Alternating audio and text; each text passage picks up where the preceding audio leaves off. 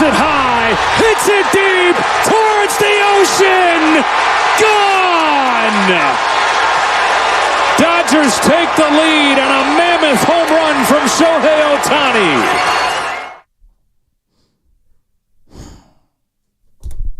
Oh, baby, I'm hurting. I am. I'm hurting right now. It's Joe Shasky. Bonte's out today. We got Spadoni filling in. And Spadoni, normally I like to pass the rock right away to you. But today, I want you to sit and listen. You're hurting right now, man. You're hurting. I want to shout out the Xfinity text line. It's just... Joe Davis, by the way, Spectrum Sports right there, LA. Oh, you know what? Lubby Lub, I'm missing some of my reads, bud. So when you get a chance, could you send them over to me? I don't know where I put them. I don't know where they're at. But I want to start here because I'm going to read you something from the Los Angeles Times. And today is about you, Giants fans. Today's about you. And this is from the LA Times. 11 months ago, the Dodgers and the Giants looked like two franchises headed in somewhat different directions.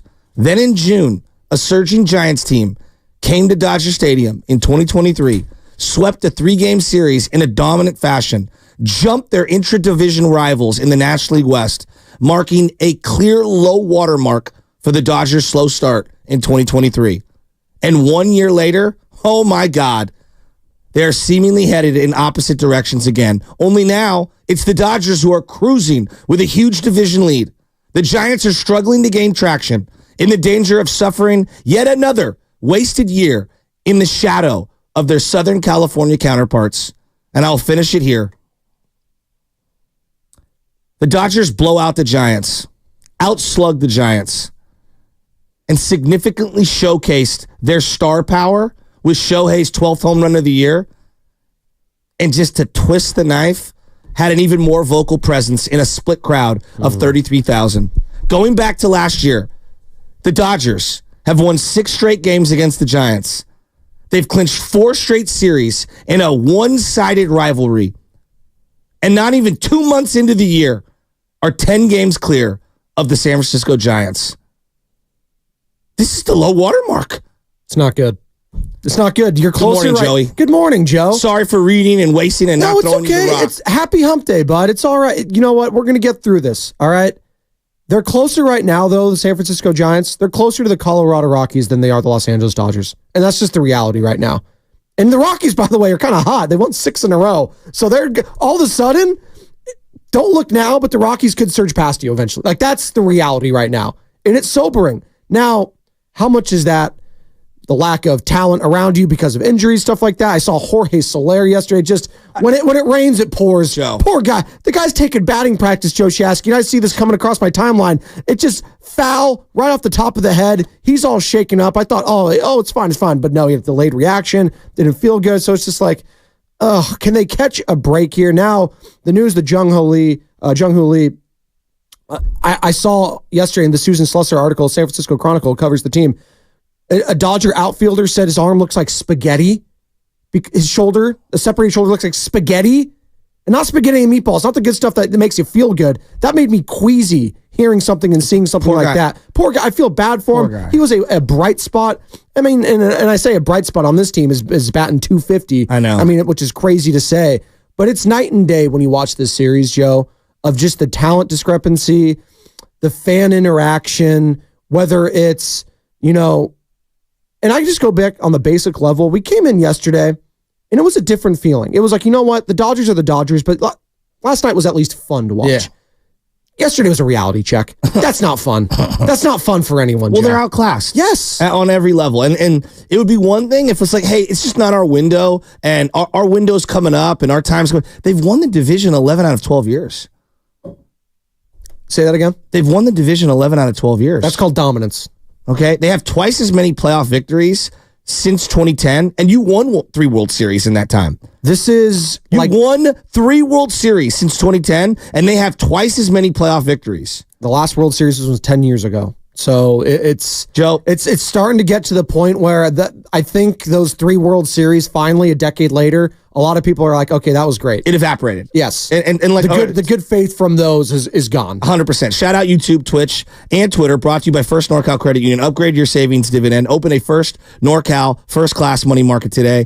The Xfinity mobile text line. I'll be reading those texts today. And shout out to our friends at Flowing Water Plumbing and Drain. If you're going to call into the roast, you better bring it, because if you don't, you will be flushed. Brought to you by Flowing Water Plumbing and Drain. We're going to talk. Did you hear that flush real quick? That's the Giants season circling down the drain. Well, look, I don't want to scream and yell today. I want to have like a real conversation with Giants fans. We used to be in lockstep as a community with this team, like 1-1, holding hands every step of the way. This team meant something to this community, and when the Dodgers came to town, there was a uniting, no matter where they were in the standings, a uniting of people like, we're going to go out there and we're going to root on our team. And there were guys that you could pull for. And I just feel like the business model, the baseball model, the connection, the human element, the emotional connection, everything is broken right now. It's just broken. And when I look at what the Dodgers have done, do I want the Giants to be exactly like the Dodgers? No, I don't. No, are there elements that they do well? Of course. But like, I know you're not going to be able to replicate some of the financial things that they can replicate. But show me you got a puncher's chance. Yeah. Joe, they've lost all 5 games this year, okay? They've lost 6 in a row overall. We're 45 games into the year, and they're 10 games out of first place, and it feels like they're not even on the same planet as this team. This is what we look like. We look like Southern Baptist State against Alabama. My dad always would call them Turkey Tech University whenever the teams would play each other. That's a great, Southern Baptist State's a good one. Our Lady of the Poor. Exactly. Right? Like, that's what they look like. No, it's true.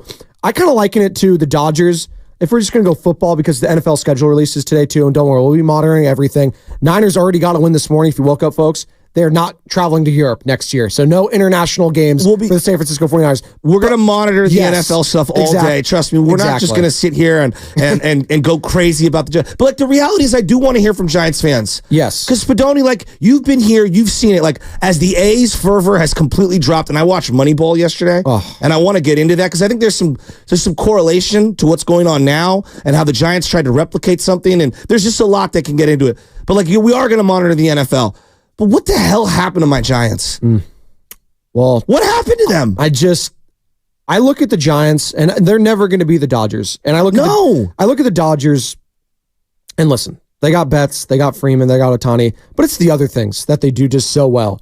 It's the constant drafting. Like this kid yesterday, Stone. Fifth round pick in 2020. And I'm listening to Flem, and I love Kipe and Krug. I love them. But they're like, well, the COVID year really ruined the development. This guy was drafted in the middle of COVID. He was. Dave Fleming, by the way, 8:30 here on 95.7 The Game. Our Giants Insider. Like, how are the Giants the only ones struggling with development because of COVID? I don't know. Keep going. No. But to your point, like, it's one thing to just land on the stars. If you can do that, that's great. Then you're the Padres and stuff like that with years ago. Like, remember when they're getting the Upton brothers? Yeah. They were bringing everyone, Craig Kimbrell, James Shields, all that sort of stuff. That's fine. But it's the Gavin Luxes. It's the Stones. It's James the Outmans. It's the... Whether it was Seager, we had Jerry Harrison Jr. on yesterday. Seager, who won a World Series last year with the Rangers, who won a World Series a couple years ago. Bellinger, who's all of a sudden looking good now with the Cubs. They're developing guys that are also going elsewhere and succeeding. That's what I want from the Giants right now.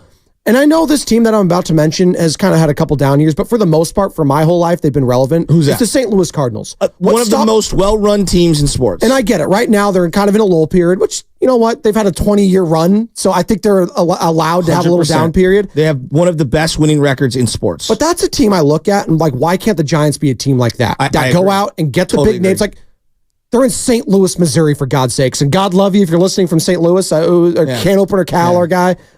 Great. It's not what I would call a free agent destination. No. But they would get free agents constantly. They would make acquisitions and trades. I know Goldschmidt has not had a good year, but he's been pretty good for them for the most part. Nolan Arenado might be a Hall of Fame kind of a guy. He's been pretty good for them. So I look at a team like that and say, why can't the Giants be like them? And then it just goes back to Farhan Zaidi. All arrows point right now, and I don't want the conversation again, Joe, to just boil down to Farhan. No, this is, you know what? This is a long-ass season. It's May 15th, and we can't be doing that all the time. But it's just, when I watch this, the free agents are one thing. It's the development that really stands out to me. Yes. It's the infrastructure. Walker Bueller, again, like another guy. Joe, I'm watching Moneyball, and we're going to go out to the lines, 888-957-9570. I see you, Nick in San Jose. We're going to get to you in 1 second. Like, I watched Moneyball yesterday. I had the little guy. My wife wasn't feeling good. The allergies are just crushing the family the last couple of days. I'm wearing, I slept in my eye contacts last night, and it was, my eyes So we're both down bad today. It's not feeling great. Well, I watched Moneyball. This is our flu game. And look, I know that the book is a little different from the movie, and there's a lot of liberties that have been taken. But, like, they're talking about Scott Hatterberg and the platooning and, trying to find value in the margins. What they omit to explain to you in Moneyball is that the scouts also found Hudson, Mulder, and Zito. That the scouts also found Tejada and Chavez. Okay? Yeah, they lost Giambi. They found Giambi. Okay? Like we could talk about, like, finding value in the margins. SP Santangelo. The core of that team, again, Miguel Tejada, who won an MVP with Baltimore. Yeah. Okay? Eric Chavez, who was the last big deal the A's have given out. Exactly, yes. In years, okay? The big three, Hudson, Mulder, and Zito. Go back and look at their early track record. Dominant. They were called the big three for a reason. And there were other guys there. Like the A's were finding talent all over. Mark Ellis was on that team. There's a lot of guys, right? And yeah, you could patchwork your David Justice here and there. The problem with the Giants is that they got no of the core of what made that A's team so good. So you want to moneyball every position. It's like, no, you're missing the big point. The big point wasn't the moneyballing. The big point was you found Tejada, you found Giambi, you found the big three. Where's our big three? So, like, all that Moneyball crap that everyone wants to shove in my face about finding guys with OPS and on-base percentage, that's all fine and dandy. Where's the All-Stars? Yeah. Where are the All-Stars? Like, right now, I'm looking at this Giants team. Who potentially could be an All-Star? Lamont Wade? Maybe? Okay. But Lamont Wade's a great example. But do we all expect this to keep up? And that's the thing. Lamont Wade has got, depreciation in the second half written all over him. Let's go out to Nick. Outside of pitching, right? Because I think Logan Webb's like an all-star caliber. Okay, yeah. But you got to get the guy some run support. Correct. He's going to be 5-21. Mm-hmm. All right, let's go out to Nick in San Jose. It's just, what has happened to the Giants? Where are we at here? Nick, what's up, buddy? Hey, guys, I want to say I feel, especially you, Shasky, I can hear in your voice the pain, and I wear my emotions on my sleeve. And you guys know how much I love the Bay Area and the Warriors, and please don't get mad at me here. I got to explain myself. I'm actually a Dodger fan, and let me tell you why, and then I'll tell you what my observation with the Giants. So I'm 49 years old. I'm coming to age 3-4 years old. It's the iconic Yankees versus the Dodgers. I'm Italian. We had Lasorda and all that stuff. My favorite player was surprisingly Steve Sachs. And at the time, the Giants were so bad. This was after McCovey and you had Johnny LeMaster, blah, blah, blah. So now let's fast forward. I'm in 7th and 8th grade. You bring up people like Will Clark. He hit the home run against Nolan Ryan. You got Robbie Thompson. You guys are amazing, dude. And I love these guys, even though I'm a Dodger fan. These guys are exciting. Last night, I'm watching with my buddy, and we're laughing. We're laughing at your beautiful park, and it's beautiful, like Baltimore is. The Dodgers are running you guys out of town. Dodger. And I got to tell you, man, I felt sorry for you guys. You had saves. I know. You had saves. You had Bochy. He won a title with the Rangers. Let me say this. In year one, Nick. In year one, Nick.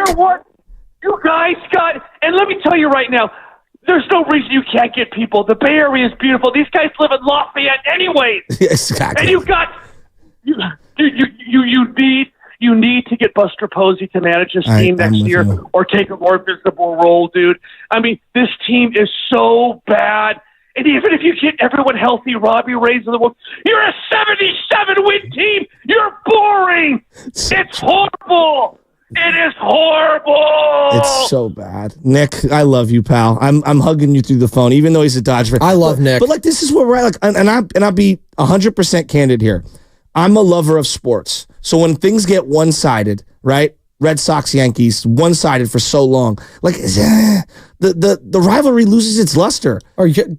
Joe, I'm a Raider fan. There's no rivalry with the Kansas City Chiefs. That's what I'm saying. It's Kansas City Chiefs and no rivalry in their own division. Right. They've dominated it for the last decade. Seahawks, right? When the Seahawks were running it up on the Niners, what were they, like 17-1 or whatever the record was? It was absolutely crazy. It was like, this is not a rivalry. This is one-sided. Like, you got to get a couple victories on your side. Otherwise, it's not a rivalry. Like, part of what made Detroit the Pistons versus the Bulls is like, hey, Pistons got the better of Michael early on, then he got the better of them later. You know, like, that's what makes a rivalry. Yeah. And right now, I'm looking at one team that's an absolute juggernaut, and I'm looking at the other team, and I just don't know what are they trying to accomplish? And now, look, we watched Matos yesterday in center field, and he's struggling. He's taking poor routes, not communicating. You're the center fielder. You got to take, command on one of those plays early in the game on the Freddie Freeman fly ball. But like, this is why they signed Jung-Hoo Lee. Yeah, was because they kind of knew that Matos probably isn't a center fielder, and now that guy's on the shelf for the year.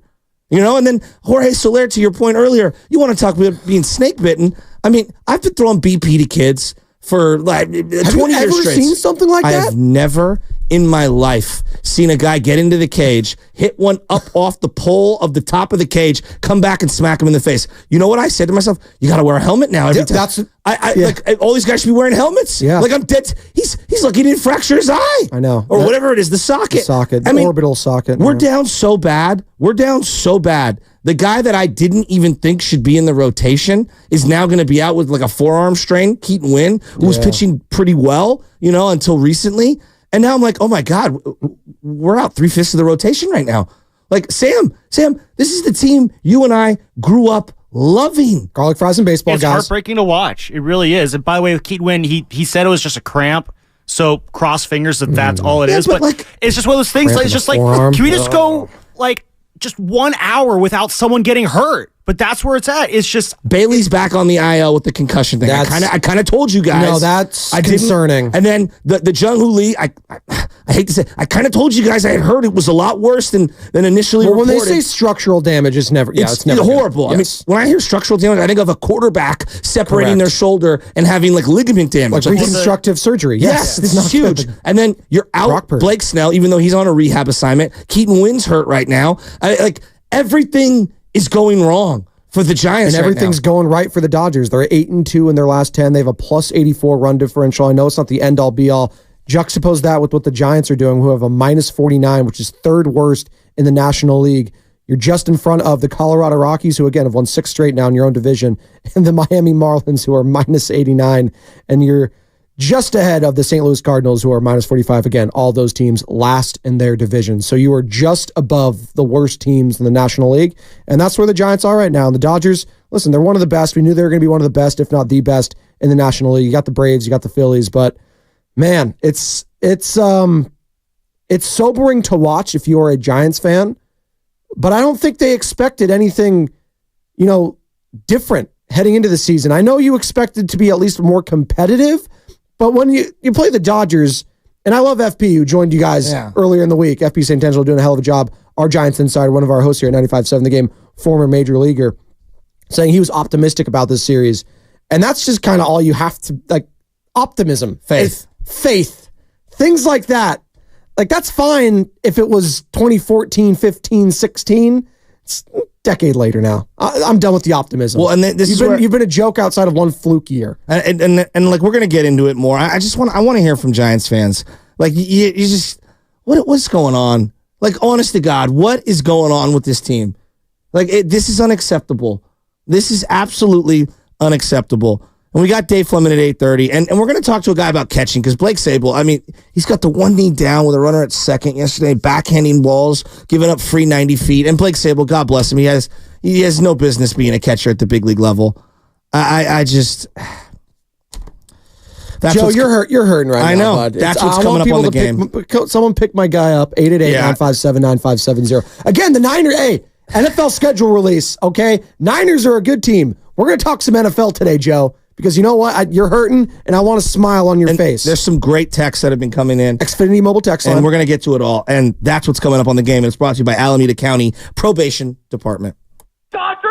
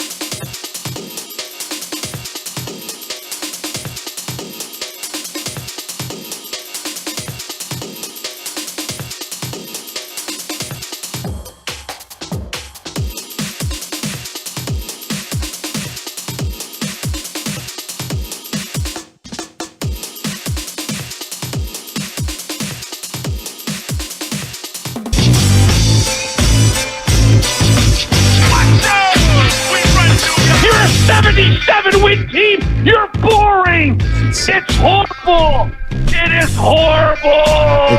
Now, back to the morning roast with Bonte and Shasky.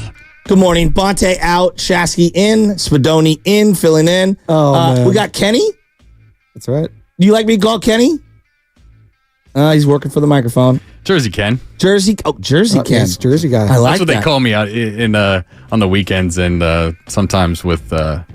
Does Dan Devone call you that? Dan Devone yeah, that's calls me that, exactly yeah, who calls you that. Hi, I'm Dan Devone, and I'm smiling like I'm on TV while I'm doing radio. I love Dan. He's got a great smile. He's a good guy. Yes, he does. And you know who else does is Willard and Dibbs, and they're going to be live from the Dwight Clark Legacy Series on Thursday. Tomorrow, starting at 2 p.m. An incredible assortment of 49er guests will join the show. Brock Purdy, Steve Young, Dre Greenlaw, Ricky Pearsall, Alex Smith, Jeff Garcia, and more. Wow. I mean, Purdy, Steve, wow. If you want to go to the event, you can buy tickets at dwightclarkaward.com. Tickets are $87 in honor of 87, and 100% of the proceeds go to the Golden Heart Foundation. I mean, that's awesome. Hey, by the way, really Steve Young, great interview yesterday with Willard and Dibbs, and we're going to react to that because there is not one voice for quarterbacks right now, maybe outside of Troy Aikman, that I respect more when it comes to quarterback play than Steve Young. Yeah, I'm with you on that one. Giants lose to the Dodgers last night. They've lost every game this year to the Dodgers, and it just feels to me, as a lifelong Giants fan, my grandfather was here when the Giants came here in 1958. It's crazy. All right? My dad got taken to games at Candlestick by my grandpa, all the way over Seal Stadium. My dad took me to Candlestick. I've taken my son now to Levi's. We are a lifelong Giants family. And to see how far the gap is between the Dodgers and the Giants, it makes me sad. And the part that makes me sad more than anything is that it feels like to me, Giants, front office, ownership, whatever, all in one bucket, they're delusional about what the product currently is. They need to bottom out. They need to flip the script and figure out that whatever they're doing from a drafting, a development, a farm system, an organizational philosophy, it is not working. You are farther away 6 years later than you were the day Farhan came. And that's the reality they have to look themselves in the mirror with. Yep. They're closer to being, again, the Colorado Rockies than they are the Los Angeles Dodgers. That's just the reality right now. And we have some stats right here. We were talking about the hitting, just to, compare and contrast just how much better the Dodgers are than the Giants. And listen, your eyes say everything. But when you start going through the numbers, it really is kind of sobering. So the batting average against, and we're just going to go the team pitching, because we touched the hitting. We already know that the juggernaut that is offense. But the Giants, I think we were thinking about the Giants pitching staff being pretty good this year, solid. They've been very disappointing. As of late. Relative to what my expectations were. That's fine. Maybe they've been solid. Maybe that's the word. They've been solid, we would think, right? Yeah. Well, the Dodgers pitching staff right now is ranked second in all of baseball when it comes to batting averaged against. So just what the opposing teams are hitting against you. Opposing teams right now are hitting .213 against the Dodgers. The league leader, by the way, Seattle Mariners, who have a filthy staff. Yeah. Teams are just batting .210 against them. Multiple Cy Young So it's second in Major League Baseball for the Dodgers. Wow. Giants are all the way down at 29. Opponents are hitting .263. That's their average against. That would be one of the best batting averages on the team. Are you kidding? And then the Rockies are last at .279. And then play at Coors Field. So wow. just... That's something that is just crazy to me. In pitching? 29th in opponent's batting average. Wow. It's crazy to me, right? And then you just go to, if you want to go to ERA, Dodgers number 3 with 3.16. Giants 26th with a 4.64. These are just some of the numbers I'm putting out there because I know the hitting's not going to touch. So at the very least, can you pitch at their level and play defense? Can you play defense? Well, I think the hitting goes into they had 2 errors again last night, and it could have been more. Luis Matos takes a horrific route in late. The game was over. It was the 8th inning, but it was a microcosm of my frustration with him in center field. He's not a center fielder. Takes horrible routes. You don't remember this guy, but there was a guy by the name of Todd Linden, okay?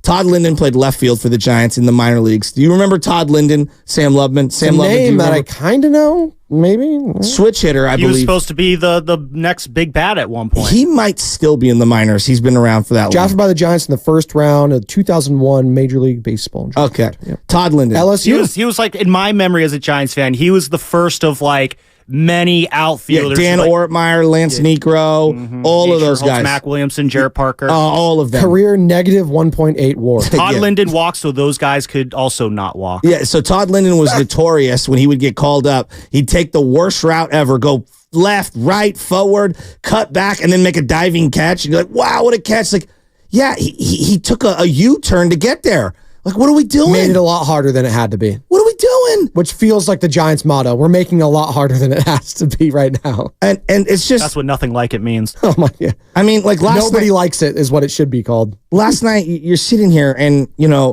you're picking your guy out of no. Keaton Wynn came from no. Where did he come from? Where did Keaton Wynn come from?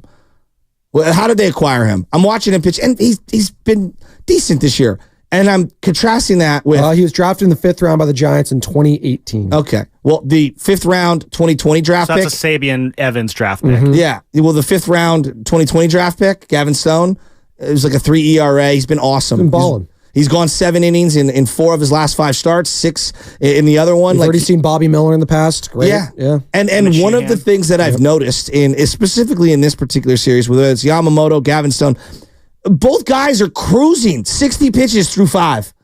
Cruising. And you contrast that with the Giants. Guys are getting 100 pitches before they get to the 4th inning. Well, it's funny you mentioned that you were watching Moneyball yesterday. The whole point of that is grinding out at bats. Yes. Like that, the whole A's and Moneyball philosophy was, and now I know baseball has shifted, but there still should be this element, and it's nice to see a guy like Lamont Wade getting all of those walks because at least he's getting on base. Yes. You have to set up something, Yes. and that's what I appreciate.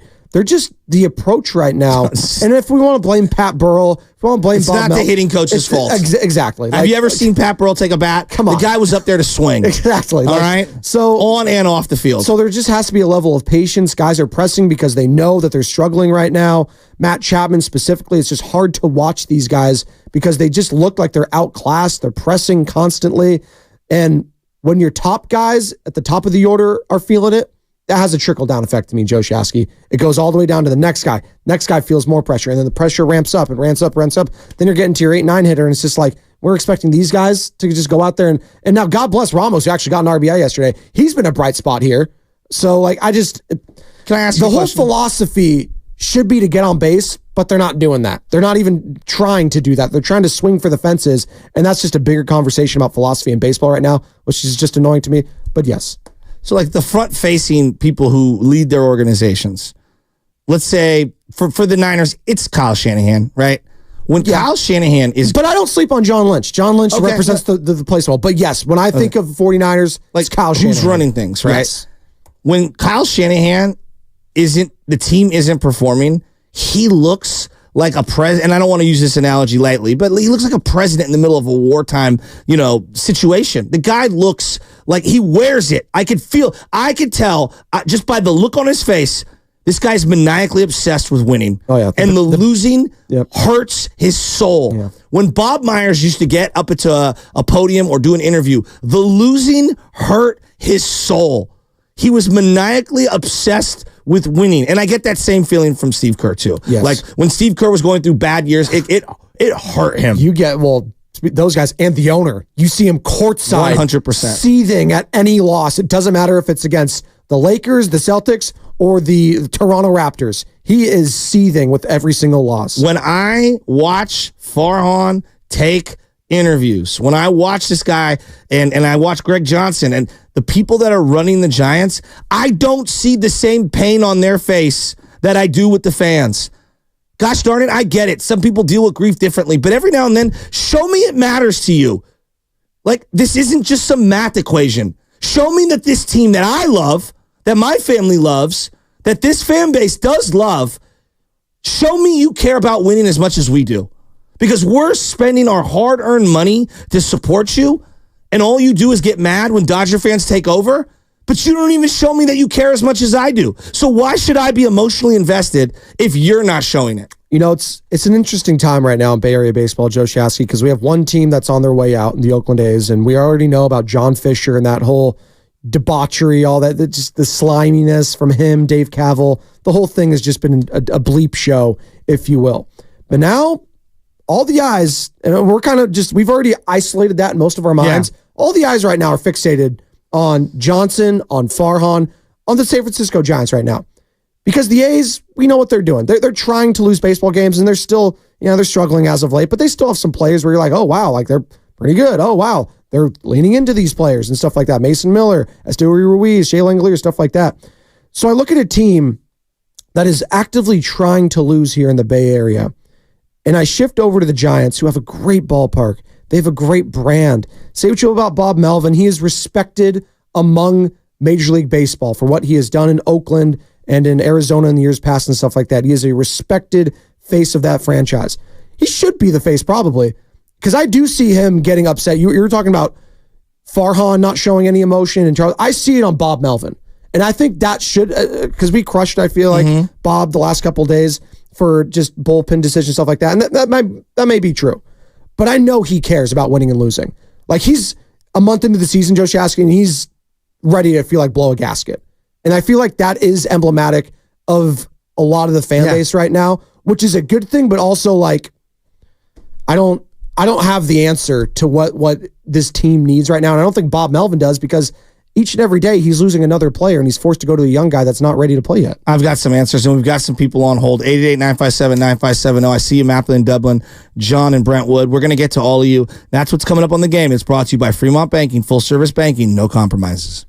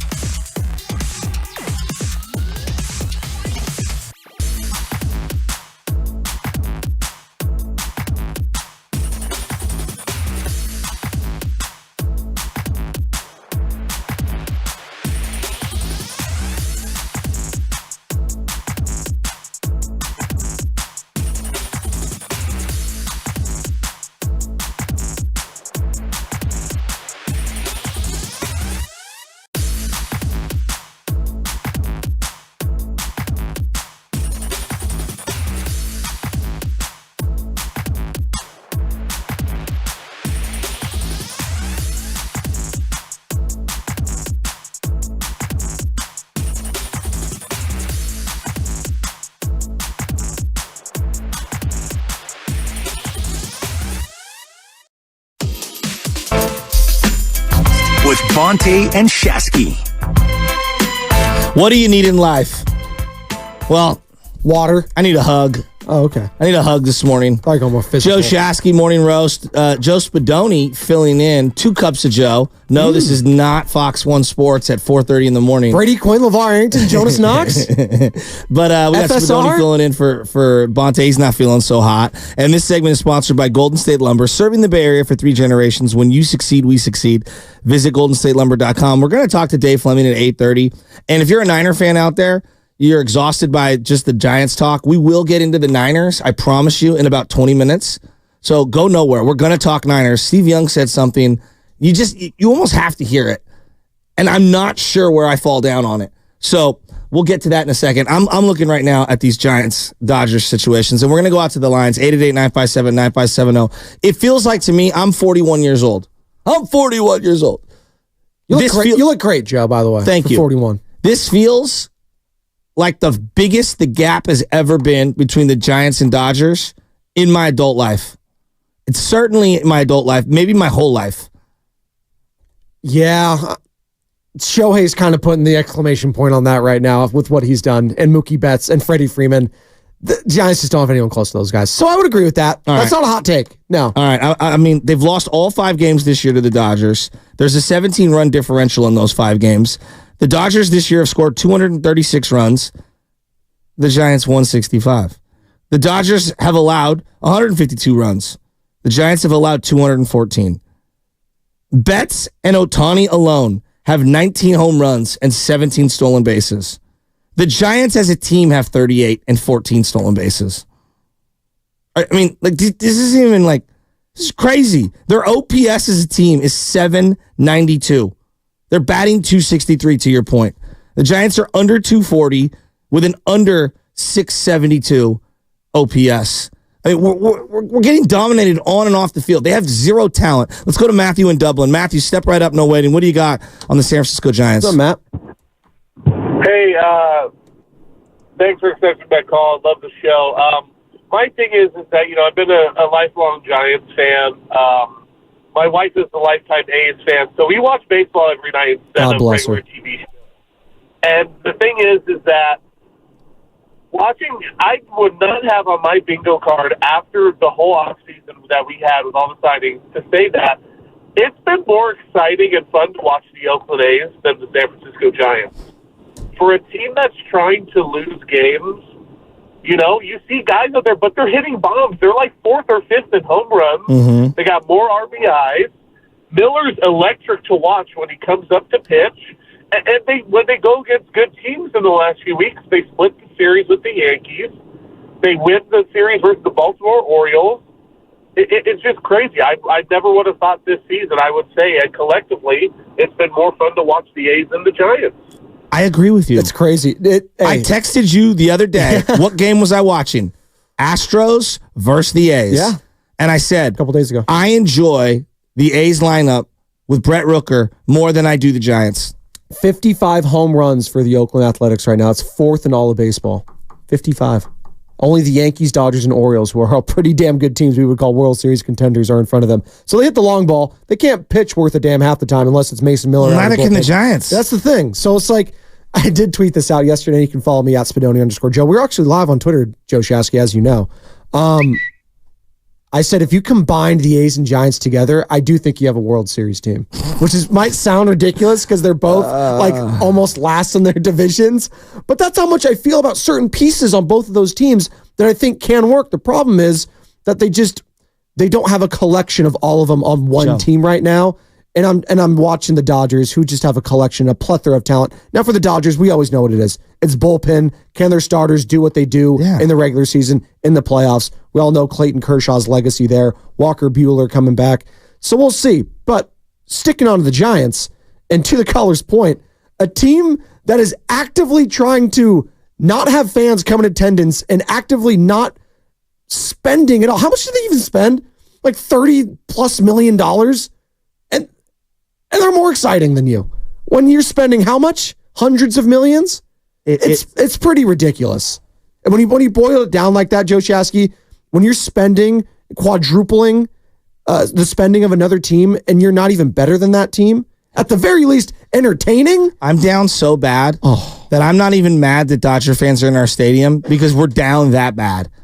You don't even care. I don't. That's even worse. And you know I love baseball. Yes. I want to read you every a text. morning. No. You don't love baseball. You live baseball. Yeah, I do. You come in every morning talking about your Little League team, about your Broncos team. Like, you're talking about it, and you're talking about gloves, you're talking about everything. You're decked out in Giants gear from head to toe still. I do love baseball. You breathe baseball. I do. And you don't even care that Dodgers fans are taking over the place. Don't care, because I'm so down bad when it comes to the Giants. That's crazy. All right, here's a text from my buddy Dylan, who goes to so many games.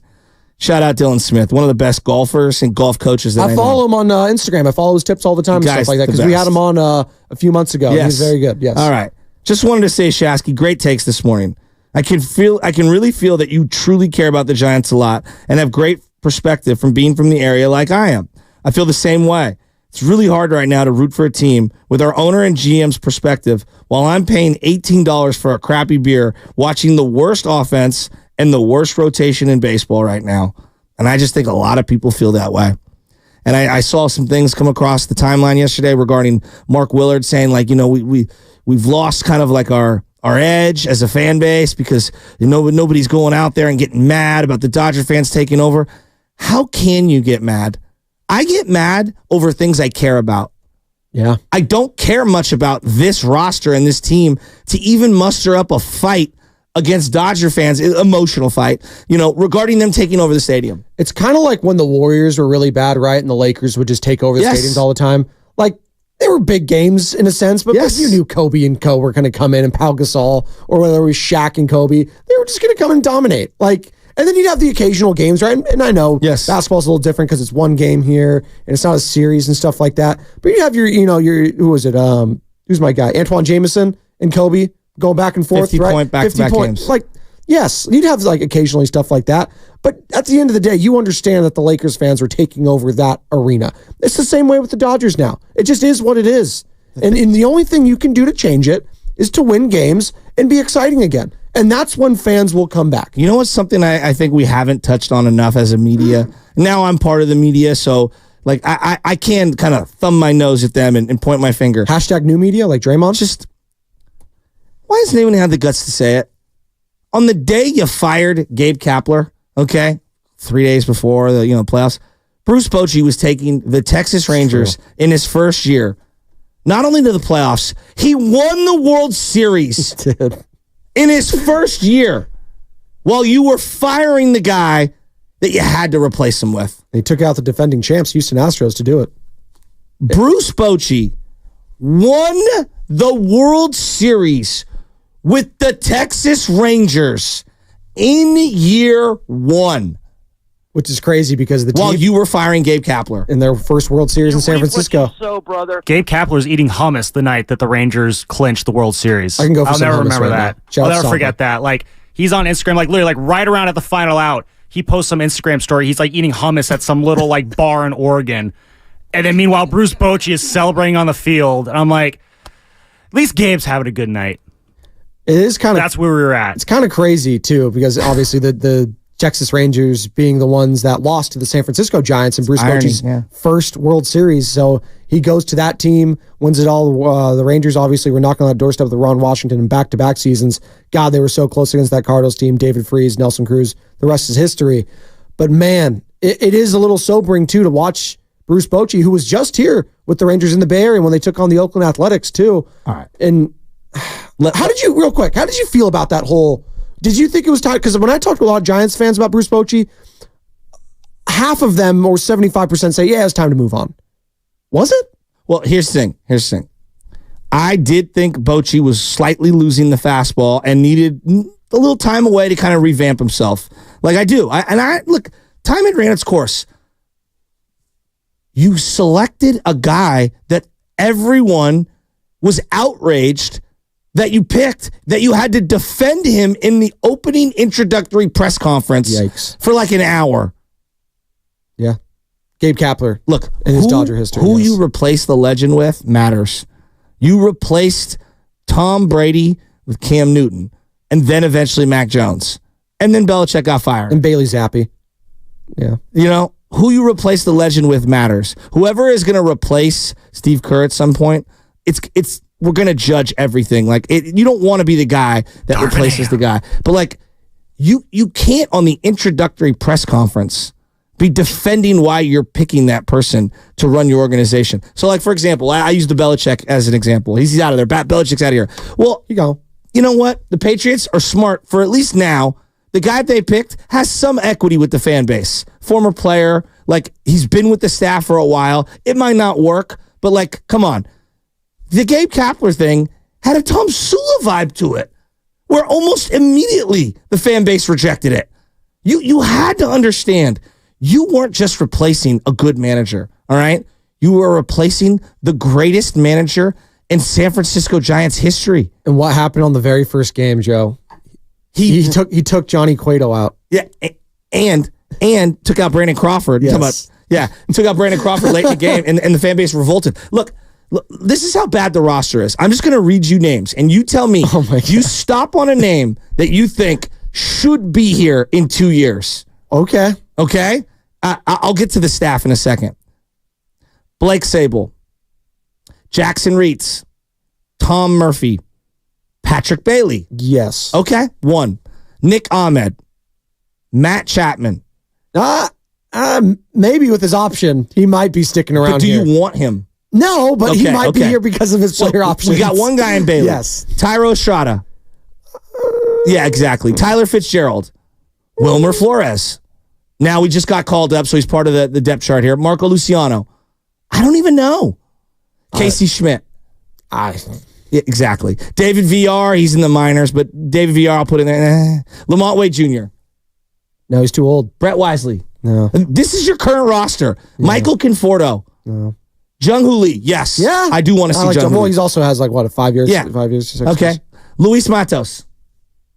Wade Meckler. Elliot Ramos.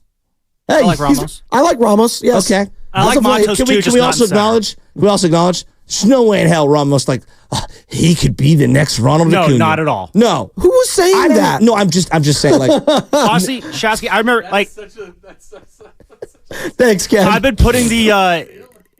been remembering just when Pablo Sandoval arrived in 2008 and just how much that changed things. Just having a guy like him in the lineup. Pablo hit 25 home runs his rookie year and drove in 90 runs. Well, that was in 09. I'm talking about when he arrived in 08. Okay. Like at the end of 08, he arrived in August. It changed everything. You look at Ramos when he arrives. I like Ramos. I want to see more Ramos. He's not hitting this team in the same way that Pablo hit this team. No, and that's fine. Look, maybe he's a platoon guy. Maybe he's a starter for a couple years. I don't know. I don't know. I'm going to keep going. Austin Slater, Mike Yastrzemski, and then your DH, Jorge Soler. So Austin Slater's been here how many years? So maybe he will be another. So of your current everyday depth chart, there are 1.5 guys you want to keep in 2 years, not even 3 or 4, 2 years. I think the conversation's a little different, thankfully, with your rotation, down though. Bad. Yeah. Joe, he was brought here, Farhan Zaidi, and the whole restructuring of the scouting and the farm was brought here to build this thing up. They haven't traded away any prospects. And this is what you have. You have 1.5 guys you want to keep for 2 years. Now we'll go to the rotation right now. Let's go right down the list. I'm going to go bullpen. Yeah. Avila, you saw him last night. No. Tristan Beck, Mason Black, maybe. Alex Cobb, Camilo Duval. Yes, I'm keeping Duval. Okay. All right. Kyle Harrison. Yes. All right. I'll give you that one. Jordan Hicks. Yes. Right now, yes. All right. It's looking like a bargain. All right. Sean Jelly. Luke Jackson. Sure. Jelly. I would keep Jelly if I had to choose between Jelly and Jackson. If I had to choose between the two, I would take Jelly. That said, probably no on either. That said, probably no one either. Thank you. It's like you got to eat your celery. That's what you're telling me. Right now, I'm keeping Walker because I think he's had a pretty good season. And I'm keeping Doval, and that's basically all I'm happy with. Okay. Right now. All right. Now, neither of the Rodgers do anything for Logan Webb, you're keeping. Yes. Even Blake Snell. I'll tell you this right now. Every Giants fan, if there's a deal available at the deadline, I am flipping Blake Snell in a heartbeat. Yes. You have a guy who's under team control for another year who can go to a contender, and you're giving him a high-end starter who doesn't fit your timeline. You'll fit a desperate team. We'll look at the name, coming off a Cy Young year. If he's healthy and he has a couple of good starts, absolutely. I could look at a team like the Yankees, something like that, adding to their rotation. Yep. You're listening to 95.7 The Game, KGMZ FM and HD1 San Francisco and Odyssey Sports Station, always live on the free Odyssey app. Don't forget that you can also watch us every day on YouTube, Twitch, and Twitter streams, powered by First NorCal Credit Union. Upgrade your savings dividend. Open a First NorCal first-class money market today. Look, we are going to transition into football, but I want to make this point very clear. The vibes I get from right now when it comes to ownership, management, front office, coaching staff, roster, team development. This is the 2016 49ers. Ooh. We are in the exact same spot. Chip Kelly equals Bob Melvin in the sense that I'm not even mad at you. It's the problem is so much bigger than you. When the Niners... Although that offense was pretty putrid. It was horrific. Jeremy Curley was your leading... Blaine Gabbert replacing Cap too. Oh. Like, I remember after Tom Sula, when you blew out Harbaugh and you blew out Balky and everything, after the Tom Sula Chip Kelly thing, it was like, we need complete organizational restructuring. And that's the way I feel about the Giants. You were down on the ownership then too with Jed York. You were down on... Fans weren't going to a brand new stadium. No, Think about how the Niners travel now. It was empty. Think about how the Niners travel now. Now, imagine what every single media member did during the tenure of Tom Sula and Chip Kelly. They would post the photo after halftime of how empty the stands were. Yep. That's the way I feel currently about the San Francisco Giants. They need their Kyle Shanahan at the top of the organization in the worst way. So what is that going to look like? That's the thing right now, because if Farhan's done after this year, do you keep Melvin? Do you rip the whole after this year? I want him nowhere near the draft. They're not going to do that. I want him nowhere near the draft. I don't think they're going to fire him. I don't think they have the balls to do it. First, well, that I agree with. They don't have the guts to do something like that, because that would be innovative. And what have they shown you the last handful of years, Joe Shasky? They're fine with the status quo. They're fine with Farhan Zaidi being in their face right now. He doesn't. Tony in Oakland, like that's just.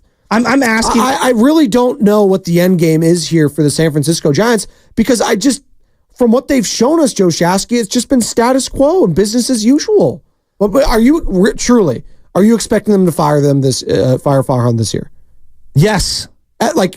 In the season. You know why? Because I do believe their bottom line is taking a massive hit. I do. I think baseball, more than even the other sports, the in-gate attendance and, having eyeballs and all that it really does matter. It's not like the NFL. NFL, it's almost irrelevant. The Oakland Raiders were ran as poor as a team could be ran, and they were wildly profitable because the NFL as a whole prints money on the television deals. I don't believe the exact same thing is happening in baseball. And so I truly believe that the Giants brand is as down bad as it's been in decades. And they need someone so bad. They need to get rid of the stench of the last 6 years so bad. They have to do something. Well, they just need a player that you can glob onto at the very least too. You go on to the brand, and whenever I think of branding, I think of jersey sales. I think of all that sort of stuff. Well, Sam, you go to the clubhouse all the time. Joe, what jerseys do they have up in there? Will Clark? They had a Yastrzemski. Barry Bonds? Oh, they were all retros. But they had Yastrzemski, I saw in there, Logan Webb. And look, Logan Webb, I put Logan Webb. That's Oakland A's stuff. That's what we do in Oakland. That's why we have Ricky Henderson, because we can't have Matt Olson anymore, Matt Chapman, or Marcus Simeon. So we have Ricky Henderson. We have Mark McGuire. We have Jose Canseco. We have Raleigh Fingers. That's Oakland stuff. That's not what the Giants are about. If you were a 12-year-old kid and I said to you, you could have one T-shirt jersey, there's 6, and just whatever you want. Just in baseball? No, there are 6 on the Dodgers that you could potentially want. Are you kidding me? Yamamoto, Kershaw, you could go Mookie Betts, Freeman, Ohtani, Will Smith. The Giants haven't had a guy like that since Buster Posey left them. And here's the other thing about the Buster Posey thing, and this is the hard reality. Everybody, Posey, and I was one of them. I don't think I want Posey anywhere near my team.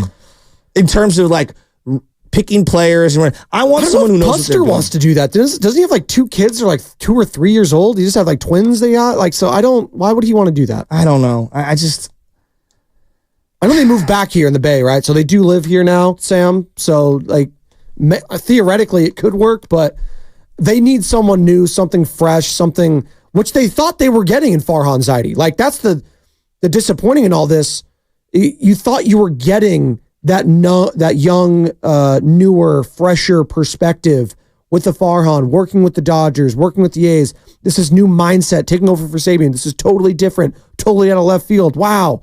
They're going to be, like the Braves. They're going to be like, even with the A's when they were good, they're going to have this money that they could go tap into. And it's gotten... You know what the most exciting part of last night's game was? The end. No. Watching Brock Purdy throw out his opening pitch. It wasn't even that great of a pitch. Get in there, love me. He's gonna. Sorry, I didn't mean to take that shot. That's a good point, though. By the way, the sweatshirt he was wearing, I did like that sweatshirt. And did you guys see the video of him like walking up the aisle? The Dodger fan asked for a picture, and he walked right by him. That's why we're resetting the quarterback market with Brock Purdy right there. I had a nugget I want to add by Okay. I'm sorry, I ruined that. No, okay. Get in there. What's the good. nugget? You're good, bud. We're gonna get into the Niners. It's just, guys, gals, people out there. I love baseball. I love baseball. I love my Giants. And I'm having a hard time mustering up the appropriate emotion to showcase how disappointed I am for how far we've fallen. I don't expect you to be the Yankees. I don't expect you to be the Dodgers. But even the Red Sox eventually rose up and went toe-to-toe with the Yankees in their own way. Can you be the freaking Mariners who have been trashed my entire life and they're 23-20? Can you just be that? They have a good pitching staff. They have some bats. You've fallen behind the Padres and the Arizona Diamondbacks. And you're about to fall behind the Colorado Rockies, who are red hot and are coming into Oracle Park. And I'm just saying, don't sleep on that matchup. For all the optimism we had in this Dodgers series, where's that against the Colorado Rockies? That's tough. Hey, I'm excited to talk about a team that it's actually bringing us. We just talked Brock Purdy, brought a smile to everyone's face. Let's get into that. Brock Purdy and the 49ers. We are. We're going to get into that. There's some sound that Steve Young said yesterday. Hall of Famer. That you just absolutely have to hear. And I have a specific question for Niner fans because people were losing their minds about Steve Young saying Super Bowl window might have passed them. Ooh. If I told you the future of the 49ers rested in Kyle Shanahan's drafting ability, how would you react to that? How would you react to that? That's what's coming up on the game. And it's brought to you by Alameda County Probation Department. Boom. I'm actually excited about the Giants.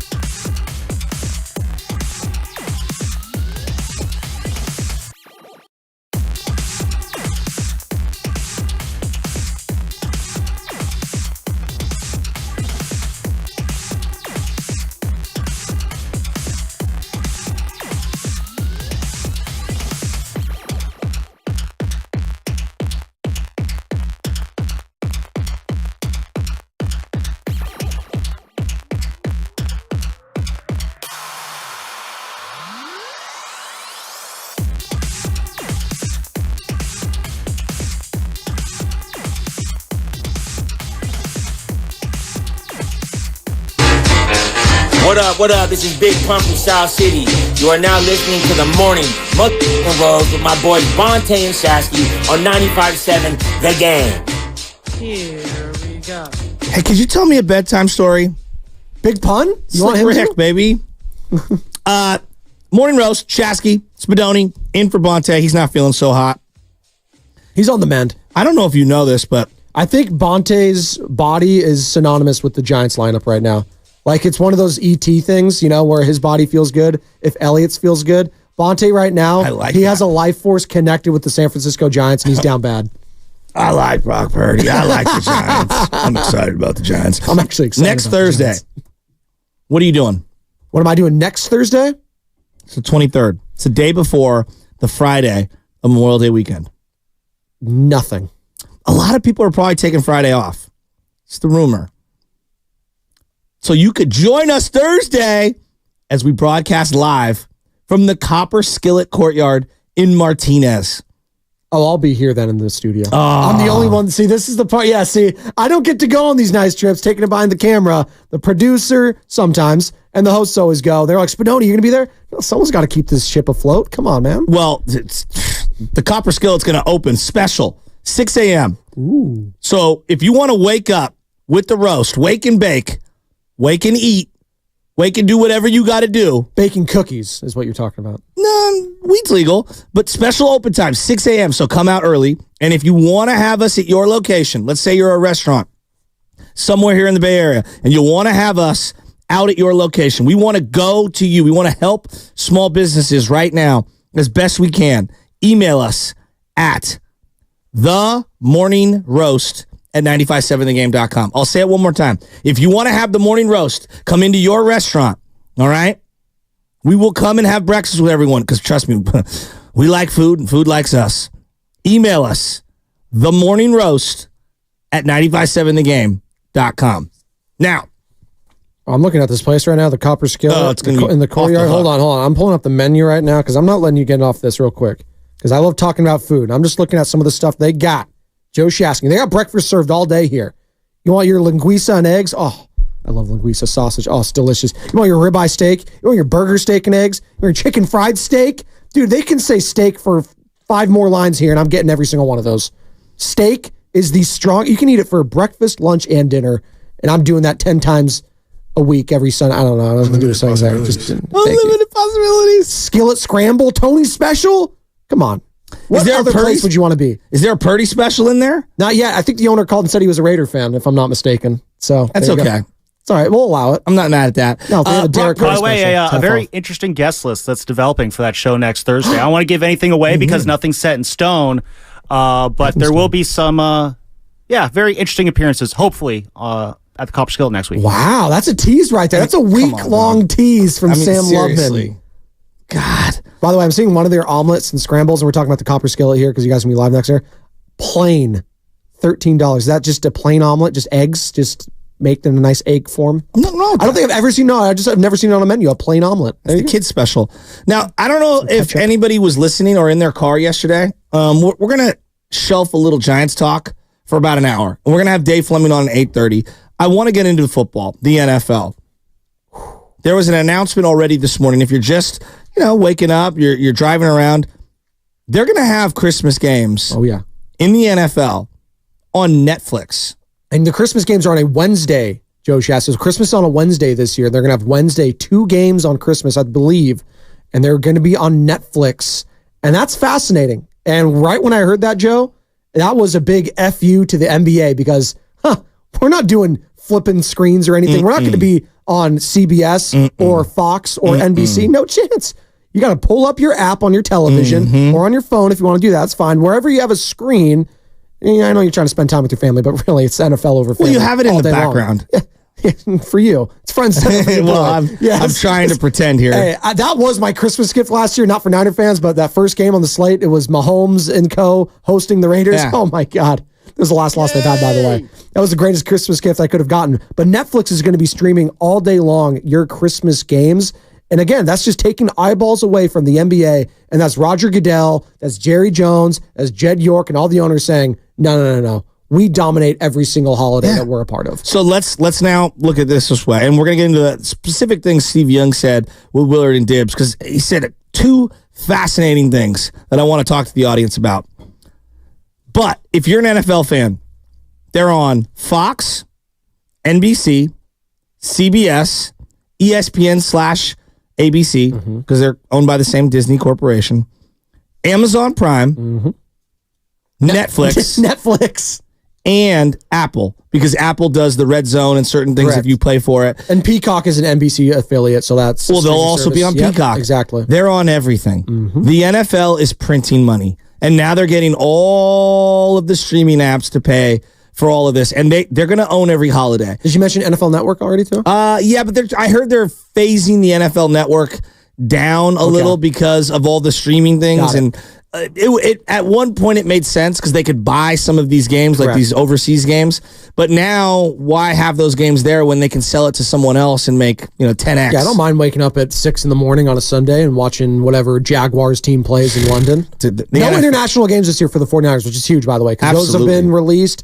So if I'm a local team, you always go, it's like, international games. Now, some of you like to travel. Like, that's probably a fun one to go to. Like, they're going to have it in Germany again this year, Munich. Yeah. And it's poor German fans. I don't know what they did to deserve that, but they're going to have the Daniel Jones-led New York Giants taking on Bryce Here's Love. football. Welcome to our 32nd best quarterback. There you Really go. quick, though, as we're talking about the international games, the schedule was released this morning. So obviously, opening week, Give it to me. that Friday night, we got the Packers and Eagles in Sao Paulo, Jersey Brazil. Ken. I need some NFL music right now as the bed. As Steve, Spadoni beds. You got NFL prime time. Yeah, I need to feel the NFL. We don't just talk the NFL. You have to feel the NFL in the morning.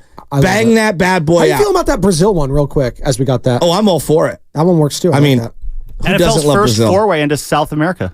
Yeah, no, that's good. Well, there's only one football down there, and it is football. They are like the gods of soccer, Joe. The women of Did you know World Cup. that? The Women of World Cup webpage. I don't know if you remember that back in the day.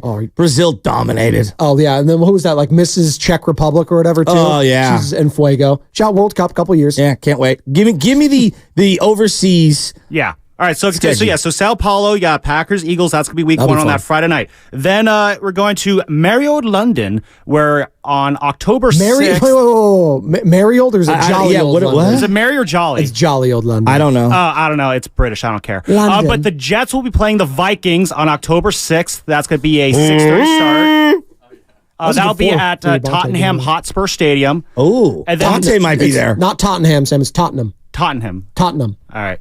Look at that. British lingo. Anyway, the very next week, Tottenham Hotspur Stadium will play host to the Jaguars and the Bears. And I'm not mad at that. No, not mad Trevor at that at Lawrence all. and Caleb Williams. Yep. And then the week after that, it will be the Patriots storming into London to take on the Jaguars at Wembley Stadium. What week? That will be the week of October 20th. So I think that's week 7. Get that Patriots Is that game out of the way. back-to-back weeks for the Jaguars again in London? Yes. So 3 straight weeks in London. 2 of those weeks will include the Jaguars. They got a road game the first week, a home game the second week, quote-unquote home road. And then on November 10th, that is obviously the aforementioned Giants-Panthers game at Allianz Arena, which is home of FC Bayern Munich. Don't know any of these. Bayern Munich. Yeah. It's Bayern Bayern Munich. Munich. The team. That shows when how it much I comes to pay the attention Bundesliga. to European soccer. No, you're good. Well, so I mean, Thank you, Sam. The fact that the Niners aren't playing in any of those is a good thing for Yes. them. No baked-in excuses of travel, no baked-in excuses of anything they got going. And we're monitoring kind of the schedule release. Niners play the Jets week 1. We know that for a fact. If you didn't, Monday Night find Football. out over the last couple of days, they're playing the Jets Monday night at Levi's week 1. It's going to be awesome. Are you going to be there? I probably will be there. Okay. You're thinking about maybe I'll sell those ones, makes a good little cash on the side. I don't see people like now with the babysitter situation, Yeah. your boy might need to cut back. We're interviewing babysitters right now because the one we've had for baby Nora, she's going to an internship for college, which is great. Great. Jade wrote a letter of recommendation, stuff like that. Just sucks that she has to move on. So we're doing the interview process right now. I liked the one yesterday. Well, we got a couple more stacked in the week, some prospects, Yeah, if but you will. does the leader of the home like Yes, she liked solid first interview yesterday. We'll see how things go. It's kind of like the Lakers doing like JJ Redick and stuff like that. I don't know if I want JJ Redick. Maybe I go for, a more seasoned vet, if you will. And I'm not going to go rookie here. Oh. Yeah. Well, because we went with the rookie last time, Miss Olivia, who's very sweet. Yeah. It was her first time like having a full-time nanny and stuff like that, and she was great. So I don't know if we're going to take that risk Frank again. Vogel this time. Yeah, but Budenholzer's are even snatched up. Frank Vogel, champion, by the way. Frank Vogel, who Bonte wants on the Warriors staff. Speaking of champions, yesterday Willard and Dibbs did a brilliant interview with Steve Young. And if you've missed it and you want to check it out on YouTube. You can go on the Odyssey app. Just search wherever you find 49er content. Look for the Willard and Dibbs interview with Steve Young. Steve is he's just a beautiful football mind. And speaks so well, too. He essentially said that last year was the 49ers' best chance to win a Super Bowl. Listen to what he says right here and think about whether you agree or disagree with the Hall of Famer, Steve Young. The most pressure was last year, right? Because last year the Rams are down, the whole division's down, Seahawks are down, the Cardinals are way down. In the playoffs, you play a Packer team that's been middling the whole time. You got an upstart Lions squad. You're like, that's how we get to the Super Bowl, and then you play a down year Chiefs team. Like, of all the times that you're set up to do it, that was it. But since the Ravens at Christmas, we just weren't the same. And we held Patrick Mahomes to 19 points. You could have told me Patrick Mahomes won't score 3 touchdowns. We're not going to win that game? Like, you're not going to walk over the Packers. We're not going to walk over the Lions. Like, things were haywire from Christmas on, and that's why last year was the time with the best roster in football to go get it done. And the fact is it didn't happen. That happens. It happened to me. I get that. But now next year, I think the Rams will be better. I think Marvin Harris will make the Cards better. The Seahawks will be better.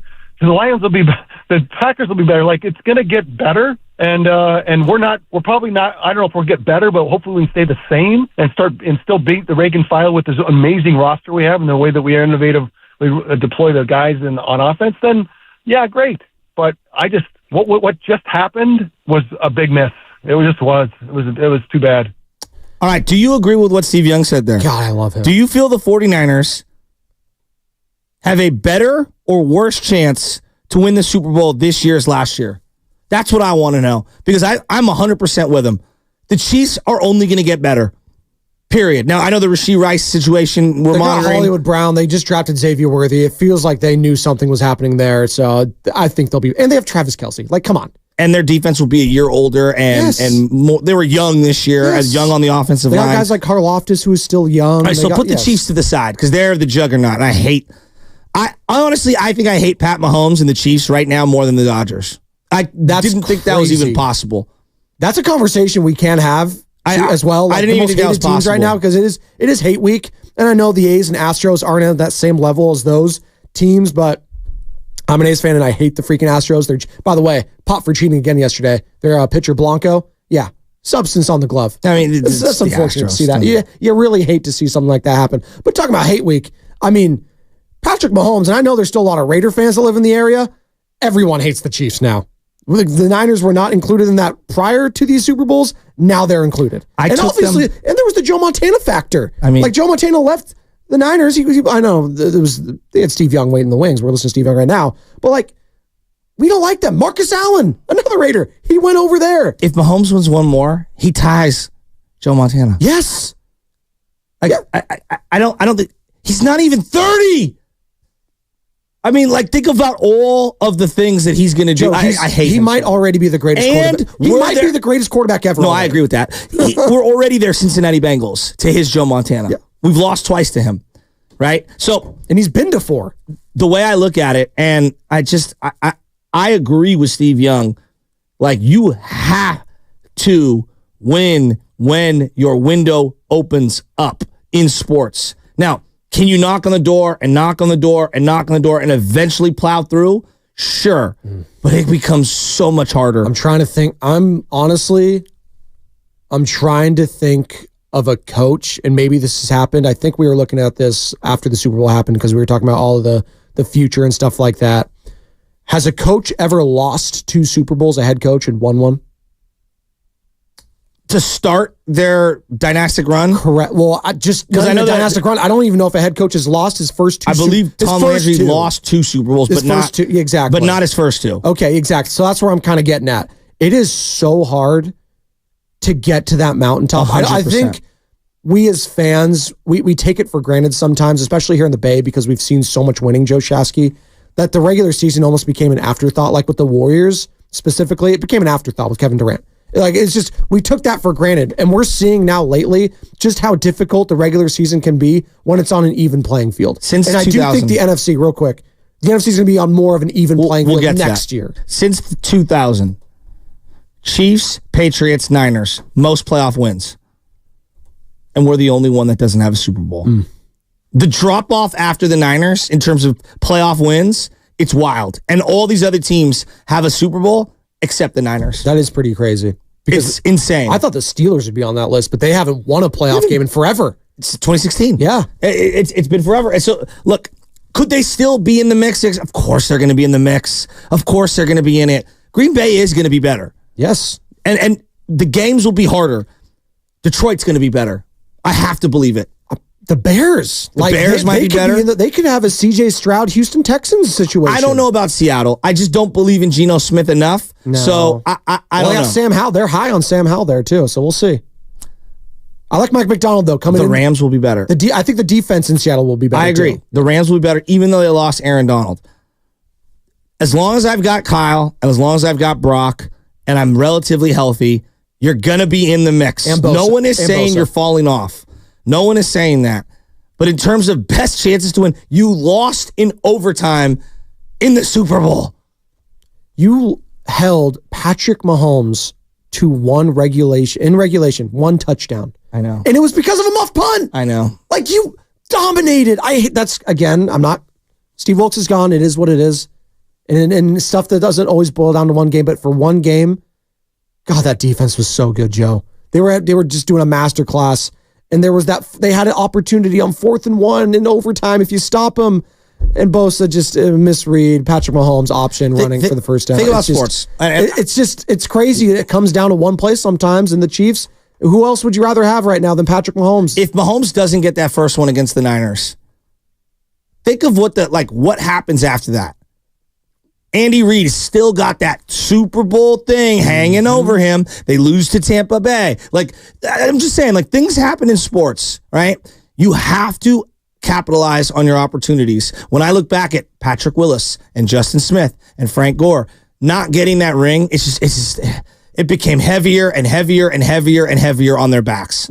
When we're putting this into the equation of Steve Young saying that, this was their opportunity, is there any chance that they regress this year, Joe Shasky, to you? Well, outside of injuries happening. There is not. But Brock Purdy, regress a little bit because he has such high expectations. There's a whole season of film on him. And I don't think, I think he's a really good quarterback. I think he's a top 10 quarterback in the NFL right now. He's very good. He was an MVP candidate last year. But there's going to be bumps and bruises with this sort of stuff. Not every Tom Brady year was amazing. Not every Drew Brees year, Aaron Rodgers, Peyton Manning year was amazing. They had some down years.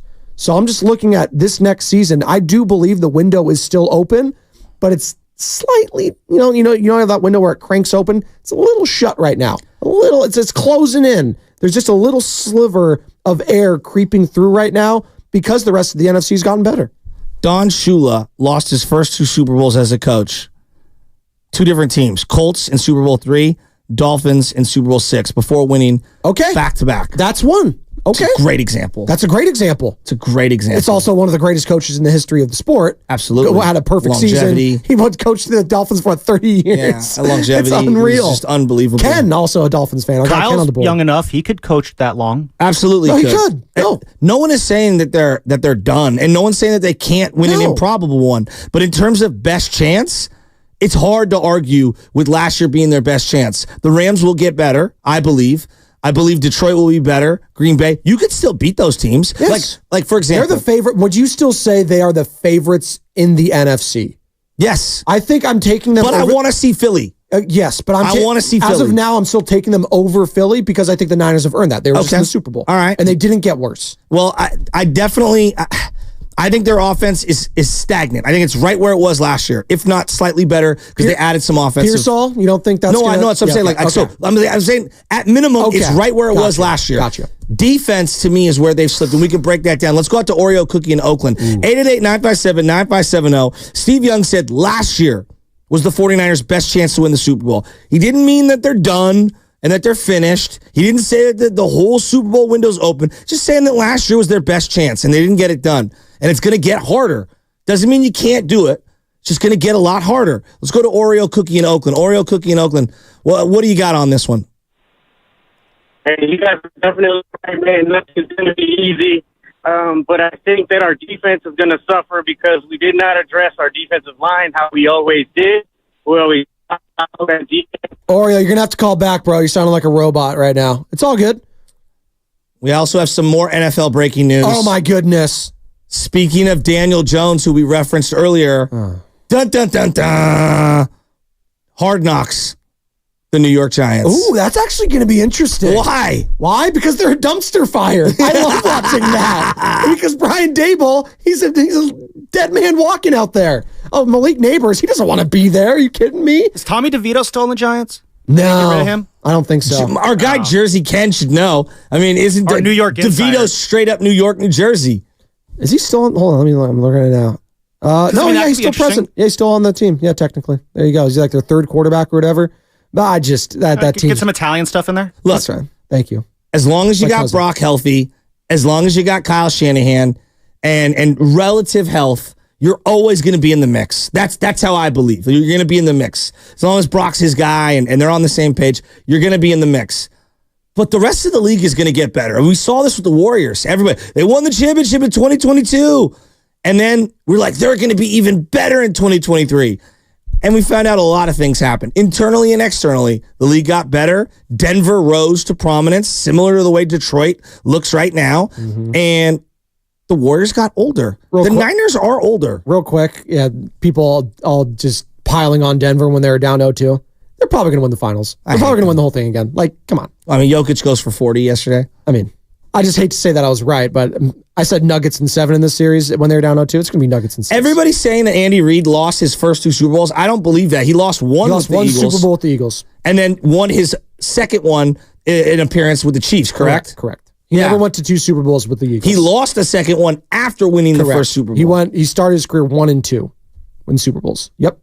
By the way, looking at the futures right now, I'm on DraftKings, Joe Shasky. The Super Bowl champion odds right now for 2025. Kansas City's number 1. Who's number 2?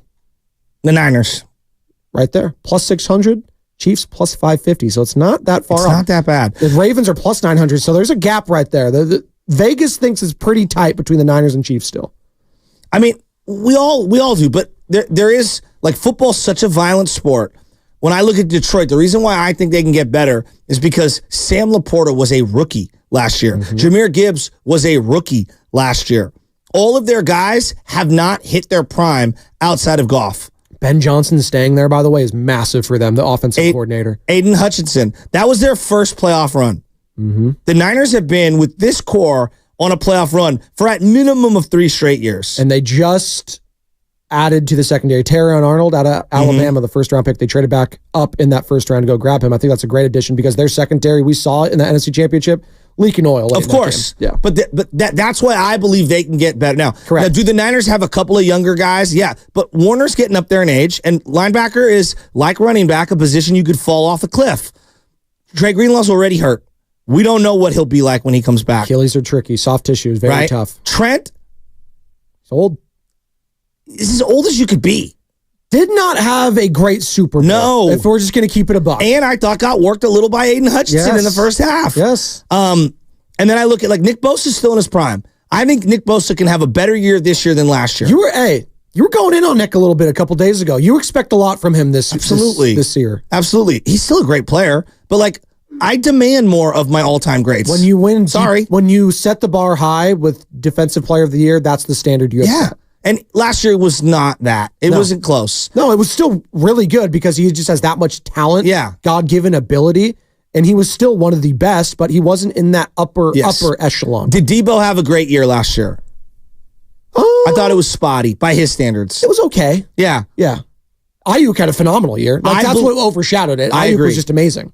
When you look at Ayuk's efficiency and you look at his numbers, it's hard for me to say he could get better. That's as good as you... That might be the height of production, but I don't see him falling off the cliff. Just by the product of the offense too, Joe. Like, it's so hard. Like, it's so hard with those limited targets when it's getting spread around that much. That's what I'm saying. When you're a run-first team, now you're adding, I don't know what Ricky Pearsall is going to be like. Is he going to be feeding into those targets? Well, is Kittle going to get more looks? Is Debo in a contract year? Is he going to be demanding the ball more? So I look at Brock Purdy. Can he get better?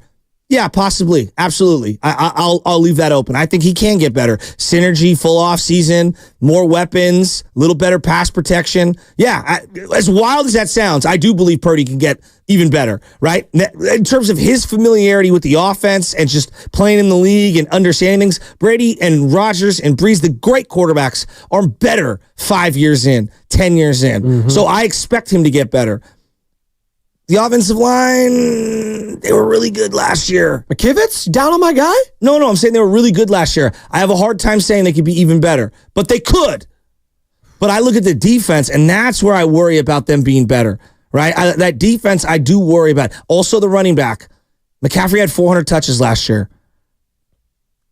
I just don't know how many more years he's got in his prime. I'm not doubting him. I'm just saying, like, we see this with running backs. Sometimes, boom, you're done. It just happens. I hope it doesn't happen with him. So I don't know with him. That's a question mark. Yes. And to me, defense is a question mark. He's going to be 28, Christian McCaffrey, in the next month. That is the age for running backs where you start getting a little nervous. Now, is he going to be an outlier like a Derrick Henry, like we have seen with Steph Curry, LeBron James? We'll see. He's an all-time great. He's going to be a Hall of Famer. And sometimes those guys, can play a little bit longer than most. But again, wear and tear is so damn scary, and soft tissue injuries frighten me for a guy like Christian McCaffrey. We're talking about Super Bowl windows closing right now, Joe Shasky. And has it closed for the 49ers? Steve Young thought it last year was their chance.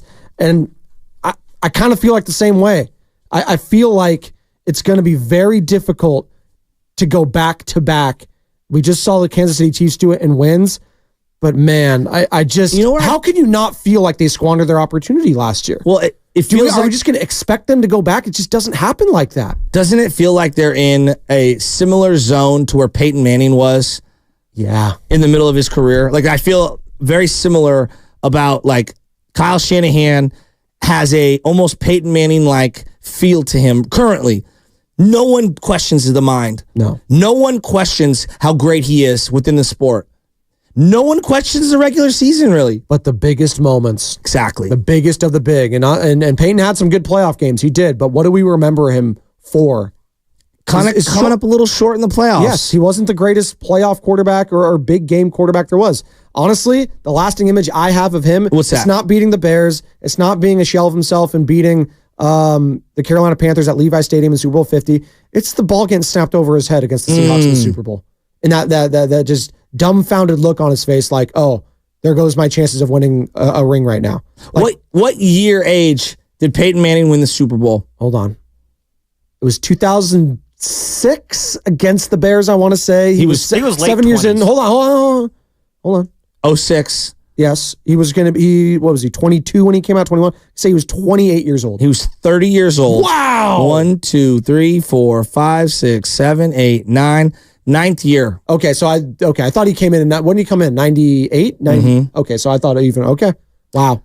And the reason why I put Peyton Manning in there is I consider Peyton to be the perfect blend of artist and science. He also had a big rival, and there was another team in that conference in the New England Patriots that did so much winning. I don't think there's a team like that. I know the Eagles have gone to the Super Bowl. I don't think there's a team like that you are scared of, though.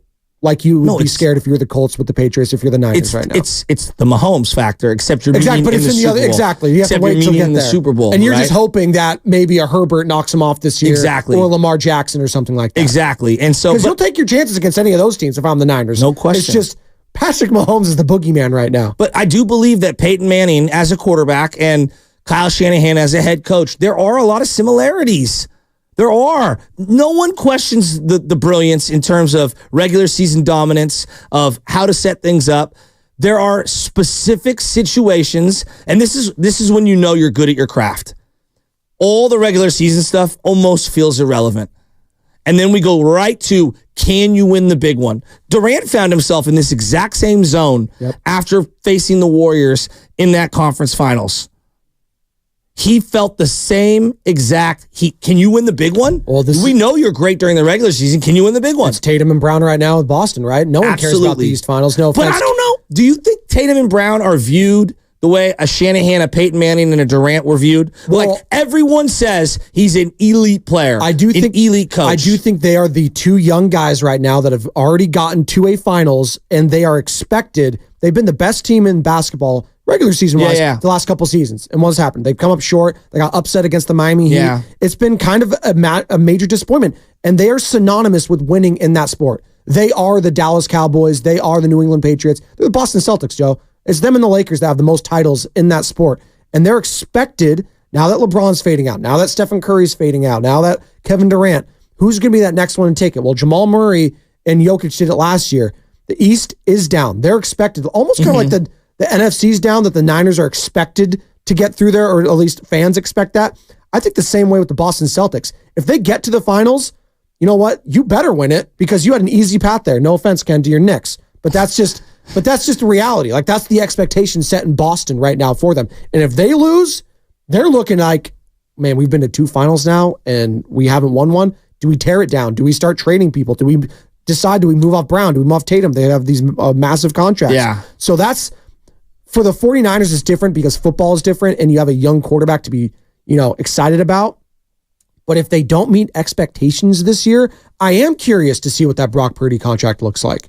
I am very curious to see what happens with Kyle Shanahan, this team, and this offense going forward. Because their window right now, this is the last year for it. I'm confident in saying this is the last year of the Super Bowl window as we know it for the 49ers. Well, we'll get into how they can sustain it, because Steve Young had some thoughts with Willard and Dibbs about once you give Brock Purdy the contract, there are some specific things that you have to do as an organization to remain elite and stay competitive. I keep going back to Shanahan and the regular season. Dusty Baker was a guy, everywhere he went, he immediately flipped the script, and that team went from loser to winner. But then he would get into the playoffs, and he would find the most horrific ways to lose a series. Horrific. And I had joked that he was the Marty Schottenheimer of baseball. Well, Kyle Shanahan and Dusty have very similar track records. Now, Dusty traveled more around the league than Kyle Shanahan. Both well respected in their sports. But do you view Dusty different now that he finally won one at the end? I think for Dusty, we always knew he was a great manager, but it just solidified what we already, like, in the Bay Area thought. And then nationally, I think it did. Yeah, absolutely, I do believe nationally it did. It cemented him. And what he was able to do to extinguish, not all of it, but most of the hate of the Houston Astros, because they put a face in Dusty that everyone respects. Everyone was rooting for him. That is what the Astros needed, was a respect factor back, because they lost all of it with the whole cheating scandal. AJ Hinch moved on, all the lack of suspensions, but you still had Bregman, you still had Altuve there. They needed someone to be that face, and Dusty was perfect for that. He was. And I look at Shanahan, and I feel like there are more people that root against Shanahan than that root for him. That? Does he rubs people the wrong way, doesn't he?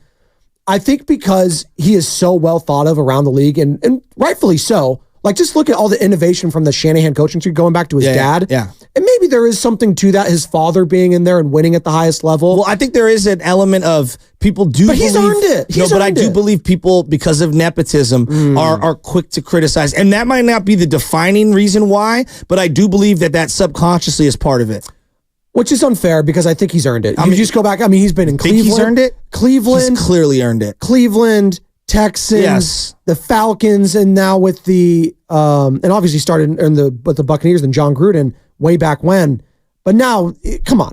I mean, 2 Super Bowls, what he's been able to do with this organization. That was a dumpster fire when he arrived here. That's what I'm saying. Like, he has been amazing for this franchise. That being said, this is a market of champions. We view this market in the San Francisco Bay Area market as a championship market. See, but this is where I get frustrated. So on 4th and 2 in the overtime in the Super Bowl, Bosa gets a stop on Mahomes, and everything we say about Shanahan is different.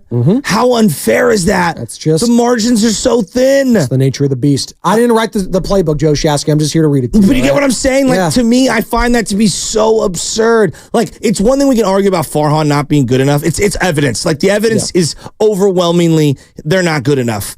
But, like, Shanahan's a loser because he loses at the end in the final game to maybe the greatest quarterback ever. I mean, it is. I find that to be such a difficult evaluation for me to. I don't America, like it. It's America, Joe Shasky. We have the Olympics coming up here. That is our mindset. We want to win at the highest level. Why do you think we're sending LeBron James, Stephen Curry, Jason Tatum, Anthony Edwards to Paris? The world's gotten better, and we need to check them because we're supposed to be the best of the best of the best. But people are like, "Oh, you're a loser, Shanahan. You blew. You failed in the Super Bowl." Failing is going 6-11. Failing is what the Giants have done 5 of the 6 years of Farhan's tenure. Failing is whatever you want to say the Chris Cohan era was of the Golden State Warriors. Shanahan is the farthest thing from a failure. But it pisses me off when I hear people say he's a loser. It speaks to what he has established and the culture that he has set and the standard that he has set. That's true. Even saying that because you know what, Joe Shasky? He has set such a high standard with this team and with that level of play that they expect to win at the highest level. And when you don't, I'm sorry, it is a failure. It is a failure now with the 49ers. That is the standard they have set. That is the teams like the Bengals. That is the teams like the Bills. That are teams like the Chiefs. When they don't win, the Eagles, it's a failure of a season. I'm sorry, but that's a good thing. I know we're trying to we're trying to say it's a good thing that's the standard right now. I'm not here to say he's a loser. I think that's a different conversation. I'm not saying Kyle Shanahan's a loser. The team failed their ultimate goal. I do believe he's got. Peyton was more lovable, but I do believe like Durant. In the way we view Durant's mean. Durant's arrogant. He's salty. He's angry. Please. I do believe there's a misnomer about Kyle Shanahan. He's arrogant. When you win, though, it changes. What did we say about Kobe once he started winning? Oh, it's different. He just expects more of his team. He's showing up early. He's grinding. He's getting on that. That's just what I love that you say that. That's just a championship mindset. But do you see how see how people perceive Shanahan? I get a lot of Durant vibes where they just don't like him, and I find it kind of weird. Body language, I guess, but it's just the way he speaks to the media. Maybe people don't, it rubs it. But even then, like, it's just, what do you want from your head coach to speak to the media? Like, do you want him George Seifert was miserable. And people long for George Seifert to come back. And I'm like, and I love George Seifert, but like, come on. Would it be different? And I get it. This guy, and we're up against it. I know the injury report's coming up in just 10 seconds. Sean McVay won the title, but I do think the way he speaks and he has that smile on his face. He's a kiss ass. But people like that. I know. So it is different. I know. So, you're right. Yeah. You're 100% right. All right, let's go injury report. It's time for the injury report. That really hurt. Brought to you by Boxer & Gerson, Northern California's premier workers' compensation law firm, helping injured workers get their lives back for over 40 years. Can the Giants go one day without an injury? Starting pitcher Keaton Wynn had to exit the game in the 5th inning because he had forearm tightness. And after the game, Wynn insisted it's just a cramp. It's not something to worry about. But that said, he will undergo an MRI today. And that came the same day as the Giants announced Jung-Hoo Lee has structural damage in his shoulder. Patrick Bailey was placed back on concussion IL. And Jorge Soler had to cut his first live BP batting practice session short because he fouled a ball off the top of the cage that ricocheted back and hit him in the head. I mean, it's just... when it rains, it pours. Unbelievable. The injury report was brought to you by Boxer & Gerson, Northern California's premier workers' compensation law firm, helping injured workers get their lives back for over 40 years. What's coming up? I have a quote from Steve Young that he believes is the secret sauce to the Niners sustaining the winning excellence even after you break off Brock Purdy a contract. And that's what's coming up on The Game, brought to you by Fremont Bank, full service banking, no compromises.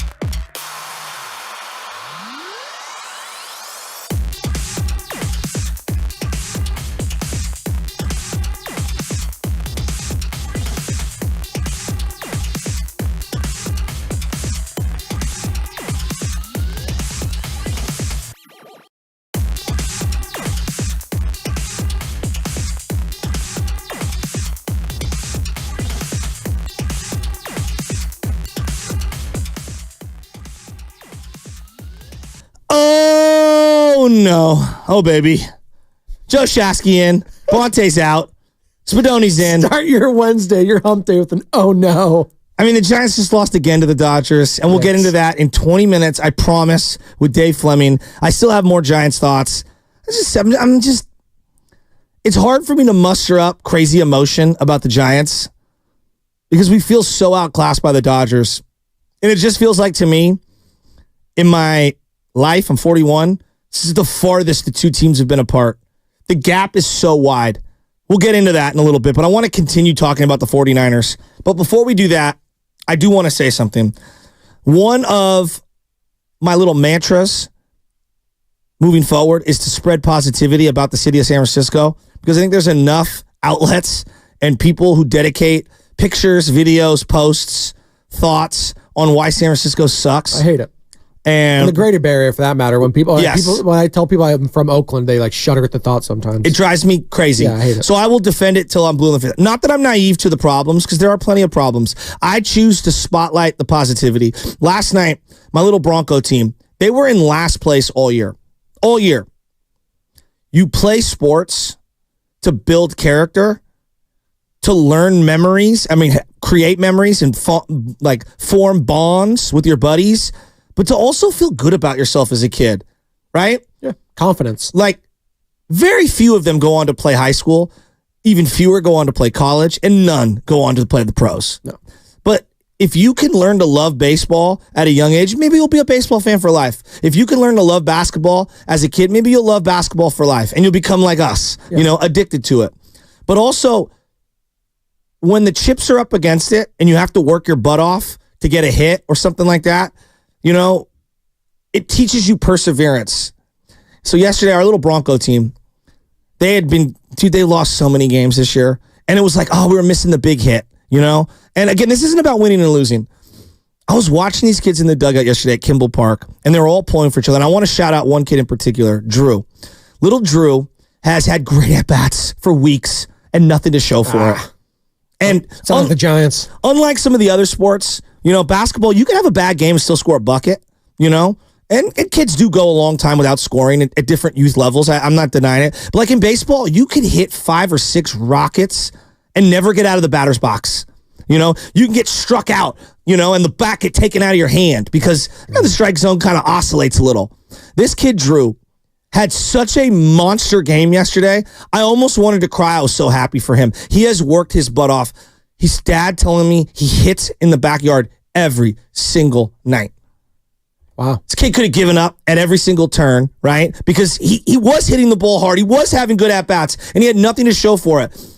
He got a huge hit in early in the game, which kind of drove in a run. And then with the game on the line later on, comes with a huge hit that drives in a run. And I was watching this group of 12-year-olds and 11-year-olds pull for each other in the dugout. And I was like, dude, this is what sports is about. The camaraderie, the cheering, seeing San Francisco families and kids pull together and play ball. And we won the game, and that's awesome. And believe me, I'm so happy for these guys because they could have quit so many times this year. And to go from last place to the championship game, crazily improbable.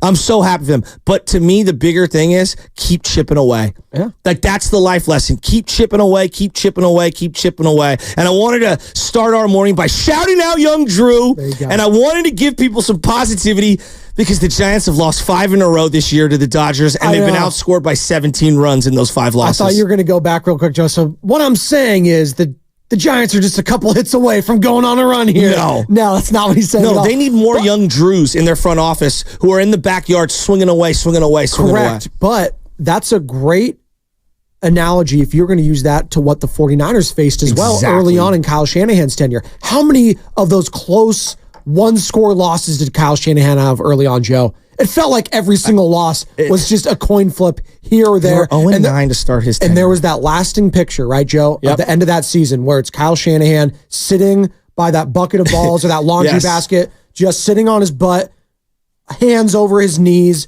holding a football, bags under his eyes, just sunburned to death, just looking exhausted. That's what it was like early on. But you know what?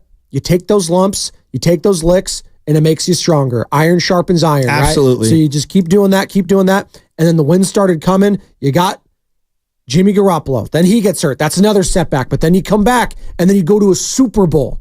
Come up short, but you know what? That's okay. And then you have more adversity. Then there's a freaking pandemic that happens, right? Crazy. And then you draft Trey Lance. Oh, we got Trey Lance. It's all we traded up. We got him. That doesn't work out. Talk about more adversity. You lose 2 starting quarterbacks just 2 seasons ago. And then you get this Mr. Irrelevant guy, Brock Purdy. Who the hell is that? I don't know. Oh, all of a sudden he just goes on one of the greatest runs we've ever seen from the last pick of the NFL draft. Where did that come from? Just shattering record books in the playoffs. Then he breaks his arm or his elbow. It's like, oh, great. All right, well, you bring in Sam Darnold. Now we have Trey Lance. His moneymaker, by the way. His moneymaker. His elbow. Exactly. We don't know what he's going to be like. We talk about that all offseason. And then what does he do? He has an MVP caliber season, and you go to the Super Bowl, and you're a play away from winning it. So that's what you're talking about when it comes to facing adversity. I just went through all of it with Kyle Shanahan and this 49ers team. They have faced it time in and time out. They're dealing with a lot right now. Losing to Patrick Mahomes again for Kyle Shanahan. That's got to hurt. It's got to sting. But can they do it one more time in this window, Joe Shasky? I think they can, even if I don't think this is their best chance this year as compared to last year. But I think it goes back to the quarterback, Brock Purdy. Steve Young said that they're going to pay Brock Purdy, and everyone knows that they're going to pay him. It's Niner fans, just get ready for it. Question is how much, right? They're going to pay him. But the key for the 49ers is the same question I think a lot of people have of Brock Purdy in general. So I want you to hear this Steve Young cut, and then I'm going to read you what ESPN just published this morning, a Dan Graziano article, and they're almost the same conversation. Eyes on. And I want to hear from Niner fans. So listen to what Steve Young said on Willard and Dibbs yesterday about Brock Purdy and surviving his contract. The teams that are successful transitioning into this kind of multi-generations the last 15 years, or even the last 10 years, have figured out a way to replace superstars with rookie contracts that get into the system really quick, and they're great. They can tutor people quickly, right? They get ingested into the system very fast. That's where they're going to be able to sustain Brock Purdy making $50 million a year, because they're going to have a bunch of rookies that you don't know today. So they're going to hopefully be the guys that can take you to a Super Bowl on a rookie in the first 4 years of their rookie contract that are not the names that you see today. If you think the names that you see today, plus Brock Purdy being paid, are going to go to the Super Bowl in a couple of years, that's impossible. So you know that's impossible. So just get ready for a new name, a number for a first or second round draft, or even a third or fourth that's possible, that are going to be on a rookie contract that can take you the distance because of the coaching staff, because of how they develop and how John runs the program and how Jed owns it. I mean, they got a great thing going, and I think that they can turn it over and keep great talent coming in. Joe Montana won his first Super Bowl throwing to Freddie Solomon and Dwight Clark. He won his final one throwing to Jerry Rice, John Taylor, and Brent Jones. The weapons changed dramatically from year one in the Super Bowl to the final fourth Super Bowl. Think about who Brady was throwing to early in his career. Thinking about that. Troy Brown, Deion Branch, right? And checking down to Kevin Falk. And then he transitions to Wes Welker and Randy Moss, even though they don't win it. Gronk. Edelman, Gronk, Hernandez. And then at the end, winning it with Antonio Brown, Godwin, Evans, and Gronk. It was stacked. I think we're going to look back at that Bucs team being like, oh my God, perfect. It was loaded. It was perfect. So I look at the Niners situation, and I think the question that everybody has is Brock the kind of quarterback where you replace one of the weapons, Ayuk, Debo, and you could still keep it humming? And so to me, it's twofold. Do you think Brock is an elevator of the talent around him? And do you trust the Niners to find the right replacements down the line for a Kittle, for a CMC, for an Ayuk, for a Debo? And as I say that, that's literally one of the questions that ESPN is asking out loud. They had one question for every organization, in particular about the quarterback. That's their one thing. And their question was, how much would losing Brandon Ayuk or Debo Samuel impact Brock Purdy? So if you believe in Brock Purdy, and if you believe in Kyle Shanahan, and you believe in the organization's ability to find talent, I think you think that they can keep humming and be competitive. And that's where I am. I'm in that camp. How many people out there agree with me? I believe in Kyle Shanahan right now, I believe in Brock Purdy right now. Let's see what happens. I know that's not... You're in wait-and-see mode. I'm in wait-and-see for this season mode because I think there's going to be a lot of... I'm not going to say adversity, but it's going to be a lot more difficult this season than in years past. I think we can both agree. Because I do think the NFC is just better. Okay. I think last year it was just such a downed season. I was looking at it like, you know what? The Eagles, they were just in the Super Bowl. They're going to have a hangover. And they did. I know they were really good for the first 10 weeks or whatever it was, but they got their asses kicked at Lincoln Financial Field against the 49ers. They snatched their souls. Deebo Samuel specifically snatched Philadelphia's souls collectively, and they were never the same. They got their asses kicked by Baker Mayfield and co. Todd Bowles in that opening playoff game out in Tampa Bay. So I look at the Eagles, though. They added Saquon. They've extended A.J. Brown. They've extended Devontae Smith. They've got Jalen Hurts there. Jason Kelsey's a massive loss for that team. Huge loss. Massive. But we'll see. The young guys are getting a little bit, more seasoned now. You look at Jordan Davis. You look at their first-round pick last year. What was his name from Georgia? I'm blanking on his name. First round, Georgia should have been defensive rookie of the year. Help me out, someone. Jalen Carter. Thank you. He's I was thinking of the other kid that they drafted the year prior who hasn't been as good. But it's Jalen Carter is the good one. Yes. So they're going to be better. So I look at the Eagles. Okay. They're there. I look at the Lions, who were in the NFC Championship, the team that, was maybe a Dan Campbell decision away, some may think, of making it to the Super Bowl. They got better. They extended their guy and their quarterback, Jared Goff. We know about that. So I look at those two teams, and they're the biggest threats still. And I think if you're going in the last season, people were high on the Lions. I don't think anyone had the Lions being in the NFC Championship. And if you did, God bless you. So they're there. And then you got the Packers, who I think are going to be better. But let's see it with Jordan Love. Let's see it with Caleb Williams now going into Chicago and having all that talent around him. Some saying it's the most cushiest spot that a rookie quarterback, I should say, has ever gone to. Yeah, I would say that would be the Niners situation for Brock Purdy, but keep going. No, that's a great point, but I think he was thrust in there starting week one, maybe I should say. And then you got your teams that I don't trust the Cowboys. I'm sorry. They didn't do anything. Well, they had an elite defense last year and Brock shredded them. They did. And then they got Diggs coming back. That was a loss. Yes. So they got him coming back, I guess, but they didn't add anything in the running back room. Dak Prescott, I think he's going to be gone after this season. So your whole opinion is more about the rest of the league than it is the Niners. It is. But I say that because I do think the Rams also need a division. I was getting to them because that's the one for me. The Niners haven't been threatened, Joe Shasky, in their own division. They really haven't been. The Seahawks, we don't think much of them because of their quarterback Brock's situation. never lost an NFC West game. Say that again? Brock's never lost an NFC West When he has started, they have not lost, correct. Brock himself, as the starter, has never lost an NFC West game. There you go. Because they lost to the Rams last year, and it's just whatever. Because he didn't play that exactly, game. He didn't play. Carson Wentz versus Sam Darnold. What a game. No, so but that is what it is. That it is what it is. So I say that to say it's going to be a lot harder this year for them. And I want to wait and see what it looks like with Brock Purdy and Kyle Shanahan coming off another Super Bowl hangover. We just saw it with the Eagles. Hell, we saw it with the Niners the year after that. It was hard to get back. It's just not easy. Unless you have Patrick Mahomes, I don't expect it from anyone this year. So what does that adversity look like this season for Kyle Shanahan and Brock Purdy and how they move through that? See, I think more people would be like, I hear you on the rest of the league, and that's an element. And it's undeniable. You do not stay the same. You either are getting better or getting worse, period. That's every team, every sport, doesn't matter what it is, every business in America. I feel like Brock can get a little better, and I think we're underrating his ability to understand the playbook to such a degree that as long as guys are running the appropriate routes, because this is a very timing-based offense, I think they can make it work with a lot of different parts. Now, you need good parts. You can't go out there with Dante Pettis and expect to put up Brandon Ayuk numbers, right? You just can't. But I actually think Dante Pettis wouldn't be bad with Brock Purdy because I believe in Brock Purdy that much within this offense. I think that he understands it. Now, them drafting guys as impactful as Debo has been or as impactful as Brandon Ayuk has been, they get credit for finding those guys. It's just hard to find really good players. I mean, in the NFL, 30% hit rate in first round is a good hit rate. Yeah. So it's just, in general, difficult to find people, and it's difficult to reload.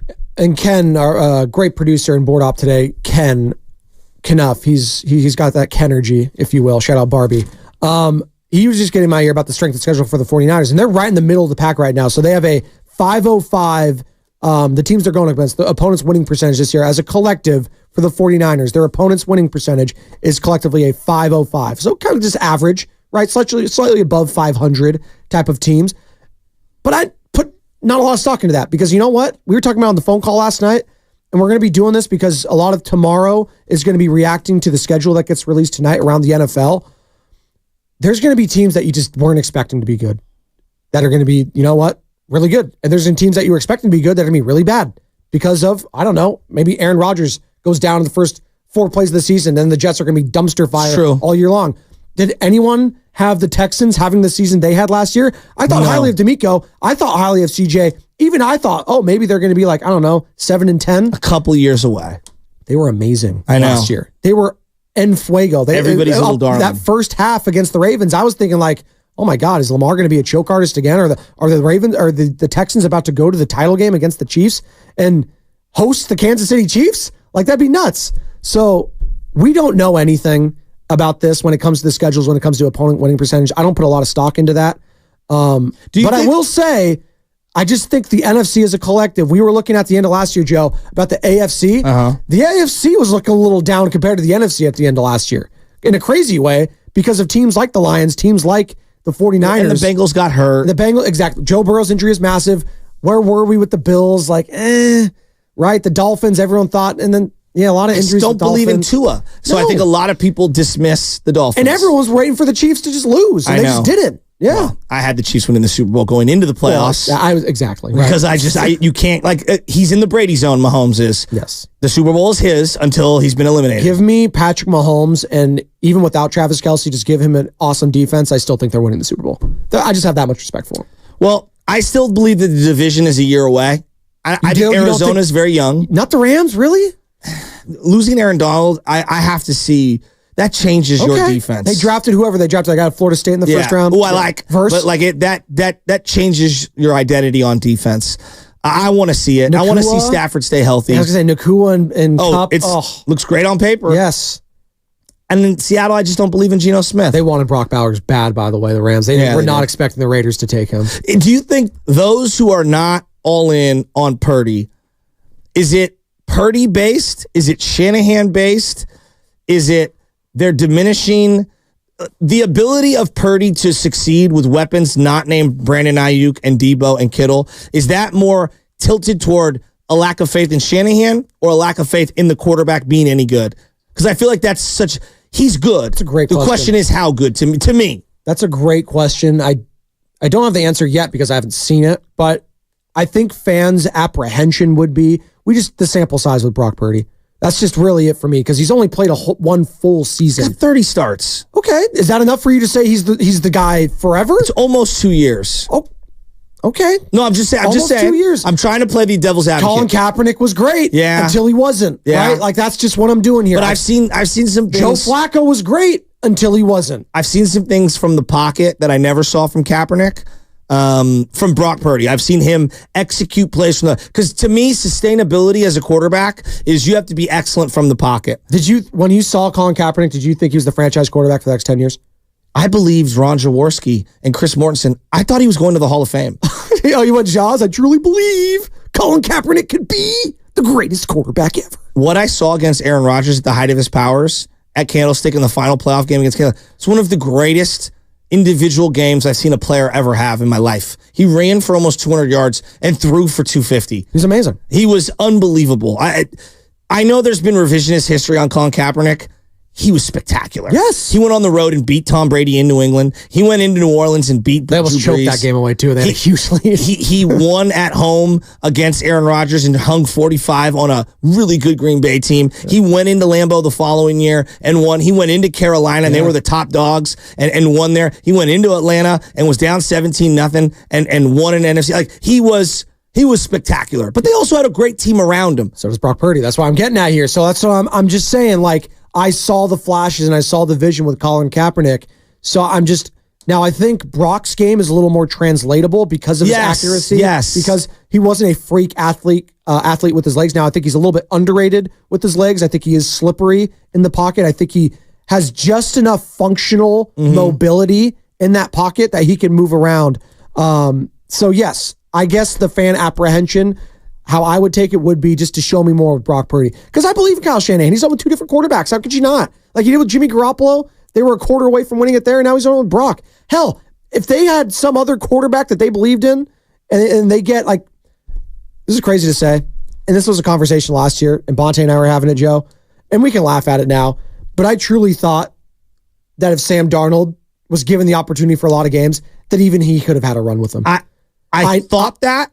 And then you saw him play, right? And then I saw the body of work from Brock, and then I saw Darnold play again, and I retract that opinion. But that's how highly we think of Kyle Shanahan. And that's how poorly I think of Sam Darnold. So there you go, right? Like, yeah, no doubt about it. See, to me, I think one of the big misnomers is like, Brock sucks, Brock's the man, and there's no in between. I think the majority of people think Brock is very good. The question is not, is he good or is he bad? The question now is, how good is he? Exactly. And then the elevating the talent is just, it's very hard, but that's kind of what you expect from Super Bowl. Like, I'm looking at Super Bowl champions, and yes, you mentioned the Antonio Brown, Rob Gronkowski, and yes, outside of Travis Kelce, though, last year with Patrick Mahomes, it wasn't, all that, great. Like, was Tyreek Hill an all-pro already? Was he, we knew Tyreek was good that season that they beat the 49ers in the Super Bowl, but we didn't know it was going to be like that for, like, he's a Hall of Famer. He's a Hall of Famer. We didn't know that at that point. We thought maybe he was a Kelce. We thought maybe he was a gadget guy. Maybe Kelce because of the numbers. Yeah, but not 5 years later. But not Gronk level. Yes. Right? We thought, maybe he could be, Shannon Sharp type, something like that. Watching back that Niner 2019 Super Bowl, knowing what I know now about Jimmy, had they won that, one of the greatest victories for a head coach in the history of the game. I think of like Joe Gibbs winning it with 3 different quarterbacks. Yes. Who I think gets slept on a lot with that. Like, how ridiculous Jimmy is was going to be the MVP of that Super Bowl. Yes. Had they pulled that thing out. Yeah, that's crazy. It would have been like, I don't think he was but like a Hostetler type of guy, right? Like Doug Williams, Hostetler. Yeah. Yes, absolutely. Yes, like that's no crazy. Doubt. All right. I know. But you and Bonte do this when you guys just watch games to watch. Like, you can go back and just watch that Super Bowl right now. And it makes me angry. But you watch it. I know exactly what's going to happen. I know. I do it all the time. I can't do that. I did Game 6, San Francisco Giants, Angels. No. I thought you were talking about Game 6, Warriors, Lakers last year. It's one of the hardest things to watch. Yeah. It's just so hard. All right, I want to talk to Dave Fleming. Speaking of Giants, as I bring them up, rally monkey. I'm down bad this morning, and I want to have some therapy with Dave. Dave's going to keep it real too. I know. You know, people a lot of think, he works for the team. No. Dave keeps it real, 100%, and he will try to shadow his, disgust at the plate at times, but also be a realist when it comes to, what, the product on the field just isn't good right now. It's not. And I also wanted to ask Dave about the PGA Championship this week, Joe Shasky. Good call. Valhalla. Good call. Shout out the Vikings. I like that. That's what's coming up on the game, and it's brought to you by Meineke Car Care Centers.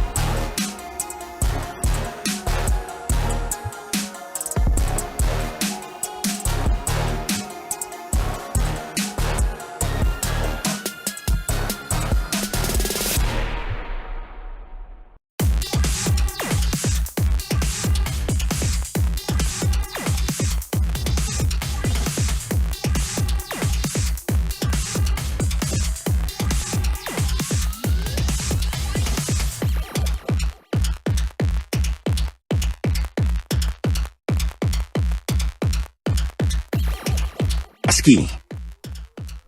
No, Bonte's out. Spadoni's in. Shasky's here. And, I'm down bad. Are you? Yeah.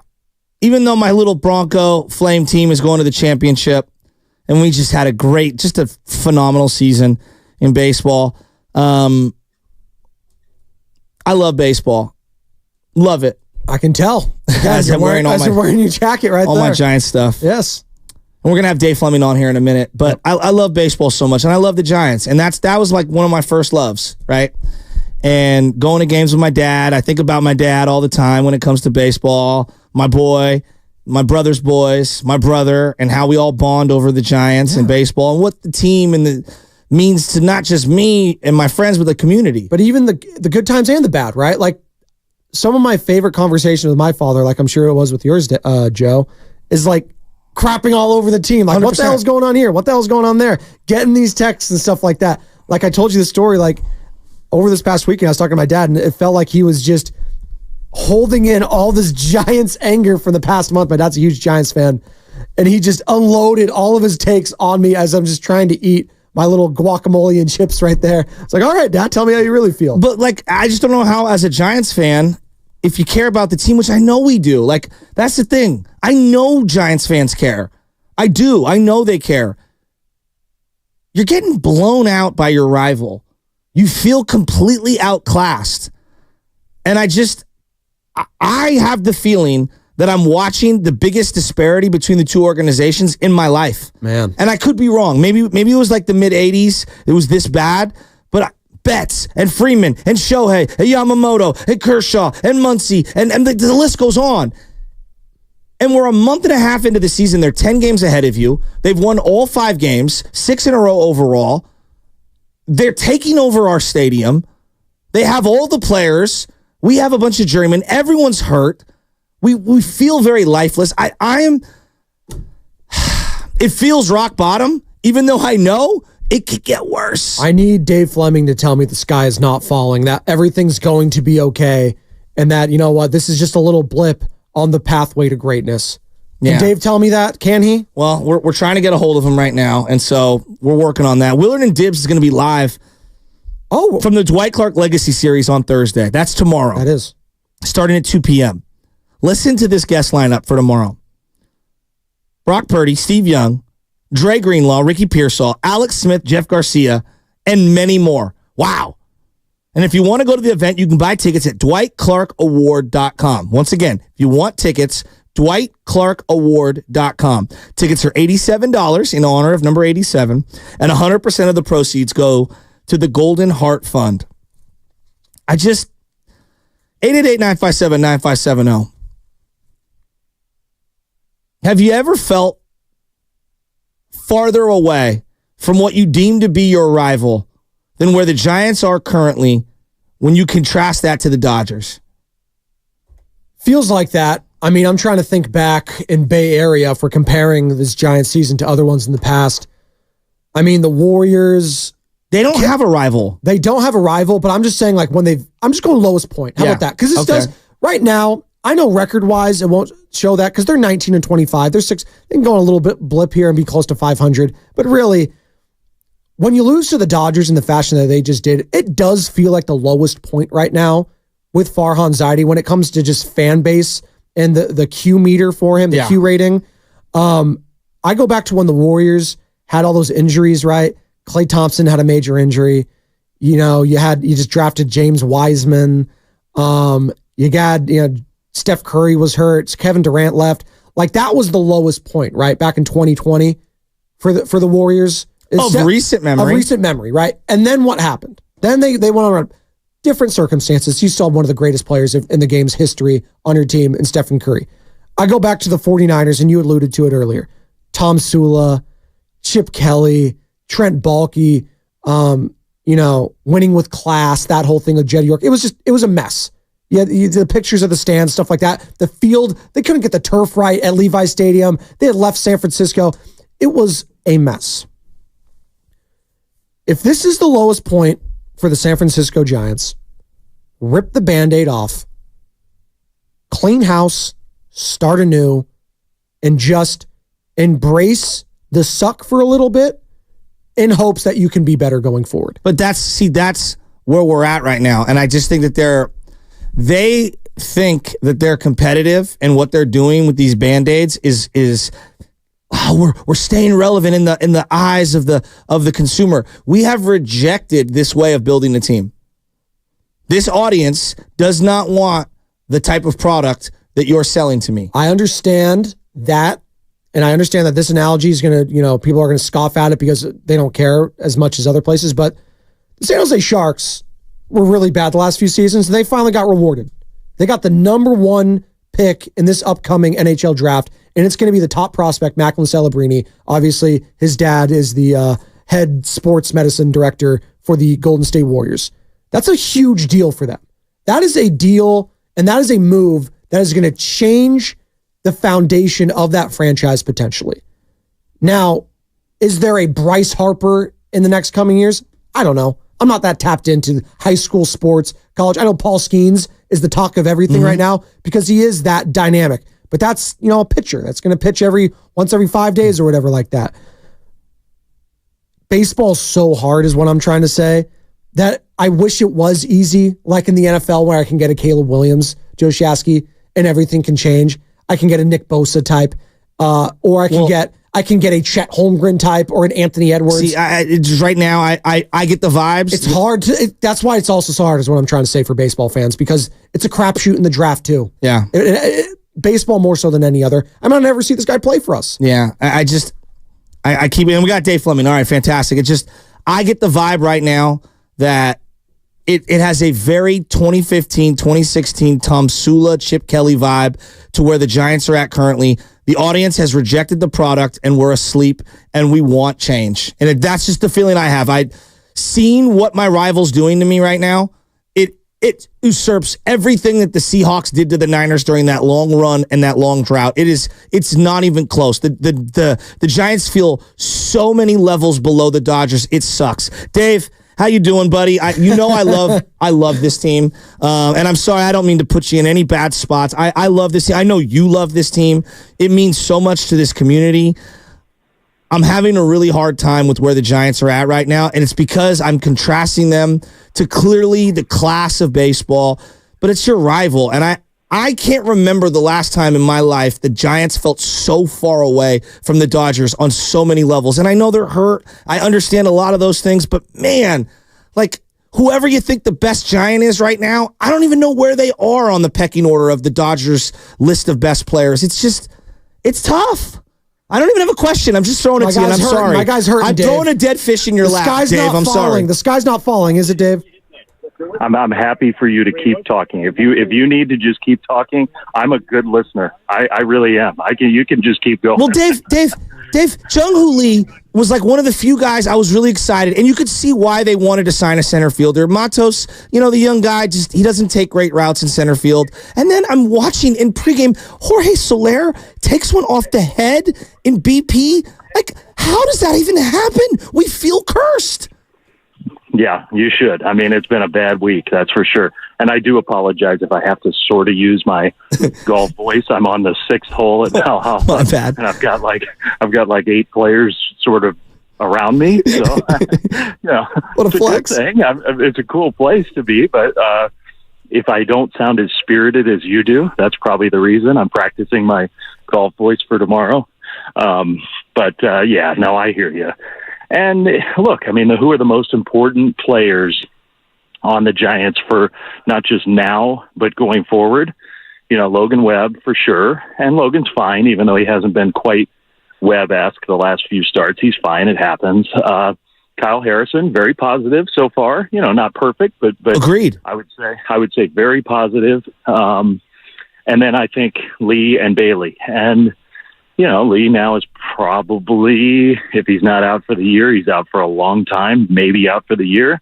And Bailey, it's scary. Like, you got to get this figured out. You can't let this linger and derail what has a chance to be a very special career. I mean, you guys have been watching closely, and you know that when he's in there, it's a different team. Like it just everything is different about this team when Patrick Bailey is behind the plate, and when he's not, you really notice. And so that's a bummer. Like on top of the sluggish start and whatever else, having the two guys on the position player side, who you sort of figure are the cornerstone guys, the most important guys for now and for the next many years, be hurt and out, sucks. I mean, it does. And like, you know, I could sell water to a whale if I really wanted to. Trust me. Believe me, I've dressed things up. I'm a married man. I know how to lie without lying, if that makes sense. I can't, like, I'm sitting here and like 2021 is like the crowning achievement of the Farhan era. And I'm having a hard time finding something else to hang my hat on what this organization has done well in the last 6 years. Can you sell me on something that they've done well in the last 6 years that's noteworthy?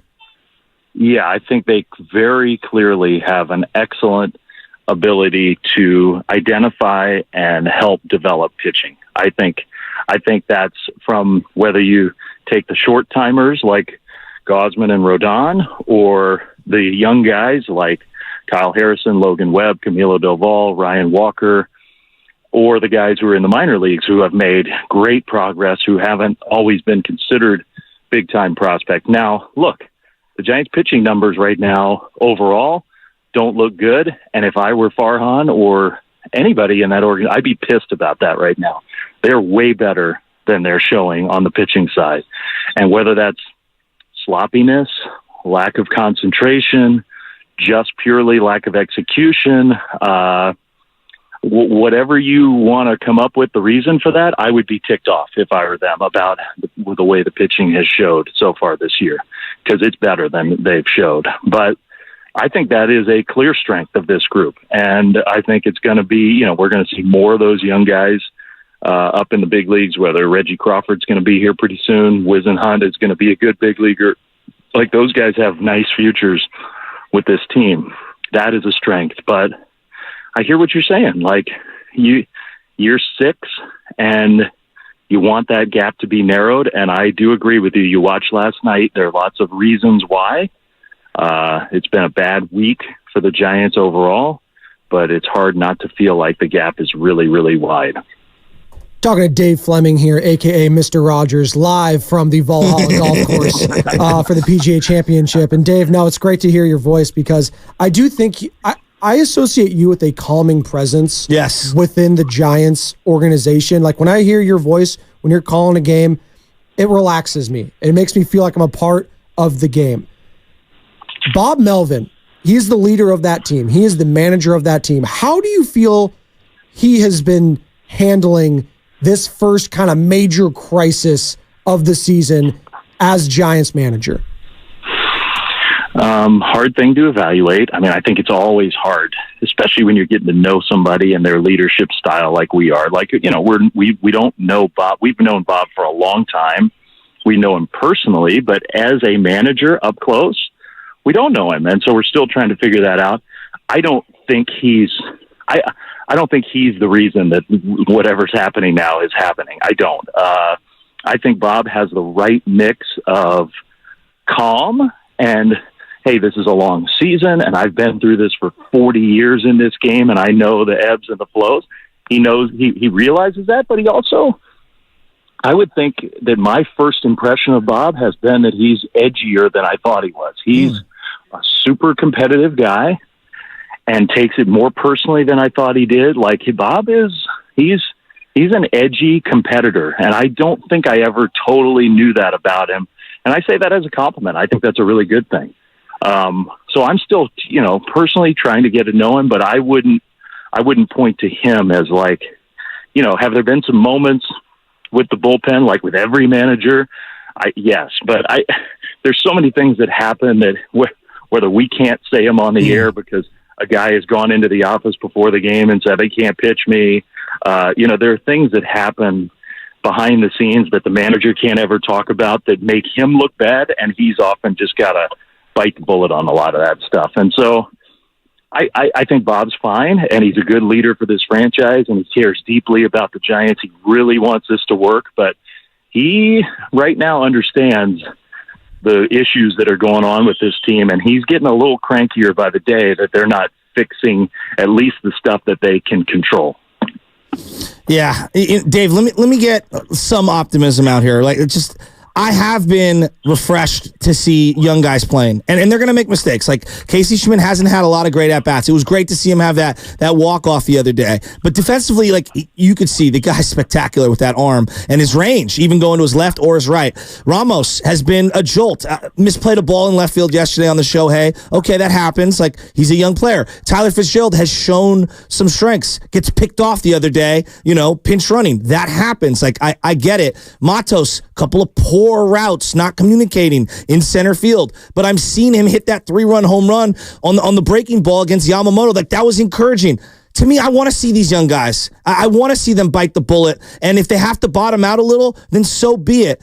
Do you think that will be their organizational philosophy, or are they gonna, when these older guys start getting healthier, are they gonna, send these young guys down? What's your feel on that? It's I think it's too early to decide that the season is over and you're just going to play the young guys. So I don't think when Conforto's healthy, he's going back in the lineup.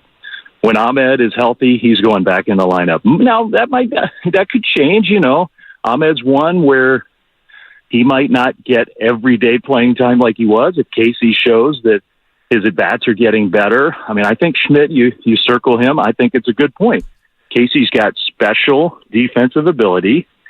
More and more, I'm becoming convinced he can be a big league shortstop as opposed to just a third baseman, which to me really changes sort of the long-term outlook of Casey. The bar, if you can be a good shortstop, the bar offensively is lowered. And so I still think he's got a lot of upside offensively. He's got a lot of natural ability. Casey's an interesting one to watch. Elliot Ramos is an interesting one. Like, some of these guys, it takes a little longer. And if Ramos has figured it out, he's got physical ability. Like, Giants are desperate for some of the power and explosion that he has. And it doesn't mean home run power necessarily, but just sort of the fast twitch athlete stuff that Ramos brings. So, those two guys, I think, have the best chance of all of them. Maybe Blake Sable too. Blake, look, for all I say about Bailey, and Bailey's such a high bar, but Blake has gotten so much better that I think you can dream about Sable being your long-term backup catcher, second catcher, swing guy, maybe even a third catcher because he can play left field and do some other things. Like, I don't want to dismiss Blake Sable because I think he's given good at-bats these days. I like Blake. That's kind of a long way of saying it's too early for them to say we're turning it over to the kids. It's a development year. There's too much baseball to be played with the extra playoff spots. They're not out of it. But here's the thing. The Dodgers are here. They're going on this road trip. Then they come back and the Phillies and the Yankees are coming to town. And if they can't get their act together and play better, the decision's going to be made for them by either the end of this month or the middle of June. If they can't play better, then they're in trouble. So I think that's their philosophy. And if it gets to that point, then they will turn it over to some of these young guys and just see what they have. That's not their preference. They still think they can make the playoffs. Blake Snell scheduled to have one more rehab start before rejoining this rotation. How much of a boost is it going to be for this Giants team to get Snell back? Obviously struggled when he was up here, but the staff itself has been struggling right now, whether it's Logan Webb at times, whether it's Kyle Harrison at times. Keaton Wynn yesterday, he had the cramps. Hopefully it's just a cramp. He's going to get MRIs on that forearm today. But how much of a boost is Blake Snell going to be with this rotation when he comes back, Dave? Big time. What have they done? Won one game? Yeah. In that spot, since the beginning of the year. Like, I don't know what the exact record is, 1-7 or something like that when that turn comes around. They need him bad. Like, and I didn't part of that is some of the other depth where, Tristan Beck and Alex Cobb not being ready by now. That, I think that's thrown things off a little bit. That shouldn't be an excuse, but I thought they were deeper than this, and I didn't anticipate that spot being so problematic without him. So yeah, they need him back, and they don't need him perfect yet. They need him close to what they know he can bring. And it was encouraging the other day just watching him. And everybody said, even in the bullpen a couple of days before that, it looked like Blake Snell. It was crisp. It was firm. It was decisive. It looked healthy. So my hopes are high that when we do see him on the next road trip, hopefully, then it's going to look like Blake Snell. You know, Dave, I want to ask you one baseball question on the way out the door. Dave Fleming with us, Giants broadcaster, the best, at Valhalla right now, ready for the PGA Championship. This is a baseball-y question. My head explodes when I see Camilo Duvall come in to tie ball games in the ninth inning. I like my closer coming in with a lead. That's just me. The repetition and routine are so important for these guys. It frustrates me. The other night, and I know there's things we don't know, but he comes in, it's the bottom of the order, it's the ninth inning of a tie ball game, and 8 pitches. And then he doesn't go back out there for the 10th inning. Now, I know they had the righty-lefty thing going on because you were facing multiple lefties, but I will not accept that. And I wanted to know what the reasoning was on why Duvall, came out of the game in the 10th inning, and why they continue to do this. They've done this for multiple years. I know baseball people do. Why do we keep throwing the closer into a tie ball game in the 9th inning? Well, when you're at home, you're never, once it's tied going to the ninth at home, you're never going to have a save situation. I know you know that. I know you know that. But these closers are motivated by save situations. They are. So you get more of a green light from the players themselves, more buy-in from them in that scenario where they know they're never going to have a save chance. That's part of it. That shouldn't be the ultimate motivator. But, for a lot of these guys, it is. They look at that stat line, they look at the save number, that's what motivates them. So you acknowledge that and say, okay, we're going to try to do our best to make this guy feel as good as he can about how he's doing, and that might be a small part of it. So I think that's one. I think, though, my counter would be in the scenario that you just laid out the other night, when it's the bottom of the order. Now, look, the bottom of the order has hurt the Giants in these 2 games. Yeah. So it's not like, Bob Melvin, part of it, maybe he's watching that going, well, why are we keep letting Gavin Lux beat us over and over again? Kiki Hernandez.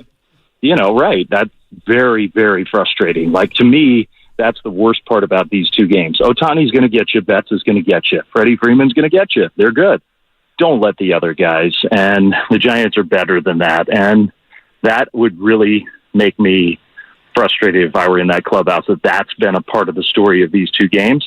So the scenario where I would kind of agree with you and say is the one that played out the other night.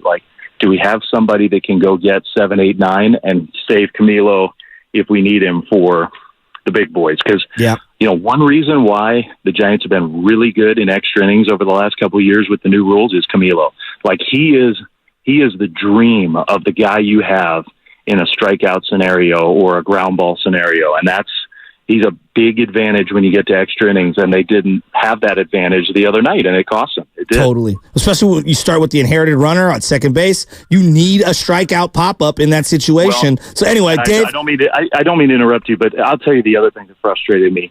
I haven't talked to Taylor Rogers. I don't know that he was necessarily doing this, but it looked like he was kind of pitching around Freddie Freeman.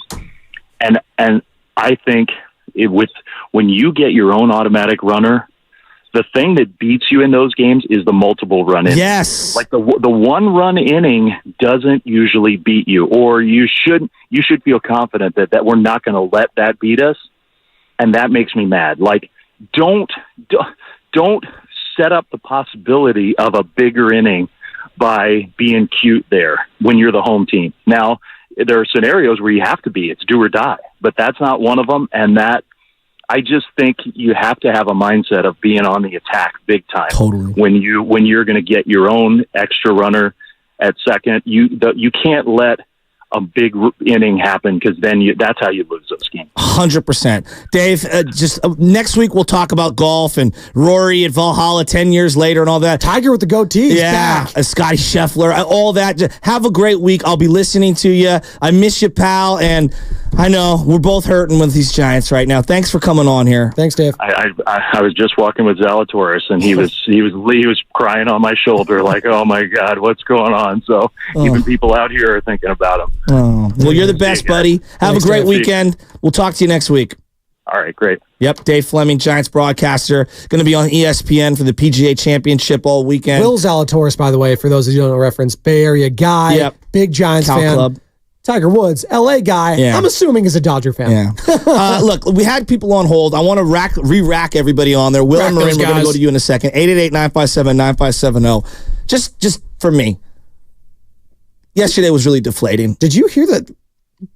Talking about edginess, the Bob Melvin he was talking about, Dave Fleming a little edgy right there. You could tell. You could feel it. Look, Dave has to be careful with what he says. And that was his golf voice, though, too, Joe Shasky. He was still getting a little... If you don't think Dave Fleming wants to win... Oh, you kidding me? I don't... Dave is as competitive as they come. As a broadcaster, as competitive you can be. And he sees things for how they really are. Now, I understand you have to play the political angle and say certain things a certain way. Yes. I love Dave, but he gives you the real. He gives you the real. Yeah. Giants fans, I feel like this morning the Giants have and are the farthest they've been away from the Dodgers in my entire life. Let's go to Will and Marin. Will, what do you got on the Giants right now? What's up, Will? Hey, buddy. Willie. He gone. Flush him. He gone. Oh, yeah, flush it. Flush him. Do it. Come on. Call you gotta back, get it though, up Will. there. No. Now, Will's flushed down the drain. He's back in the sewers. He's hanging out with the alligators. Will's a good caller. He'll come back. No, he'll call in his, what was his other name? What was his Milton alias? and Burlingame. Yeah, Milton and Burlingame. I'm not mad at that. Milton Bradley. I'm not mad at that. They can find pitching. That was the thing I asked when we came to what in 6 years, if I took 2021 off the board, and let's call it it wasn't some fluky thing. It was an outlier thing. That's a different word. And I distinctly have different opinions on that. Like having an outlier year is like a career year. A bunch of all the great things happened. It's not luck. Like you get credit for those things. But they hit more pinch hit home runs that year than any team in the history of the game. I almost expected it at that point in the season too. It's like, oh, they're going to get a home run here. Oh, they're going to. Posey didn't play in 2020. He looked completely different. In Everything that Gabe Kapler touched turned to gold. Absolutely. All the moves. It was just unbelievable. And what we've learned from Gabe Kapler the last 2 years, Joe, maybe it wasn't his greatest forte. No, and I felt like the organization didn't strike on that, and they tried to recreate that. It's very difficult to recreate. And I'm just looking at what they've built. And what they've built is a team with not one legitimate everyday player who's under 25 years old. 6 years. I just thought we'd be farther along. And I never thought we would be Mookie Betts, Freddie Freeman, Shohei Ohtani to lead off a game. That's not what I thought. But you can't be the Cincinnati Reds. Yeah. Can't be Ellie De La Cruz. You be the Pittsburgh Pirates. O'Neal Cruz. Yeah, right? Yeah. You can't give me one guy? One everyday player? It's the everyday part for me, and that's why Jung-Hoo Lee. Not one? Jung-Hoo Lee, I was looking at like that rookie, right, that you can be excited about, and now he's got structural damage. Like, that's the frustrating part in all this, too. And listen, we're acting like the sky's falling here. It does feel like it's falling. It does feel like that. Because it's the body of work of 6 years. Because we're going up against the Dodgers, though. So maybe I'll take this approach. And it's a hump day. I'm feeling good. I'm not going to let the Giants bring me down completely. And maybe I could try to bring the Giants up for you, Joe Shasky. All right. So you might take another L to the Dodgers and you might get swept. Okay. you might get swept, which sucks. Which means you get swept in the first two series against your rival. And right now the run differential is 17. Do you know what? That's the Dodgers. They're going to do that to a lot of teams this year. That's fine. Yeah, but that's the gold standard. I understand that. But this season right now, it's about riding the ship so far. We're in May. I'm not waving the white flag just yet. So you know what? Take care of business against the Rockies, who are hot right now. They've won 6 in a row. That's not going to be easy. Then you got the Pirates, okay? Going on the road to Pirates. And then, as Dave Fleming alluded to, it's going to get a little tough, all right? It's going to get a little tough. You got the Mets coming to town. Mets are kind of, they're okay. Joe. Then you got the Phillies, and then you got the Yankees, then you got the D-backs before you get to more divisional round. But I'm just looking at the next 6 games. Can you go 4-2? Can you go 5-1? So what? So that they could be in the mix of a wild card and then not sell at the deadline? When that's not, like, we can all see where this is going. So you want them to start just... Yes. Okay. Yes. Acknowledge who you are. I just don't... Acknowledge who you are. You're a team that has very few everyday prospects. Conforto will not be here next year. Trade him at the deadline. For whatever. For anything. Lamont Wade Jr. is already 30-something years old. Move him. He's got something value. It's May 15th. Move Blake Snell. Move Blake Snell at the deadline. He is a left-handed elite player at the top of a rotation that every contending team in baseball is going to be coveting.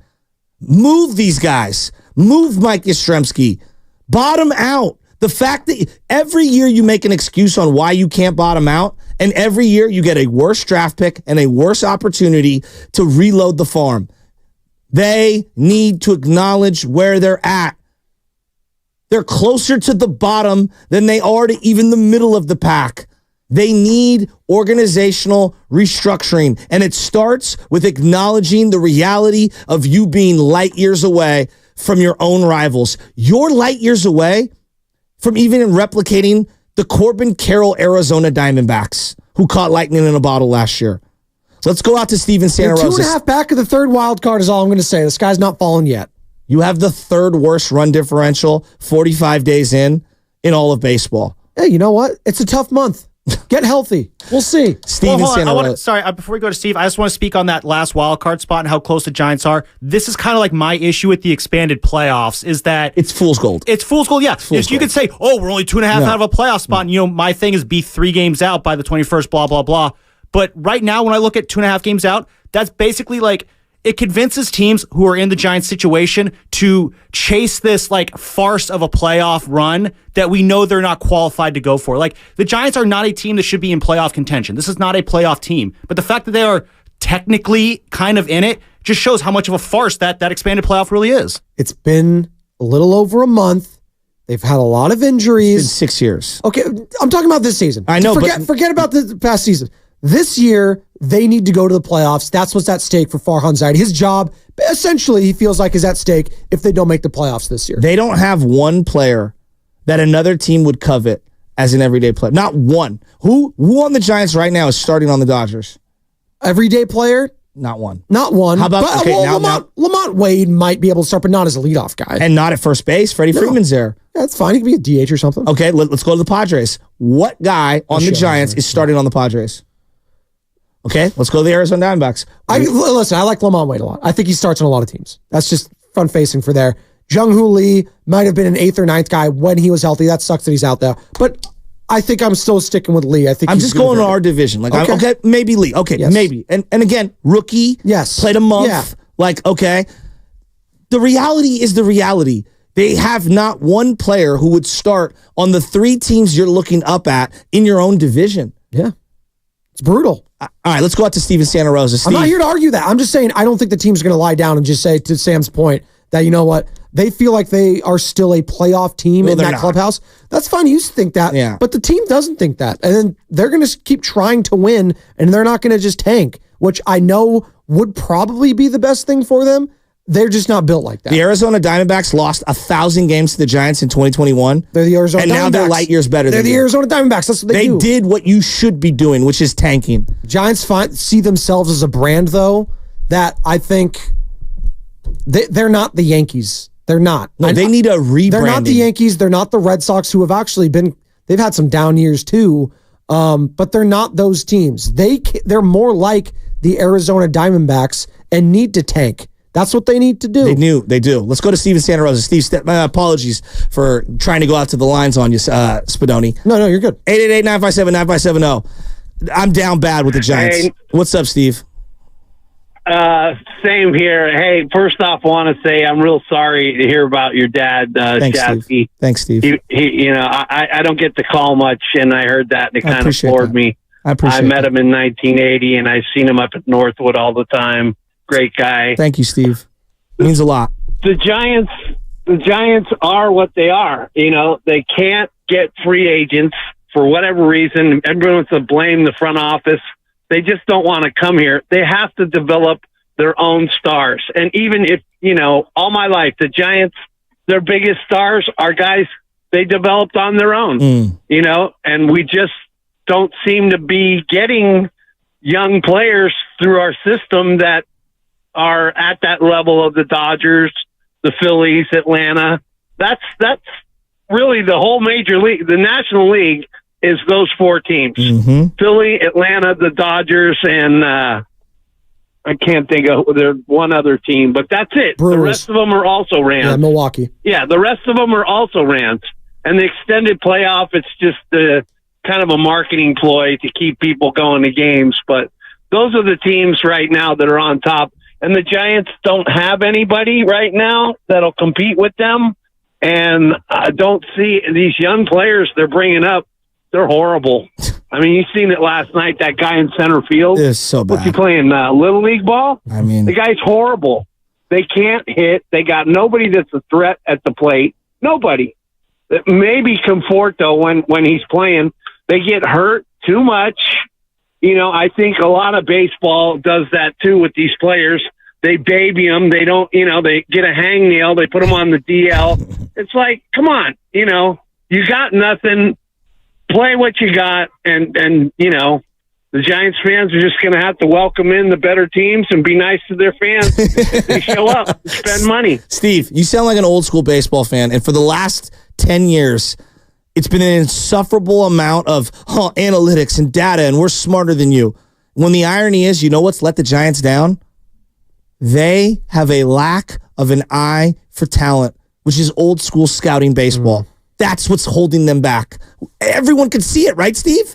They can't identify talent. I agree. When's the last time we got a Will Clark in our system? Buster Posey's the last good draft choice we ever had.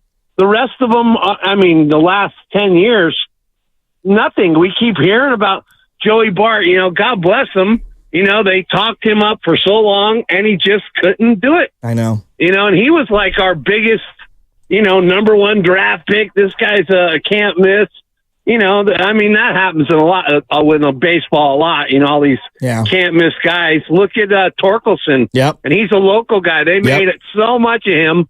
They're thinking about sending him away. I know. The Petaluma kid, I'll take him in a heartbeat. Steve, great call. Thank you Steve. for calling in. Yeah, Torkelson 707, Petaluma Little League All-Star. He was just a stud. Yeah. I think ASU, him and Hunter Bishop, I believe, were on the same team. They got a plethora of number one picks because Detroit, talking about a god-awful team for a while, they were really bad. And they got, Riley Green over there, too. He's supposed to be the new guy. But, Torkelson's kind of underachieving at the big league level. That happens. Jackson Holiday, everyone was talking about him to start off the season. He's 19. Right? Well, I know. I'm just saying that. So it's a process. I would agree there. But this process for the Giants has been turned into just a grind. It's just not even a process anymore. You never trust the process? Yeah, that's not happening anymore. Let me give you one. Sam Hinkie is not walking through that door. I was talking with the boss. Oh, they did get Joel Embiid from that. I was talking with the boss yesterday. We were sitting down, and he's like, Giants fans have rejected the whole way they build a team. And I gave him an analogy, and he liked it. I said, when I opened up we were a failed store, okay? I had my little deli. My dad had a saying, like, hey, I really like tuna. I love tuna. But people who come in here to buy sandwiches don't order tuna sandwiches. Yeah. So we're not going to put tuna on the menu. Fair know enough. why? Because it's not going to sell. It's not going to sell. Conforto, even Jorge Soler, Yastrzemski, Chapman, Nick Ahmed, Tyro Estrada, Lamont Wade. Tuna? They're the tuna of the deli.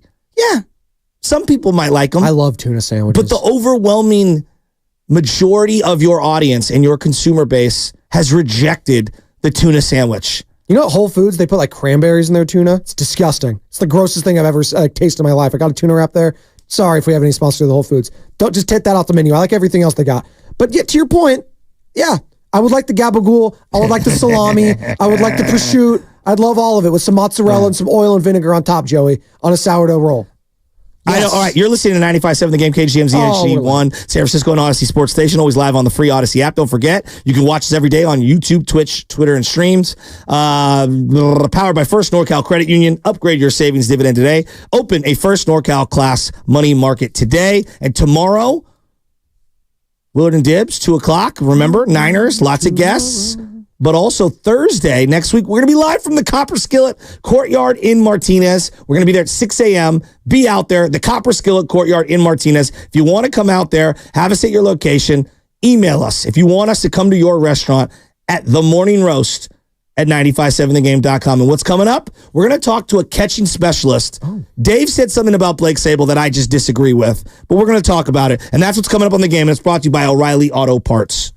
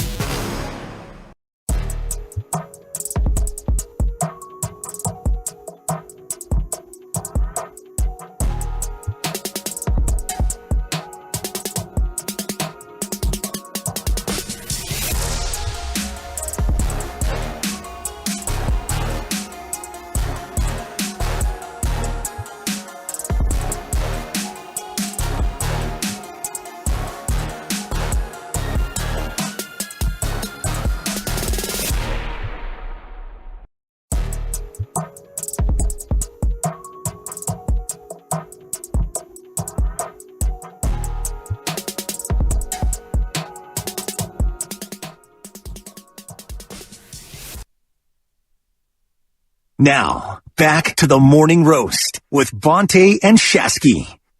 We back. Joe Spadoni alongside Joe Shasky. He'll be with us shortly. Bonte Hill at home. Hope you're feeling better, Bonte. It's all right. He's grinding right now. He's grinding like the Giants are grinding. They're trying, man. That's all I can say about them. They're trying, but that's not good enough against the Los Angeles Dodgers. You can't just try. Got to be Yoda. Do or do not. There is no try. 10-2 the final yesterday as the Dodgers look to complete the sweep today against the Giants, who, again, have not beaten LA once this season. Shohei Ohtani just with a blast. We haven't even talked about that home run. It just sounds different, Joe Shasky, when it comes off a certain guy's bat. Like, it sounds different when it's a Mike Trout, when it's a Bryce Harper, when it's a Mookie Betts, a Barry Bonds. It just sounds different off Shohei Ohtani's bat. Yeah, he's one of the greatest players the game's ever seen. Ever. Yeah. All right, we're going to spend a couple of minutes here. I have something that I want to get off my chest. All right, so again, I am open to new ideas. There were many ways to field ground balls for many, many, many years. And then Ron Washington has come in the last couple of years, sticking it, coming through with the glove. There's this whole methodology on how you field a ground ball nowadays, which is counterintuitive to what was taught for almost 50 years. So Wash is the new kind of thing. Well, no, he's one of many guys who are ushering in various ways of how to do infield training, for example. And one of the things that I've noticed throughout baseball is the one knee down for catchers and how they field the ball, or I guess receive a pitch from the pitcher. And what I've known with Blake Sabol is that there are times when there's runners on and he goes one knee down and he's backhanding a ball off his shin guard almost and not sliding his feet and putting the glove out, opening it up toward the pitcher, if you will. I'm trying to describe it. I can do it, but I can't describe it.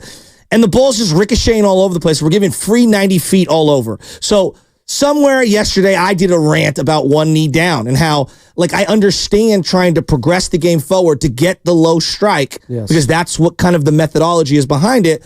But there's a lot of stuff I don't understand. And so somebody on Twitter who is a catching expert hit us up and was like, hey, I would like to explain to you, the whole one knee down for a catcher methodology. So we're spend a couple of quick minutes here, and this is going to be our catching expert, Brett Thomas, Catching Academy in San Ramon. He's got a full Catching Academy service instructional organization for youth baseball players. Played at Cal. Brett, how you doing? I'm trying to explain the one knee down thing. What am I missing? Because you obviously have more expertise in this particular field than I do. Well, thanks, guys. I appreciate you having me on. The one knee down, obviously, as you said, and I think maybe a little misconception on the idea that it's the low strike. It's really just catching strikes in general. And, with the advancement of pitch tracker, biggest key being umpires are actually graded now. There's a lot more to receiving the ball basically in a shadow area, we call it, around the strike zone. And with that being that we don't have the ability for Greg Maddux to just have Eddie Perez sit out off the plate and just catch it however he wants and get strikes. Umpires are graded and have to be more in the strike zone and better at it. And we've seen a massive progression in, the amount of percent of strikes called right since Pitch Tracker came in 2008. So with that comes a lot more velocity. We're seeing more breaking balls thrown than fastballs. And the knee down is giving guys a little bit more of a connection to the ground to be able to create a path with their glove to create some leverage against these pitches, whatever they may be. I know that the fastball down is obviously very important, but we got sweeping sliders that we've got to create a path to work against. Now guys are pitching up in the zone, less to chase, but more we're throwing the ball at the top of the zone. Another pitch that we got to handle, and obviously we know now those are at 98 plus miles an hour at a lot of times. So that connection to the ground has given them a lot of leverage in terms of how they can utilize their glove to receive. And the piece that came with runners on base was when Tanner Swanson, the catching coach for the Yankees, was kind of the pioneer of this. And he would be looking at his organizational statistics, and he was with the Twins at the time. And he saw that guys were doing okay from a blocking and throwing perspective, but when runners got on base, their receiving massively declined. So essentially we're defending the runner on base and not really defending the guy in the box. So not to, again, because it's not a prioritized deal, it's something where he said, how do we get guys to stay effective blocking and throwing and increase their receiving ability? And the reality is I know that we see certain sample sizes, and it can be frustrating. The catcher's always on TV, so that's something that we see everything they do. But 2022, we saw the lowest number of pass balls and wild pitches in 10 years. It went down again last year. Wow. And you could make an argument for PitchCom came in 2022, which I think eliminated some cross-ups. So I think that can attribute a little bit to that number declining. But I think for sure we can look at that and say that overall it's probably relatively the same. But we're starting to see the receiving metrics get better. As we do that, obviously guys are figuring out how to throw from those positions. Same idea there. Statistics are showing us that the average pop time is continuing to decline. It's declined every year for the last 8 years, more so in the last 2 or 3 years. The average pop time is now below 2, which, below 2 used to be, an industry standard of elite. So it's just bringing in more athletic guys to play the position. But the biggest key right now is that everybody's pushing the envelope. We had Jose Trevino on our podcast, and he just talked about how it's like every single offseason, they're just pushing it and pushing it and pushing it. And they have to continue to adapt, whether it is pitch tracker and the umpires. Now you continue to move into the pickoff rules, the pitch clock, that they've got to now go, okay, now we can't just look at throwing as a secondary or third thing. It is really important now with the number of stolen bases going up. So I know that we see a lot of hey, the guy was on third or on second, but they are in a position that they feel is absolutely best. And again, these guys don't execute all the time. Yeah. So, Brett, you're a wealth of knowledge, and I want to work with you off to the side here. One last question before we get it, because we got a lot of people waiting on hold here. When you see Patrick Bailey have the concussion issue that he did, you've seen the Mike Matheny thing. I mean, you're from the Bay. Obviously, you've been around catching and whatnot, and you see everyone wearing the hockey helmets nowadays. In your mind, what is the safer helmet for ricochets when it comes to foul balls?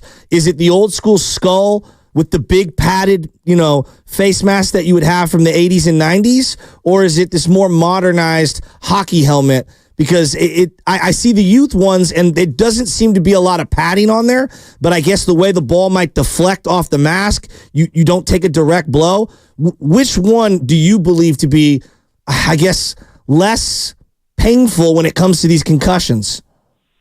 I think, actually one of my students, 4 or 5 years back did a report on this for his senior project in high school, and they did find that the two-piece mask was safer at the time, just being that the mask itself flips off, and they were talking about how the hockey mask, as it hits, is basically kind of rattling the brain a little bit because it's staying there. But I can tell you that, knowing the people at All-Star, who are a great partner of ours, they are constantly working. They've got a lab, and they're constantly working. ProForce has added springs into their masks to try to help. So, I think today I wouldn't be able to answer that, 100%, because I know they're still working to try to advance all that stuff. But truthfully, it makes a lot of sense to me that if the mask is flying off, you're definitely getting a little bit less of that shake. Yeah. Yeah. Brett, thank you for coming on. Just want to do a couple minutes on that. I want to hear from you again. All right. I'll reach out to you offline, because the one knee down thing, you're seeing Blake Sable, everyone's doing it. And then the concussion thing with Bailey is just, it sucks. I'm surprised there's not more concussions. Absolutely. We need to get you in the shop. I'll get you down on a knee catching in here. Oh, bro, I used to catch in high school. That was music to his ears, right? Yeah, I'm ready. Except I'm not wearing the All-Star equipment. I'm going to probably rock some Rawlings. I'm not going to lie. Whatever you want. Yeah, I like that. I like that. All right, Brett. Good stuff. Catching Academy in San Ramon. Hit him up, Brett Thompson. Or Thomas, excuse me. Played at Cal. Guys, a wealth of knowledge. Look, Bailey's injury is a big one. That's the one guy, if you were looking at the Giants this morning, you wake up, they're getting crushed by the Dodgers. And there's one guy that they have on their entire roster who feels salvageable as an everyday player. It's Bailey. and he's hurt now with a concussion. And that affects the pitching staff. Like I look at the catcher like I look at a center in the NFL. When you have a really good one, you kind of take them for granted. Yes. And when you don't have a really good one in there, it's very noticeable. Is there like, look at the coincidence, if you will. Veritek, Posada, Molina, Posey. Like, there's connective tissue there. I'd go Javi Lopez as well. All of the great teams. Jonah Heim last year, very good for the Rangers. Jonah Heim, very good for the catchers. Yeah. All the best teams usually have really great catchers. Yes. Johnny Bench, the Big Red Machine, right? Thurman Munson in the 70s. Just go through the history of the game. Yeah. Right? Obviously, Yogi Berra is one of the all-time greats. But Ray Fosse, rest in peace. Ray Fosse is a great example. Show me a great team that won for a long period of time, and I'm sure I'm going to show you a catcher behind there who's elite. And it's just a thankless position, too. You're squatting there the whole time. You got balls bouncing off your chest, off your face, all this sort of stuff. It hurts, you're sore, all this sort of stuff. Go do it again, right? Oh, and then go do it again. And then you're pitching for this guy, you're catching for that guy. There is so much too. And again, I say taken for granted. Like Buster Posey, he's not taken for granted. Like we love Buster Posey in the Bay Area. He was the face of this organization for a very long time, and he was synonymous with winning, with class, and being a part of those rotations that dominated. There was a trust factor there. Again, Absolutely. I go back to trust when there's a setter in the quarterback exchange, whether it's trust, whether it's a wide receiver being on the same page. The trust aspect between a pitching staff and their catcher is everything. So when Bailey is out, it is noticeable when a guy like Blake Sable, who is not great defensively, for as much as we say and much as we crush Joey Bart, I should say, for not living up to the bat, I thought he was pretty good defensively. Like I think we called slept his own on that. pitches in college. Yes. Well, I think in general, like we could talk a lot about Posey, and most of the conversations revolved around his offense. The offense was always the gravy. Yes. And the meat and potatoes was always the defense and the brain. I think playing in the same era as Yachty kind of overshadowed it a little bit. Because Yachty is just unbelievable defensively. Absolutely. He was throwing guys out left and right, but Buster was just as good. So and I just disagree with Dave. Like Blake Sable as a backup catcher, like, okay, maybe offensively, not defense. He's terrible defensively. Yeah. He's terrible. And that's noticeable in these games. Like 390 feet every time. You're already behind the 8 ball when it comes to offensive production anyways. The last thing you need is getting down even more because of your defense. And we saw that yesterday, Joe Shasky, in the center field, whether it's the catcher, whether it's just... I mean, you're spotting them runs early in the game. I mean, whether it's Tyler Fitzgerald, like on the Bates pass, like you're not in a position to be lacking fundamentals right now. And that's the thing, again, and we brought up Bob Melvin, and that's the thing that I think is a tangible thing when it comes to fundamentals. I expect that from my coaching staff teaching it to these guys. Like the fundamentals you got to be working on. It's bigger than Bob. No, it is bigger than Bob. But you know what? Like, I'm sorry. Like that's something like Ron Washington. You brought up the name. Yeah. Worked with Marcus Simeon day in and day out when he was over in Oakland. He had a brick for a hand. It was horrible. Yeah. He was awful. I felt bad. More Scud missiles. They track these things than anyone at shortstop. When we were the flagship station, Marcus Simeon's dad would call in and ask us not to be so hard on him. Like his own father, because he was so awful defensively. And look at him now. He's a World Series champion, and he is consistent as hell as a shortstop. So I'm just talking about coaching in that aspect. Having that right staff with you goes a very long way. So you get blown out by the Dodgers last night, and I feel like I've been KO'd. Like in UFC, somebody just slept me. It is all over. Yeah, like I'm just laying on the mat, and it's just... Is that copyrighted? There's just nothing salvageable on this current roster. I'm talking everyday players. Yeah, there's some nice pitchers. Like I really like Harrison. I love Logan Webb. I love Camilo Duvall. But that's not enough.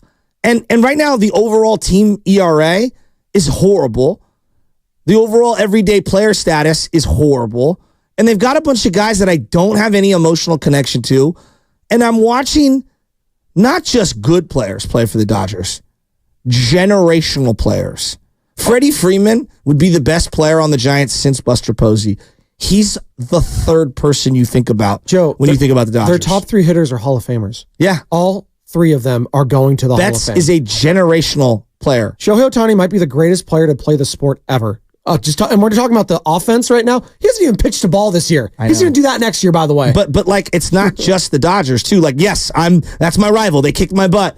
I look down at San Diego, and it's like they're having so much fun. They are so much. And they're fun. like an average team in the standings, but they're still having fun at the games. But there's something to talk about. Yeah. Machado and Tatis. There's always something. Musgrove. There's something. I look at Arizona. They've got Corbin Carroll, and they've got a lot of other young players coming through. You know, Merrill Kelly and Zach Gallen. And they've got players, and it's just like the Giants have nothing. They do have play. Like they have Webb. They have Harrison. I do think Jordan Hicks has been a positive. So I don't want it to be totally doom and gloom. But for the everyday players, that's what really connects with people. Yes, Timmy was great. Every so and so days is Timmy Day, right? That was great. I need a Buster Posey in there too. Joey, if I told you 6 years after Farhan got hired that they would go through multiple managers and you would have 2.5 pitchers and half a catcher. Yeah. It's not good. It's not good. We're not far along enough. No. We're just not there. All right, let's go to SF Bay Drummer in Houston. What do you got? Step right up, no wedding. I'm pretty down sad right now when it comes to my Giants. The season, I mean, hey, what's up, guys? What's up, Joe? What's up, Joe? What's up, man? But not much. But you know, at the beginning of the season, I was told, you know, or we were told as fans, like, you know, it was going to be an improvement. So I asked my dad, Mr. D. I was like, man, you know, the Dodgers going to be in town on your birthday, you know, today. Shout out to Mr. D. And I was like, you know, you want to go to the game? He's like, nah, man, I don't want to see that. But yeah, man, like, what I would like the Giants to do, like, just going forward for this year, man, just get Chapman and Snell, like, really healthy and productive, and just trade them, man. I'm with you, Shasky. We got to bottom out, man. Like, it's just too much horrible, bad play. We need a sense of direction, and we need a new GM that's going to have a plan and, like, develop these young guys and, like, stop getting fooled for these free agents that we have to overpay for. We need to get homegrown stars and then complement the homegrown stars with free agency. And good job in the A-chair, Shasky. I'm proud of you. Okay. And don't miss that break, doggy.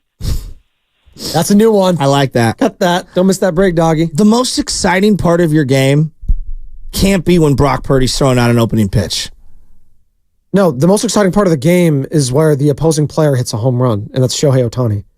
Like that was what brought the ballpark to excitement. Even Giants fans were probably like, oh my God. Like, I think it was a bunch of Giants fans that were on the concourse too, like, oh my God, I just got a Shohei Ohtani like home run. Like, it was a bunch of like group of guys, like a little like frat bros and stuff like that. They're having a great time. That was the opposing player hitting it. Usually, it would be disgust, Joe Shasky. You throw the ball back. And I'm not, hey, by the way, I'm not doing that for Shohei Ohtani or Mike Trout or whoever. Well, my favorite is when they throw a different ball back. Yeah, exactly. And, whoever did that I think it was the Phillies game or the Dodgers game. It was so good. And yeah, by the way, like the kids that throw it back and stuff like that always cracks me up. But it can't be the opposing players hitting home runs is more exciting than your own. That's like Oakland A's stuff the last couple of years. We keep bringing up that team because they're right across the bay. But again, I'm going to say this, and I'm going to hammer it in. That's a team that's trying to lose, doesn't have a home, has three different names, and they're more exciting than you are. They're more exciting, and they're trying to lose. I feel like Nick in San Jose. Brent Rooker would be the best player on this team. Brent Rooker. You're going to pick him out of that on the street right now. And by the way, I couldn't pick up anyone out on the street except for Matt Chapman, maybe because that mustache. I love you, Chappie. I have a horrible mustache too, so I'm right there with you. Like, come on. Like, that's the guy I'm picking out on the street. Here's the question that I have for you. If I see Mookie Betts walking down, I see Freddie Freeman, I see Shohei Ohtani, they stick out. Yeah, of course. Here's the question I have for Giants fans. They're also really tall, except for Mookie. 888-957-9570. It's a very simple question to end the show. Is this rock bottom right now? Jung-Hoo Lee out for the year. No, I'm talking about like this next 3 months that you're going to endure. Jung-Hoo Lee out for the rest of the year. That's what's probably going to be. All right. Kyle Harrison, still young, nowhere near his prime. Logan Webb basically reenacting the Matt Cain career where he gets 0 run support and we expect him to win 1-0 every game and get his own home run, by the way, when he does that. And even though he doesn't bat anymore because of the DH. Yeah, you have not one everyday player who's young, who people like. You have to trade these pieces away. You need a new front office. This feels like rock bottom. This, to me, feels very reminiscent of 2015, 2016 San Francisco 49ers. They need their Kyle Shanahan. Can I answer this one first? Sure. No, I'm going to disagree with you, Shasky. I don't think this is rock bottom because I think there's always ways for this to get worse. I don't know how. That's kind of the fun of it. Loose use of the word fun there. But no, I mean, anything else could happen the rest of this year. More guys could get hurt. More guys could fall off a cliff. I mean, what if it's July and the Giants getting blown out 10-0 every night and Chapman, Snell, and Soler are absolutely untradeable assets? Then you're stuck with them again, and it's going to keep getting worse throughout the rest of the season. So does this feel like rock bottom? Absolutely. But no, there's probably always ways that it can get even worse from here. You have been at the forefront of just try to be competitive, try to be competitive, try to be competitive. Process of elimination. Has the Giants fan completely dismissed the 70 to 85 win team that has a bunch of journeymen trying to be competitive? Have we or have we not dismissed that team? I think we get to the part where, fans don't want to lose with old guys who are not a part of the future. What has been the fear? I would rather lose with guys like Ramos, Matos, There's Schmidt no trying nobility. every day. There's no nobility in coming in with a 77-win team with $170 million payroll. No. That's called bad business. That's called bad team building, and it's what gets baseball executives fired. Exactly. Well, and we'll see. We'll see if that happens this year. Again, I'm very skeptical to see if Farhan actually... Why? Because he's done this the last 2 years and hasn't gotten fired. Like he was coming off give him the 1 year where he came off the amazing season. They were average. I think most the 1 year was the worst thing that ever happened. No, it was because it reset expectations where it's like, oh, you know what? We saw what Farhan could be, and then we had a whole offseason last year. What was it? Oh, Aaron Judge, he's going to come here. Oh my God, he was never coming here. It was the biggest load of crap we were ever served with some peanuts and a cherry on top. Farhan, and then actually no, there was an even bigger load of crap this past offseason when you thought you were getting Shohei Ohtani or Yamamoto. Please.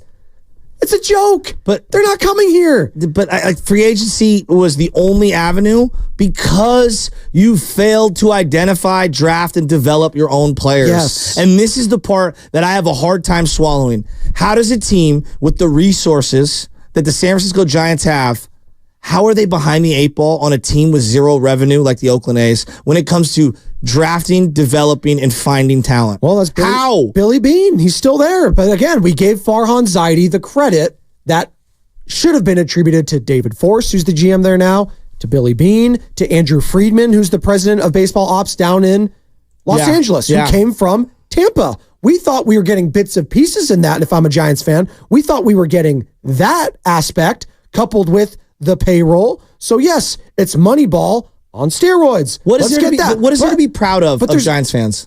Like Joe? Oh, the ballpark, the uniforms.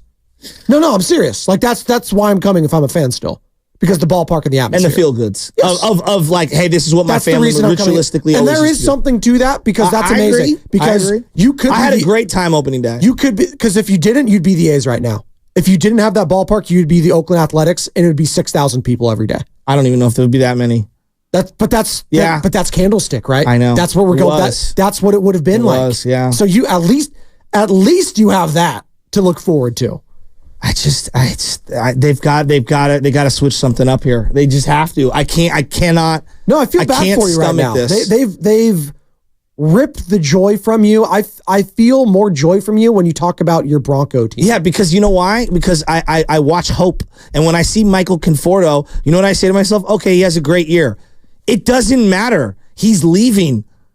He's not here. He will not be. Michael Conforto will not be a Giant next year. Mike Yastrzemski should not be a Giant next year. Not because he's not a decent player. It's because we're going nowhere with him. Is it possible they could have a fire sale? I would trade everyone. Deadline? I would jump the line of everyone. You can even get anything. Well, I think you can get. Yes, you get anything. Yes, you can get some things. Yes, you can get anything. I guess you'll have to eat some salary. But Spino, you kind of made a point that the last 2 years they've been putting up with this from Farhan. You guys remember we had John Shea on yesterday, and he mentioned that ownership might be losing patience, or he thinks that ownership is finally starting to lose patience with Farhan, which for me personally, that's the first time I've heard someone who's connected with, Bay Area baseball, coming out and publicly saying that people above Farhan Zaidi are starting to tire of his presence. So I don't know if they would actually fire him in season, but you talk about they needed changes. This could be the year if things do not turn around, regardless of who's on the field. This could be the last few months of Farhan Zaidi. And if you're looking for a positive for the Giants, that might be it. Sorry not to cut you off there, Sammy. No, it's a great point. Again, garlic fries and baseball guys, if you want more of this back and forth with Joe Shasky, Sam Lubman, hey, garlic fries and baseball guys got locked and loaded. Find it wherever you find your podcasts. You guys are doing a hell of a job. It is kind of poetic that it is against the Dodgers, though, because Farhan was there, right? And this was no. He was there, Joe Shasky, and this is what a lot of Giants fans thought they were going to get, is what they're looking at with the Dodgers. Not to the same level. You're never going to get 3 MVPs. It's like the Browns acquiring Romeo Cornell and thinking they were going to get Belichick and Brady. It's like, give me a break. No, but he also had success prior to that, again, in Oakland. So you thought you were getting some of that. It's just, you have to rip the Band-Aid off at some point. And if this is the year, this is the year. But I do think if we're going desirability factor, and we like to talk about here in the Bay Area when it's comes to who wants to coach the Warriors? Like, this is a tough job. Like Steve Kerr, I don't wish this on anyone. Oh, Kyle Shanahan, the expectations there. I mean, he's got a great offense and players. I would love to coach there. But this job right now with the San Francisco Giants, is this the least attractive job outside of maybe the Colorado Rockies in sports? No, you have a war chest of money. Like, it's not like they don't spend money. They have a war chest. See, the Rockies have money too. They spend, but they can't really get anyone to come there. The Giants can't get anyone to come there. Giants have been top 12 in payroll for the last however many years. They always spend money, okay? Not wisely. No, I know, but and it's a pitcher's ballpark. So on some level, you will be able to acquire pitchers. Not necessarily hitters, but you can do that. You think this is a still attractive job right now in Major League Baseball? Absolutely. If someone was going to take over the Baltimore Orioles, because that's when they changed a lot of their things, was 2018. If Baltimore was a desirable location, how can the Giants, with all of their success over the years, this is the most appreciated big brand in sports. Yeah, I'm trying to think of another one. The New York Giants and the San Francisco Giants are almost in the exact same spot. Yeah, Jets I would throw in there. Yeah, but they have Aaron Rodgers, so they're kind of like, whatever. But here's the difference. We've done a lot of bashing at Jed York, and I've probably been at the front of the line. I'll give Jed this. I do think Jed wants to win a Super Bowl maniacally. Oh, I know he does. I do. Now, does he sometimes celebrate before they cross the finish line? Sure. And that's fine. He's put his money where his mouth is. He's gotten out of the way. He's done 99% of the things I need right as an owner. And he hasn't meddled. That's another thing, too. He hasn't done like a Jerry Jones or an Al Davis. And he's not telling people, this is what we need to do to win. The Giants came out and they're like, we need to do Moneyball to win. Why? You won without Moneyball. We literally... Why? Well, that's the thing in this, too. Because when you were winning, you saw what Moneyball was across the Bay. And the A's were really good. But the Moneyball never won anything. Well, that's what I'm trying to say. It was really good until what? Until the first round of the playoffs. Yeah. And you're going up against Justin Verlander. Exactly. And I need Tim Lincecum, and I don't have him. Exactly. And I love Sonny Gray. He was great. And then he was gone. And I love Josh Donaldson. He was great. And then he was gone. How's Moneyball's business model been for Oakland A's fans in terms of connecting the fans to the product? Just look at it right now. Yeah. And there's a lot of factors into it, but that was part of it. Are the Padres playing Moneyball? Because I've never seen more Padre fans in my life. Yeah. How about the Orioles? For the A's, really quick, I mean, if the A's were able to hold on to all those Moneyball players, I think we're having a bit of a different story. No, well, that's the thing. The fans, it hurt the fans so much to see the jerseys that I can't wear a Chapman or an Olsen jersey because they're going to leave. I'm not going to buy a Josh Donaldson jersey because he's going to leave. I'm not going to buy a Sonny Gray jersey because he's going to leave. And that's what happens to each and every one of those players. At least the Giants, they're extending Logan Webb, right? You'd hope that, well, when the time comes, if Patrick Bailey is that guy, you extend him and stuff like that. So, I don't know. Comparing it to the A's is difficult, but how can you not, though, when this is the product you're getting and the A's are still better than you? Well, the thing I fear the most is the A's leaving this particular market and the Giants going, well, we could still be very profitable. Oh, yeah. We don't have to necessarily feel the winner, but we could be very profitable by just fake competing, which is what I feel like they're doing now. Because where else are we as baseball fans going to go to? Exactly. No, I big fearing that too, especially with Mission Rock across the Bay. If that ever starts bringing in money for them, that's just another cash cow, and they don't need to worry about baseball money as much because they got that real estate money sinking in. That's why I think the greatest thing that would have actually been good for the Giants, and people may think this is crazy, but I think if Joe Lacob ever did get his hands on the Oakland Athletics, I think it would force the Giants to look at themselves in the mirror because Joe Lacob would run that thing like a first-class organization, and he knows what winning is like. And I think that would have forced Charles Johnson and co. to, you know what, look at themselves and be like, maybe we aren't doing things the right way. Yeah, I want to ask you one last question. Did I distract you or something? No. They got in my ear. I was like, what? Huh? No, you're good. Not used to driving. No, you're doing a great job. If Jed York ran the Giants, what would he do with Farhan? Oh, he'd be gone. Yeah. Well, Jed York. NFL is just Jed York. We don't put up NFL. They just don't put up with that kind of crap. Jed York's not. Real raise banners for 107 win seasons. Winning with class. What about Joe Lacob? Yeah, you're gone. Yeah. All right. Farhan would have been fired 5 different times. Now, Joe Lacob is only known. I'm interested to see the post Steph Curry years of Joe Lacob and whatever Steve Kerr, if he ends up going, what that's going to look like because he's only known success pretty much. What about Vivek up in Sacramento? What would he have done? He's he doesn't like losing. Exactly. Yes. And I don't even put him on the same level as those other two guys. No, but he wants to win. Agreed. And he deserves credit for that. Yes. What about Ballmer down in L.A.? Oof, yeah, he's feeling it now. He's got a new building and stuff like that. This is not something he would want. He would probably let them go. I'm just going California here. Would San Diego stick with their current trajectory? Well, they got rid of Bob Melvin real quick, didn't they? 100%. Yeah. What about, we know the Dodgers wouldn't. What about the Lakers? What about Jeannie Buss? Oh, well, they just fired Darvin Ham after 2 years. He's gone. Frank Vogel was a year removed from a championship. He gone, right? Like, they don't put up with losing down in Los Angeles. Why are we Although Dave Roberts has gotten a long leash, I think this is going to be his last year if they're one and done. Then why are we putting up with it? That's my point. Why are we putting up with it? Because of the goodwill of those 3 World Series, Joe Shaq. But he had nothing to do with them. No. And the guy that you forced out on day one, Bruce Bochy, literally is the reigning World Series champion. I think they've been lucky. Not lucky, maybe that's the wrong word, but the fact that the Niners have been so damn good and the Warriors have been so damn good has really, it should highlight just how bad the Giants have, but in actuality, it's just made us forget about the Giants. They've fallen out of sight. We just don't even care. I know. It's like, I'd rather talk about the Warriors offseason or Brock Purdy throwing the first pitch. That makes me think about something. Fast Five. It's time for the Xfinity Fast Five. Your last chance to get in on the morning roast. Brought to you by Xfinity. Supercharge your home with supersonic Wi-Fi.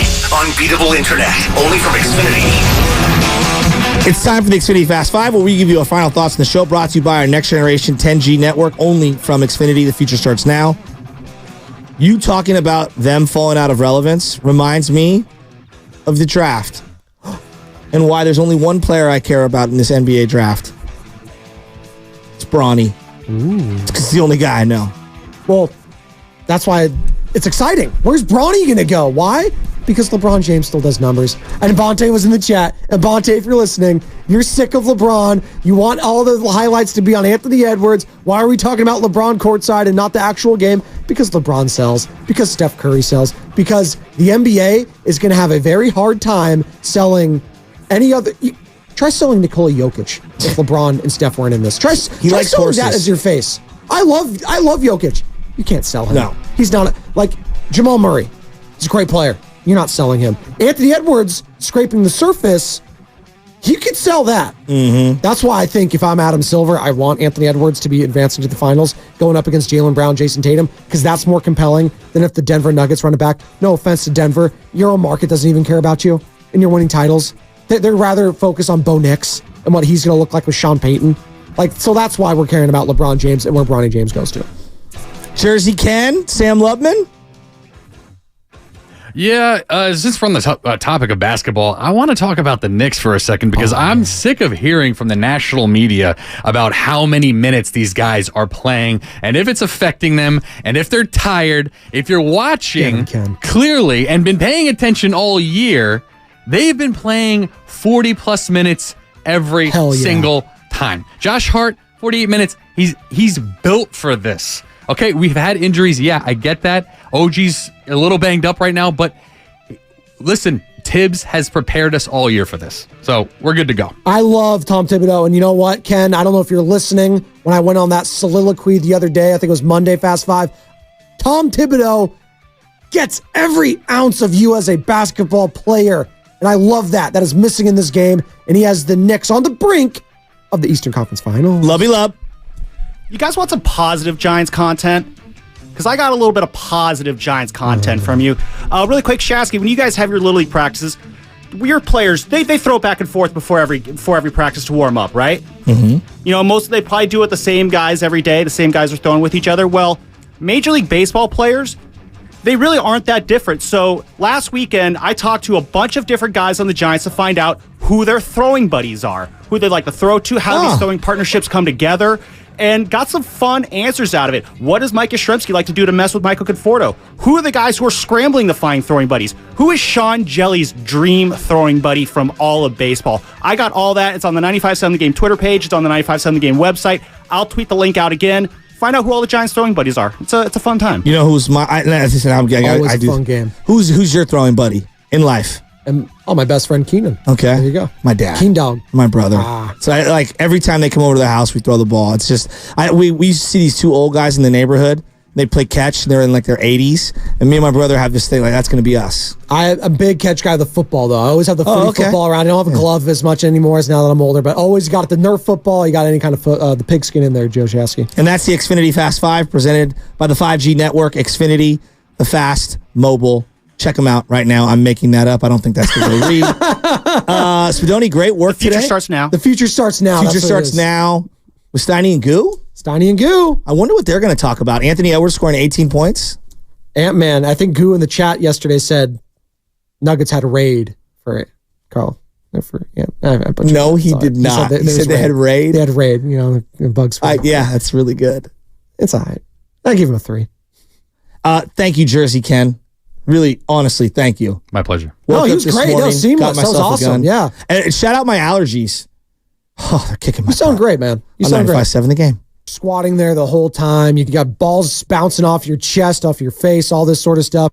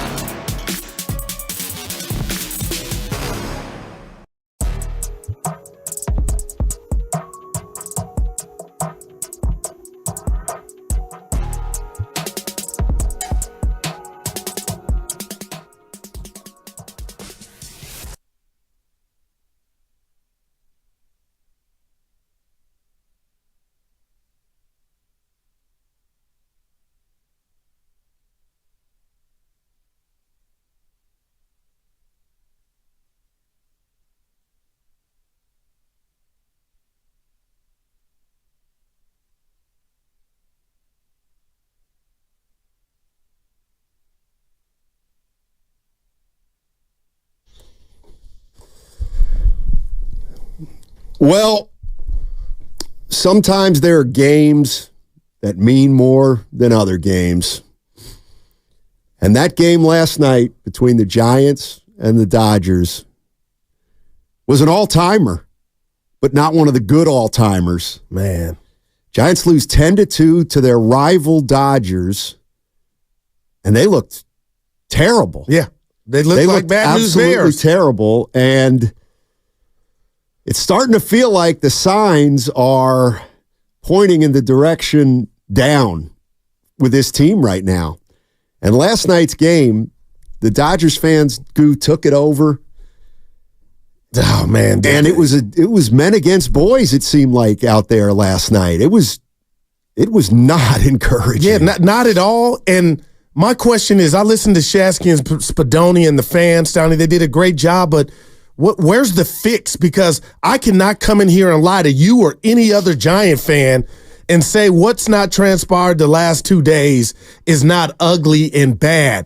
And yet you're injured. You're 6 under.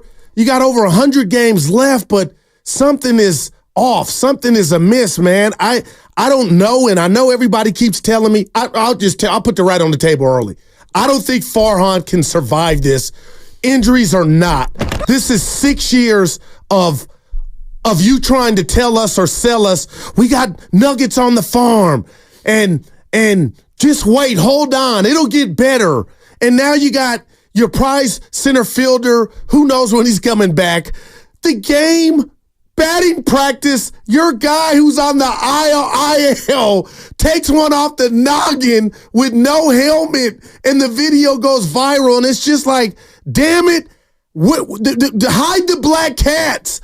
But then Ohtani gets up and hits a ball to a part of the ballpark, Steiny, that I only have seen Barry Lamar Bonds and Sammy Sosa, right-hander with the oppo power, hit a ball to where I'm like, good God, a Molly, just flexing. And now the Dodgers are doing, what is it, Steiny, the Richard Simmons calisthenic thing when they get a hit, but they put up 10 runs. And I'm like, hide your kids.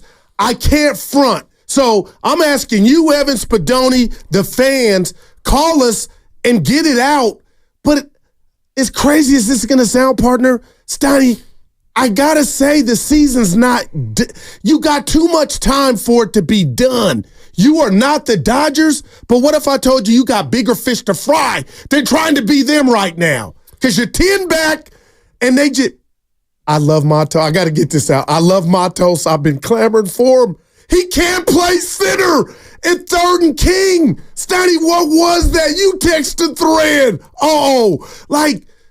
It's so much coming. It's an avalanche. Shout out Colorado, who's coming to town. But good God, I don't know what to do and what the fix is, man. Well, I'll relate a story that Evan told me this morning. And I'll do it rather than him because he's doing some work right now. Yeah, gotcha. So he was at a bar last night in the. You better be careful. Do you want to do this, Evan? He's not. Yeah. He's not listening. Here he is. I'm gonna have Evan tell the story because this is unbelievable. Of the 10-2 game this is Rob Lowe's show today about last night. This is something that would have never happened. I wonder where he's going. Go ahead, Evan. Maybe even a year ago. So I was at the Little Shamrock in the Inner Sunset. It's an old classic SF bar. Really nice spot. Great place to watch a game. Great place to hang out. There's darts in the back. People of all kinds come through there. And I was with a friend, and we're sitting at the left side of the bar. There's like 5 televisions. And on the left side of the bar, there's the Giants game on. So I pop in, say, hey, we'll watch a few innings. You know, something else. I think it was hockey and basketball was going on. And a couple of guys walk in, and they sit down right next to us. And they see the score. It's like 6-1, 7-1 at that point. And they ask to change the game. They asked to change the channel of the Giants-Dodgers. And while I didn't feel too passionately about it at the time, I was walking away as we were walking out of the bar thinking, like, someone really just asked to turn the Giants off based on how that game went at an SF bar, and they would have rather watched, I don't know, hockey or basketball. And the other part of it, too, was No one objected. No one in the bar said, "What are you doing? Why are you turning it off?" The bartender didn't think twice about it, just changed the channel. And I thought, wow, that's about as damning as I think anything. Yeah, the idea that the Giants aren't resonating at all, even with some of their fans. Well, it was a blowout, guys. It was nasty. Who wants to watch that? Well, no doubt. But I mean, was there anybody there that was at the game last night and stayed for all 9 innings, or did you leave early? God, I'd love to hear what the experience was like at Oracle Park. 888-957-9570. And baseball obviously is a long season. They're off to a poor start. They're 6 games under 500. 10 back of the Dodgers. Yeah, that's not important. Okay. That's what is that? Pie in the sky, all right, as they say. And but there's a very realistic part of this, and they are decimated with injury right now. In the last 10 days, they've had 8 players go on the injured list. And now the Dodgers come into town, and you're running four guys out there that maybe are young or shouldn't even be in the big leagues. What do you expect to happen? And well, you got swept in L.A., Stoney, when you were whole and healthy. Yeah, it was early. Okay. It was early. But do you give Farhan or Melvin a break? Because, I mean, this is virtually unprecedented. And they're going to get guys back. But will it make a difference? I don't know. Last night, I think, and I'm going to steal this from you, Goo. Yeah.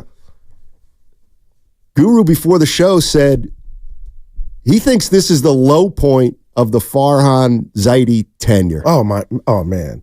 They're 19-25. And I got news for you. I think you're right. This is the low point. But I think it can go lower. Oh, man. How? Because that's what's scary. Well, Melvin's going to have decisions to make when guys get healthy. And I have a feeling I know the decisions that he's going to make. And I have another feeling that the fans might not be crazy about it. And that is he's going to go with the veterans. When Ahmed comes back, he's going to play shortstop. Soler comes back, he's DHing. Bailey obviously is going to be the catcher. Now, I don't think I've been clamoring for it. I got to be careful here, Stoney. I don't think there'll be an uproar when you're watching Casey Schmidt struggle at the plate. Like, nobody there, and Ramos has looked good, but now I'm finding out the guy that, I've hitched my wagon to, Matos, can't judge the ball in center field. So if you're telling me that's going to keep him off the field or out some games or whatnot, I've seen enough. So I don't know what to say, but Casey Schmidt, Stoney 2 for 4 last night. So I got to slow my roll. But he was batting 0-76 coming into the game. So are they really hard decisions, or are the youngsters going to take the bull by the horn and make it tough? But I just keep thinking about our own Mark Willard, who was like, Goo, as soon as these guys come back that they paid high dollar for, they're going to get back in the lineup. And maybe that's the right way to do it. But I never saw this manifested in the fashion that is happening. You mentioned 8 guys in 10 days, and there may be another with Keaton Wynn, who had some forearm tightness. So hopefully, he's not on the IL. But I was just hearing Shasky and the venom and the hurt that he had about don't even try to trick yourself to be a wild card team. Stoney, I'm sorry. You got to do that because there's so much time left in the season. You can't just go NBA tank and get Giannis. This is a bigger fix, and I just think Farhan went and got the spark plugs, the new rotors, and right now, early on, everything is just like Matt Chapman's not hurt. How's he looking? So Snell's coming back, but the last 2 days have been, if I'm a Giant fan, Stoney, embarrassing. The Dodger fans are taking over your park, but I want to say this about that. Aren't they the Beatles right now? Aren't they the Warriors with Durant? So aren't they, not to make it, it's a good point, to tell Giant fans don't feel bad, but you're hurt, you're decimated, and Ohtani's hitting the balls to Fremont. It's just all bad timing right now. Well, the interesting thing is, to me, is you would say, if you looked at Farhan's tenure here, you would say that there might have been more optimism heading into this year than in past years because of Blake Snell and Matt Chapman and Jung-Hoo Lee. Yeah. I agree with that. And it's gone this way. Robbie early, Ray. though. Early, Steiny. We're not at 50 games yet. But I'm a firm believer in signs. And I think there are signs. I think there are signs that this could be a long year for the San Francisco Giants. But, Bob Melvin last night was talking about, listen, we're just banged up. We got a lot of young guys playing. We got to hang in there and start clawing and winning some games, and then we'll get guys back, and maybe we'll turn it around. I mean, that's all you can do right now is play. Yeah, I'm with you. It's all you can do is play. And the bad news, you're going to laugh. You got another game tonight with the Dodgers. Yeah. 888-957-9570 is the number. And was last night's game? I'll ask fans. Was last night's game as bad as it looked? If you're a Giants fan, are you pretty much at your wit's end right now? Because you're right, Goo. It's early. And Evan was at a locale where they wanted the game changed. And I'm just saying, and I mean it, guys, I kind of understand it because it was so one-sided, Get this crap off the TV. 650. Steiny, if you were to discuss the World Cricket Championship, it would be more interesting than the Giants. What has happened? What has happened here? Well, I mean, what has happened? What happened to the sellouts? What happened to this city that used to wear orange and black all the time? Well, they're upset. I mean, if you're upset, I mean, what kind of Giants fan are you really? Do you look at this team and say, we've been decimated by injuries, I'm not making a judgment on it? Or do you look at this team and say, I don't really care about the injuries, they're not good anyway, and even if you're wrong, you can say they weren't going to be any good anyway. They weren't playing well before the guys got hurt. Now, that's interesting, Stoney, because let's put the right on the table, brought to you by ATCO. I think fans got a dose of what this team was not doing healthy when everybody was healthy, and now that bleeds into, okay, now we're at the plateau to where we're injured, but I think fans are still holding on to what they weren't doing with the bats collectively, Steiny, and that's why, here, I need some medicine. I'm a Giant fan. We're not that good. Take this tablet. Take two. We're injured, and they're spitting that back out like, nope. We got a glimpse of umpteen games, and we weren't hitting the ball. And I guess, Steiny, and I'm a guy, you played my call 2 days ago early, calling Pennsylvania. Like Shasky, the Shaskys of the world, they don't want to hear it. And Bontes of the world, they were skeptical coming in about this year, about this regime. I want to know, if you're so fed up, why couldn't Farhan get ran during the year? Because I'm hearing a lot of people, you don't do that, Goo. Well, if you're right and this can get worse, what the hell do you got to lose then? I don't know. If it doesn't get better. I mean, I don't know. They're dancing on the bases, the Dodgers. Yeah, they are. 925, fair weather fans are the worst. Willett was calling them out yesterday, bandwagon fans. But where's the wagon? Well, this is like, to me, this is what it's all about. This is you and the Pirates, okay? Like, but that's a decade worth of ineptitude. Hey, the bottom line is this team won 3 championships in 10, 12, and 14. They did. And they've struggled since. And you hired a guy who was supposed to be the smartest man in the room, and the Giants farm was supposed to be one of the most, exciting farms in the game. Where's it at?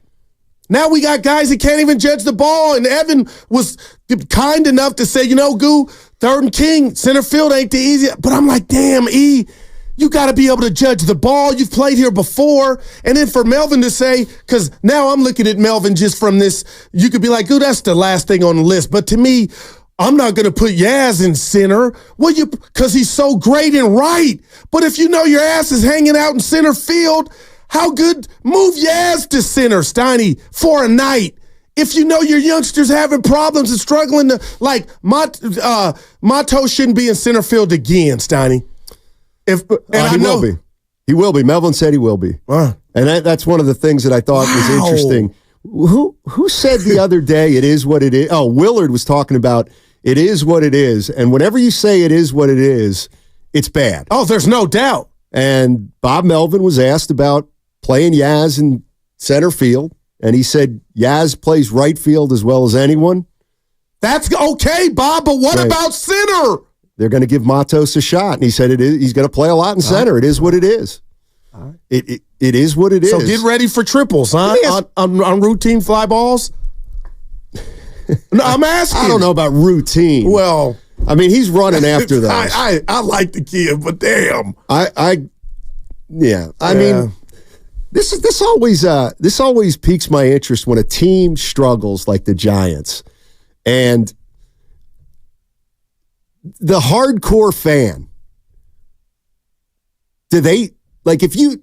How do I want to put this? If you check out, does that automatically make you a casual or a fair weather fan? If you're looking at this, or do you look at this team and say, no, I am a hardcore fan, and this is unacceptable. Yeah. This is unacceptable, and I'm not going to participate in it anymore. No. Maybe I'll keep my eye on the game at home, but I'm not going to the stadium.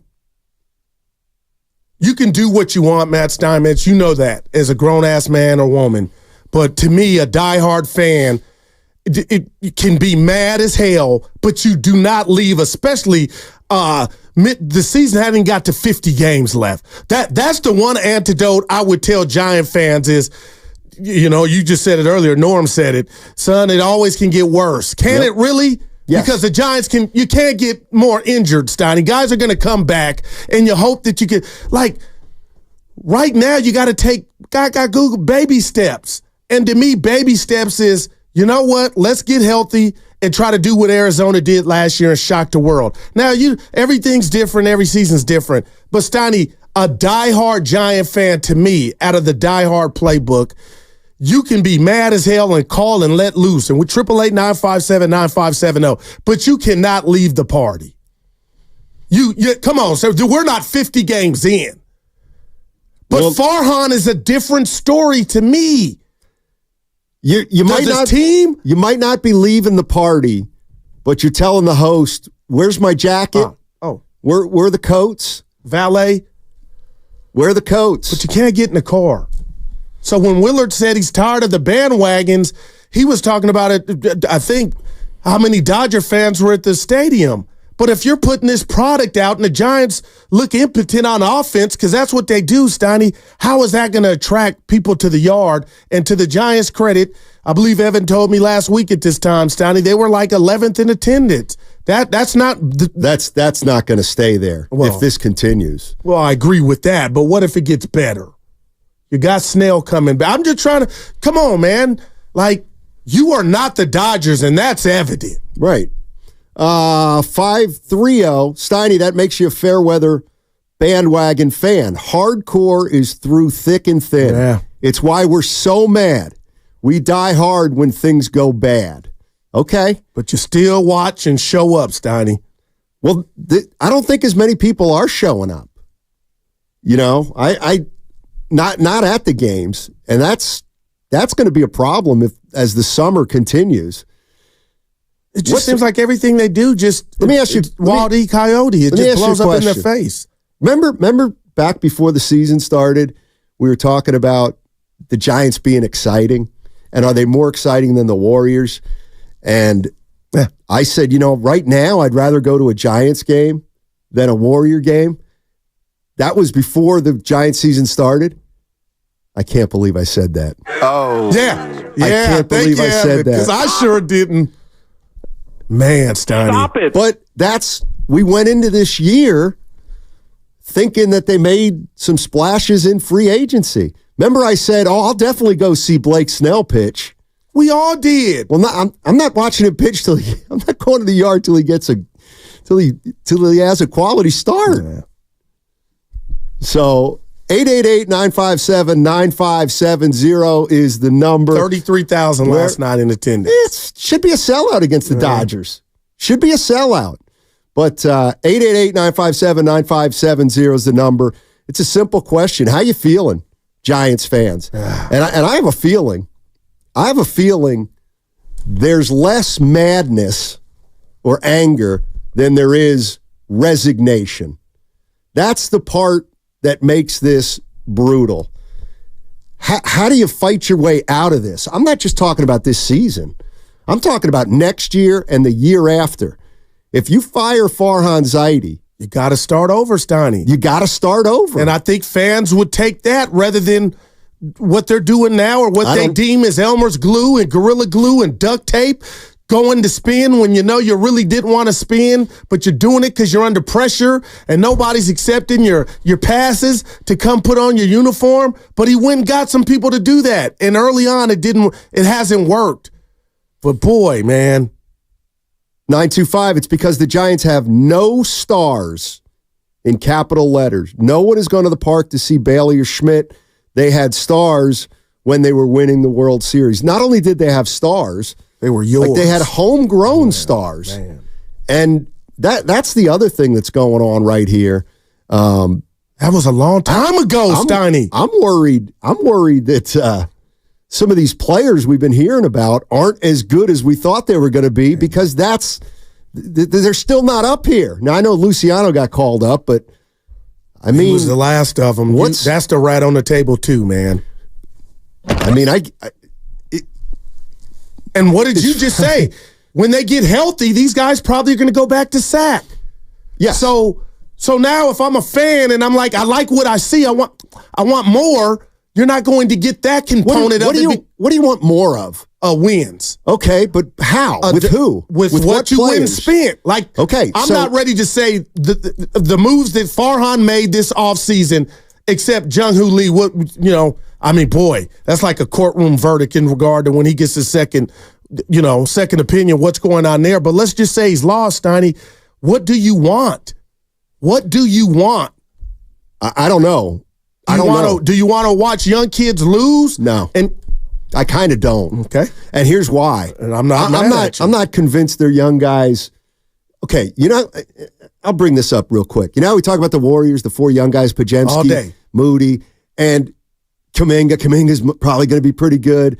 But if you really look at those four guys, like how good are they? How many are starters? How many are stars? How many are this? How many that? How many are the other thing? The Giants' young guys, like we don't know anything about them except most of them, when they got up here, haven't performed, and others haven't been brought up at all. But over the years, we were told that there was some excitement about them. I know. All right. What'd you think of that game last night? My guy Evan said that's the kind of game that you watch and you just stop watching the Giants. Damn. I don't think it's that extreme. And I think if we take a step back, I'll play devil's advocate and say, you know what? They've been decimated by injury. They've been decimated by injury, and we cannot make a judgment on this team right now. Is that to me seems fair? But then I could say I'm pessimistic. We had 20 games when everybody was healthy, and we got swept in Philly. 4 games. Like, you know what I mean? Yes, but still, there's a lot of time left for it to get worse. Or better. Yeah. Or better. 888-957-9570 is the number. Giants fans, what'd you think of that game last night? And where do you go? Where do you go from here? I get it. All you can do is play with the healthy players and try to win. But if you think this thing's long term, what? I'd call Theo Epstein. The other thing is, I don't know if getting a new GM in here is gonna. Are they gonna be able to sign big name free agents if they get a different GM in here? I don't know. Theo Epstein's busy. Yeah, no, I was just about to say what he's doing, but yeah. All right. 888-957-9570 is the number. That segment was brought to you by Scandinavian Designs Furniture. Don't miss major Memorial Day savings at Scandinavian.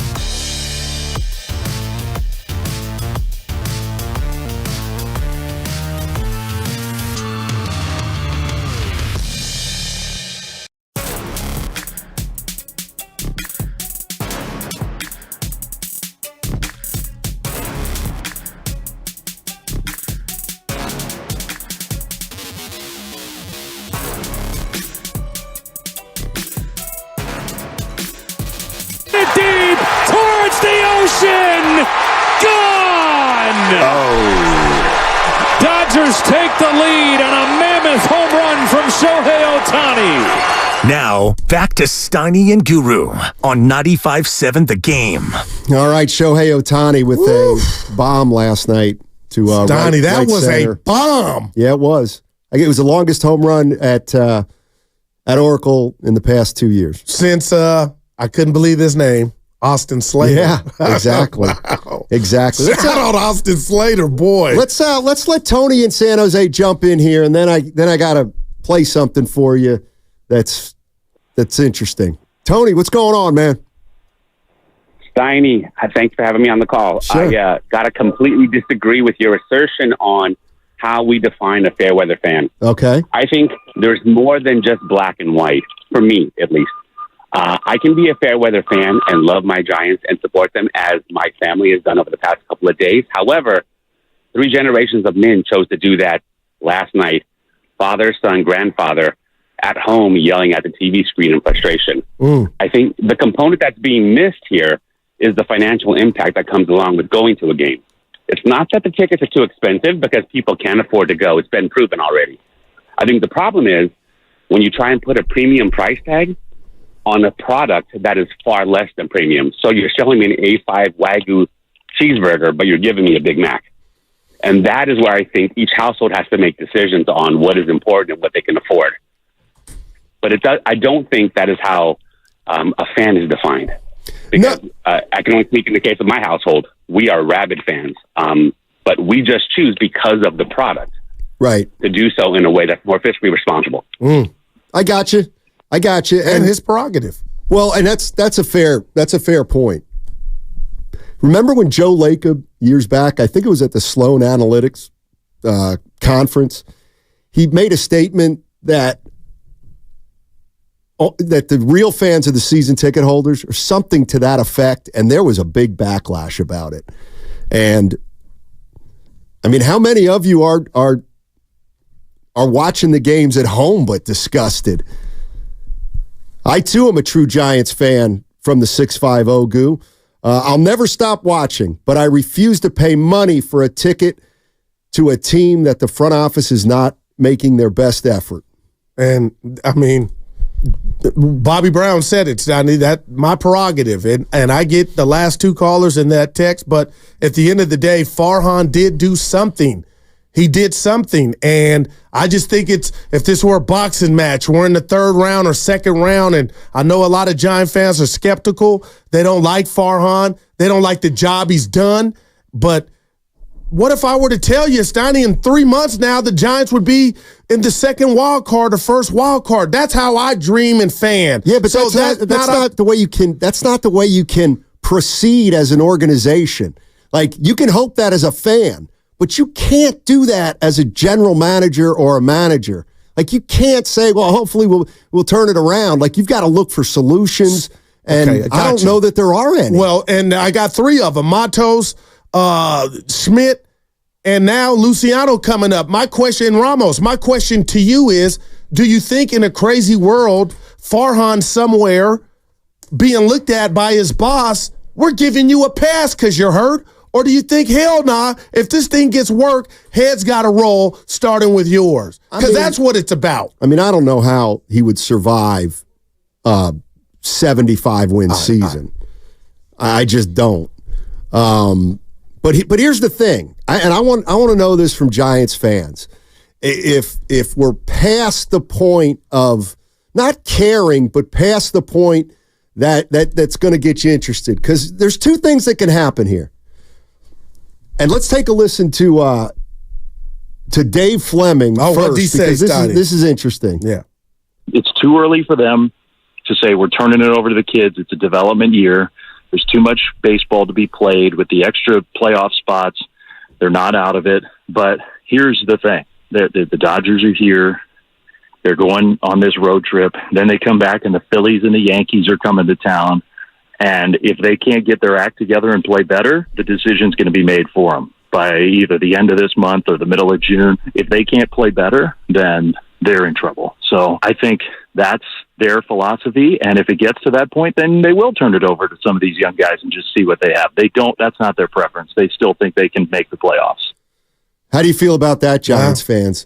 I mean, my question to Giants fans would be, would you rather see, the big boys come back and give them a month? Chapman, Soler, Snell, Conforto, when they get healthy, they're going back into the lineup. Or would you really rather see the young guys? See, I'm worried maybe the young guys aren't what we thought they were, and that's why they wouldn't spend the money. Well, that's why they're not up here yet. All right. Because here's one thing worse than these guys not getting called up. It's them getting called up and they stink, or they're not very good, or there's no room for growth there. That's what we got to find out this year if they're not going to have a good year. But when you hear playoffs, what do you think? That's still on the table, but I'm with Dave. Like, these guys are going to get the, I'll call it a scholarship. You're going to get, but if this thing doesn't improve, and I'm looking at Matt Chapman, Steiny, if you're not lighting the world on fire, maybe they change course of direction and we see Casey Smith the rest of the year. I don't know, but Schmidt's got to continue to get, to stay hot at the plate. He got 2 hits last night, but let me read this to you because it hit me in the cardiac muscle.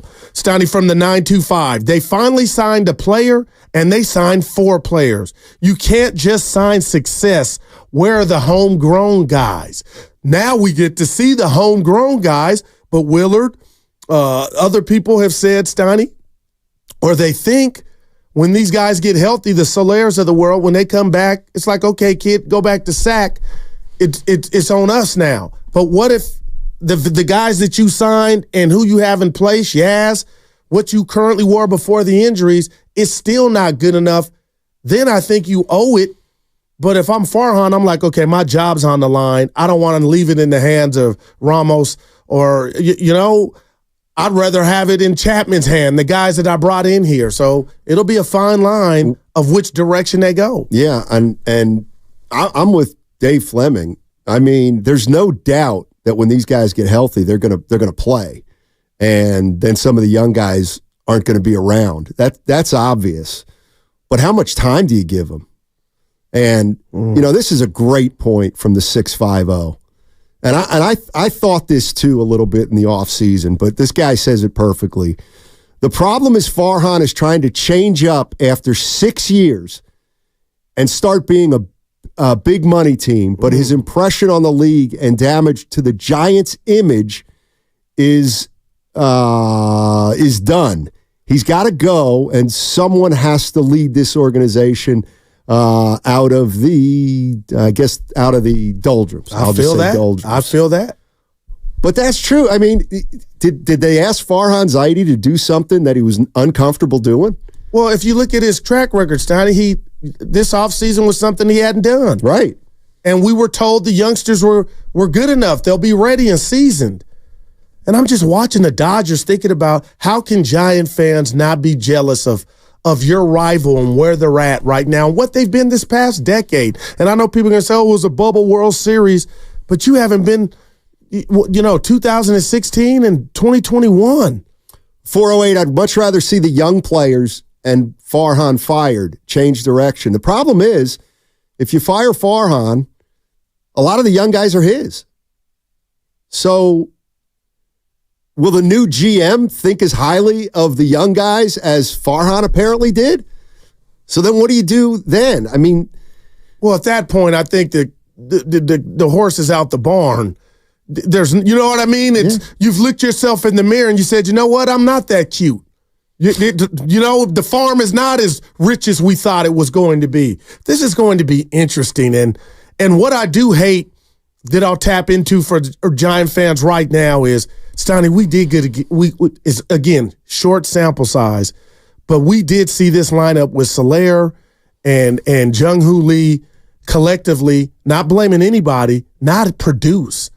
Now, it was short. It was a little sample size, Steiny, but let's not act like we've never, not seen the lineup healthy. Well, we haven't seen it enough. And I think that's the obvious statement. I mean, my thing is, I don't think you really want to see the kids. I don't think Giants fans really want to see the kids. Giants fans want this team to get healthy and be more competitive. And is that within the realm of possibility? And I keep going to Shasky. I'm going to keep bringing him up. Yeah. He's our guy. He said he doesn't want that. He said, look yourself in the What does that mean? Like, no, you're not good enough with what you did with the off-season moves. Like, don't trick yourself. Well, I don't buy into that. If you could get a wild card, roll the dice, anything can happen. Well, the only way they're getting a wild card is if the young guys don't play. Oh. And the big boys. Well, I'm not ready to say you're wrong there, because that was obvious. They left spring training. Farhan and Melvin, he took this job thinking, I got veterans and we're going to go make it happen. We're not, Matos, Ramos, we love you, but we're not going to be led by an infusion of youth. And because of the injuries right now is there. But Stoney, we're not at the 50-game mark, but can it get any lower than last night or the night before? Yeah, I don't know. Your your cathedral was invaded. 888-957-9570 is the number. If you're a Giants fan, where are you with this team right now, and what do you want to see happen? You want to see them play it out, wait to get healthy? I mean, the bottom line is they are going to get healthy relatively soon, you would hope. I mean, Snell's going to pitch next week if everything goes right. Soler is going to play this weekend. We'll see about Soler's supposed to play this weekend. He's going down to Sacramento. Hasn't resumed any baseball activity. Conforto's a little bit of a different story, and but Matt Chapman just has to be better at the plate. But now that's scary. Yeah, but I don't. The thing that I don't see is you can't quote unquote go young. Not for a little while, I don't think. Let's go to Nick. Nick in Crockett. What's up? How you guys doing today? Hey. Doing well. All right. So I was at the game last night. I had some pretty good seats. I was sitting row 1, seat 1, that was looking directly into the Giants dugout. Damn. And company tickets, So yeah. There was a pretty funny thing that I saw on the third baseline when Ohtani was on third base. There was a heckler shouting out at him. He's like, Ohtani, if you're a degenerate gambler, tap your helmet. And without a beat, he tapped his helmet, and the whole third baseline, everyone started laughing and cheering. So I thought that was pretty funny. That was probably one of the best parts of the whole game, in my opinion. Did he really tap his helmet? You can if you can watch the recording. No lie, that was probably the funniest thing I've seen in a long time. I will say, watching the ninth inning was. Yeah. It was very hard to watch. Man. Double after triple.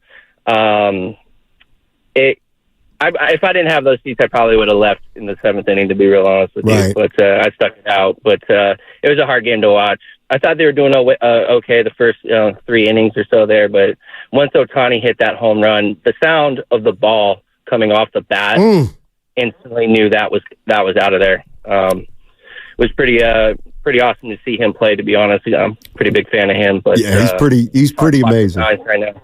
Thanks, Nick. Appreciate the call. Yeah. And if you want to, Ohtani, he got all started. I'll say this. And you know what? Yes. That homer was, that was almost like a Curry 3 dagger that energizes the Warriors, because Wynn had nothing after that. Yeah. Wynn just got, he hit it in the wind. He seemed to lose his confidence after the Ohtani home run. Yeah. You look at Wynn's ERA, Stoney, in the 5s. So I'm just saying this. You got one more game with the Dodgers. Obviously, you want to try and win and not get swept. But the dark cloud that I feel like is over the team right now, the Rockies are playing ball. Mm-hmm. They've won 6 in a row. That's your next opponent. But 2 days ago, you were like, we're good. We got the Rockies. Now, all of a sudden, they're feeling good about themselves. So, like you said, it can get worse if they don't get up off you just can't get embarrassed, man. And last night was embarrassing. Yeah, it wasn't good. It wasn't good last night. And here's a question for Giants fans. If you've been around for a while, before Curry got here, the Warriors stunk. And they had an ad campaign. Oh, boy. It's a great timeout. And they were so bad, the Warriors back then, that the way they marketed the team was the other team's stars. Come see Shaquille O'Neal, on the Lakers. Come see, you get to see Kevin Garnett when he comes in here. I mean, is that where we're at with the Giants? Are we at the point with the Giants like we were with the Warriors when they missed the playoffs 12 straight years? Well, if you're going to compare them to the Dodgers. I get it. They won 107 games 2 years ago, but that doesn't mean anything now. And that was a platoon type of thing. Like, how far are they from the playoffs right now? I mean, we may be looking. Are we looking at a Warrior run here? And not the dynasty run, the one before it. I don't know. Well, I'll say this. You asked me. It's got the ingredients of, if you do move on for Farhan, what's that next guy going to do? And how long is it going to take? Because we're in year 6 now. But again, I just keep going to the conversation I heard this morning on the roast. Steiny, currently looking at the Giants, you are not the Dodgers, and you're not going to be them anytime soon. But that doesn't mean you can't qualify for the tournament. So to me, on this day, on this hump day Wednesday, that's the goal, is to get to the playoffs. So I can look you in the face right now, and Steiny, and say, I still think they can make the playoffs. And you know what? I really mean that. That's great. And that's great that you feel that way. And you thought the Warriors were going to make a run too. And they didn't even make the playoffs. Now, why'd you have to bring that up? Well, because it doesn't, is how I feel. You're right. But I feel like they won't. But it doesn't matter. If I feel like they won't and you feel like they will, like, it's going to happen the way it's going to happen. But I mean, playoffs. Well, I mean, you got to start playing better. I'll give you a 3. I mean, you got to start playing better. But you got to get healthy to do that. Well, healthier. If you do need to get healthy, then your young guys aren't good enough to keep you in it. And what are they going to do with the break? I know it's about last night. Shout out Rob Lowe, Steiny, but I'm curious to see Farhan. You got to be in desperation mode. You made all those moves. Let's just say Lee's done for the year. Hopefully he's not. But if he is, what's he going to do to attack him? Looking at it like, if we can get to the wild card, that can save my job. We can see the Giants being active. But listening to Flim, he's like, man, if this thing keeps up, OG's got to sit their ass down. I'm paraphrasing. I mean, then you're just having spring training. There's no stakes. Guys are playing for their careers, their next contract with other teams. But the fact that Matt Chapman can't even bat .220 and he's got a player option, man, I don't want to say he pimped you, but he's got all the leverage. And in a situation to where you might want to say bye-bye, but you can't. I gotta come with this from the 925. What have the Giants done so far that makes you believe they can even play better than this right now? Like, what do you hang your hat on if you're the Giants? The only thing you can hang your hat on is getting healthy. Well, damn. I mean, 415, what do you think it's going to be like when the Cubs come to town? I assume you mean the Cubs fans who come out. And they're playing better baseball. 888-957-9570 is the number. And where are you at, Giants fans, with this team right now? What do you want them to do? I mean, my feeling is you just got to let them play and get healthy and hope some guys start to do what they've done. Soler starts hitting home runs. Chapman gets back to who he was at the beginning of last year. Can Blake Snell catch a little lightning in a bottle? I mean that looks bad early. You still have Logan Webb. You still have Blake Snell. You got Harrison. I mean, you got a good staff. Hicks. And I forgot Hicks. But you need a star, an everyday star. And that's why when you brought up the 107. It's Chapman right now. It's Chapman. Then that's not good enough. He's just off to a bad start. What if he were, He's just off to. He is. He's off. What to if a I bad told start. you the Matt Chapman in the Oakland A uniform? That guy's done. Well, Farhan doesn't think so. But the numbers are saying so early. Yeah, he looks like Scotty. You can just throw it past him. But here's the thing: when the Giants signed Snell and Chapman, it was late in the free agency period. Oh my gosh! And what did we say? Evan even said it. These guys are going to get off. These two guys are probably going to get off to slow starts. Snell because he always does, and he's been hurt, and Chapman, who didn't do much in the offseason because he was coming off injury. Yeah. So everybody said. Not everybody, but there was a perception out there that those guys weren't going to start fast. And they haven't. So why is everybody surprised? You know what I mean? Yeah. I'm just looking at Matt Chapman, 210, 5 homers, 19 RBIs. And maybe you're right, Stoney. Hopefully, if you want to be positive, maybe he'll get back on the horse and get hot. But, I mean, he had, 15, 17 home runs last year in Toronto, at a corner position in the infield. That to me, that's not good enough. But listen, bigger than last night. They need a star, Matt. And well, they're not going to get one tonight. Chapman's their star. No, I get you on that. 31 years old, and I feel like he's played his best baseball, and he can prove me wrong. But you know what I mean. But when you won 107, real quick here, you still had Buster Posey and where he was at in his career, so it was still being led by Steph. But now you don't have anything. Who you going to see, everyday player? First off, if you got a star, does it really change things? That's the first thing. I don't think people would say they're boring. Well, because all it takes is one at bat for me in a lineup to where I'm like, okay, that's appointment TV. Right. But I'm saying, I disagree with you that the Giants had stars. I mean, they had stars, but let's say superstars. They didn't have superstars when they won 3 World Series. They didn't. Well, you got 2 no. Posey's not a surefire Hall of Famer. That team did not have anybody like Ohtani or Judge. They didn't. Yeah, I was thinking of Posey's MVP year, but I think he should be in the Hall of Fame, and he's going. But so you think Crawford's can't even sniff the Hall of Fame? No, please. But also, they're local heroes, but they're not stars. They weren't stars around the league. But it worked. That's right. And the fans came out. So I still believe if you win, it doesn't matter who's on the team. They'll come out and see you if you're winning baseball games.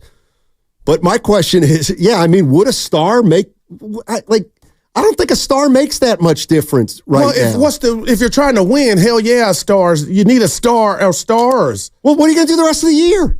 Yeah. Giants fans, what are we going to do here? 888-957-9570. The lineup is like a bagel. You got nothing in the middle. I like that. Yeah. That's not bad. And you got and you got a game tonight. You got to take one, right? And that's the thing. They win tonight, and then we forget about this game. Or do we? Because the one thing about this series, and I thought it was already there before, Stoney, you're not the Dodgers. And you'd be fools trying to be. But this is just an indictment of maybe how far away from them you are. All right, 888-957-9570 is the number. Giants get absolutely walloped last night. Was that the low point of the Farhan Zaidi era? And do you think it's going to get lower? Or do you think this team's got some juice left when they get healthy and they can make some noise? 888-957-9570. That segment was brought to you by Pacific Coast Termite. Americans pay about $5 billion.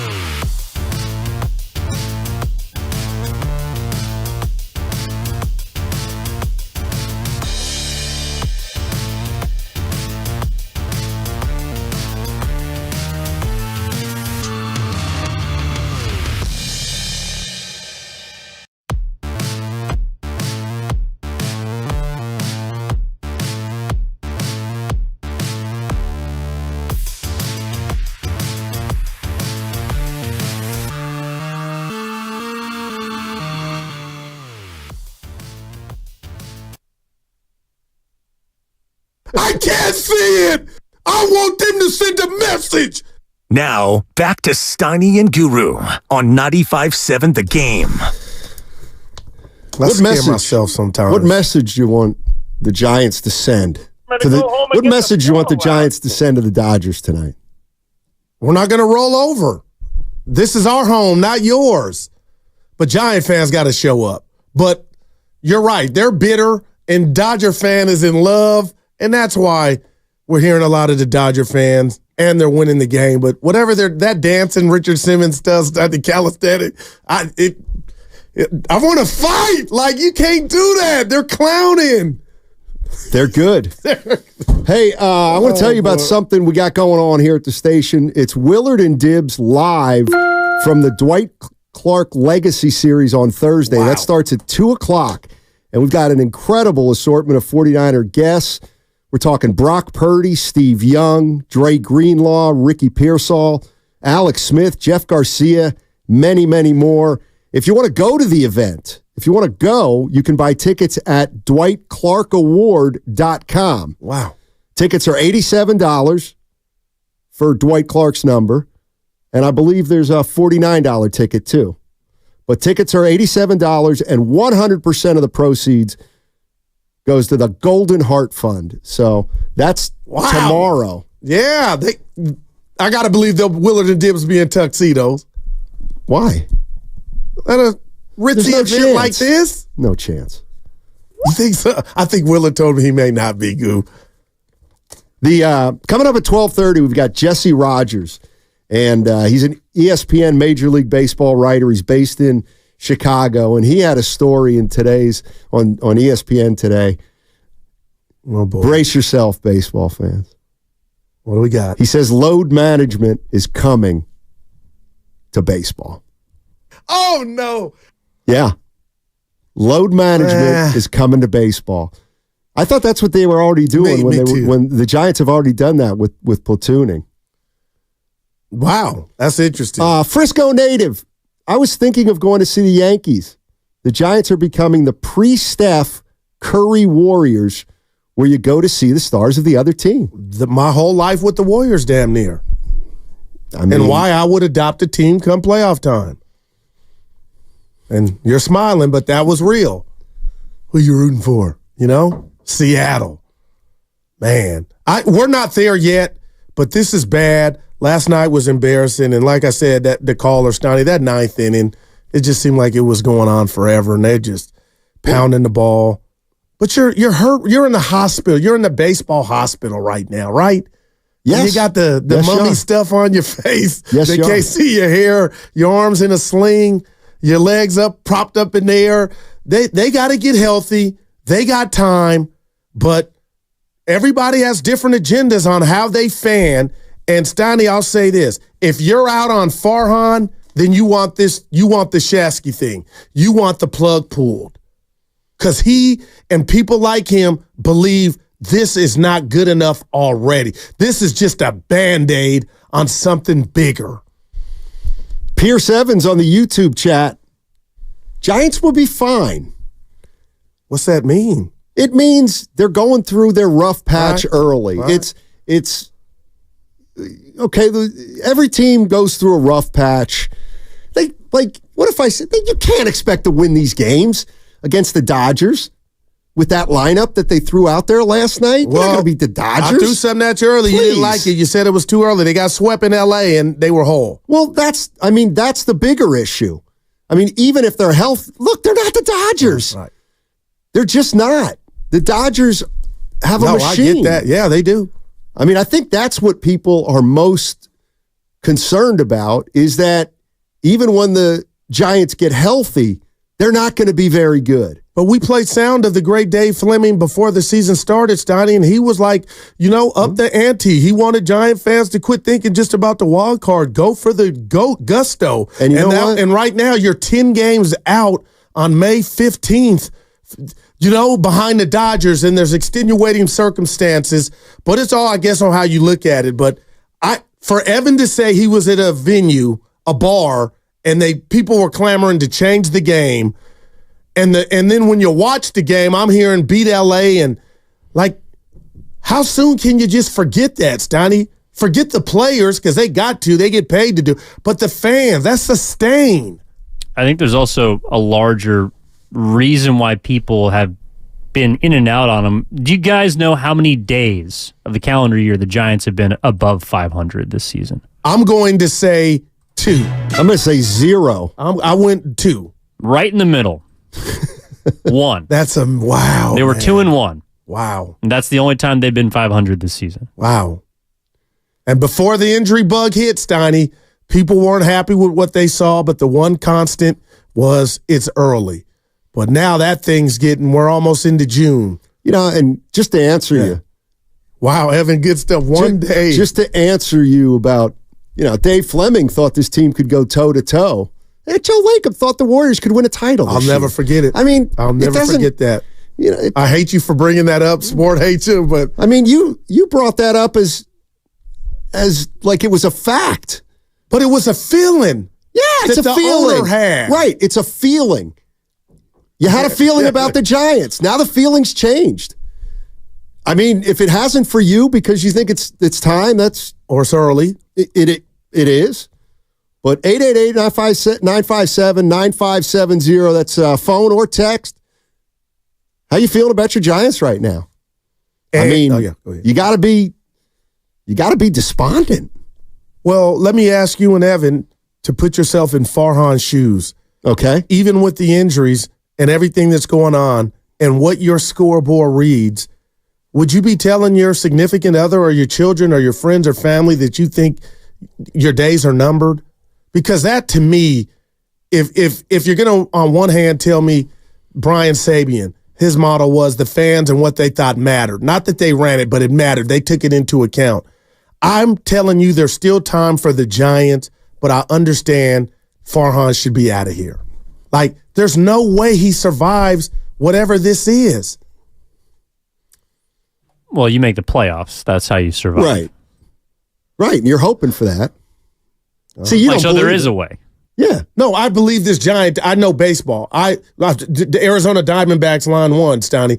They get healthy. I feel like Hicks, Snell, Webb. You got Ray coming back. You can make the playoffs. Hey, Giants fans. I'm wondering if that would be good enough. Guru, I don't even think it doesn't sound like you're even convincing yourself. Like I'm not sure you believe. No, that carrot is there of making the playoffs. Now, whether they do it or not, like they're not a sorry ass team. On paper, it looks like you got something. But who are you better than? Well, right now you're better than the Rockies in your division. Now, are you playing better than them? No, we'll find out. But man, yeah, the idea of even talking about the wild card this early is ludicrous. Even if they were 25-19. It would be ludicrous because it's so early in the season. Maybe that's the way we have to look at it. If the Giants were 25-19 right now, obviously you'd feel better about the Giants, but I don't think anybody would be saying, "Well, this is a championship team." You'd still be going for the wild card in the division with the Dodgers. Yeah, and again, I keep going back to this injury on Sunday that happened to Jung-Hoo Lee, Steiny. You're going to need a center fielder. Yeah. And if you're telling me you don't want to move Yaz, I'm going Melvin here, at a right field, then it's already apparent to everybody that's watching that young Matos is having a problem in center. Are you going to change or address that? And if you're not, then we're going to see Austin Slater keep his job and probably be your everyday center fielder, Steiny, because defense does matter. And that's why it was perplexing to hear Melvin talk about he kind of didn't address the rat on the table. Nobody asked you how good Yaz is in right, but if Yaz is Roberto Clemente in right field, but your center fielder can't judge the plight of the ball, then that's going to cost you. Yeah, I think like that's got to be addressed, and maybe Austin Slater's going to be he's somewhere smiling like, "Goo, I could play center." You know, I'm struggling to play. I'm the defense. I mean, he said he didn't want to put Matos in right field because it's the most difficult of the outfield positions in that ballpark. And if he's not a great fielder, Melvin's afraid to put him in right field, I guess, because he's not good enough. I mean, that's what I'm seeing, even from a guy like who hasn't played much in Luciano. He must not be good enough. He's not good enough to beat out Nick Ahmed. But he was a guy I remember hearing about 5 years ago. Oh, no doubt. As he was gonna come up in this organization and make some hay. And I'm still on that, stuck on stupid, Stoney. I was telling you Willard and Dibbs during the crossover before the season started, was Luciano going to be the everyday shortstop? No. And like, get out of the past. But obviously they know something. Farhan, Melvin, the scouts, you would think to where they felt like they had to go get Ahmed rather than let the youngster take over after Crawford. So Bobby Evans was on K&B 95.7, Willard and Dibbs, 95.7 the game, Bobby Evans. And he was asked how much he and Brian Sabian worried about the fans and the entertainment factor. We worked very closely with the business side of the organization, led by Larry himself. Larry was always attuned to what he felt the fans needed. Peter was very attuned to that. Even Bill Newcomb, very attuned to what was needed, and they collaborated with us. They knew what our options were, what our thresholds were, what our concerns were from an offensive standpoint or a pitching standpoint. But also, they wanted to make sure that there was a team that would put guys in the seats or put people in the seats, and so that collaboration, I think, is what made us great. It's not that Brian and I knew what was going to entertain fans, but I think that we trusted the business side to know what that looked like, and I think that's a real important part of this. And you got to work together.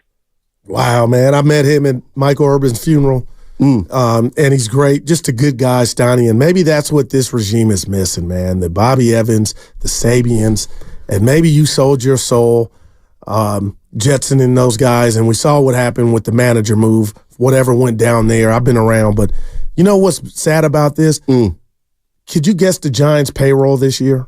Oh, it's 221 M's. Yeah. What is the what ranking is that?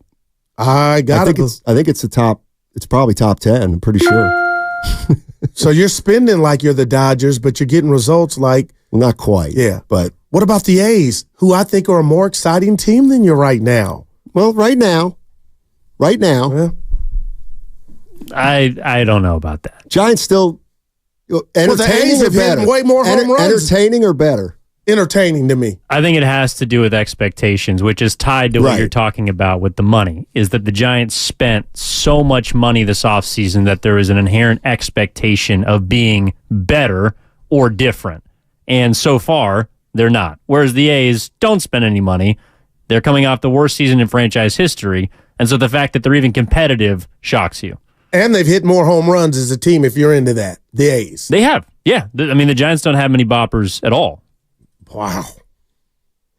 888-957-9570 is the number. Boppers. Giants get drilled last night. They got embarrassed. 10-2. That was embarrassing. I mean, the ninth inning was... Like, you know what? Let's just get 3 outs and get out of here. No doubt. I mean, that's just... It's 6 extra base hits, it felt like. You're just... Only 4. Yeah. Only 4. 925.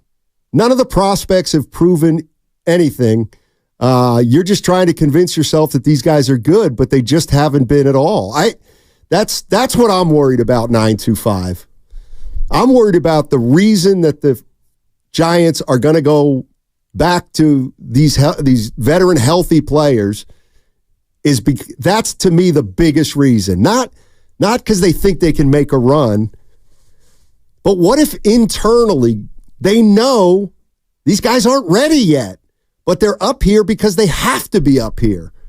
Well, then you're in trouble. No doubt, which we're watching.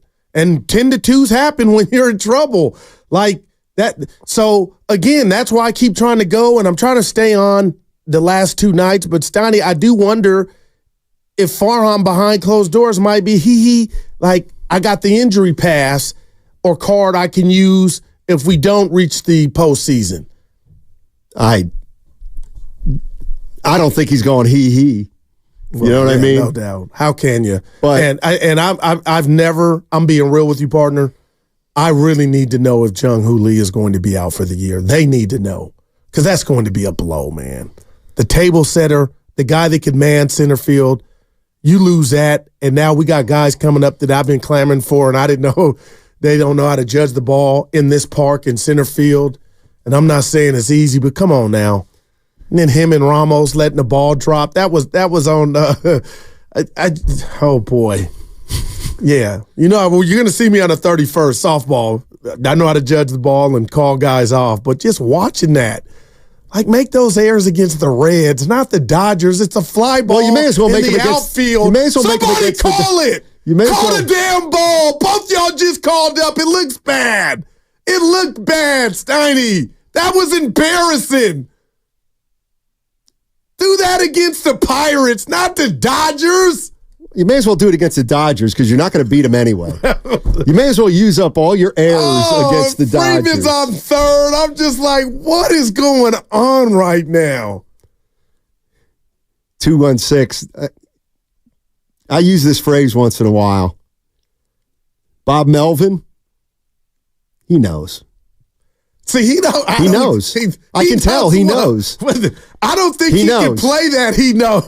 This is your first year on the job, bud. We're a month and a half in, and it ain't going well.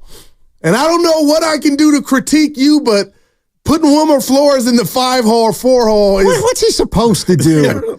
I mean, that's the part that I think's funny. Well, what was "it is what it is" mean? You said something off air, or did you say it on air? What? When you use that phrase, Goo, it's all bad. Well, it is what it is. They're going to stay with Matos in center field. They just have to. He knows. I see. I ain't finishing that. He knows what. I think Bob Melvin knows this might not be a good team. Oh, and the question is, does it? I don't believe he knows, Donnie. I believe he's been in it too long. We get healthy. Well, that's right. He's been in it too long. So if he knows, he knows. Speaking of knowing, he was asked, I thought, a pretty interesting question last night after the game, which was if he felt like it was a fair fight. Fair fight right now.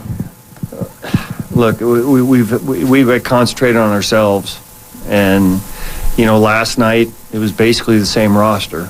So we were ahead a couple times in that game and couldn't finish it out. So I don't think we look at it that way. Obviously there's a lot of turnover at this point in time, and we don't have our main guys out there. But we just got to keep fighting and not let it crater a little bit. We got to hang in there and win some games and start getting some guys back. There you go. Yeah, that's all you can do, right? And that's what I was going to use on you. And every day you're not going to play. Your home games aren't going to be against the Dodgers, right? So it won't be an embarrassment or debacle, as their fans just get loosey-goosey like we've seen the last two nights. Here's what I always want to gauge, and I want you to think about it first. Yeah, is it Farhan Zaidi's fault that Soler, Jung-Hoo Lee, and Snell have gotten hurt? No. I mean, is it his fault? I mean, he went out and signed a guy who had 36 homers last year. He got hurt. He got off to a slow start. Now he's hurt. I thought about it. So Blake Snell. No. I mean, I could say, Farhan, no, it doesn't look good right now, but he had the best offseason he's ever had. But what about the last 5, if you allowed me to bring that or present that to the jury? Well, then I would say talking about the whole thing, Stoney. Well, that's when I would cite the 107 win year. Okay, well, what about this to that then? What about him basically doing a 180? It's about the farm. I'm the smartest guy in the room. We're going to replenish the farm, and then that doesn't work. The fans don't really know if it's working or not, and then you go to Nordstrom shopping when we thought that was not the way you were going. And that's why, and it's okay. Desperate people do desperate things, but that's the biggest turnoff for me is he's almost failed at what he was told that he told us he was going to do. And now you're just trying to be the Dodgers, which, again, I commended you for going to get Snell, Soler, Jung-Hoo Lee, and Chapman. And you're right. It's not his fault, but isn't that an indictment, Steiny, that maybe this car's headed down the wrong road? Well, if you believe in signs or not. I mean, I kind of do, but I don't really altogether believe in them until the Giants have a bad year. You know what I mean? Like, I can say right now, boy, the signs are pointing downward. But like I just said to you, that doesn't mean anything. Yeah. They can turn this around. But what I am saying is, if we get to August, then we'll all say, boy, man, you could see this coming. Yeah. I mean, you could see this coming. And you played the sound of the great Bobby Evans. I think this organization misses Evans, Larry Bear, Steiny. We know he's still kind of in the background, but you know what I mean. I do wonder if Farhan surviving basically told Giant fans that they got an owner that don't care. You mean that he hasn't been fired already? The fact that he survived the Kapler fiasco. Got an extension. You know what I'm saying? You parlayed. So there is no Joe Lacob or Darth Vader to pay. You're not paying the price. You got rewarded. And I do wonder if we're up here clamoring for, is it going to be the old Jerry Jones thing where he'll never fire a coach because he didn't want to admit that he messed up? Like, we don't even know the Giants owner. And we're up here saying he's on the hot seat. Is he? I don't know. That's a fair question. That's a fair question because we don't know about that relationship at all.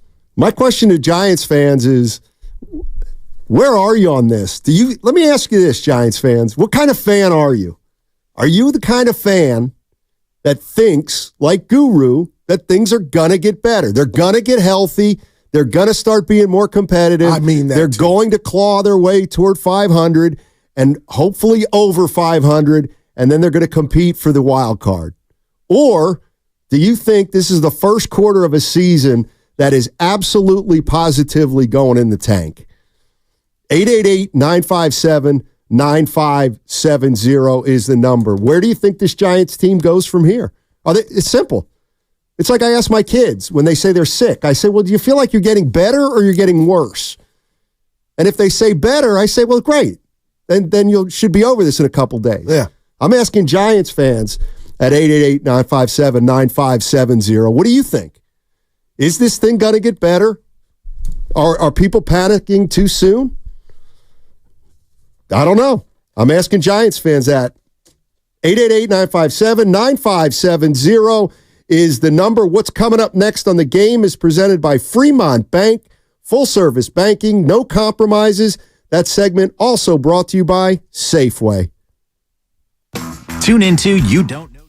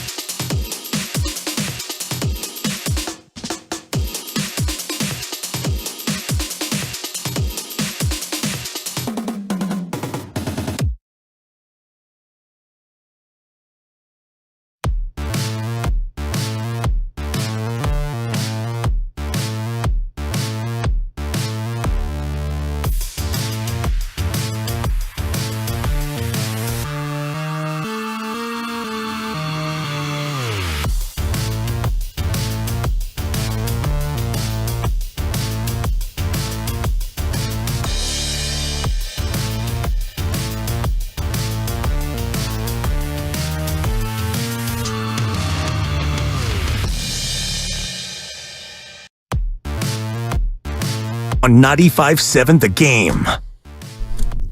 Evan with a one-liner. He's got a few. We're talking about Bobby Evans. And he goes, how about Bobby Myers? And I said, what do you mean? He goes, he got out just in time. Well, we don't know that yet. Well, he was fired. Yeah. What? Who? Bobby Evans. Oh, yeah. Oh, not our guy. He was fired a couple months before they hired Farhan. Yeah. So we're talking about the Giants and that calamity last night at Oracle Park. I'm going to go embarrassment. Same thing. Yeah. We can use a lot of adjectives. Webb going tonight. There you go. And the Dodgers are probably going with an opener. Boy, there you go. Here we go. This is start of something. Big summer coming for the Giants. Look at you. Cheer him up, Steiny. You're the man for the job. 888-957-9570 is the number. Seriously, Giants fans, you think this thing's going to get better this year? Or you think it's going to be worse? Where's the positivity? We haven't heard it, fan. I listened all morning. I'm asking, where is the positive? And our guy Willard, even he's a little down, Steiny. I know. I go, Willard, it ain't 50 games, but it's bigger than the 50. Something's up, man. What do you mean? They're hurt. No, they want change. I think fans want change. Not 4 quarters. They want change. Fans want winning. Sabian and Evans, they care what the fans thought. Well, I'm sure Farhan does too. He just doesn't articulate it well. Well. But that's one of the things that seems to be plaguing this organization, and that is there's no connection to the fans. And last night, the Dodgers had a lot of fans at that stadium. 2 nights in a row. And we're used to, honest to goodness, we're used to Giants and 49er fans like infiltrating other stadiums. Because the Niner fans, they do it better than anybody right now, I believe. Like the Giants, they do great in San Diego with their fans. And even in Colorado a little bit. So 888-957-9570 is the number. We're talking Giants baseball after, was it the low point?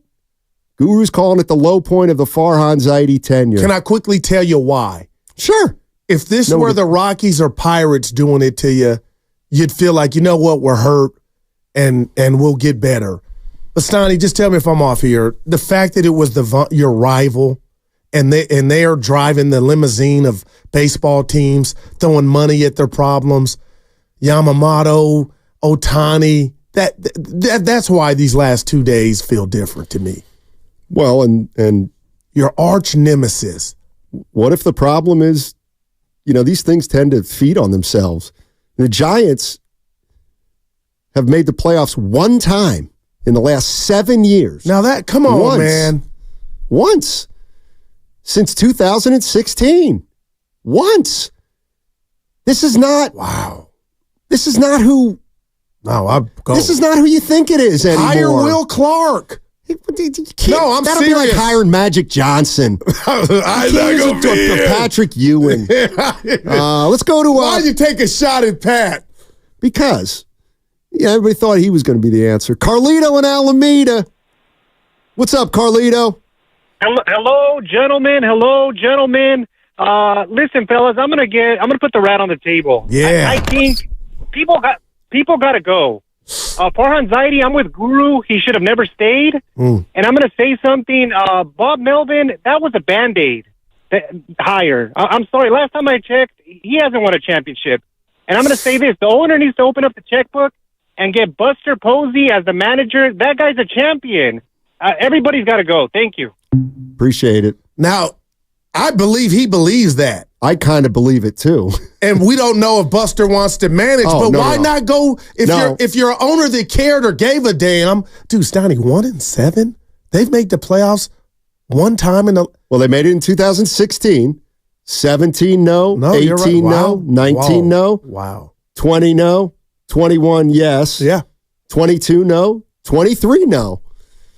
That's heavy. Is it going to be 1-8? But why do you laugh or scoff at Will Clark, who's still a baseball guy? They need some. Because he's been in the organization. He might not want to manage. But you don't think he wants to get in somebody's face? That's another Band-Aid. He didn't like Kapler. Nobody did. None of the older heads liked. Just his style. But what's Kapler saying now? Where's he at in Miami? Eating shakes and lifting weights like y'all thought it was me. Seriously. I don't know. If the real Kapler is Farhan. I don't know. Is this true from the 650? Giants fans just want Farhan to be gone. Why am I laughing? I believe that. Well, you left out the play on words. I know. Okay. The Giants fans just want Farhan to be far gone. Sorry, 650. I butchered it the first time. That's a 4. I don't think that's true. I mean, then talk to me. Or you're ignoring the text and the YouTube chat and the calls. I think that's it. You can't fire him mid-season, can you? Well, that's a different story. Here's one for our listeners. When's the last general manager who's fired in the middle of a season? I mean, I can't think of anybody in any sport. Coaches usually get the axe. Yeah. So I don't know. This is who's bad. that? Who we got? K came up with somebody. K comes up with the Mets. What year? Well, I can tell you within the last, I want to say 4 years, they've had 5 different GMs. All right. Lee, you're going to laugh, but that's what I like. If it ain't working, you got to go. If it ain't working, you got to go. But to sit here and let a guy survive managing Kapler, that stinks and reeks. Like, I like that. I know it's like, we don't have any stability, but they're trying. Somebody cares. Boy. Yeah, also, a few of those decisions within the Mets organization were made because there was some legalities involved. So off the field or out of the office issues involved. Gotcha. Well, you got any dirt on Farhan? Well, it feels like, no, I don't know. Dirt is a strong word, but it just feels like they want him out. They're not. Never go full Jeff on the YouTube chat. It's like, Guru, tell Snotty we want him out. I believe that's a lot of this. I mean, really? You think Warrior fans wanted Cohan out? Even though he had a different role, obviously. Right. But you know when it's there. Hold on. When that relationship is toxic. That was 14 years. And I know he was the owner. This is 6, boy, Dr. J. The Giants fans really just want Farhan fired, and you want to start this thing all over right now. I believe that is right my answer from what I'm hearing. You'd fire him right now? Somebody said we got a super chat. Buy Victor $1.99. Do a poll if Giant fans want Farhan gone. I can do a poll right here on the air. Well, you can, but we won't keep the results. But I have a feeling.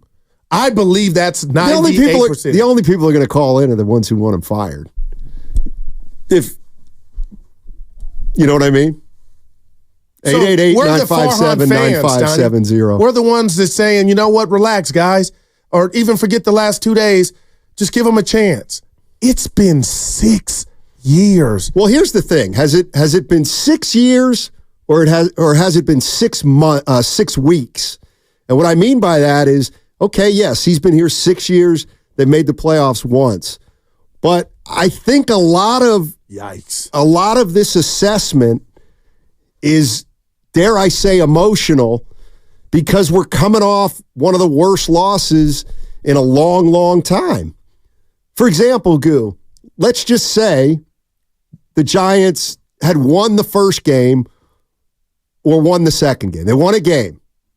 You think we'd be talking about them today like we're talking about them? I'm being so real with you, and I am every day. Yeah. I do believe so. This is bigger. This is not new.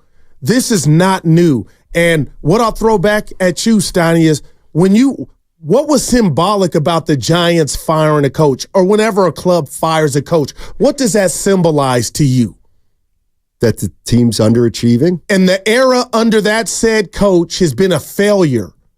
That I don't know how that does not apply to Farhan, especially now when we were told these young hotshots in SAC were going to be ready.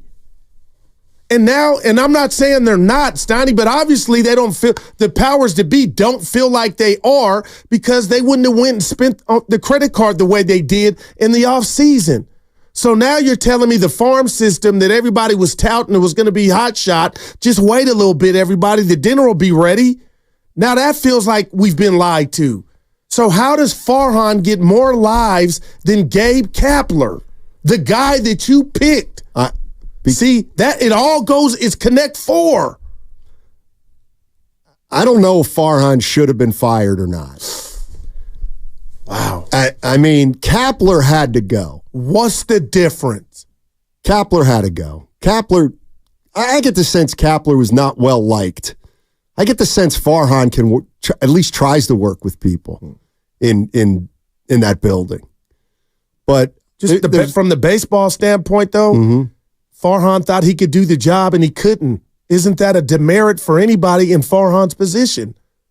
Hey, Steiny, you control who your next host is, and you pick a host, and your show's terrible. That does fall. You have some responsibility. I mean, you're not telling any lies. I mean, I hear you. I just think people. Come on, Evan. We got it from the Xfinity Mobile text line. The Chargers. Oh, but that's football, though. The Chargers fired their coach and GM in the middle of the season? Mid-season? Yeah, towards the end after they gave up like 70 points to the Raiders. Yeah, I thought we were talking about Major League Baseball, though. Yeah, that's what. Oh, okay. Yeah. Just baseball. Yeah, I mean, I think there's examples of like hockey teams that have fired their GMs mid-season. Yeah. It happens in soccer sometimes, too, but Major League Baseball, I really can't remember the last front office person that was relieved of their duties mid-season. All right, and I'll say this to that. Who's going to make a trade? Managers, yes, but GMs, no. Okay, Evan. Again, I know it's about the now, NOW, last night and the night before. If you're Farhan, and let's just say you're 5 under at the deadline, how do you approach that if you're Farhan? Because only you know how much trouble you're really in, or maybe you're not and you don't do anything. To me right now, I'd be doing everything. What do you mean? Spending, who can we get? Because I know my neck's on the line. But at the trading deadline. I don't know who'd take your prospects for one, but if you want me to be honest, you're not going to like it. If they're about 500 at the deadline, number one, based on how they've started, that's okay because it means you're playing better than you are right now because you're playing 500 baseball. All right. Secondly, I don't think he does anything. Like, I seriously think he just stands pat, maybe adds a reliever or two, tries to kind of trim the hedges, and then see if the team can make a run just like he did last year. Last year, they were in a decent position. Everyone wanted a piece or two, and they kind of just, their biggest acquisition was, oh my gosh, I'm forgetting the outfielder's name for the Mariners. No, yeah, it was... when it didn't work out. Come on, Pollock. Yeah, AJ Pollock. There we go. Lichtenstein. Was off the team after a month. Yeah, that was a good pull by you. Yeah. But I think this year's different, Snidey. He's a Stratomatic. He's under some pressure, man. Well, this is from the 925. We're getting a lot of feedback here. And if you want to jump in, 888-957-9570. We've asked a lot of questions of the Giants. You think they're going to get better? Or do you think they're going to get worse from this point on? I agree with Evan. If they're 500 at the trading deadline, they're going to be knocking on the door probably. And what are the fans going to want? Oh, my, I don't know what they want. They're going to want Farhan to make a move, an acquisition or acquisitions. Of who? Whoever. Like a star or young players? Whatever you need, go get her done. But you're not even in a position to sell right now. Like, if you wanted to go the other way, let's say this thing doesn't turn around, and you're at the deadline. Soler and guys like that. What piece on this team is another postseason contender going to want, number one? Number two, be willing to pay for? Yeah. Yeah. All right, so here, I know this wasn't exercise, and we love the guy. He's one of ours, Steiny. Joe Shasky is one of the biggest Giant fans I know. He wants the machine pulled. What would you say to guys and gals like him? What does it mean? Start over. There's nothing. It's over. So fire Farhan. Yes. Right now. Right now. Don't even try to make the playoffs. Go young. They are going young. They got beat 10-1 yesterday by the Dodgers. You forgot. I mean, that's kind of what it's kind of the way I feel. I feel that way too. If you just think about him, look at the lineup last night. Oh, it was the top 5 guys are the veterans, and the bottom 4 guys were all young guys. And they're getting I'm out. Yeah, you're out. 1, 2, 3. 415, Guru's right. We want Farhan gone. I have no desire to watch the team I love anymore. Send him packing. And then there's everyone slow down. Well, damn. That sounded like you. Go ahead, give it to me. There are 30 teams. 18 don't make the playoffs each year. Not every team fires the GM and staff when times are tough. React at the All-Star break. All right. Well, we do know this. They'll be healthier. We assume. You were wrong about something, by the way. Oh, give it to him. I said, if the Giants had won last night, Don't talk about do you think we'd be talking about the Giants today? And you said, I do, Steiny. No chance. No chance. The reason we're talking about the Giants right now is because of debacle. Is because they just suffered one of their most humiliating losses since their title days. Right. And it was against your arch rival, and it was in your ballpark in front of Dodger fans. And Giants fans got to look at the chasm between the Giants and the Dodgers right now, and it's demoralizing. It's demoralizing. I can see why Giants fans are despondent. Yeah. I mean, goodness gracious. What's going to happen tonight? Logan Webb on the mound. The Dodgers are going to probably start an opener. But the worst part about it is, if they get swept, is it really that much? Is it that much worse? Like it's so bad and toxic right now, Steiny. If they lose tonight, that's just one more to the Dodgers. Yeah, but you got to stop. You got to stop losing. Well, no doubt. I mean, you got to stop. There was another word I wanted to use. 415, to quote Priest, the fish rots from the head up. Ownership has a stench. We don't even know who they are. How can you own a team and nobody know you? This fish is stinking from the head up. Hey, Brock Purdy was there last night. Yeah. And it's so bad, Harrison botched the pitch. It was a pass ball. Pitch. He won. And somebody tweeted, Sam Loveman tweeted the year. And you want to give this guy 50 minutes. Who? Kyle Harrison? No, Purdy, but it's a baseball. It's not a football, Loveman. But it was funny. They showed him warming up. He was warming up in the parking lot before the game. But he throws it. Throw that thing. Arm strength looked improved. Why is it so hard, Evan, to throw a baseball? And normally it's the brothers that can't throw it. I got guns all in my waistband, but I can't throw a baseball 5 feet. Come on! But Brock, Snotty, that was the best thing of the night. And he stayed. Had his whole lineman in the suite. They were up in the suite. I saw that. Yeah. I saw left early. I saw the. No, they I think it was the 7th they went. Well, they were drinking free beer. Let's go tonight. No. Evan, you got a date. You know what? You keep saying that. I gotta stop it. Derek Jeter. We can't get tickets to Giants Dodgers on this day of a game. Come on. That's why we make calls. We're in the business. Well, there were some available seats last night. That's a problem. We should go. I want to see Ohtani. I actually might go tonight. Dude, Ohtani's bomb, I will never forget. I don't remember Slater hitting one there. What day was that? I can't remember. Barry hit one and Sosa went oppo, but so did Slater.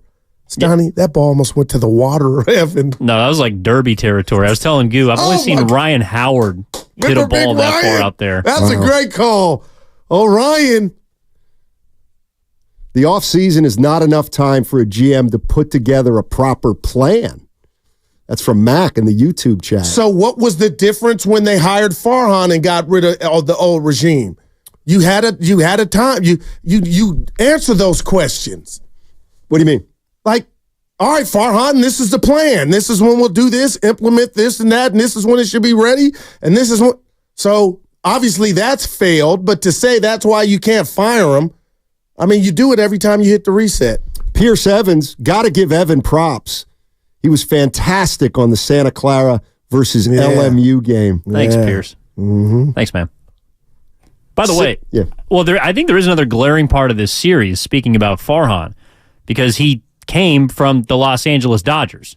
Like, the Giants plucked him particularly to try and implement something along the lines of the Dodgers. Right. Now, he wasn't the president of baseball operations, but he understands the inner workings. The secrets. Yeah. And how far do you think the Giants are from the Dodgers now compared to where he was hired? 2 football fields, when before I thought it was 40 yards. Well, I feel like they're about the same. Like, there's not much ground that's been made up outside of the one season. You don't even have a star player in the farm. Well, who was the star in 17? I thought it was Matos or, the star on the team, you mean? Yeah. I can't remember who their home run leader was in 2017.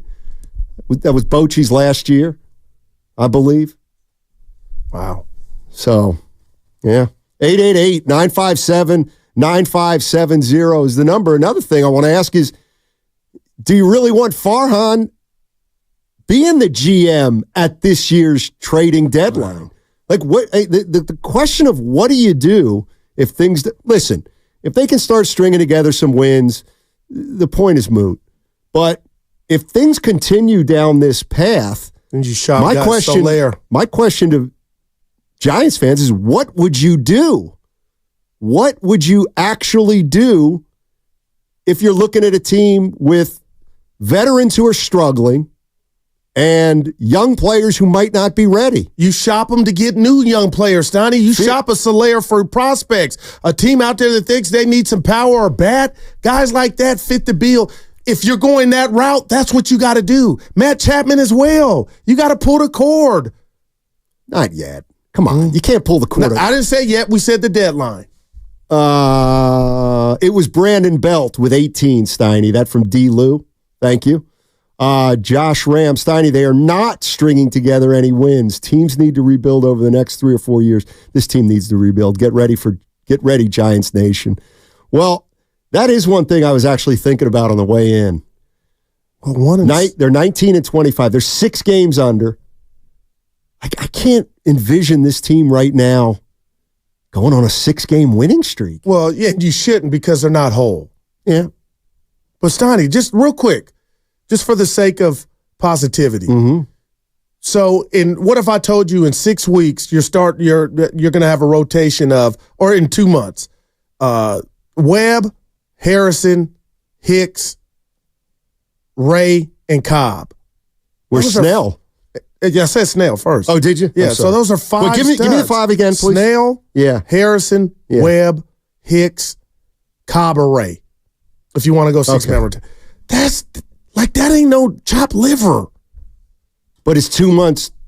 Is 2 months too long to wait? And maybe you're not that in 2 months, but that's why the math is still, if I'm a Giant fan, I would just get up in front of the audience and get the microphone. Everybody calm down. The math is still there. Now, what's going to happen? You want Farhan to come out and say the math is still there? No, we're going to get into that on the other side. Oh, boy. But Giants fans, man, 888-957-9570. Where are you at with this team right now? Is it as dire as it seems? And at 12:30, Jesse Rogers. Yeah. He's an ESPN Major League Baseball writer. He's based in Chicago. And it's funny. He talks about load management coming to Major League Baseball. And what I'm going to ask him is maybe load managing would have prevented the Giants from having this many injuries so early in the season. I'm just going to ask him that. What's coming up next on The Game is presented by Fremont Bank. Full service banking, no compromises.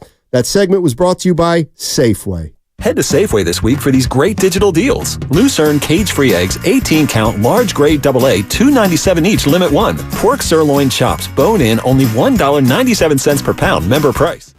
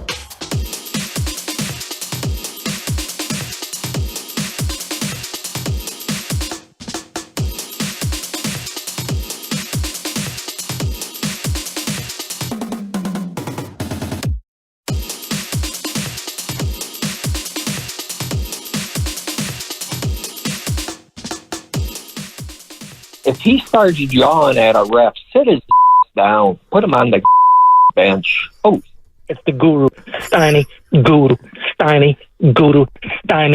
show. Let's go. Skinny Bob. Where's he at? Call us Skinny Bob. Down in El Rio? Monte Rio? Granada, I thought, right? Granada? Give us a call. I bet he's collecting golf balls. You should have checked up on him as you went to the coast. Remember you drove down the coast a couple weeks ago? We drove up the coast. He's down the coast. Gotcha. I think where he lives is south of San Francisco. All right, gotcha. Okay. I was going north. Mm-hmm. Steiny in 2017, Posey was the star, not Belt. Okay. Well, Belt had 18. Yeah, I just asked who had the most homers. I think. Is Ohtani the best player in baseball? Yes. It's not even close. This is crazy, man. Well, who? Another guy on the Dodgers. Yeah. I like tall guys. Mookie. Yeah. Mookie, who just went from right field throwing guys out. I'll go play shortstop. Wherever you need me, coach. God. Pretty incredible. Pretty incredible. Jesse Rogers joining us at 12:30. ESPN baseball writer. Get a national perspective. Well, the Giants are already using their load management, right? Well, it's interesting because he talks about load management and how the NBA is at the forefront. And baseball is slowly but surely moving in that direction in terms of gauging how fresh a player is. In other words, he said teams are now tracking how much a player runs during a game, whether he made a diving stop or not, because that takes more energy.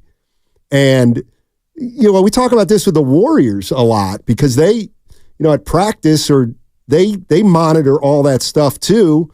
And they kind of know when a guy's going hard and when a guy doesn't have it. And that's when they maybe ease up on a guy and give him a little rest. Yeah. And what Rogers is saying is we may see that in baseball as a way of protecting players from injury. And I thought, well, maybe the Giants, they haven't implemented it yet because they ideally would have been able to avoid some of these injuries. Yeah, right now it's the Red Cross Giants right now. 8 players on the DL, or on the injured list, rather, and in the last 10 days. And let's hope Jung... So what are we doing? Yeah, no. Give Farhan a break right now. Give him a break. If you want to do that, I get it. Give him 2 weeks. Yeah. Give him a month. Give him a month. That's what Dave Fleming said. It's too early for them to say we're turning it over to the kids. It's a development year. There's too much baseball to be played with the extra playoff spots. They're not out of it. But here's the thing. The Dodgers are here. They're going on this road trip. Then they come back and the Phillies and the Yankees are coming to town. And if they can't get their act together and play better, the decision's going to be made for them by either the end of this month or the middle of June. If they can't play better, then they're in trouble. So I think that's their philosophy. And if it gets to that point, then they will turn it over to some of these young guys and just see what they have. They don't, that's not their preference. They still think they can make the playoffs. I love Flem, but tell me if I'm wrong, Stoney. On the Guru computer, I felt like if it doesn't get better and the decision is made and we see the youngsters, this then does become another lost year. Because it'll be mostly by the youngsters, and you're just letting them grow and play. Well, that's not a wasted year, I don't think. That's, I think, what people are clamoring for. I think the sentiment, and Giants fans can tell me if I'm right or not. Giants fans, I think, are thinking, if we're not going anywhere, you got to play the young kids and see what we got. And then maybe by the end of this year, if you go that route, then you'll know who's an everyday player and who's not. Yeah, exactly. So, and what if you got a few who's not answers? Well, see, that to me is the problem. Need to replenish the farm system some, but if not a lot. There's risk involved to the second way to do that too. And the risk is you play the youngsters and you realize and find out they're not good enough. they're not a good enough core to carry this team into the future. Well, real quick, we gotta find that out. Don't we know that if in year 6 of Farhan, none of these guys have been called up to like just be given the job? Don't we kind of already know that? Isn't the joke maybe on the fans? Isn't Farhan telling us, I've been here 6 years, and Stoney, I thought we'd be in year 2 or 3 of Ramos and Matos and the Lucianos of the world. I'm just saying, didn't it feel like they were close? And now you're saying let them play to see if they're good enough, and the guy that controls the lever of them getting a job or even being on the roster, Stoney, I feel like he's telling us they're not good enough. Yeah, and he's also telling us they signed some big-name free agents in the offseason, and he's going to give them every chance to succeed. But if they're not succeeding a month from now, then why wouldn't you play the youngsters? I mean, you have to almost at that point, don't you? And just to see what you got, and so you're saying 50 or 60 games of baseball, and well, what are they now? 19 and 25, knowing that you have no chance to make the wild card at all. That's 44 games. I'm giving them 70, maybe. Well, what if I told you, okay, no firing of Farhan in season? What if I told you he can't afford to do that?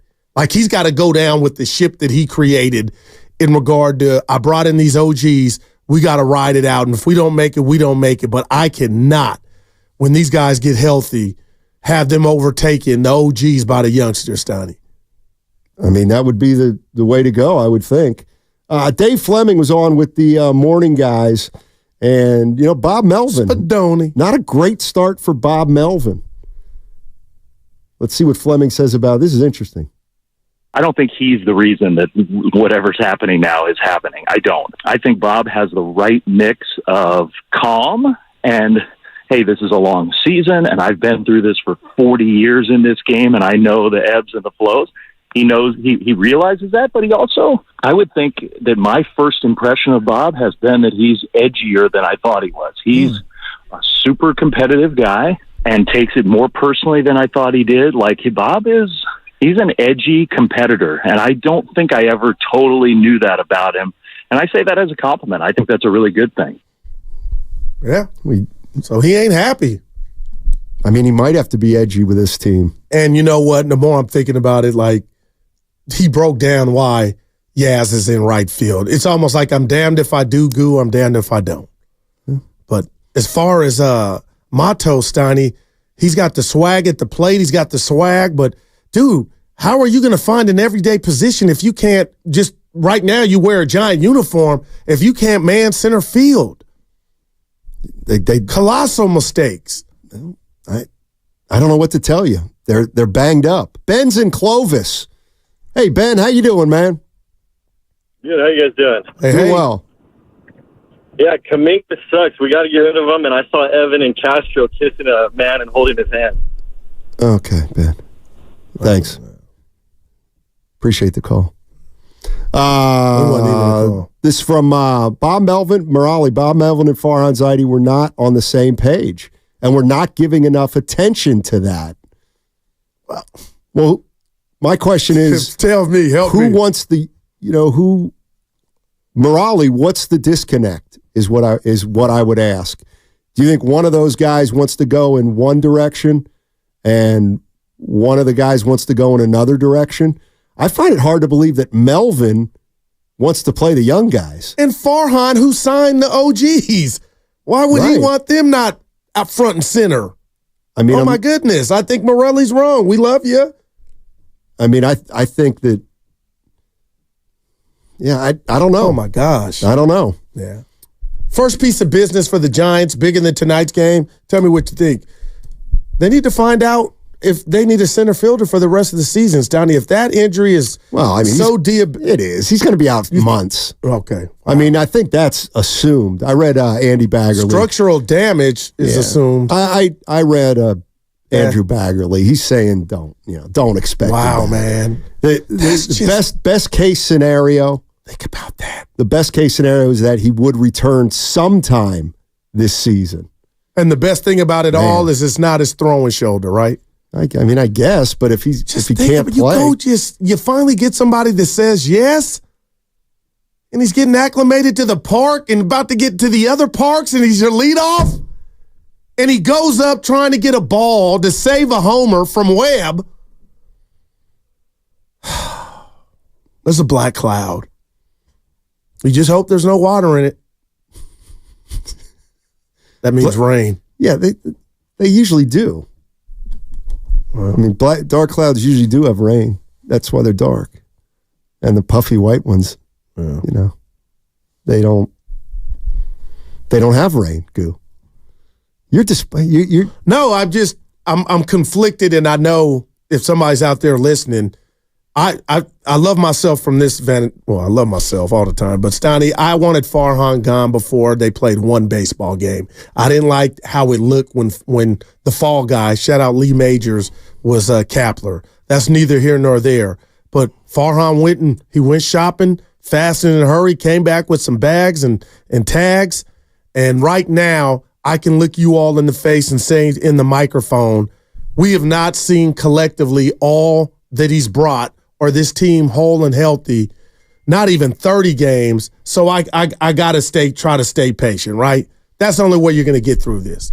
Yeah, it's a long season. It's baseball. Well, the division's going. The division's gone.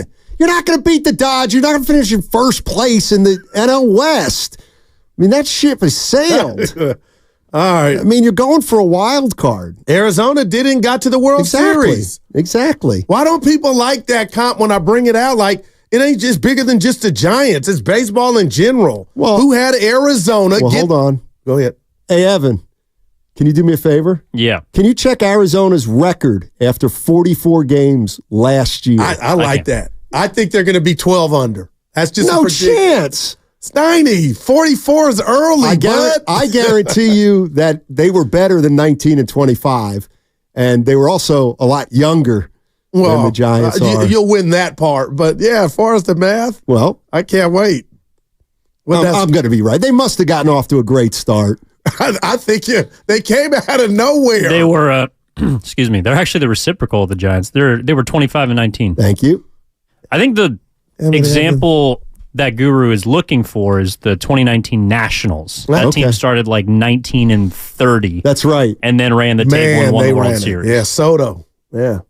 Oh, they had him? Turner. Well, we got guys like that, don't we? Yeah, Strasburg. Yeah. No, I'm just trying to, it ain't over. Of course it's not. I mean, but I do like what Slim said about Melvin, and he played the game. He's a gamer. Like, this ain't fun for him. But the boss did bring up Hal McRae. Flip a spread, throw some folds. Like, maybe that's coming to Stoney does work, and it works with your kids too. No, it doesn't. Sometimes you gotta let them know. I can go by. So when Hal McRae threw the phone, it's the greatest thing I've ever seen. Did the Royals go on a 7-game winning streak? No. Thank you. But you knew where he stood, though. You knew he was. Dude, a reporter was bleeding, Stoney. I mean, he got hit with the man. That's incredible. I want to. Yeah, he was hot. Talk to me about the pitching, Dave Fleming. The Giants' pitching numbers right now overall don't look good. And if I were Farhan or anybody in that organ, I'd be pissed about that right now. They're way better than they're showing on the pitching side. And whether that's sloppiness, lack of concentration, just purely lack of execution, whatever you want to come up with the reason for that, I would be ticked off if I were them about the way the pitching has showed so far this year, because it's better than they've showed. But I think that is a clear strength of this group. And I think it's going to be, we're going to see more of those young guys up in the big leagues, whether Reggie Crawford's going to be here pretty soon, Wizen Hunt is going to be a good big leaguer. Like, those guys have nice futures with this team. That is a strength. So there's Dave Fleming talking about some young pitchers. Yeah, and I'd ask you and Evan.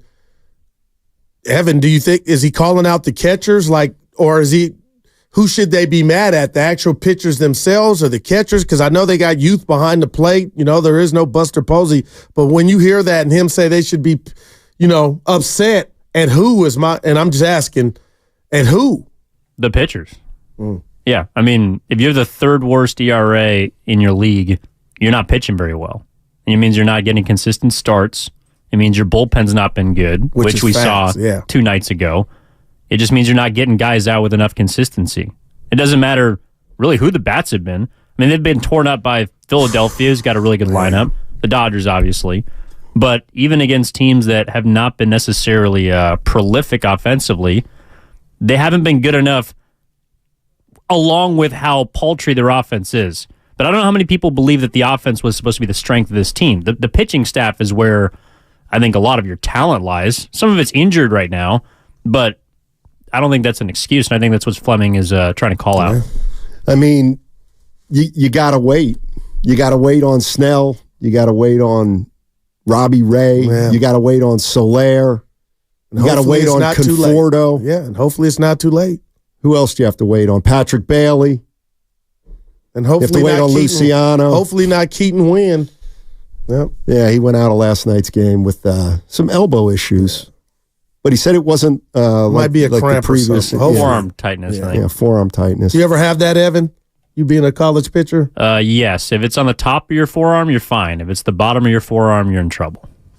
Bottom of your forearm. Wow, man. Like, because that's the tendon that connects to your UCL. But if you're at the top of the forearm, which it sounds like it was an issue he dealt with in spring training too, he feels like it could be something he gets over soon.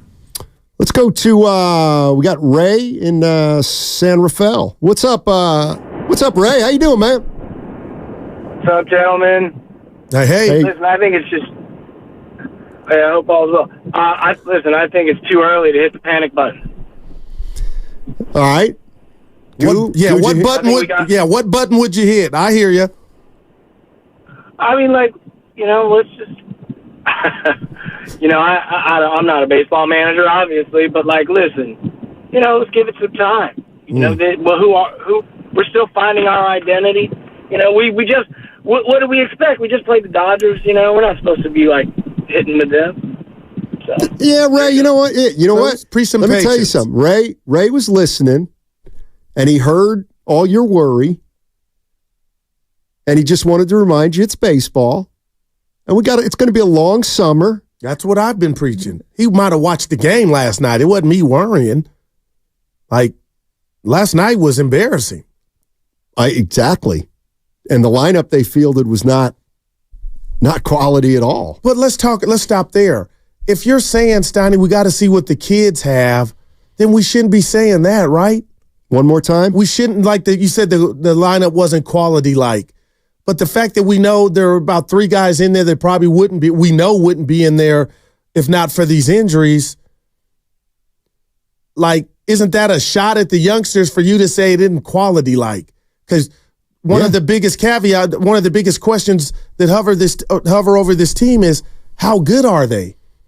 And I don't think Farhan wanted to find out this early, and that's why he chose what he did in the offseason, the way he went.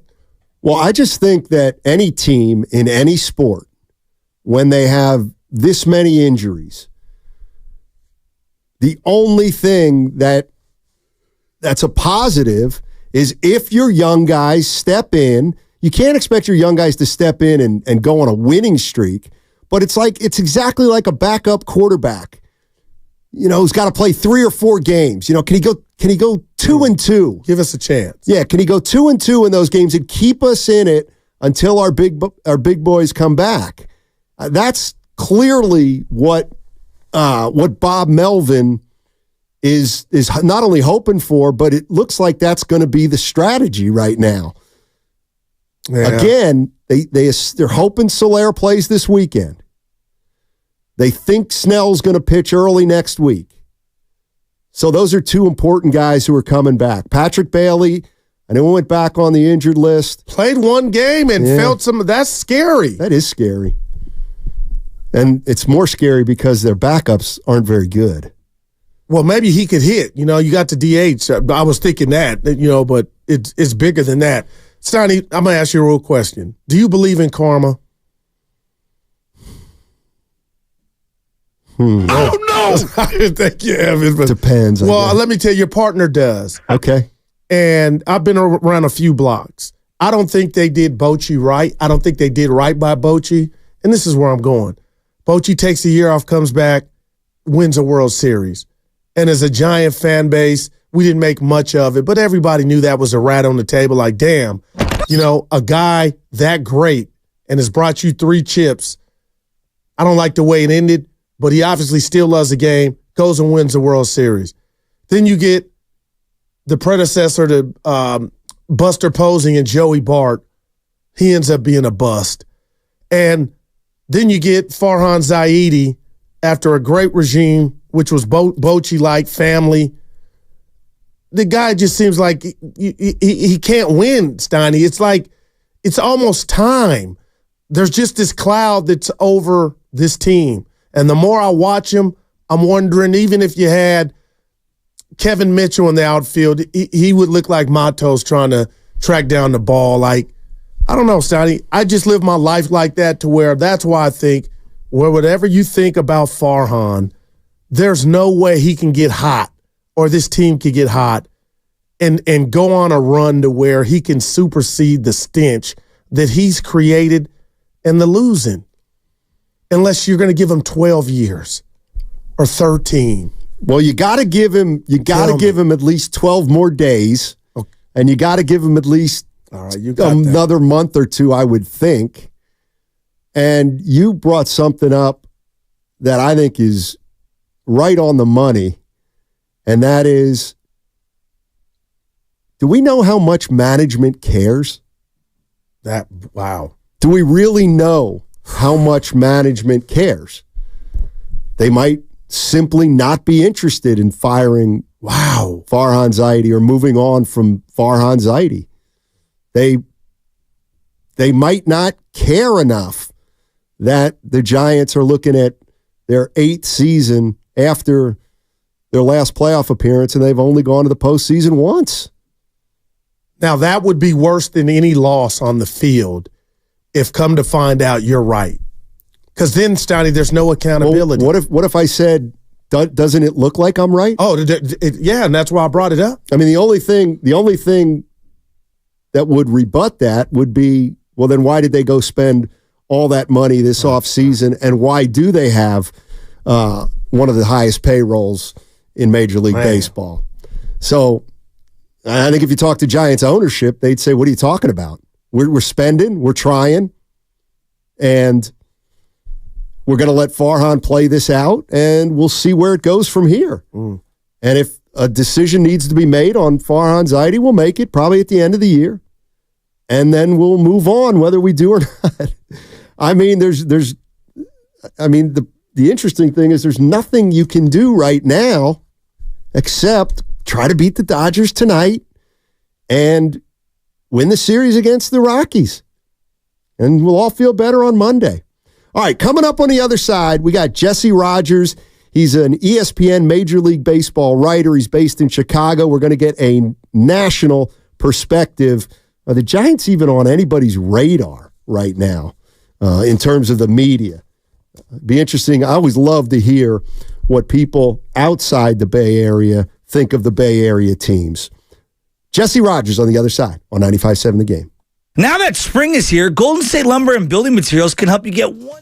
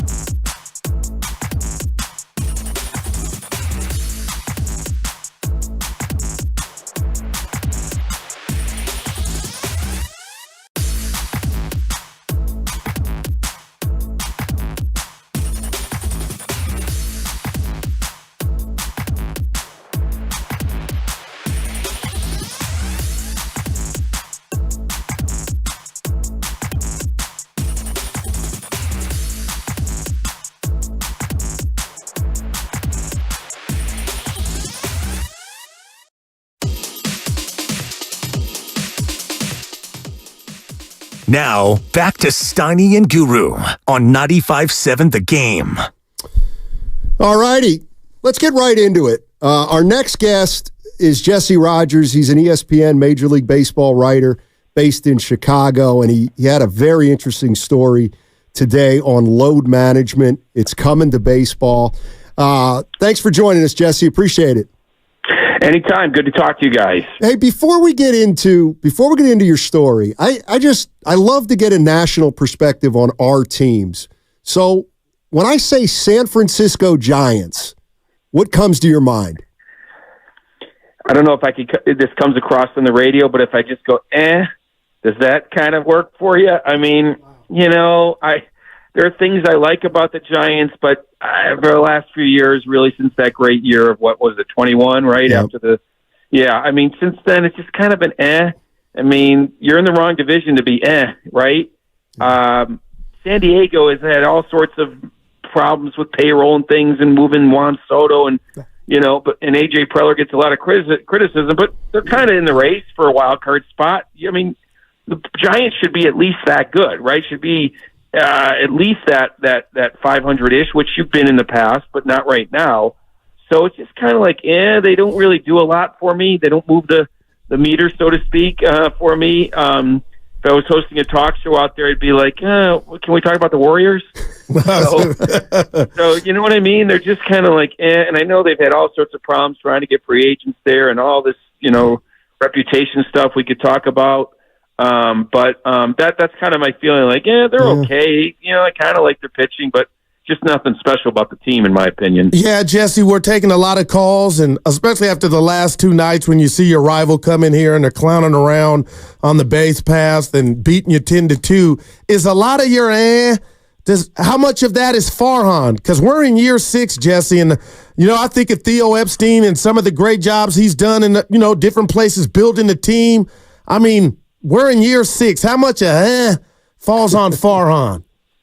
Yeah, I think a lot, and I'm going to say this with the caveat that I am far from the inner workings of the Giants. Right, we have some ESPN reporters out west that do a great job. So I'm arm's length away. Sometimes that can be good, sometimes that can be bad, like a different perspective. But again, there's been this reputation with San Francisco that goes deeper than we are going to talk about probably, but it's real. So the attracting free agents and stuff like that has been a little bit more difficult than in the past. But I'll say it this way. I don't think Farhan and their management team have sort of maximized what's in front of them. Yes, there's some speed bumps, but you can do better than what you're doing, even knowing about the speed bumps. And there's just, again, a deeper conversation to be had. I think he's been rattled a little bit by what's gone on, offering a lot of money and getting turned down, maybe being used, who knows, by a few agents. I don't know, but I don't think he's responded in the best way possible.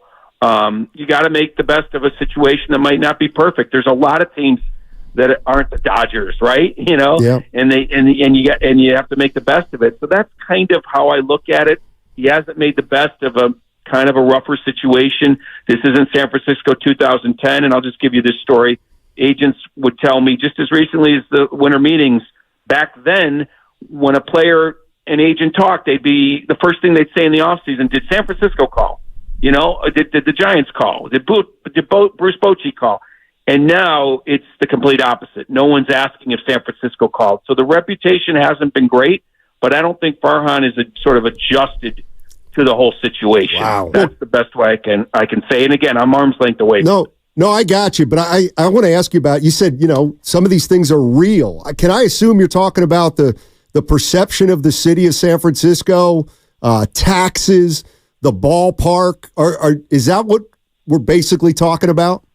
I think a little bit of everything. Look, the ballpark's always going to have a bad reputation for hitters, but it has a good one for pitchers. So, those things should even out over time. I mean, you had some good hitters when you were winning championships, right? That's kind of a mainstay.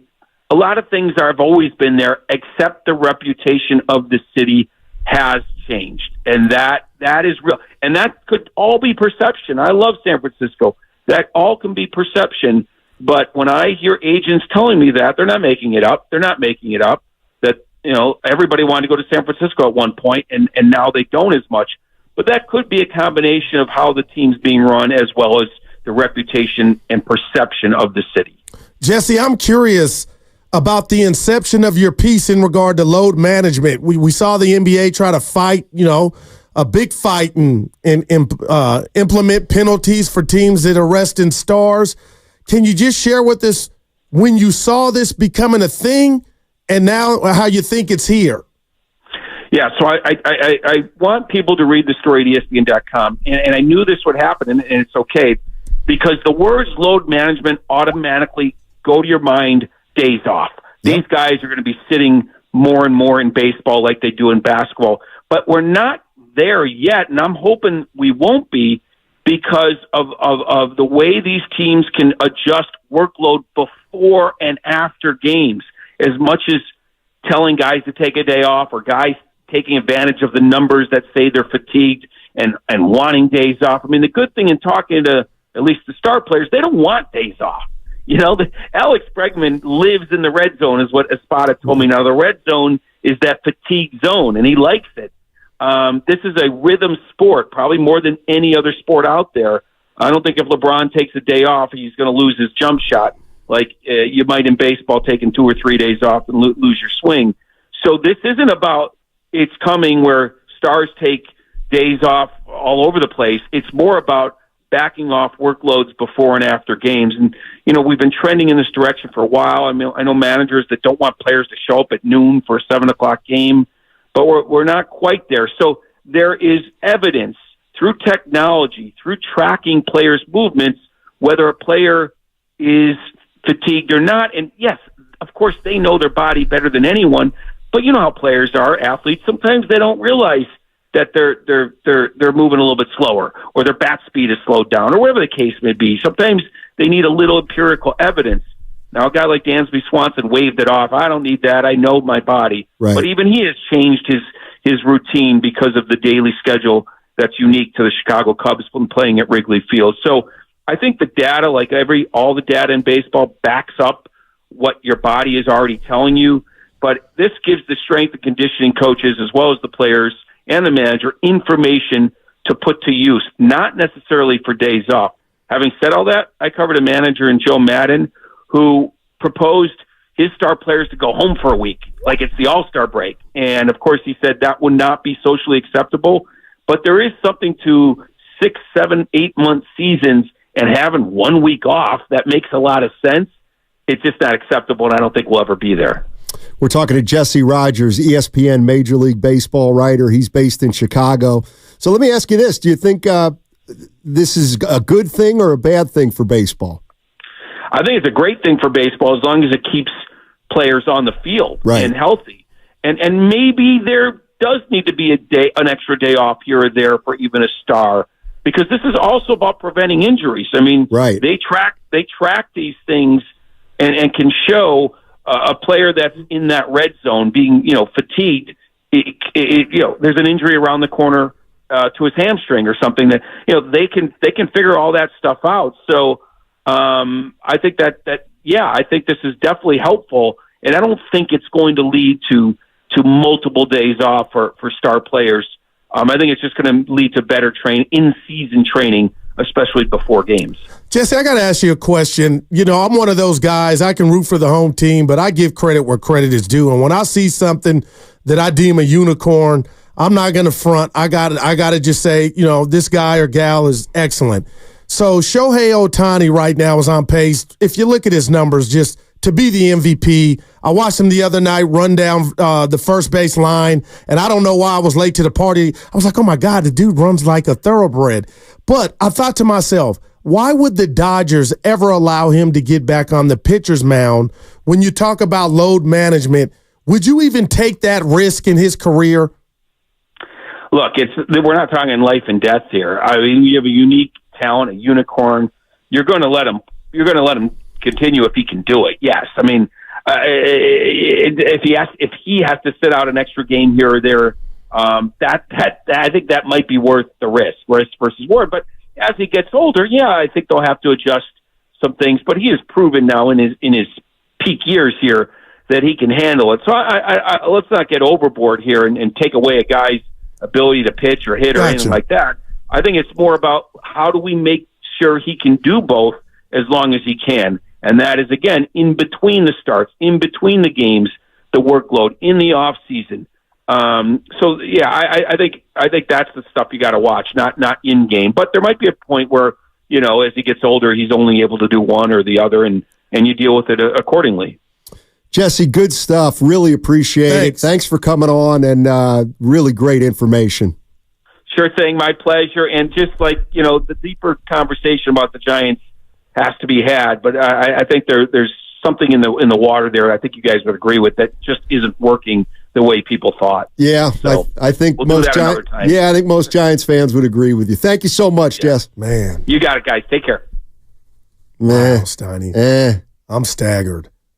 And I'm staggered because it's what we talked about, but to hear a guy in the Midwest basically talk about what I'm in denial about, might there be something to it? Yes. But the first initial reaction, and I shared it to the people on the YouTube chat, and I'll share it with you and Evan and the listeners, Steiny, is I really mean what I'm about to say is it hasn't impacted the Warriors.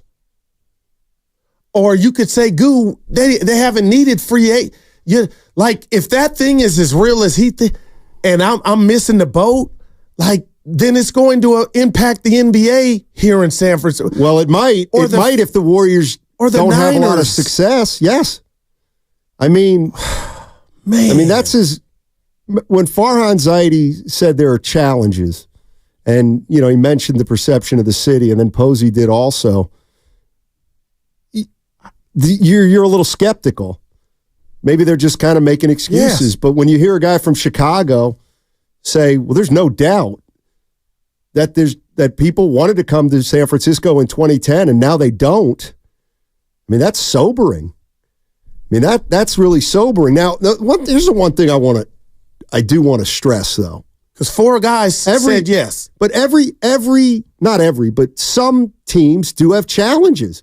For example, like the Toronto. Some guys just they don't want to play in Canada. I got you. There's double the taxes and they just don't want to. I totally get it. And that's a challenge that Toronto's gotta overcome. And Philadelphia. Some guys don't want to play in Philadelphia because they don't think the fans are fair. So the fact that this is a challenge isn't unique to the Giants, but it sounds like it's not going anywhere anytime soon. And what about the 4 signings, though? Those were leftovers. Snell wasn't dead, but they were he's the Cy Young. Let's be honest. Yeah, they were leftovers. They were. You've gone after Bryce Harper. You've gone after Aaron Judge. You've gone after Ohtani. You've gone after was Yamamoto. To be with the Yankees, they say, but they said yes. But I hear what you're saying. So. But we don't really know how to quantify if it's real. Steph Curry's here. Well, we can't quantify it. Well, he was here before 2010. I just really wish, like, if that were, maybe that's why Farhan didn't get fired, but I'll never think, and I don't want to go CNN on you guys, Donnie, I'll never think San Francisco has any more problems than any other metropolitan city. I'm sorry. Well, and we're talking about L.A., the Metroplex and Dallas. Come on, man. But there's a difference, I think.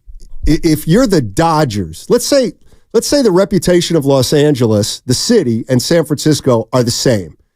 Okay? Because, look, I'm looking at a text now, 510, Los Angeles is as bad or worse. And I agree. Okay, but they've won. They're a juggernaut. And a free agent can overlook that. If the Giants are just meh, well, then all things being equal, they're not coming. They're not coming. And the bottom line is, if this is a big challenge to sign free agents, then you've got to develop your farm system. You've got to be Oklahoma City in the NBA. He's had 6 years to do it. I know. And that's why I think people are either past the point of no return or they're just disinterested in the in the Giants right now. That was weird. I was not ready for it, man. I mean, this is harsh. He felt that. This is harsh, but it's true. 650. Steph Curry didn't want to be drafted here. Well, he didn't. I remember. I'm just saying. I remember Pops was. You want to go to New York? Yeah, I got you. You imagine Curry in New York? Oh my God. He would be no bigger than he is here, though. You know what I'm saying? He can't. You're absolutely out of your mind. He'd probably be on the Empire State Building. But you know what? God. I love where I'm from, and I love San Francisco. What I appreciate about how he said his thoughts is there was no agenda, and he just said what he feels. And I guess, Donnie, I'm not talking real enough to the people that don't live here about what it is. Is there any more homeless problems here than any other big city we go to? Or LA? No. Well, when these things come up, I think it's you almost have to go individual by individual and why they didn't come here. Wow. Because it could be a myriad of reasons. And I think Judge used the Giants. Like Aaron Judge did not want to come to San Francisco because of the perception of the city. I don't believe. Okay, and I'm with you. He never wanted to leave the pinstripes. Exactly. Why would you? But we got excited. Well, it's okay to get excited, but Will and Diaz went to his hometown and did a show. Linden. You look at they went after Bryce Harper. They didn't get Bryce Harper. Why? I don't know. Maybe it had something to do with the city. Maybe it had something to do with Triples Alley. Maybe it had something to do with taxes. Maybe it had something to do with the fact that the Giants don't move the needle right now. Or you don't have a closer. Maybe. Fans are pissed, Steiny. You don't understand. No, I get it. I get it.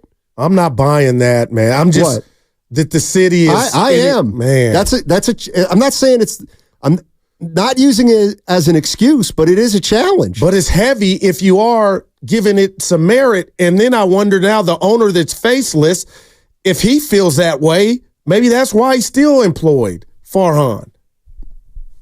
Come on, man. Well, and then you know what? And I'm just sharing what you're saying. Then how do we put the data when it changed and when it didn't become a... He said 2010. Yeah, he did, but He said 2010. But we didn't need him then because the team was winning. I mean... The team was going to win. They won two World Series after 10. The guy who says fans are pissed, Steiny. Like, I think the biggest thing right now going on with the Giants and their struggles is they're not an attractive team to join. They're just not right now. They haven't won. They had one outlier season, and I think. But even if you're, go ahead. I just think players understand it was an outlier season. So when did free agency? And I'm asking you. You guys could come at me. When did free agency turn into the? You got to be popping for me to come. That's the real bandwagon. I thought a free agent looks at the Giants or a storied franchise. I love San Francisco. Mean anything. That doesn't mean anything. Storied franchise. You know how many storied franchises there are now? 15. The Dodgers are storied. Yeah. The Yankees are storied. That's 2. The Red Sox are storied. 3. The Phillies are put them on the that list, way but too. What about the Giants? And I'd put the Atlanta Braves there now. All right, we're at 6. Okay. There's there's 24 more teams left. That's right. And the Giants aren't among them. They're not among the places people want to play. The Cubs are this historic franchise. Right, that's 7. Yeah, this is one of the most beautiful parks in baseball. So what? Who cares? You got a short porch in right field if you're a lefty. I'm just going Bryce. That's got to be, you got to be able to sell that. It's not a short porch. It was a short porch for Bonds. That's it. Norm will tell you why, but yeah. Huh? Oh. That is a lotion, but we love you, Barry. I'm just not there. I can't believe that this is the Bay Area, man. The 4th largest market. You got to sell it. And if you can't sell it, Stoney, give your leads to somebody that can. And I've seen it happen. Boss, these leads are no good. But hold on. Give them to Daryl. But hold on. How many free agents did Brian Sabian sign? Free agents. Well, How many? It was different then. Why? Because they had a farm system. Yeah, right. Well, they don't have a farm system now. Right. So it's like, the Giants have actually been operating under this. We really aren't a big name free agent destination long before Farhan got here. And even when the city didn't have the reputation it has now, why didn't guys come 15 years ago? But before I give you that answer, all the more reason for Giant fan to be mad as hell because you're right. The vegetable garden has not been watered right or correctly. Right. Yeah, I know. And that's why they feel like they're at ground zero now. Oh, man. What a man. 650, and they have players like Alex Wood and Sean Mania leaving disgruntled. Well, I think that had more to do with the way they were used by Kapler. Yeah. But that hit me. Wow. I'll ask you again, Goo. Yeah. Why would you want to play for the San Francisco Giants right now as a free agent? I'm being real. Yeah. Because baseball is a sport that you can go worst to first, i.e. the Arizona Diamondbacks made the World Series. Just don't even rebuttal. The Giants got a beautiful ballpark. They play on the West Coast. San Francisco. The rich history of Willie Mays and Barry Bonds.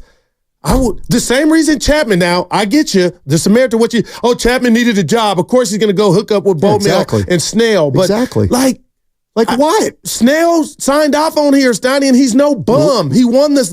Now, I got people, he wanted to be a Yankee. But he said it, okay. He said it, he wanted to plant his flag here. So that should be. Really? Then why wouldn't he have signed a longer-term deal? My point is they got him in a Giant uniform. My point is the Giants. They're now Albuquerque. It's real, dude. It's absolutely. But we don't know what it is. I just told you what it is. It can be the city. It can be the ballpark. It can be taxes. It could be the wife doesn't want to come. But that's everywhere. That's right. But the Giants, they don't have the right mouthpiece. No, they don't. They haven't won. They haven't won. But they have, Stoney. They had. Not anymore. Yeah. Like, Shohei Ohtani wasn't going to come here because the Giants won the World Series in 2014. That's preposterous. No, I get that. But I know. But I'm just saying, what do the Giants have that's attractive for a hitter? I mean, I'm with Jesse Rogers. I mean, I don't know why.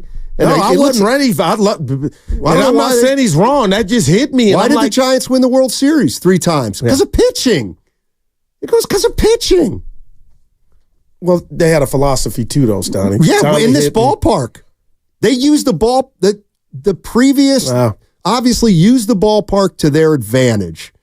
And this team has just been a team it's a nice stadium, but they just play there. Well, I'll tell you this. Pittsburgh Pirates are historic. This is what I thought about real quick. The day Steph Curry is no longer a Warrior, and you're going to have to rely on pitches and getting free agents to put on a Warrior uniform, that's when I'll really be honed in on. Well, Goo, I got news for you. I don't believe, like Joe Lacob's going to get somebody. Well, they have another problem. The Warriors may have another problem attracting free agents because nobody's going to want to follow Steph Curry here. I think that's going to be a challenge that they have to overcome. Stoney, I think it's an honor to do that. Okay, when's it been done in the past? Only for the Lakers and the Celtics. All right, 888-957-9570 is the number. Get in here, Giants fans. You heard Jesse Rogers. Wasn't pretty. And this next segment is brought to you by Scandinavian Designs Furniture. Don't miss major Memorial Day savings at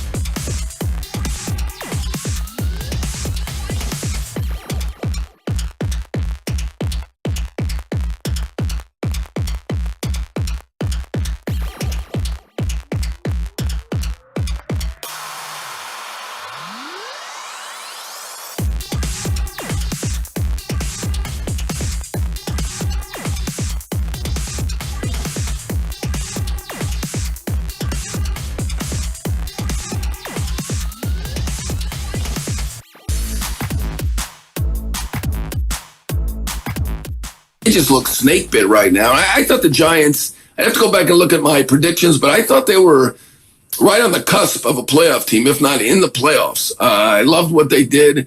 I think Chapman still has it. If you look at the hard hit rate or that swing velocity that came out now, I mean, obviously Giancarlo Stanton is number one by a wide measure, but he's in that next group with Judge and all the other big stars. And if you look at the hard hit rate, he's up there on that too. So I think Chapman's just hitting bad luck. They've had a lot of bad luck. I mean, Now, back to Steiny and Guru on 95.7 The Game. That was John Heyman, works for MLB Network and the New York Post, and he's also our Odyssey MLB insider. He said a lot of bad luck. Yeah, I have a question for you. Yeah. Why'd Kevin Durant come to the Warriors? To win. Exactly. That's why free agents aren't coming to the Giants. Why would Ohtani come to the Giants? He was Kevin Durant, even better. He went to the Dodgers, just like Durant went to the Warriors. It's the exact same thing. That's a touchdown. I'll give you that. Okay. But is every free agent in that? Not everyone. Okay. But like there are different reasons why. Like I wouldn't say no free agent's going to come here because obviously a couple did.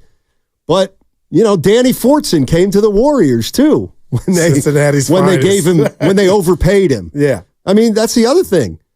The Giants are going to have to overpay for somebody. And give guys options that might not deserve it. But Evan came in here, Steiny, and I'm stuck. I'm having a good time, and I hope the listeners are. But he asked if Ohtani had signed with the Giants and they were still had the same record they do, would you feel different?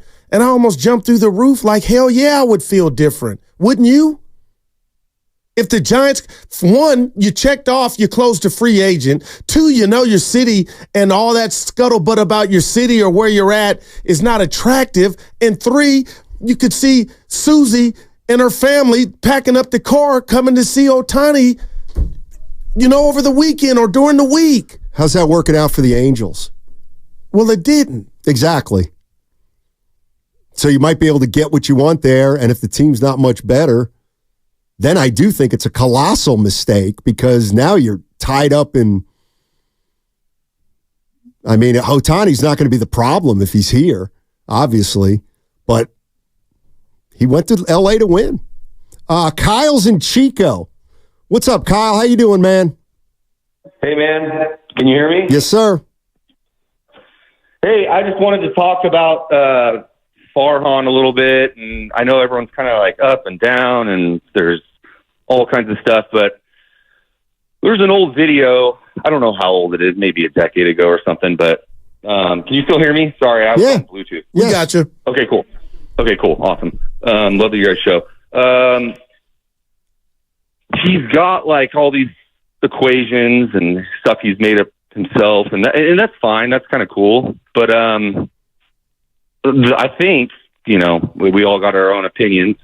The real issue is all that stuff, like he's got second at bats, right? Like what's a second at bat average?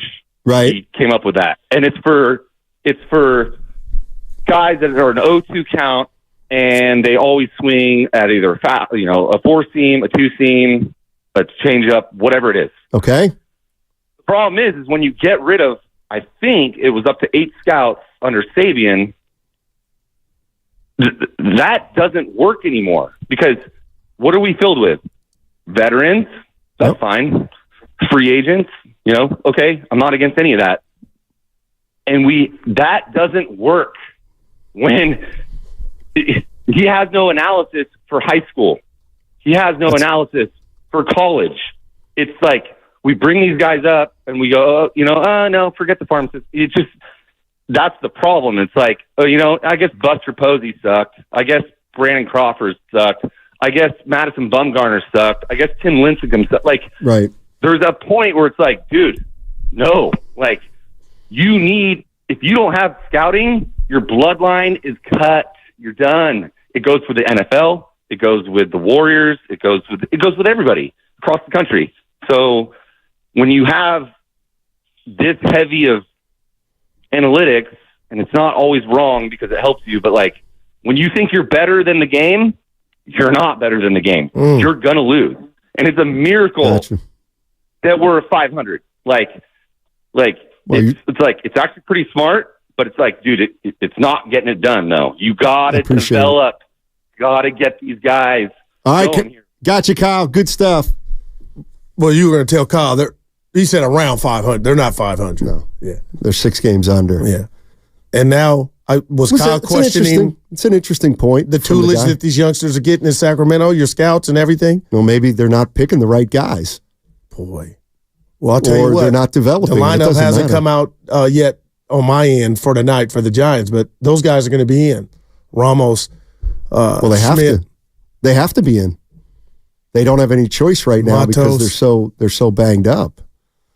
So, man, I mean, the reality of the situation is it's not good right now.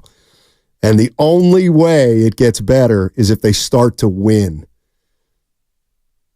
And that could start tonight. The beautiful thing about baseball, Stoney. Yeah, it could. And you got Colorado coming to town who's hot. But could you imagine if I won't even do that today, if they came and got busy with you? The Rockies. Well, like I said, it could get worse. Why do you think it can't get worse? Like, we do this a lot. Like, how come you think the Warriors and the Giants, like, it's not within the realm of possibility they could get worse? Well, the Giants don't have a Steph, nor a Draymond Green, and they don't have a Steve Kerr. Okay. Well, no, I can't do that to Melvin, but, well, he's not a champ, but you know what I mean? Like, that's why I was so shocked, still haven't gotten over it. The Giants, Evan tried to throw something in my face, and it worked. But he was like, Goo, you want Farhan fired? I said, yeah, but I'm saying that because I know it's not going to happen in season. I thought he should have been fired last year when Kapler was let go. I thought that was like stabbing Kapler in the back, but I get it. But I did give Farhan all the credit in the world for doing what he did with the 4, closing the Jung Hoo Lee deal, getting Soler, Chapman, and Snell. Like, that was a big deal. That is still raw and new, and unfortunately, guys are hurt. So I get it, Stoney. I got both hands up of it's early, and that's why a playoff berth for this team come on, has to be the goal. Well, of course it's the goal. Okay. Of course it's the goal. But are they realistically... They control it. Yeah, we don't know if they're any good or not. That's the problem. And I think a lot of people have unfortunately come to the conclusion they're not very good, and they're kind of tuning them out. So the only thing that can happen now is get the guys who are hurt back in the lineup and see what they can do. And that's all you can do right now, partner. Yeah, exactly. Trouble. I kind of just want to radio wrestle you. Not bad, because I love you. I missed you. Like, over the San Francisco, like, that's a thing. I would love to just, like, not even do a podcast, but go to a town hall meeting on the subject. Why? We're doing it right here. Yeah, but why? We'll never have enough time. We have a 4-hour show. We only got 49 minutes now. Who's counting? But you know what I mean, man. There's no analytics that can say if there's something to it, and I get what you laid out, but Stoney, I'm just me. If I were a free agent, I am not coming to a city because Michael Jordan or Steph Curry were there prior. Well, why? If Chicago's never signed a free agent since Jordan, so tell that to Chicago, because nobody wanted to follow Michael Jordan. Yeah. And I don't know if the Warriors are going to have that problem or not.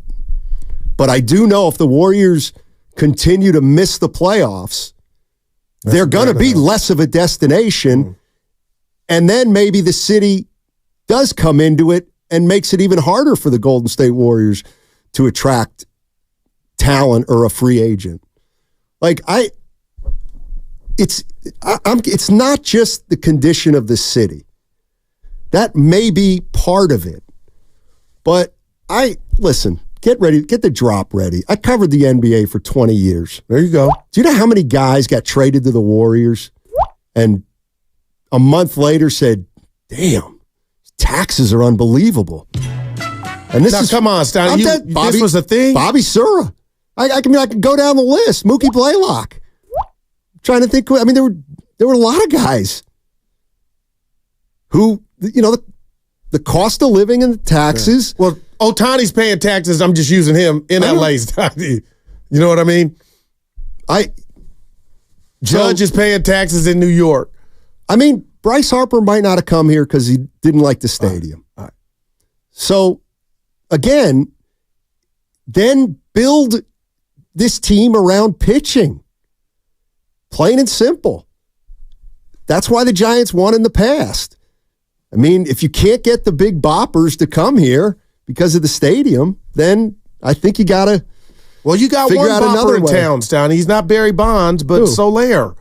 Guy is a perennial 30 home run hitter, if not more. So, that hadn't happened yet. He's hit some, but I mean, man, I'm just telling you, this thing is headed to. You need somebody, even if the city or whatever city you live in or whatever sector of the world, you got to get somebody with a mouthpiece that can close and sell the good of where your locale. And that's the difference. Some people can do it, some can't. But right now, Farhan went and closed 4 deals, even though it was in the fourth quarter under 2 minutes, Donnie. And right now, injuries, I believe, are 90% of why they're where they're at and under 500. The question is, how soon can you get healthy? And then we'll see it play out. I want to know why it's hard for you to see the Warriors and the Giants getting worse. I think the Warriors are staring worse in the face. Exactly. And that's after right. Steph. Right. Okay. Well, it's with Steph too. Like, they haven't made the playoffs 3 or 5 years. I'm not ready for it. I'm really not. And I'll sum it up. Let me going to be late to the party. No, but let me give you this. I'm putting all my faith in Joe Lacob. He's never been here, the brink of a dynasty, even if it's over. But the brink and the bridge of not falling off after being on top for a decade and the talk of the NBA, the Joey Lightyears thing, to me, he's not doing it for me. He's doing it for himself and his franchise. But that's going to finally be tested. And we're going to watch starting in any day. And it's already started, I'm sure, behind closed doors. But the Giants are on the bottom. You can't fall from the floor. And I think right now, unfortunately, they don't got a raw guy with the mouthpiece. And for the last time, I thought I retired it. You were gone. I was at the Bay Area Sports Hall of Fame ceremony last week, Stoney, last Monday, and I just watched him just be him. And I'm like, if he was selling chocolate, I don't think he would be at the top of the leaderboard. There's just something was off. And I could be totally wrong, but I'm here for it, Stoney. I got my popcorn. And I'm not saying Farhan can't be a part of it. The reason the Giants haven't gotten the big boys. Maybe, okay, can't close. Now that's okay. But there are other factors too. Yeah. And I'm not saying they're not. Allison on the YouTube chat. I was at the game last night, and it was awful sitting amongst all the Dodger fans. Wasn't fun in any kind of way, including the food. Wow. So crappy. Wow. Man. She said the A words, Donnie. Awful. Well, they were last night. Yeah. They were last night, that's for sure. That's for sure. The question is now, where do they go from here? No doubt. You got Webb on the bump, right? Your best pitcher? Yes. All right. Absolutely. Bobby Evans was on with the Willard and Dibbs, I believe, yesterday. And he talked specifically about how you worry about the farm system and where you go to build one. You got to believe in your guys. You've got to believe in your staff, your coaches, the scouts, the managers. Let the managers manage. Let the coaches coach. Have a clear philosophy, but also empower your people to do their best work. Make sure the players know that you believe in them. Make sure that the staff knows you believe in them, and give opportunity. Ultimately, as a major league club, it's your job to steward. It's our job to steward the careers of these players and coaches, and we got to make sure in stewarding them, we're going to get the most out of them, which is creating an atmosphere, an environment where they feel like they can get better. And our job job is to make sure that they have the best coaches, the best medical staff, the best conditioning staff, the best technology, the best analytics, the best position to succeed, best facilities possible. And when you provide those tools and you believe in them, you're going to get results. All right, that was Bobby Evans. So my question is this. Precise and to the point. And I'll ask you and Evan this. So Farhan's been here. This is his 7th year or 6th year? 2018, 19, 20, 21, 22, 23. It's his 7th year. Evan, what's the Giants' philosophy? It's a great question. I couldn't tell you, honestly. That we're smarter than you. That's really what we're smarter than you. Do you think he thinks that right now? I don't think people like that will never back off that. So, yes. I think he's embarrassed, and I think that's why he did what he did in regard to spending the Nordstrom card in the offseason. Evan's still thinking about their philosophy. Well, at first, I mean,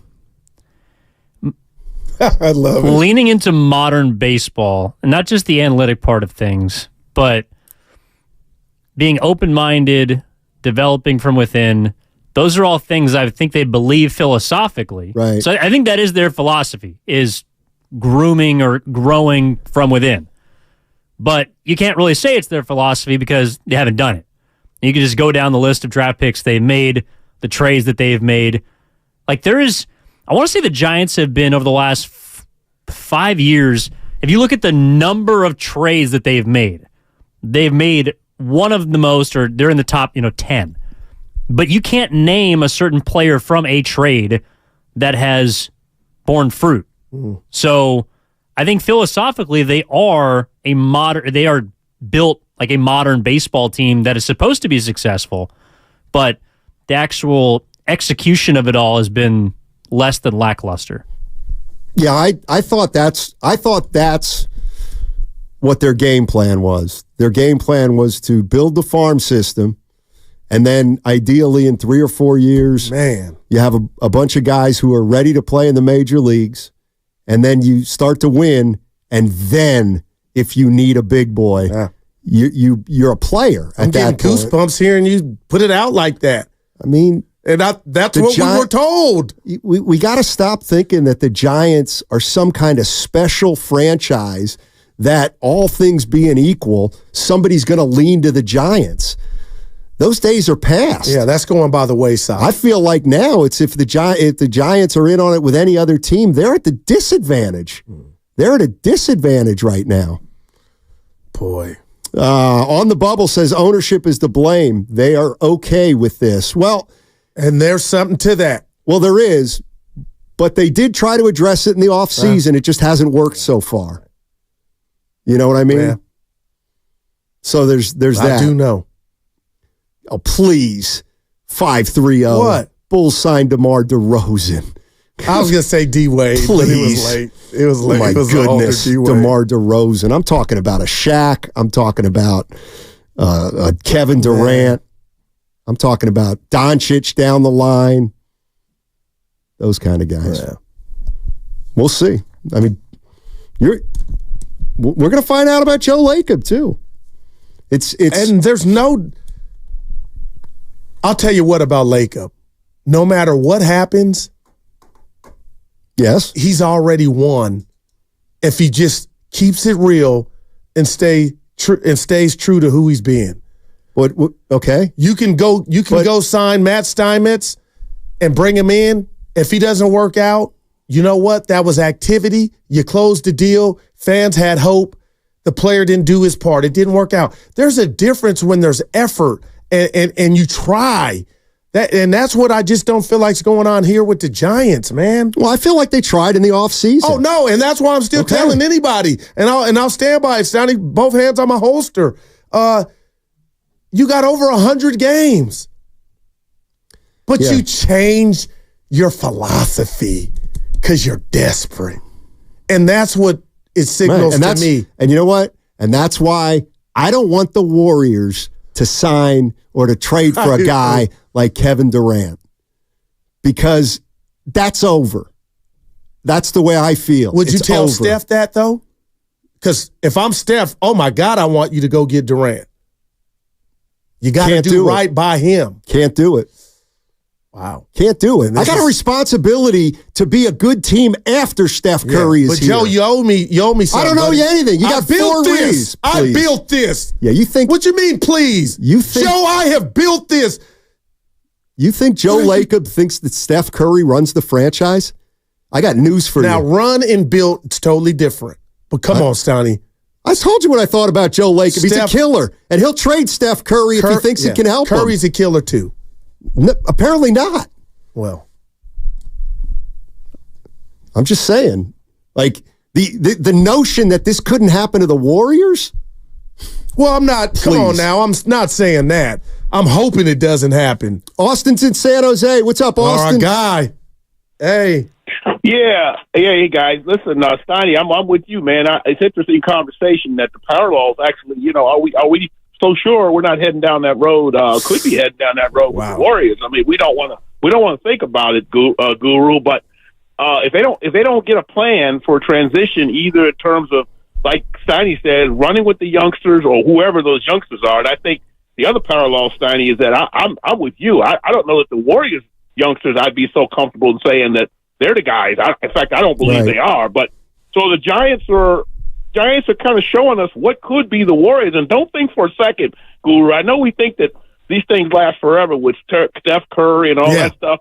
But the Giants found out that you get empty seats in a hurry. No doubt. Listen, I paid to see New Orleans game this year, brother, and they were walking out of that game. Okay, I was there. They were booing. Trust me. Yeah. If you have too many games like that in Chase Center, I don't care who's on the court, there's going to be empty seats. So Steiny, I guess the conversation should continue around, hey, what are the parallels? And are we sure that the Warriors have a plan to avoid what we're seeing for what we're seeing with the Giants? And the last thing I want to say about the Giants, guys, I'm not a big baseball guy, but I will say this. Farhan he's doing what the owners want him to do. He's making money for the team. I mean, as much as we talk about what the players are doing, he's still making money, and they did the same thing with the A's. The A's make money in spite of the fact that they were terrible on the field and the fans didn't like it. They made money, so the owners care about that first and foremost. And then the second thing is the fans and what they think. I think they do have to pay attention to the entertainment part of it, though, because if it's not entertaining, fans won't stick around very long, guys. I'll keep it. Thanks, Austin. Appreciate the call. Yeah, I know we're up against it, Stoney, but the one thing about the Giants and Warriors is the Giants don't have Steph Curry. Like, Buster's gone. He's 36. They're not going to have Steph in 2 years. Well, I hear you. I'm just talking about the now, though. Like, this is the problem with a lot of you all. Yeah, look at you. Better put your glasses back on. You have to start planning for life without Steph, and that's okay. And if you don't, you could be destined for this kind of thing. But Steph, and I'm not here. Steph is not Larry Holmes. He's still bringing something to the table, and that's why what you just said is why we operate with urgency. When a Durant is available or somebody of his caliber, we go now because we know the end is coming. It's over. It ain't over. It's over. Well, this segment is, you're right. Yeah. What's coming up next in the game is presented by Fremont Bank. Full-service banking, no compromises. Ladies and gentlemen, start your engines. The event.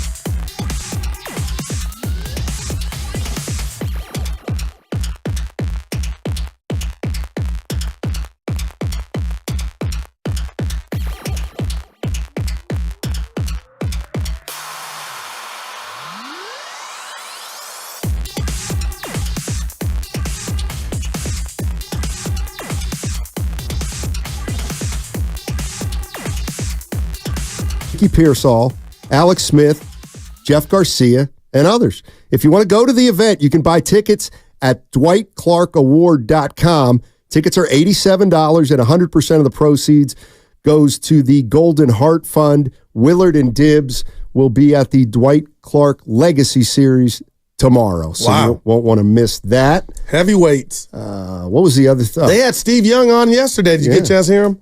I heard most of it, yeah. Here's the other thing the Giants are battling right now. Like, Melvin didn't come here to manage this team that he's managing right now. He came here to manage Snell, Harrison, Webb, Wade, Conforto, Soler, Chapman. That's who he thought he was going to manage. He thought he was going to marry a veteran team. I got you. But what'd you tell me yesterday? Goo, life is not fair. Yeah. And that will change. Okay, so now what does he do? You got to make the most out of exactly what you have now. But the one thing about what you just said, Steiny, is we have got a glimpse of this team healthy and everybody available, and it wasn't anything to write home about. Right. And even though we all knew, or Evan predicted, that both guys were going to get off to slow starts. And they did. Yeah. I remember when Evan said, I don't think Giants fans know how bad Blake Snell's going to start. Because last year doesn't start well. All right, so nothing to see here then. Hey, you know what we missed yesterday? I do. What? Kyrie Irving scoring less than 10 points in 2 of the last 3 playoff games. Oh, no. Yesterday was the 10th anniversary of 10 years ago yesterday. Not us. What happened? 10 years. All right, hold on. That would be 14. Giants won the World Series. No, on this date. Oh. Hand down, man down. Steve Kerr became the coach of the Golden State Warriors. Wow. 10 years ago yesterday. Why'd you say Mark? Because that's who he replaced. And then won titles. Man, if Mark had it to do over again, he's got a podcast. If he had it to do over again, finish that. He would have treated people differently, knowing he wasn't going to get a second chance, which is a bunch of crapola. Well, is that the only reason he would treat people nicely, is so he would get a second chance? That doesn't sound like a nice guy to me. He's got God. Boy, yeah. We all do. He knows where to find God. Yeah. I know that. Man. Yeah. I got to tell you, our guest got me. What a great hire Joe Lacob made. No, that was incredible. He won in his first year, even though Mark toughened him up, came up with the moniker the Splash Brothers. Oh, that scored a lot of points for him. Remember, he said this is the best shooting backcourt ever. Yeah. And he was right. And Steve Kerr came and said, that's the offense you were running under Mark Jackson? Yeah, I'm laughing, but it's true. Dude, I used to watch Clay and Steph dribble it. Sometimes they wouldn't even get a shot off at the end of game sequences. But shout out to Steve Kerr. Dude's got 4. Yes, he does. He absolutely does. You wanted to say something about something. Oh, the boss. So the great James Kincaid came in today. Might or might not have dropped off some Valkyrie swag. And I heard him say, there's something in there for the host. So there's 6 of us. So I go in, a little taller than him. And I go, you got my shirt? And then I could sense something was off. I got the guru sense. So he goes in the bag, and he's fumbling through the bag, and then he goes, well, one's not going to fit you. And I didn't like the way he said, one's going to fit me, right? So he goes, it's a large. I said, larges are different. So I grabbed the shirt, put it up under my neck. He goes, you don't got it all the way up under there. I go, so I'm already sensing, you don't want me to have this shirt. And I go, oh, this will fit me. He goes, well, the problem is there's 4 shirts. I go, you can have mine. So you were trying to take me out the sweepstakes without taking me out the sweepstakes, saying I couldn't fit a large. That's a big large, and your boy's still in the sweepstakes. So now he's got to figure out who doesn't. I love you. Did you say I could have yours yes, if it came down to that? In the essence of being a team player. You are the dude. Yep. Something happened to you on the trip. Oh, you can also go to shop.valkyries.com if you want to get some Valkyries gear. There you go. Who's the coach? We don't know that yet. The first draftee. What about your girl last night, Caitlin Clark? 10 turnovers. Was it that many? 10. Okay, it was her first game. Yeah. She hit a couple heavy moves. She set a WNBA record for turnovers in a first game. Oh, boy. 10 turnovers. She hit a 3, She had 20, though. Yeah. She had 20 and 10. Couple nice hezzy moves. Nice 20 and 10 for her. She'll be all right. You know, she's fine. Yeah. I kept watching that game last night thinking, is this sustainable? You know, they had a sellout in Connecticut for the game against the Fever. So Connecticut sold out in large part because of Caitlin Clark. And their prices fluctuated too. I wonder if that can continue through multiple games in multiple cities. If she is anything remotely close to what she was in school, Steiny, it will. And that's what we're talking about, that one thing to set it off like Latifah. I already know one person that is traveling to San Antonio to see Caitlin Clark. Like, they've already bought their tickets when the Fever go to San Antonio. Really? Evan, come on. Yeah, because they want to see her play. And that's just where their trip kind of aligns. They're in Texas, but like they're making time and spending money to go see Caitlin Clark. And in 2 years, we'll be able to see her in the Bay. Yeah, we will. Wow. It's a good point. I didn't even think about that. We're getting a WNBA team, the Valkyries. And people got jokes. It's an XL I wear. Go ahead, son. Guru did what he always did. Don't talk about that. During the break. No. He did what he always did. He did what he always does. Steiny, Minnesota has no chance, right? They're done, right? Minnesota's done. Put a fork in them. Okay. Evan agrees. Steiny, it's over, man. Night. Give it They bottled up your boy. He has no help.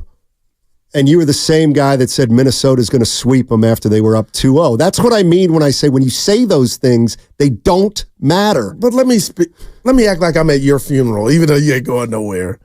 You take your stuff out on the world on me. And right now you're mad and you're blaming me for Minnesota. No. Hey, if you want to do it, take it out on me. But Steiny, and Finchie's so great, man. He said something so basketball-esque yesterday. He said, we're not passing the ball's sticking. Dude's trying to do too much. Now, that could be Denver's defense, but Steiny, they figured out Ant-Man. Well, they can't. And Ant-Man now, he's going to be like, I need somebody else. Well, don't forget they were playing without Conley last night, too. Wow, that came out of nowhere. He hurt his Achilles on the last play of game 4. Well, and he already has hurt the head coach. Oh, boy, I hadn't forgotten that one. Way to sabotage your season, Mike. Friendly fire. Yeah. I mean, your boy got off the bench last night. I said, sit down, Finchie, sit down. I felt bad for him. You saw him, He was trying to crawl over the scores table on one leg, scream at the ref. He's a gamer. You guys are brothers, man. They're not done. They just have to win their next game. They got one more game left. 48 minutes. They got to win their next 2 games. I can't stand when you do this. But it's fact, and it's not me just saying it. It's not fact. Who's the lady that says, go watch the game against Steiny? It's over. Denver has figured him out. How did I get teamed with this guy? Watch the game again. Evan says it, and then you're okay. It's the Willard thing. If Evan says, you're right, Evan. Both you guys do it. Both you guys do it, and you're both wrong most of the time. Told you not to count out the Nuggets. That segment, ladies and gentlemen, was brought to you by the Alameda County Probation Department. Watch the game again then, Steiny. Want a career with purpose, great pay, outstanding benefits, and a promising future? The Alameda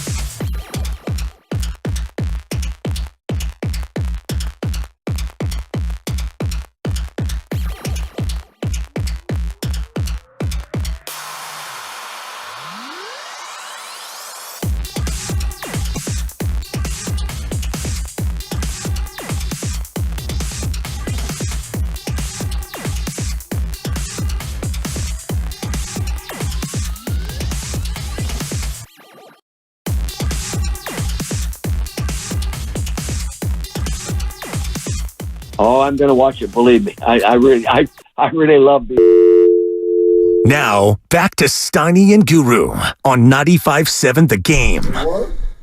All right, did you know it was tick season? Lyme disease is transmitted through the bite of infected ticks.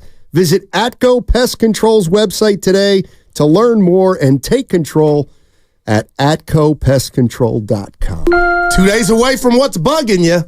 Yeah. Shoot, I got a lot. Top 10. We just do it now. Hey, can we not bury the lead? You guys got an event tomorrow. I told Steiny and the listeners tuxedo will be the attire. With those heavyweights? Yeah, definitely not. No. Definitely no. not. Oh, Steiny was right. What is the official attire? Smart business casual. Okay. Which is a leap to know that a guy who wears shorts to work every day knows what smart business casual is, but we've kind of worked our way through it. Well, and I have an idea. Radio industry is not one to be told, hey, dress smart. Yeah. We don't do smart. Right. So I don't think anyone knows what that is, but further description was provided. I don't think we'll be wearing shorts. No. I don't think we'll be wearing hats. Suits. No. I don't think we'll be wearing denim. No. Okay. Once you get past that, then you can go ahead and NWA express yourself. Yes. That's and a 3. I'm going to be My wearing boy. something that is synonymous with a former Giants first baseman who loved to look at 3-2 pitches on the corner and not swing at them. Brandon Belt. I'll be wearing a belt. That is great. I thought you were going to wear a giraffe suit. I'm like, Bonte and I, what we does it wore mean? suits to the What does Bay it Area mean? Sports Hall of Fame. We weren't in it.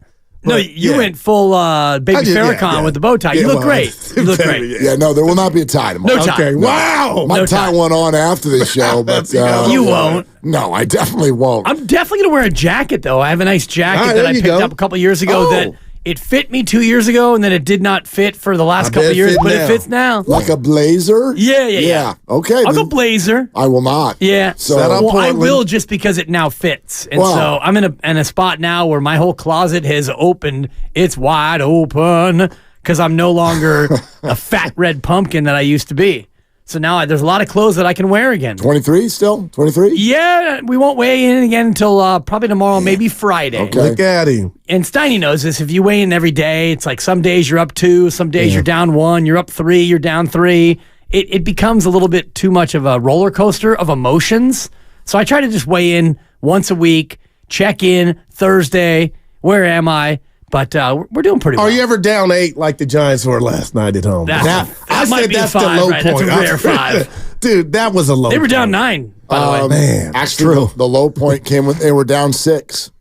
when your boy hit it? Because I didn't even know they were down 8 because I left. Wow. He left. Think about who we're talking about here. And I wasn't at the game. I'm saying I changed the station to watch the Nuggets play the Wolves. I watched the whole game, but I'll be honest, I missed the bottom of the 9th. That's actually, I went back for the bottom of the 9th because what the cadence that we have in our house, this is how I knew they went down 8, is little guy will get out of the shower, and this is bad parenting, but he perpetually has his iPad open, and like the TV's not enough. I got you. The TV on one game. I and live then it. The internet is up to a different game, and he's like, Dad, the Dodgers got 10. I'm like, sweet. I don't want to talk about this anymore. Go to bed. And then he goes, hey, Luciano's up.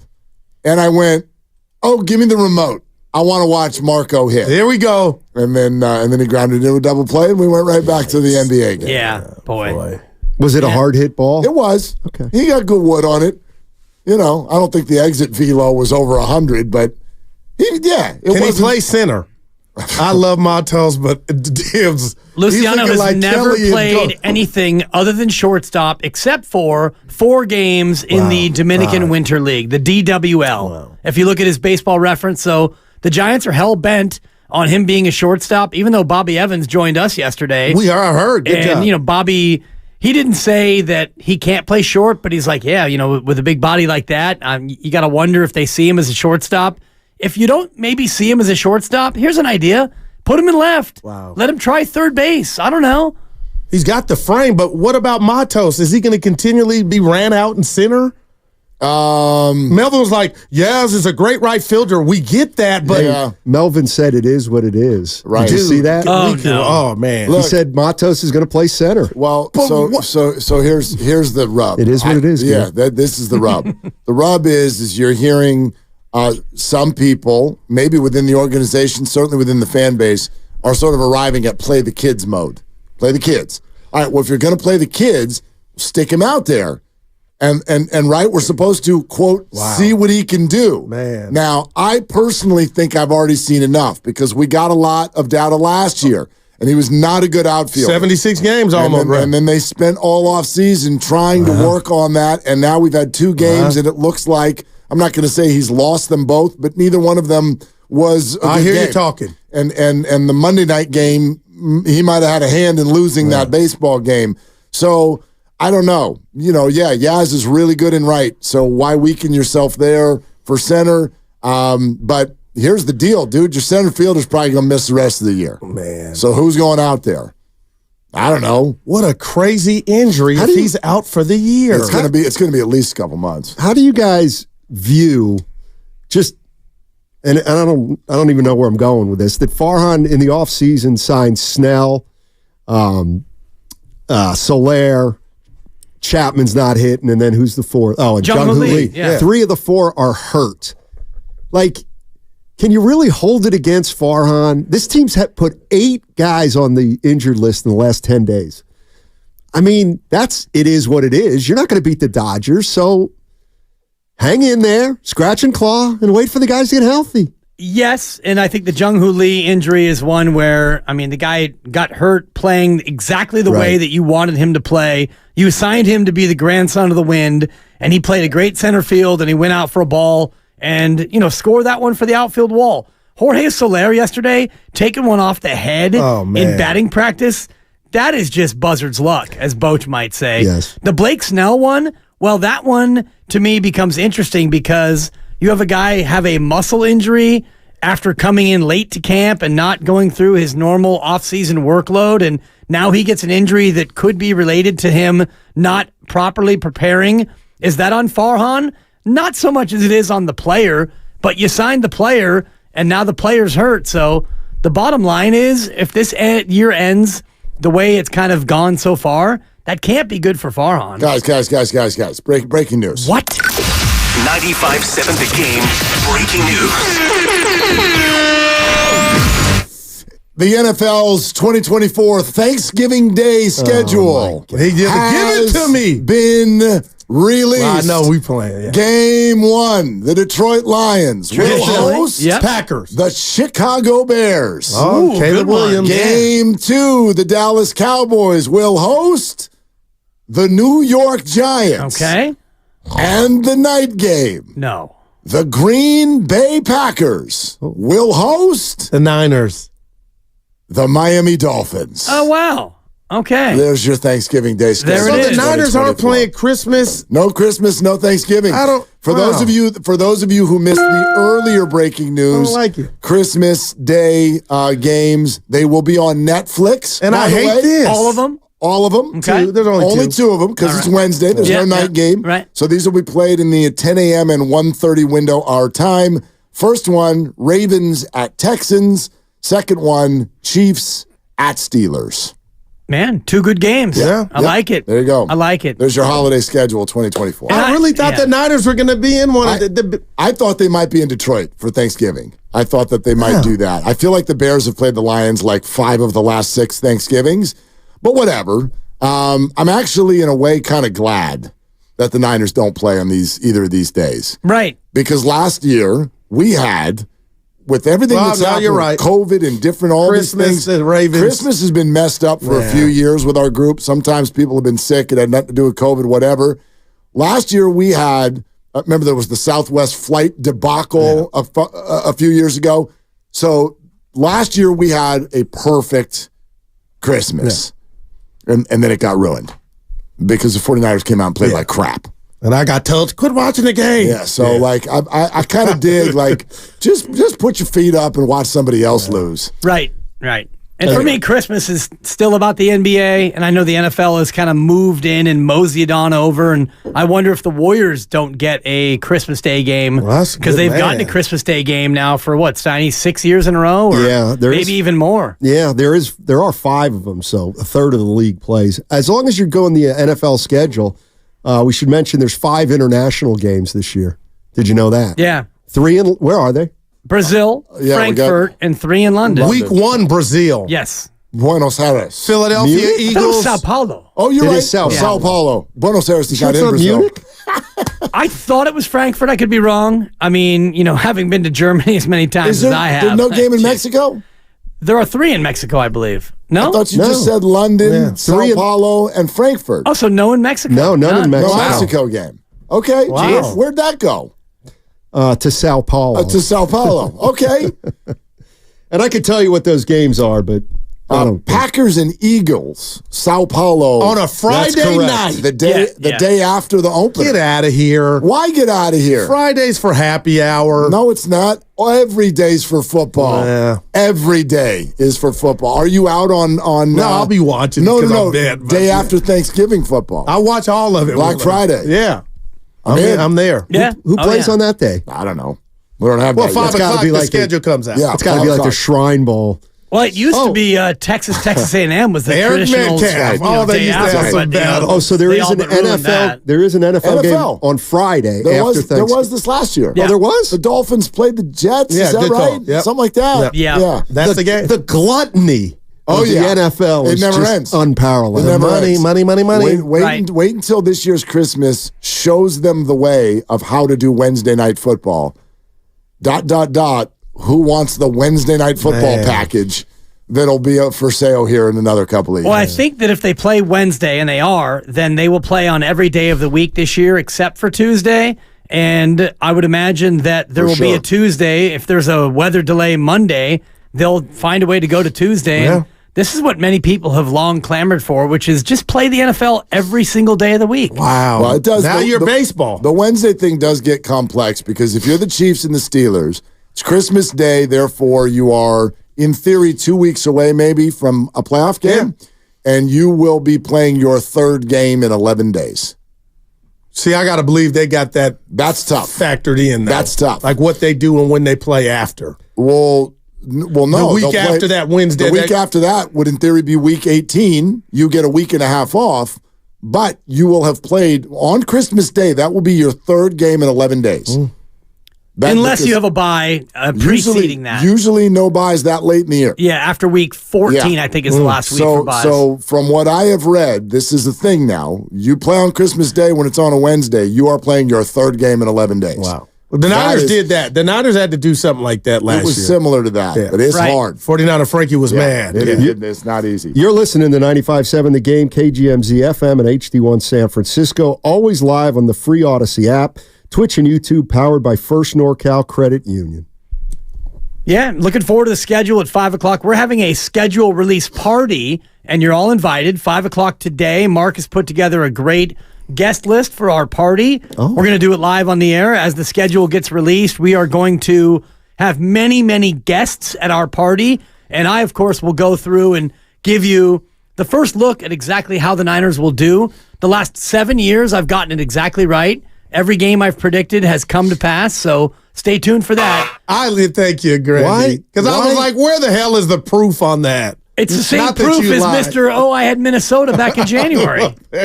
No. Wow, shot fired. I'm going to give you that's a guru There sniff. you go. By the way, Guru, you might want to not only listen closely to the schedule release party, it's possible that you might want to be a part of it. You should be. Because you won't be. Look at Steiny. I'm excited. The reason being is what we're doing is we're going to have a few high-profile fans of 49er opponents who will come on. All right, I'm available. And we'll I listen daily. We'll whack it around a little bit, and I believe that you are a high-profile fan of a 49er opponent. You guys let me know. All right. Yep.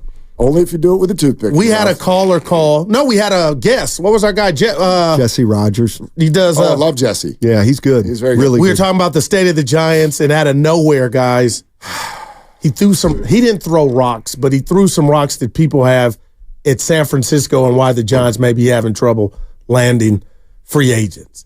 And I wasn't ready for it because it kind of just naturally happened organically. But what did he say? Steiny, you want to? He just said, that there are factors that are hurting them. The perception of this, he said He said there are real issues. Wow. And so I wrote down real issues, and I said, so can I assume the real issues are the perception of the city, taxes, and I'm getting maybe mad. the stadium? And he said, yeah. And are you buying that, guys? Across the board. Yeah, he basically agreed with that. He might have thrown in one or two more. Yeah, but I was just the I'm just not ready yet. They're not winning, so they're not attractive right now. Well, sure, that's circumstantial. And you got used by Judge, and he was never going to leave. The taxes is never. That's not new. But you pay taxes in LA. You pay taxes in New York. That's not new. The ballpark, I do think that's a thing. I think that's a thing for hitters. I do too, and it has been for a while. And Blake Snell chose to come. Stoney was like, it was late, Goose. As did Jorge Soler and Matt Chapman and Jung-Hoo Lee. So I will still reject. I'm not saying there aren't certain individuals who are like, I don't want to live in San Francisco. The same way there are individuals who I don't want to live in New York, and I don't want to live in Texas, and I don't want to live in wherever. I think that's always a part of free agency. The idea that the Giants are in some sort of disadvantage versus other teams around the country just because of San Francisco, I'm sorry. I refuse to buy it. I refuse. You cannot tell me that San Francisco is what, the worst city in the bigs? It's not. That's it. And so like, and people, I won't say it. And people who are all going to live in Lafayette anyway are freaked out because what? Wow. Because when they're crossing the bridge, they have to look into the city and, oh, my God. But that's the thing. You can never get an answer. It was his truth. He feels that way, and we've heard about it before. Farhan kind of alluded to it. Who was the first one? Yeah, Buster alluded to it. Yeah, for sure. Who was Brian Sabian's biggest free agent signing, if you can remember? Because but that's not what they did. They had the homegrown. That's right. That's my point, is they've never built through free agency. So if there are challenges in every city, like I said, Toronto, some guys don't want to play in Toronto. They just don't want to play in Toronto. And so if you can't sign, it's like Oklahoma City in basketball. You better have a good farm system then if you can't get free agents. And he hasn't built it apparently, so now they don't have either. I mean, he was the assistant GM when they got Bonds, wasn't he? Bonds. And that's there was a reason he came, you know? Different. That's different. Sure. Right. And you look at, I think the biggest factor for me, if I'm a free agent hitter, is the ballpark. And they're number 26 in terms of ability to hit this year in the ballpark factors. So if you're a hitter and you're thinking about free agent destinations, this would not be the place you would choose. And forget the politics. If you're not politically aligned with the way San Francisco is, maybe that's a factor. If you're not somebody who is, wanting to pay state taxes, that might be a factor. The city condition in certain areas, that might be a factor. But for me, the overarching ones are, is this team any good? And how do I hit in this ballpark? Well, I was hoping that Shohei realized last night it's actually not that hard to hit it out of here. He actually said he likes it here. Yeah, it's maybe beautiful. Did he say that? Yeah. I missed it. Oh, yeah. No, he said it's beautiful. I've seen two guys hit a ball where that went. It was Sosa, right-hander, and Barry. Yeah. And I found out Slater did. I was like, where's that game? He did. Harper hit one. Did Harper? Harper hit one that went over That was everything. a bomb. It was an absolute shot. Yeah, it was a shot. No, he said like Wrigley. He said he loved. He said it was beautiful views. What was the other part he said about being here last night? I just saw him say it's a beautiful ballpark. Yeah, beautiful views. I enjoying looking at the beautiful views as I watch the ball fly over the fence. Right. I added that part. Yeah. To me, the biggest detractor is it's the team. It's the fact that the way that the front office has done things, I think, it's not that they're not classy to their players. They are. I think they treat them well in that sort of periphery way. Like they treat the families well. They don't skimp on things. I think all of that is fine. But I do think there is also, they have gone so deep into the metrics and the analytics that it feels there's the players and then there's the front office and they're not all on the same team. All right, speaking of which, now the front office, I'm going above Farhan. It's hurting that there's no owner, that fans feel like a Joe Lacob or a York. Who the hell is the owner on 3rd and King, and where is he?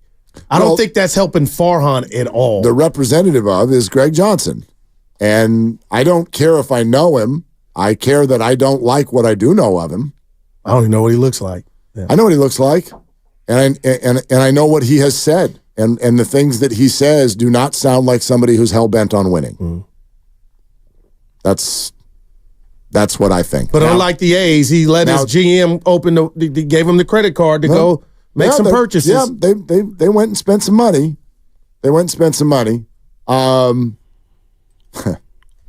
There's so many problems. There's too many to count. What's the number one before we get out of here? Injury. No, for me, that's a little too. It's just a little. It's a little too spur of the moment. Wow. I got a lot to say on this today. All right. Well, well, for me, number one is you got 2.5 minutes, right? He was on 209. Willard gave me it out. You took it too. But the bag is not on the shoulder. I appreciate you taking the invitation away, Dave. Well, I would love to answer the question. Go ahead. The bag is not on the shoulder, and you don't have a collared shirt on, so I know you don't have a tee time. So 212 feels very fair to me. The biggest answer is not injuries. It is your roster's not good enough. They tried to get it better in free agency, but what you had before that is not good enough. And the youngsters that you've brought up, here we go. They're not good enough either. And last night's a great example where your center fielder, who's a replacement, can't field. Your catcher is having trouble throwing people out, and you have too many automatic outs in your lineup. So, yeah, your additions, it'd be great if they were healthy and playing better. The fact that they're not, for me, is not the number one issue. To me, the number one issue is that what you have in general is not good enough. But what leads to that? Like, that's a symptom. What's the disease? Well, the disease is talent. I don't want to blame the one guy who put this thing together, but that to me is where you would look because the collection of talent they've put together is substandard. That to me is, the symptom is a catcher who can't throw and a fielder who can't field, and base runners who can't base run, and hitters who can't hit. But I think lack of talent is the symptom. What's the disease? Why the disease is an organizational inability to identify and attract talent. That to me is the disease. I think it is scouting and young talent. Talent. I think high school and college. They don't love the young people. I'll give you 2 words: overthinking and ego. Man. One big word, one small word. Yep. And he'll have more on that. Because we were told that this farm was good. These vegetables were real good. I was giving you the tee up. Guru that time. Blame him. Don't blame me. Mark's going to expound on that. I'll be listening. I want you to leave. I am. Where will you be listening? I'm going to be listening to 95.7 The Game.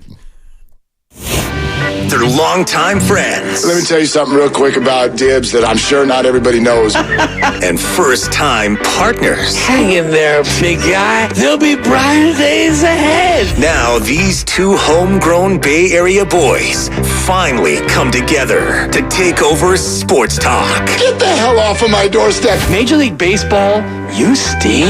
It's Willard and Dibs on 95.7 The Game. All right, man, today's the day. Today's the day. Today's the day that a lot of people who have listened to me talk about Giants baseball, today's the day you've been waiting for.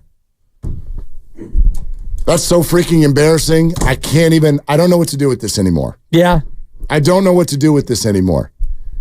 I know everybody's trying. I know that, it's early, Mark. And I know that everybody's hurt. And you're right. It is early. By the way, don't take anything I'm about to say to mean that I'm giving up on the season. Right. Play the kids. It's not going to work anyway. Who does that? It's May. I'm not no. I'm not giving up on the season. I was on my app this morning trying to buy tickets. My kids really, really want to go to a game. You know what I'd like to show them? A good time. Right. This is so painful for Giants fans to watch the Dodgers come to town and do this to us. And I wonder if the front office is embarrassed. or if they still want to just tell us that we don't know. We don't know what we're talking about. I don't care who's right anymore. I don't care who's smart. I don't care who has a good idea or a plan or what the analytics say. All I know is that this hurts like hell to sit here and watch our ballpark get overtaken by the rival, feel like every at-bat is a complete mismatch. It's kindergartners against seniors in high school, and we're acting like it's a fair playing field. And we're thrilled when we almost win. Monday night, it took them to 10 before it all fell apart. This is terrible, and the list of reasons is long, and everyone's got their favorite one, and I've reached a point where they've filled up my brain so much that I don't care anymore who's right. It doesn't matter who's right. This is awful. This is absolutely an awful experience to be a Giants fan right now. So I will start by pointing the finger at me. I have been the loudest voice in this town in support of this front office. I think there's all kinds of things that people don't know about this front office, who they actually are, what they're trying to do, where the efforts have come from. And yes, they are smart. They're not stupid, and they're not cheap. They just proved that too. So I think there's all kinds of things, and that's why I've spent as long as I have going, you know what? Okay, be patient. What about a little of this? What about that? Maybe it'll come around. Don't forget, 2021, 107 wins. My bad. Okay? Mea culpa time. I have spent the better part of 5 years saying that, no, I still think this can be the right thing. And sure, maybe I'm the last one to get off the bus. And so that makes me wrong. I don't care where you point the finger. I think it's silly to point it only at Farhan. I think you can point it in almost any direction you want and have a point. I just want to say this is not okay. You cannot look like this. You cannot let that beautiful building get overtaken by Let's Go Dodgers chants. You cannot have the kids who are being taken to baseball games over there be excited when Shohei Ohtani on the other team hits a home run because they just want to be excited about something. The Giants surprise you right now when the ball goes to the outfield off of one of their bats. It's shocking when it's not a ground ball. And I know they're good ball players over there and they're hurt and they're trying and they're this, that, and the other, but I'm sorry, this is big time, billion-dollar professional sports. So trying, I got Yoda for you. There's no try. You have to do. You cannot look like this when the Dodgers come to town. You know how ridiculous they looked in their City Connects last night? I love those jerseys.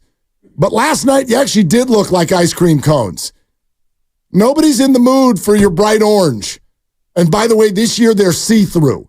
I don't know if you all saw the Instagram post they put out. There's Casey Schmidt with his City Connect outfit, and you can see his jersey tucked into his pants in front of his crotch. My God, the whole thing is so cringeworthy, I don't even know what to do with it anymore. Your ace is facing your rival tonight.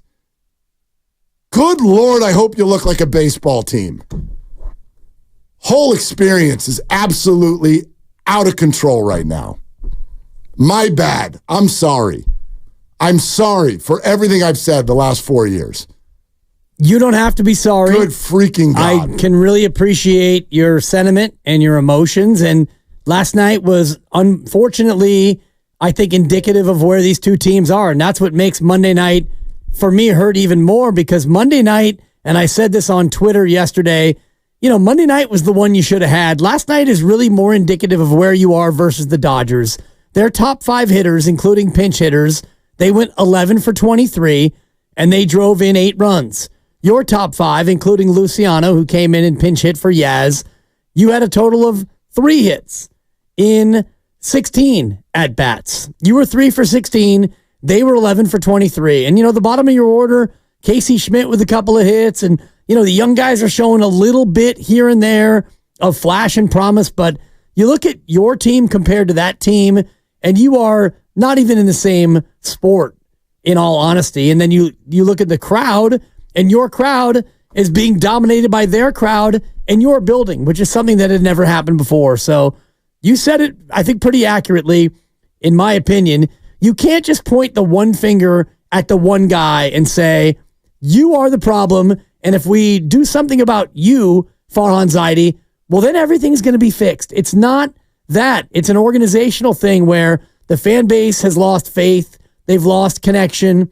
You mentioned the City Connect uniforms. It's the City Connect uniform, or the City Disconnect, rather, because your fan base is disconnected. Season ticket holders are selling their tickets to Dodger fans. Dodger fans are buying up your tickets in bunches, knowing what's going to happen, which is most likely a sweep.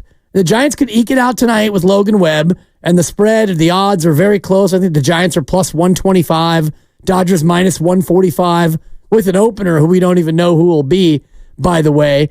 But this is indicative of where you are. So to just point the finger at Farhan is wrong, or Bob Melvin, or Larry Baer, or Greg Johnson, or whoever you want to blame. This is everybody from the top all the way to the bottom. We can use the word they. Yeah, it's not a he.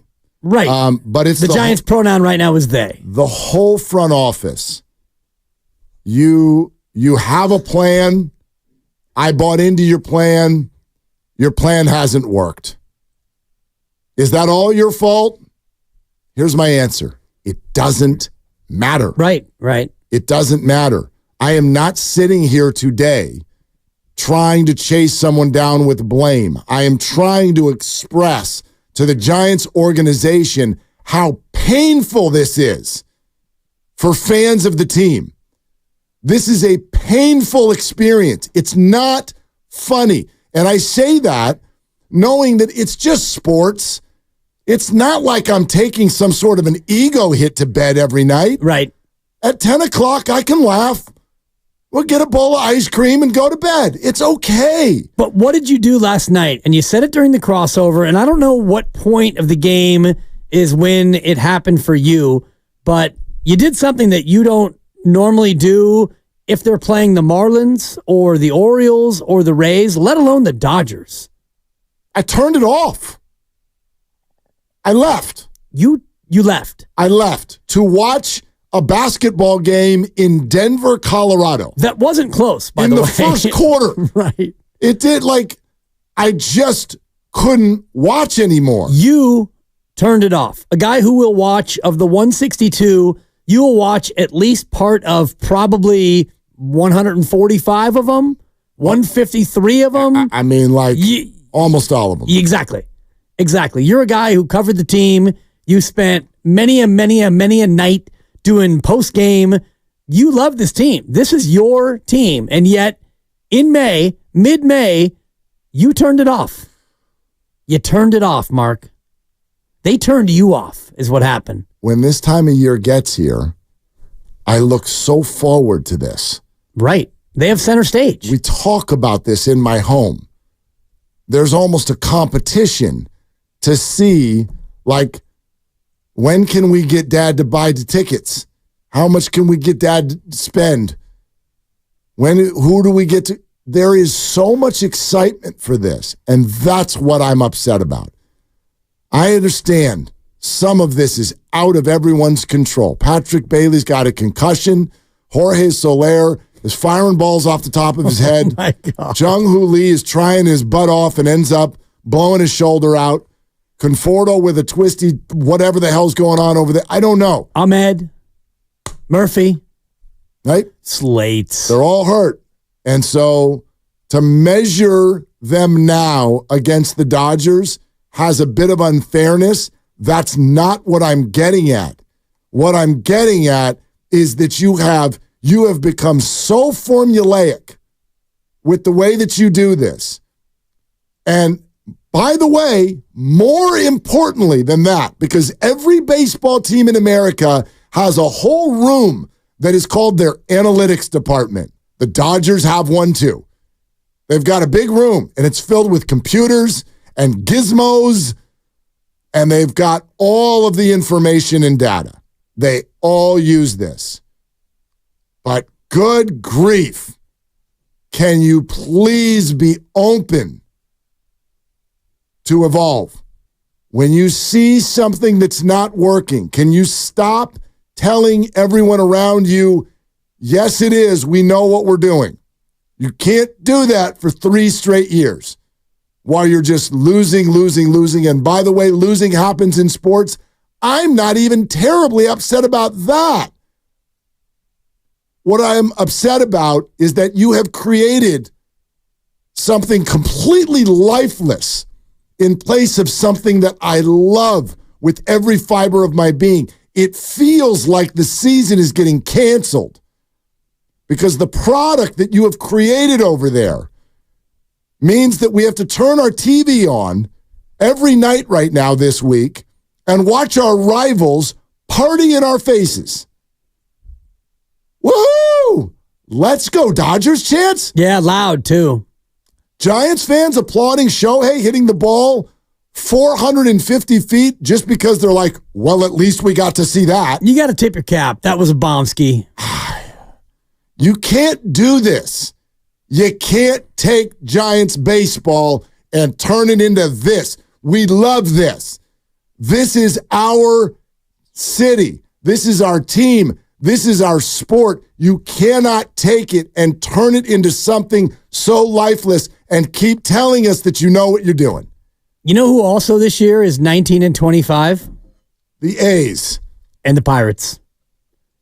The A's, the Pirates, the Giants. So when you talk about your brand, and I know this is not only about the record, and you've been very clear, you're on the record that this is not about the record, and it's not, but the reality is, if you're a fan who's just glancing at the standings in their morning paper, and you see 19-25, and you see a 10-2 loss to the division rival, how motivated are you to go? And I guess that's a question for you, because I know you're going on Friday. Are you going to still go on Friday? Yeah, I'm going to go. I mean, are you looking forward to it like you normally would? Well, yeah, because I'm going to be with my lovely. With your lovely and your family, and I get that. And we'll eat food, and we'll have a drink, and we're going to have a phenomenal time. Are you worried about a Rockies takeover? No. Let's go, Rockies. I refuse to ever give up on the Giants. That's part of my DNA. Right. So there's no give up. There's no I'm not going. There's no protest. But my God, I get to be really upset, and I get to be upset with myself. I went all in. I went all in. And to each and every one of you who over the last 5 years, I told you you don't know what you're talking about, my bad. I didn't know what I was talking about. You may not rob this city of our fun. You can't do it. We'd love to hear from you. 888-957-9570. We're sponsored by Scandinavian Design. It's Willard and Dibbs. Don't miss major Memorial Day savings at Scandinavian Designs.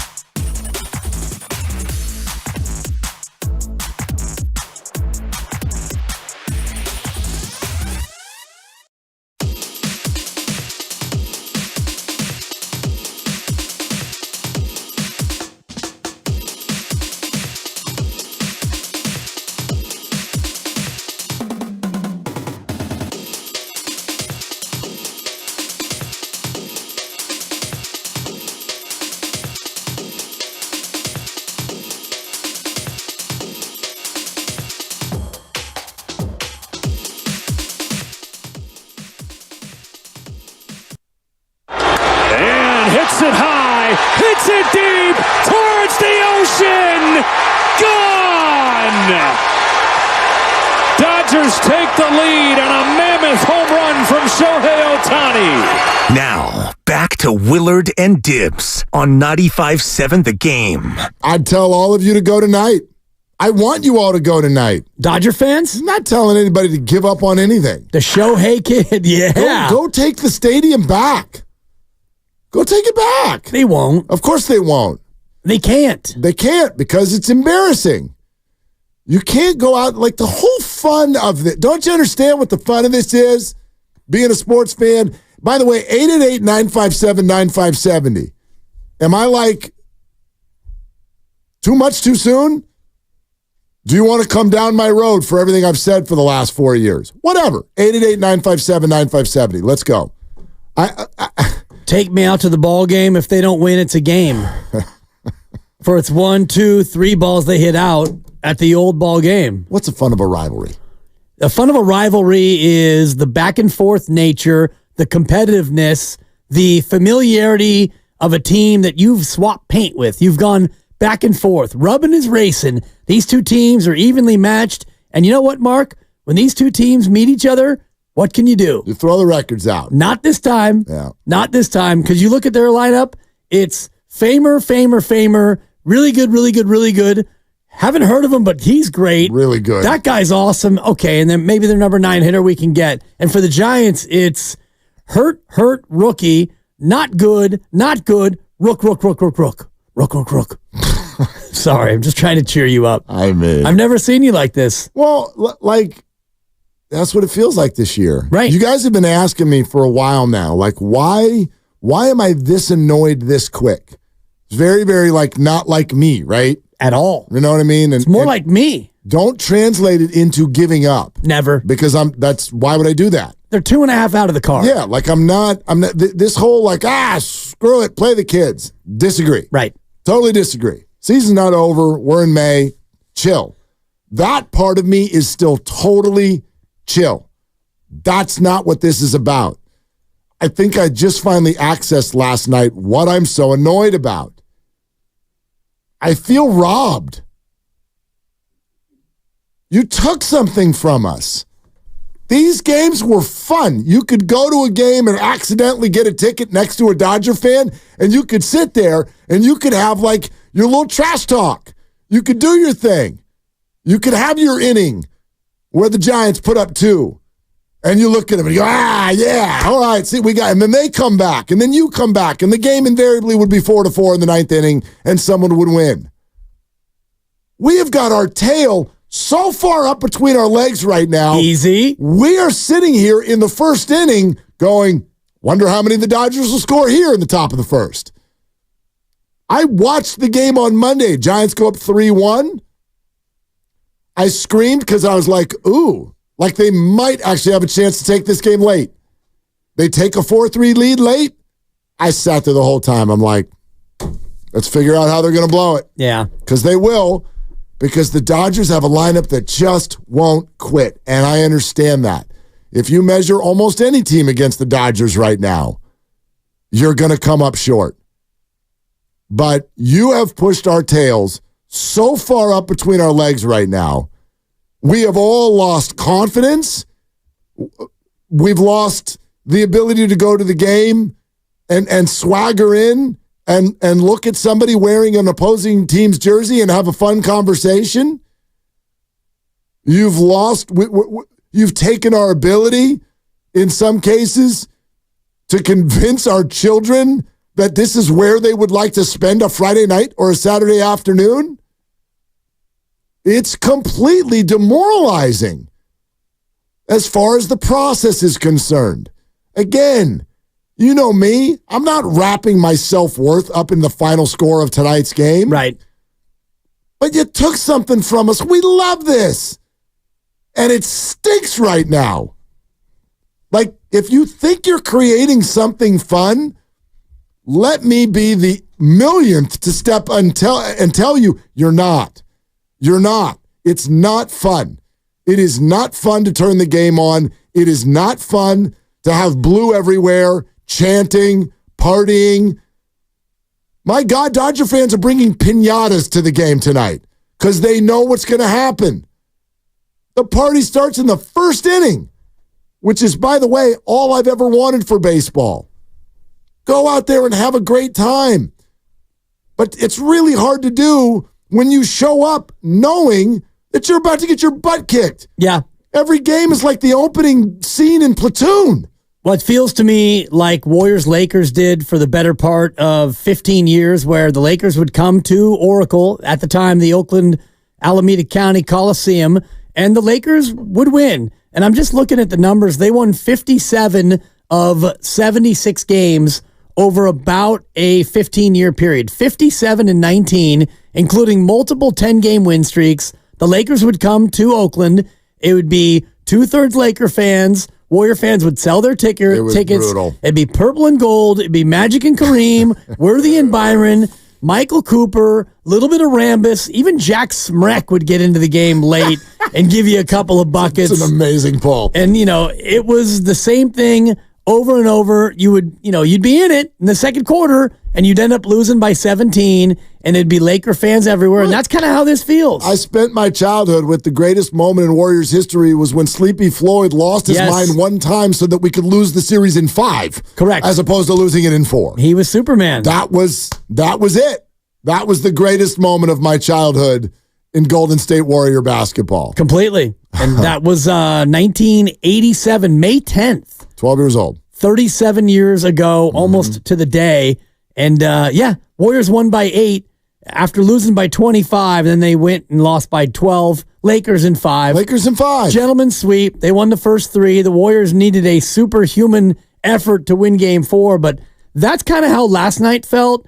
And this whole series feels a little bit like Warriors-Lakers, where, the Giants played great on Monday night. And I said it yesterday. It wasn't an A game, but they brought their B-plus game. They made just enough mistakes to lose the ball game, and then last night felt much more like the Showtime Lakers where, Magic and Kareem, they sat the fourth quarter. Lakers 122, Warriors 94, ho-hum, barely broke a sweat. Yeah. But somehow even that felt like less embarrassing than this.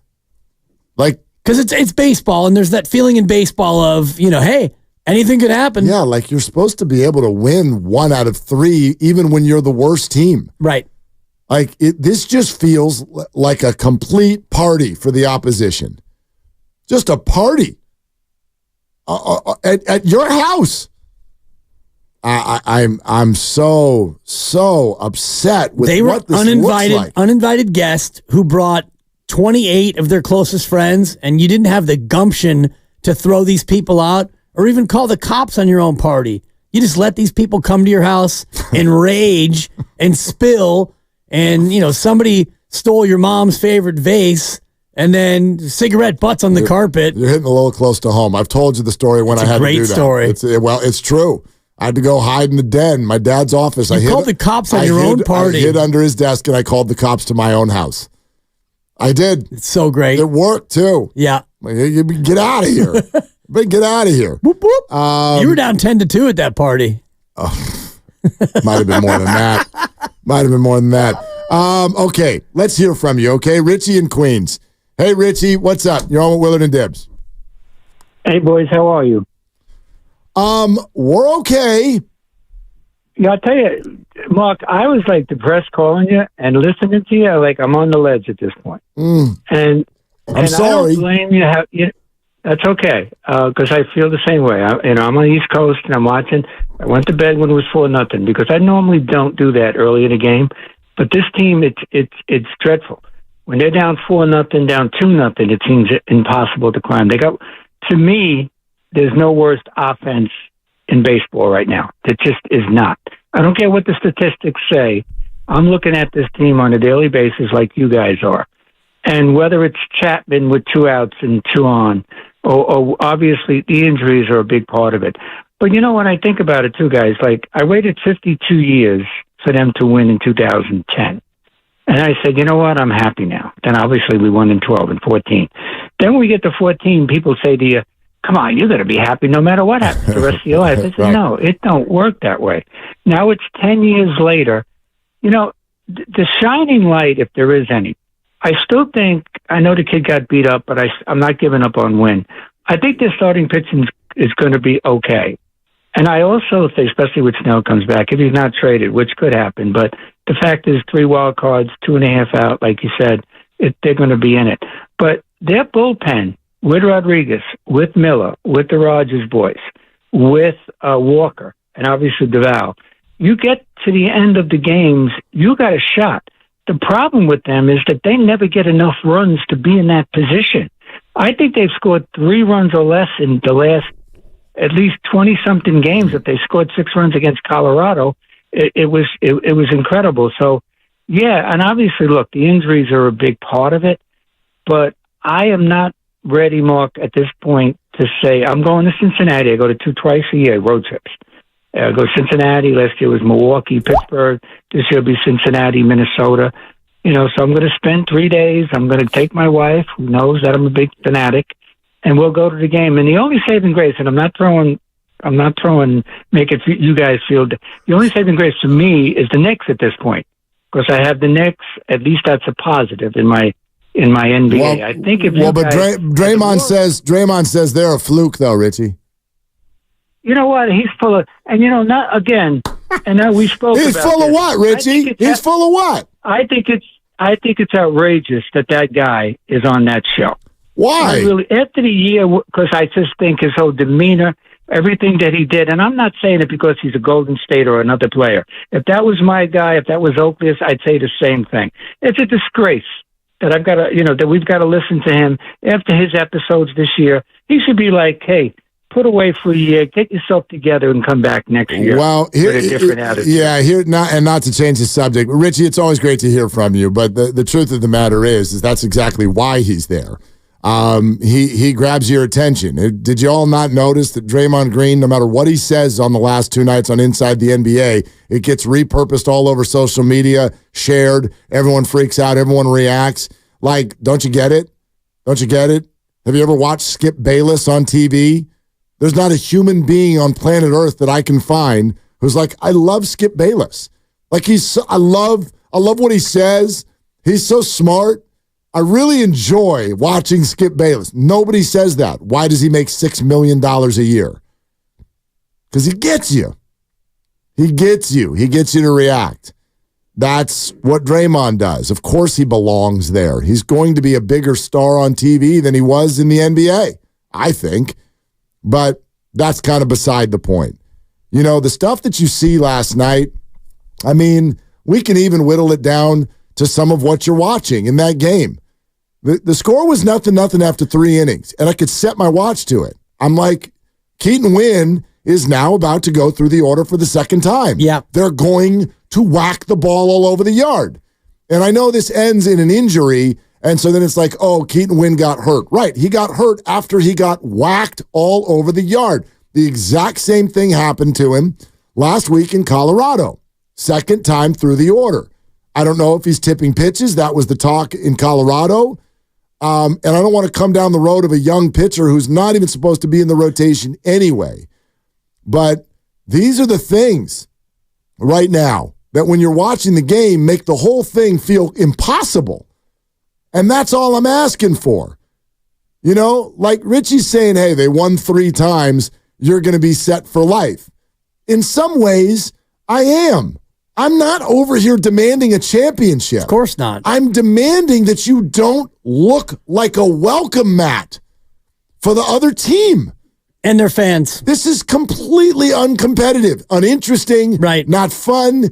There's Well, and it's reflected in your attendance right now. What are you offering us?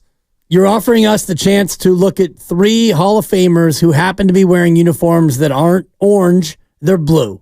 That's what they're offering you. This is just like the Warriors. It's a great timeout. Click and roll in the Kobe Bryant 5-game mini plan where you get the Kobe game and then you get 4 other games to come on out and, see the Warriors, but don't miss Kobe Bryant. Don't miss the Michael Jordan mini plan.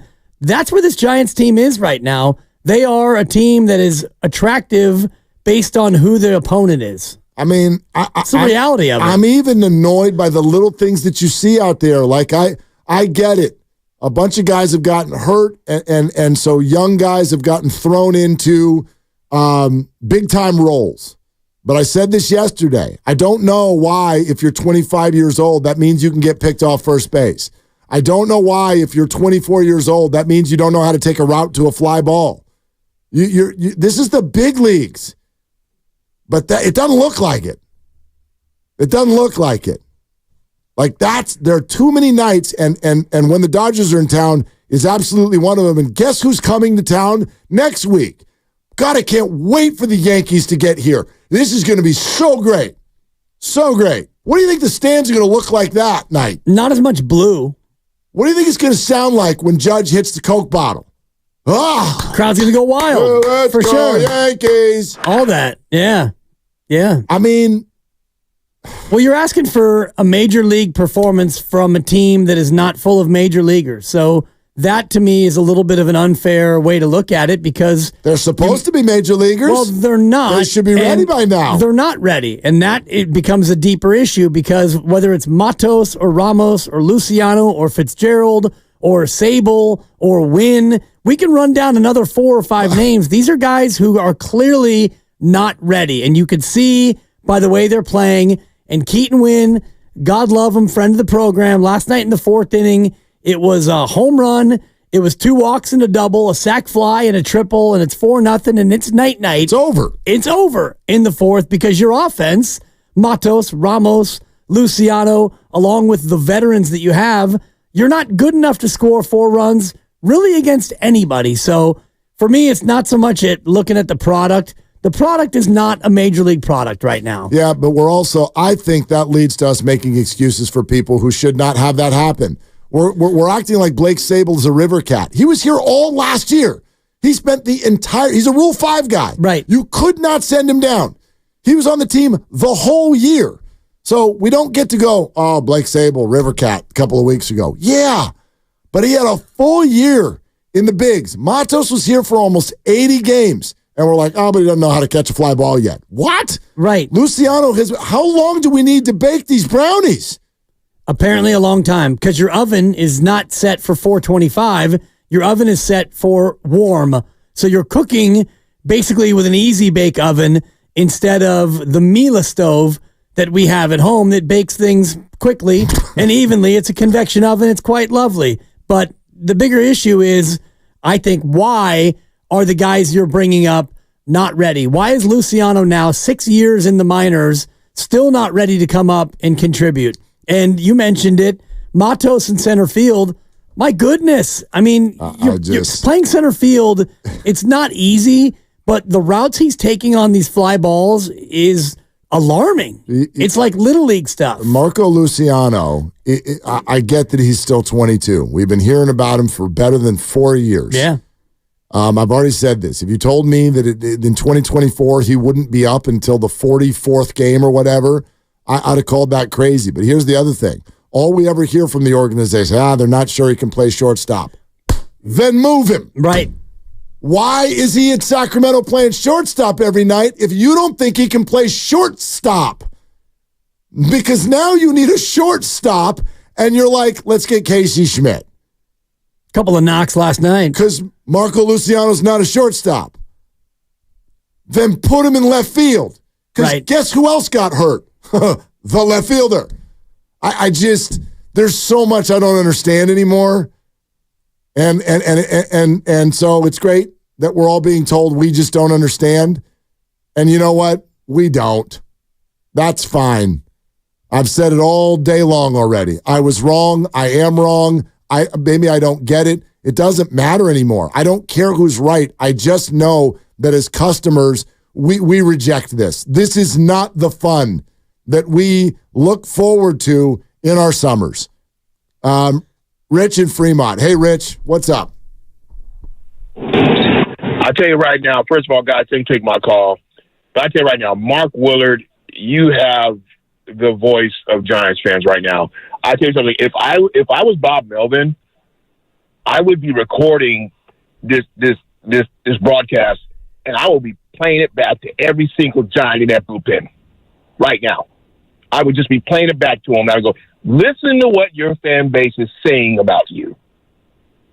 Okay? That, to me, would be the smart to get these guys to understand what they need to do once they get out there onto the field. Mark, you have the Giants' breath right now. Because I'm going to tell you right now, Giants fans, they're not happy. And guess what? They shouldn't be happy because that product stinks. Okay? It's god-awful. 19-25, really? Come on, guys. Money's been spent. Okay? I'm sorry. You guys want to blame Farhan? Go ahead. Money's been spent. This is not a Farhan issue anymore. This is a product that is just not performing up to par. It's almost like the Warriors and Joe Lacob. He spent $400 million. You couldn't even get into the playoffs. Really? Come on, man. Come on. And this is about the guys. This is not about coaching. This is not about, okay, this is about the product on the field. Okay, and I get you got some guys that are hurt. I get that. But at the end of the day, you are the San Francisco Giants. You represent the Bay Area. And if that's so, then do that. And do it the way you're supposed to. 3-time champion. Thanks, guys. Rich, thanks. Yeah. Appreciate it. Yeah. The whole thing right now for me, it just comes down to the product. 19-25, like I'm sitting here sounding real loud today. The ace of their pitching staff 4 days ago called them dog bleep. Right. Yeah, that was Friday, right? Just echoing that. And I know he means that in terms of the way they're playing baseball because he's in the clubhouse and he is a player. But I don't know. What's happened since that? Nothing but losses. Exactly. Yeah. Exactly. We're presented by Fremont Bank, full service banking, no compromises. I guess my only advice for the team, actually, here, I'll save it. Coming up next, I got my advice. Here's my advice for the front office, and we'll keep taking your calls. 888-957-9570. It's Willard and Dibs. No, I've got some advice for you.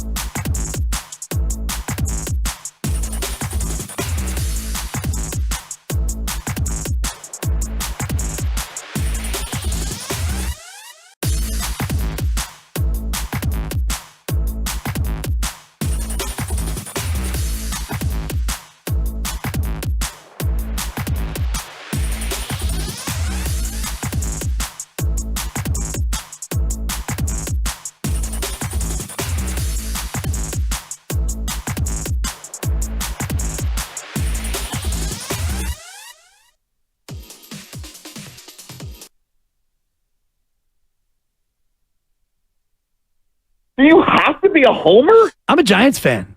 Now, back to Willard and Dibs on 95.7 The Game. Is someone playing a trick on us this week? What do you mean? All right. The Dodgers come in and use the Giants as a rag doll. Jeez, too soon. Grandy. I come in and have expressed how I feel after what was it's a demoralizing situation right now to try to be a Giants fan. You know what it is, right? It's like, a demoralization sensation. Cha-ching! Thank you, Grandy. Yeah. And you were very eloquent when you laid that out, and you surpassed Grandy's 9-minute rant from last week, so congrats. I did? Oh, yeah, that was more like 15. Good. Yeah. That's what I was going for. I was told to let Mark eat. Don't ever try to beat me again, Grandy. No, we were letting you eat. Yeah. And you did. I did. You feasted, and you're still eating. But what do you mean about, are you being trolled right now? What's going on in your world? Well, again, it'd be one thing if the Giants had just lost a couple games because, there was some timely hitting in the 8th inning or whatever. Sure. But to have the ballpark overtaken, to not even feel like there's ever a chance in any given at bat, like it just does, completely and totally overwhelmed and overmatched. So I'm feeling the way I'm feeling, and I get to work today, and here are the second and third legs of the parlay. You're already feeling like a Giants ragdoll. I don't know how I can describe this to the listeners, but those of us who work in the media, we operate on free food. Oh, boy. That's how we roll. Talk to me. So we look at free food differently than you. We look at it in many ways as our lifeblood. When we arrive at a game, often it's the first thing that we look for before, a good seat. Oh, yeah. Or who do I need to talk to tonight? Dude, Niner games, I'll eat 3, if not 4 meals, including dessert. And the Niners, they take care of the media. You get lunch. Oh, they're amazing. At halftime, you eat. Post-game, they bring out pizza, and they've got its. I'll tell you what. Your boy will gain 8 pounds on a Niner game. Red pumpkin. I used to be. If the Giants roll out, if they roll out free food starting tonight, I'm taking credit for it because I think that they need to apologize to everybody. But anyway, we show up to work today, and there's a huge spread of good-looking food with a napkin right in front of it. Matt Nahagian has tweeted out a picture of it, so you can go look at it. So it's a napkin right in front of it that says, "Do not touch." Now, look. If it's someone else's lunch, fine. I'm not grab somebody else's food out of the fridge guy. Yeah. I don't do that. I hate that guy. So I didn't touch. Now, I touched the napkin just to mess with people, but I didn't touch the food. But at no point is there any indication of who's the food for? Exactly. Is there a high-powered meeting in town? Nobody's there. It's just a full afternoon of walking by this table 27 times, staring at really good-looking food. 8 salads, 16 half sandwiches, and a tray of cookies. And you can't have any of it. Not a one. And you don't know why. Don't touch. Then you come in here to start the show. We've got 3 monitors in here. And what is playing on NFL Network? Dibs? It is the 49ers taking on Kansas City in the Super Bowl. And it took a minute to realize which Super Bowl because you and I are talking to each other. They look the exact same. We're making incredible eye contact because it's what we do. And I actually asked you during the break which one it was, and you had to do a double take because they are the exact same game. This is the first Niner disappointment, not the most recent one. And I asked you, and I'll throw this out to the callers if you're interested at all, 888-957-9570, which Super Bowl, while watching it, did you feel like the Niners were going to win more? Because we're looking right now, they're up 20-10 with 7 minutes to go. Wait. They just had the ball at midfield. Did you guys see what was on NFL Network beginning at 10 o'clock this morning? No. Oh, Niners-Ravens Super Bowl. I mean. Not even joking. Do you understand I would now? guess I know what's coming up next. Do you understand now why I'm asking if we're being trolled? Right. When I get home, is my dog going to bite me? What are we doing today? Mahomes is 19 of 31. Good dog, yeah. He doesn't even have 200 yards, and he's thrown 2 picks. Yeah. He's never won a Super Bowl at this point. You asked me which one they should have won more, and I was like, this year, and now I realized that was recency bias. Yeah. Jimmy Garoppolo's got the ball, a 10-point lead, 9 minutes to go, and they're driving around midfield. And like the Niners are in complete control. Right. If you had said to me in this moment the Niners are about to lose this game by double digits, I'd have been like, what on God's green earth are you talking about? Even now, as Mahomes is at the 50 with 7 minutes to go, and they're starting to move, they're still down 10. They're down 10, 6:57 to go. So anyway. The point being is you're not helping NFL Network and Odyssey. What is helping is that you now have gotten not one but two meals since the don't touch sign has been removed. It's been removed. Yeah, so. Yeah. Well, no, the burrito The was touching mine. has begun. I brought the burrito. Okay. Yeah. Okay. I had a little finger sandwich. Yeah. It's delicious. Turkey. Beautiful. Let's go to John in Newport Beach. Please, John. Hi, John. What are you doing? You talk, we'll eat. How you guys doing? Better now, John. Fine. All right, I want to talk to you guys about the young kids. We all want them to be good, right? But, I mean, we got to set some realistic expectations. Ramos was the only one lighting it up in AAA this year. I mean, Matos wasn't lighting it up. Schmidt wasn't lighting it up. Luciano wasn't lighting it up. And these guys are the future, or what we want the future to be. And, I mean, this is all on Farhan. The roster just isn't good enough. And if these guys don't pan out, and there's a good chance that these guys don't pan out, this team is going to be in the dirt for the next couple of years.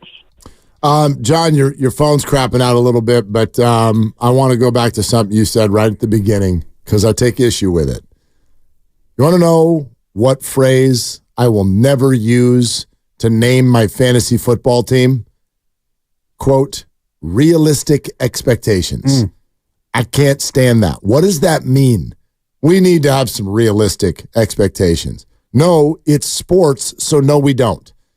I never, ever, ever want to wake up ever and go, let's be realistic. No, this is the fantasy land. We don't play for this team. We don't even know these players. The whole thing that we're doing is a fun ride. And so it doesn't need to be realistic. Okay? I don't care who was lighting it up last week in AAA. What does that even mean? That's a completely different league. At other times, they have been lighting it up. When Matos got called up last year, he was lighting it up. So sometimes they are, sometimes they're not. What does that mean? To me, that's getting too fine with our point. And so I want to say this again, and then let's find out if you're feeling the same thing I am. 888-957-9570. And here's what I'm getting at. I don't care if the young guys take some time. I don't care if some of them aren't good, because not all of them are going to be good. I don't even care that much that in this moment on May 15th, they're 19 and 25. That is not my point. My point is from a much higher level of a view. My point is that you are looking at this organization, and now it's year 6, and they have failed to put together something that we can be proud of, something that's fun, something that doesn't take our ballpark away, fill it with blue jackets, all partying and rubbing it in our faces while we sit there and preach, well, no, it's actually fine. I told you I wanted to give my advice to the front office. And here's my advice just for this moment, because there's a lot of things I could say. Do things differently, draft better, blah, blah, blah. That's all. That's not what I'm getting at. That stuff's all obvious. My advice for this front office is to stop telling everybody that they're wrong and you're right. You have to stop that. Because, by the way, I'm not even talking about the fans. You're doing this to your own players. I know this. We know this.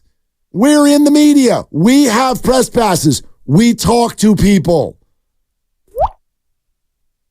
Your own building is filled with people who have morale in the dirt. That's your own people. That's not my opinion. That's a fact. And if you want to continue to act like you're the only one or ones who know what the right answer is, you're going to run this thing, and yourselves, you're going to run your own jobs right into the ground. So that would be my advice. Start looking around at some of your people, maybe take an opinion or two, maybe try to do some things a different way, maybe open up that you don't have it all figured out. Because what you're putting on TV every night right now it's devastating for fans. We're sponsored by Safeway. 888-957-9570. Are any of you feeling the same way or completely different? 888-957-9570. It's Willard and Dibbs. Head to Safeway this week for these great digital deals. Lucerne cage-free eggs, 18-count, large grade AA.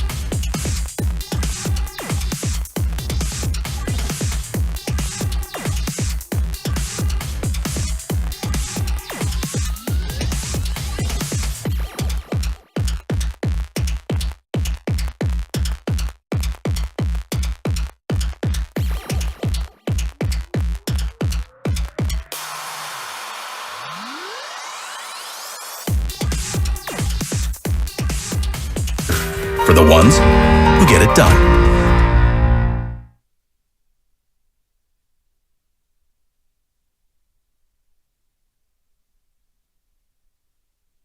Now, back to Willard and Dibs on 95.7 The Game. All right, first and foremost, guess what? Rich Aurelia is going to join us in 1 hour. I love Richie. Richie. Yeah, all right. Richie. Yeah. Okay, Rich Aurelia is going to join us. We haven't had a chance to really pump this up and hype this up, but we're having a schedule release party at 5. I can't wait. We have some special guests, a lot of fun, maybe some surprises. We will go through the unveiling of each 49er game, and we will stop down on a couple of them and dive a little deeper and make fun of people who root for the teams that the 49ers are going to beat this year. Okay? We got a few special ones. Big. And so that's going to be great. It all gets unveiled at 5. You might know by now some of the games.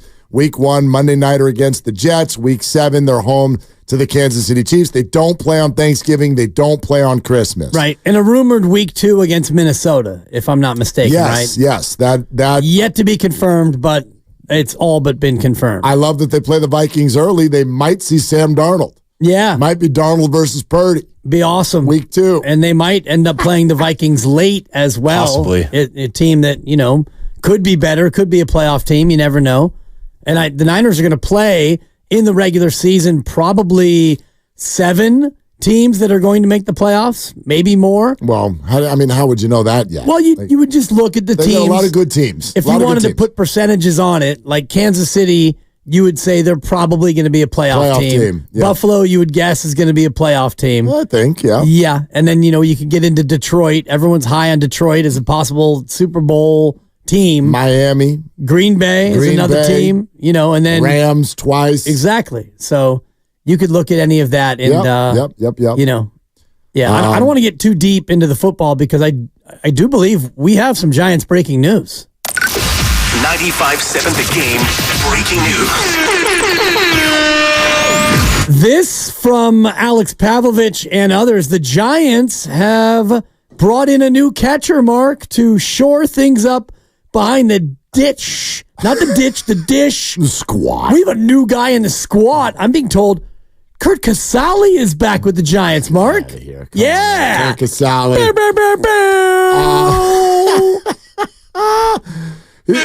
Thank you for that. So, a grand total of 0 at-bats so far this year.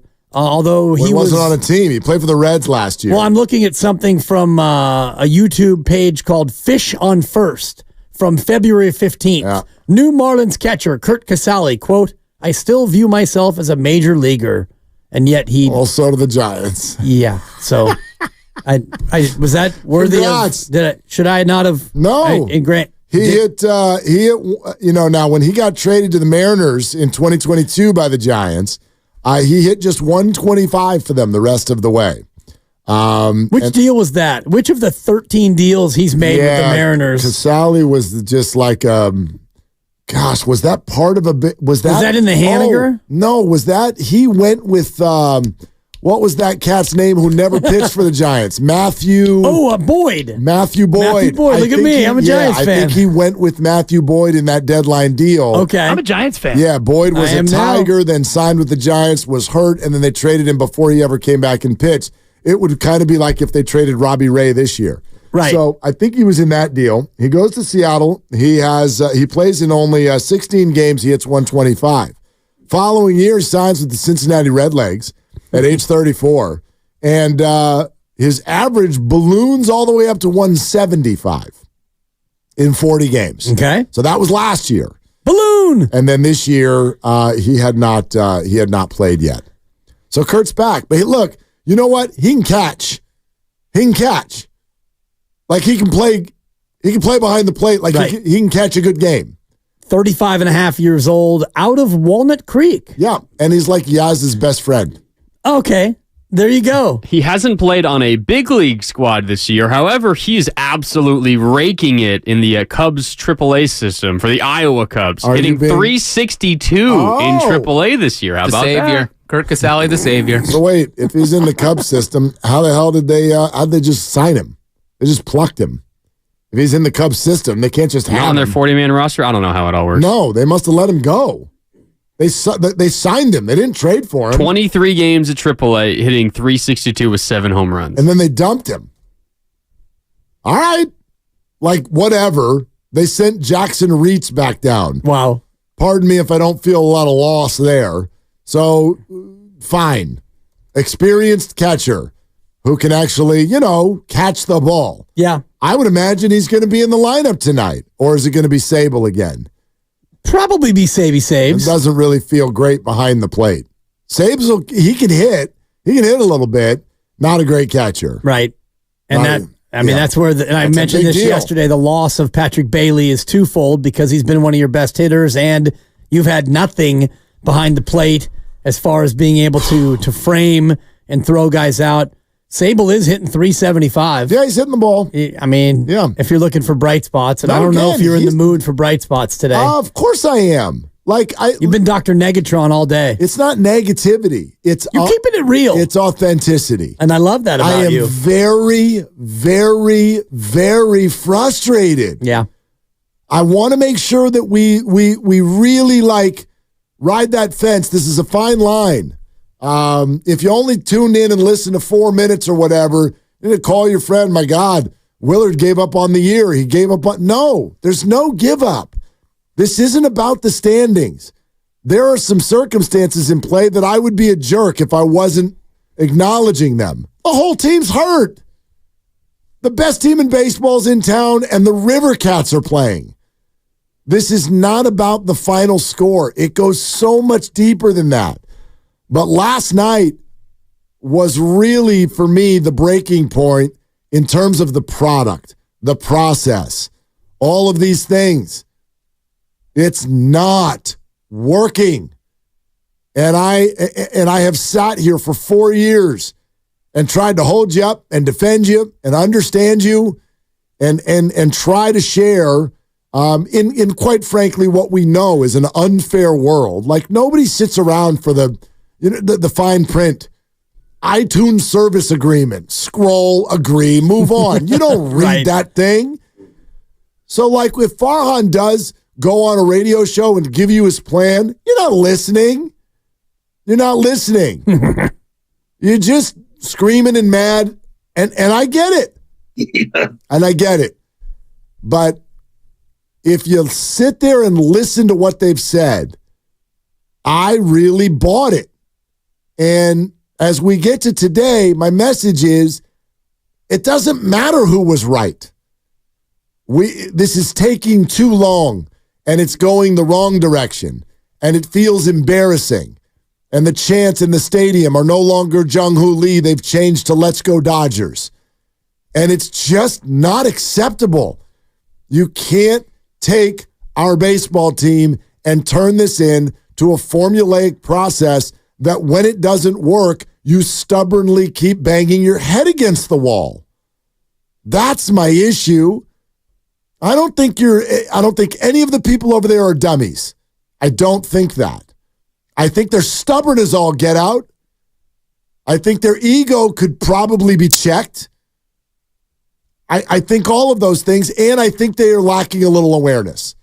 Or maybe this means the same thing. They're burying their heads in the sand.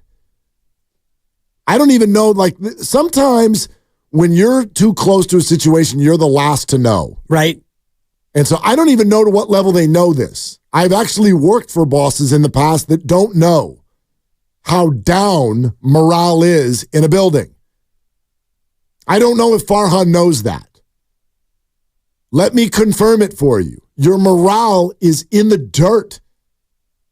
And this goes to the marketing department, the ticketing department, and guess what? The clubhouse too. It does. And there are guys who've been trying to say things the last few years, and they've been trying actually usually kind of nicely. Ross Stripling, Sean Manaea. Right. Manaea on our very program. Yes. They're trying to subtly be like, yeesh. Jock Peterson, not through words, but through his own actions, playing Pusoy Dos in the clubhouse, and the skipper basically turning his back and not even really policing it. And I think that it's all permeated down to the fan base and also up from the fan base, because you can't tell me that the players don't know this. And, we've talked about it before, Casey Schmidt. You know when there's a crowd that's with you or if the crowd's not really with you. And you can even look over to the Oakland A's. I'm not saying that this situation's gotten that extreme, but you know that Oakland A's players feel that at home. They look forward to going out on the road where there's a little bit of energy from the crowd. And this week, this Monday, Tuesday, and then tonight, and tonight's going to be more of the same. It's not just going to turn around because Logan's on the bump and it's a big game and you want to avoid being swept. There's going to be maybe even more blue in the crowd tonight. And it's sad to see the fan base take on such a laissez-faire attitude toward the club, but it's really what the club is putting out there. What else can we do? Exactly. What else can we do? You can't swagger into the building tonight. And you can't expect the fans to care more than the organization seems to be caring. I want you to think about this for a second. What'd you say the line? What's the line tonight? It's Dodgers, I think, minus 145, Giants plus 125. Okay. Logan Webb against T to the B to the D. So let's unpack that for 1 second. Okay. I want you to think about what you just said. And I want the organization to freaking hear this. Okay? You are in your building with your ace against TBD. And you're the underdog. I'm seeing it now as Eliezer Hernandez getting the ball. Is that right, Grandy? Is that what you're saying? Yeah. Who are you? Exactly. I'm going to give you a big W because whatever. The larger point remains. And the Giants should feel very embarrassed by this. Your rival is in town. You are in your building. You are desperate, and your ace is on the hill. And the Dodgers are starting, grab that guy and put him out there. Number 52, Eliezer Hernandez. And you're the underdog. Rather significant one, too. His ERA, 6.35. His whip is not a very cool whip at 143. The gap between the Giants and the Dodgers has probably never been larger in my lifetime. In my lifetime, I've turned 50 next year. Now, maybe there was something to be said for the 80s. I was a baby. I barely even remember any of that. Gaga goo goo. I do. I remember LeMaster. I had some baseball cards, whatever.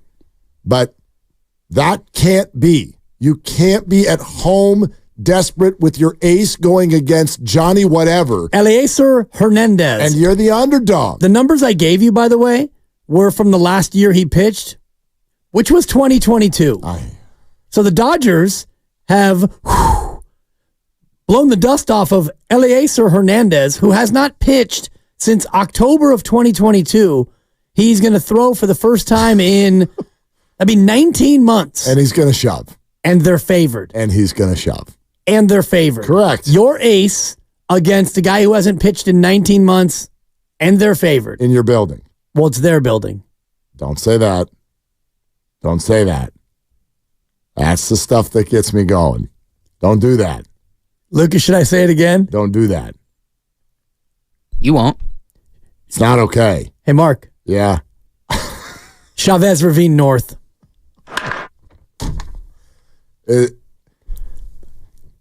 Are they okay with this?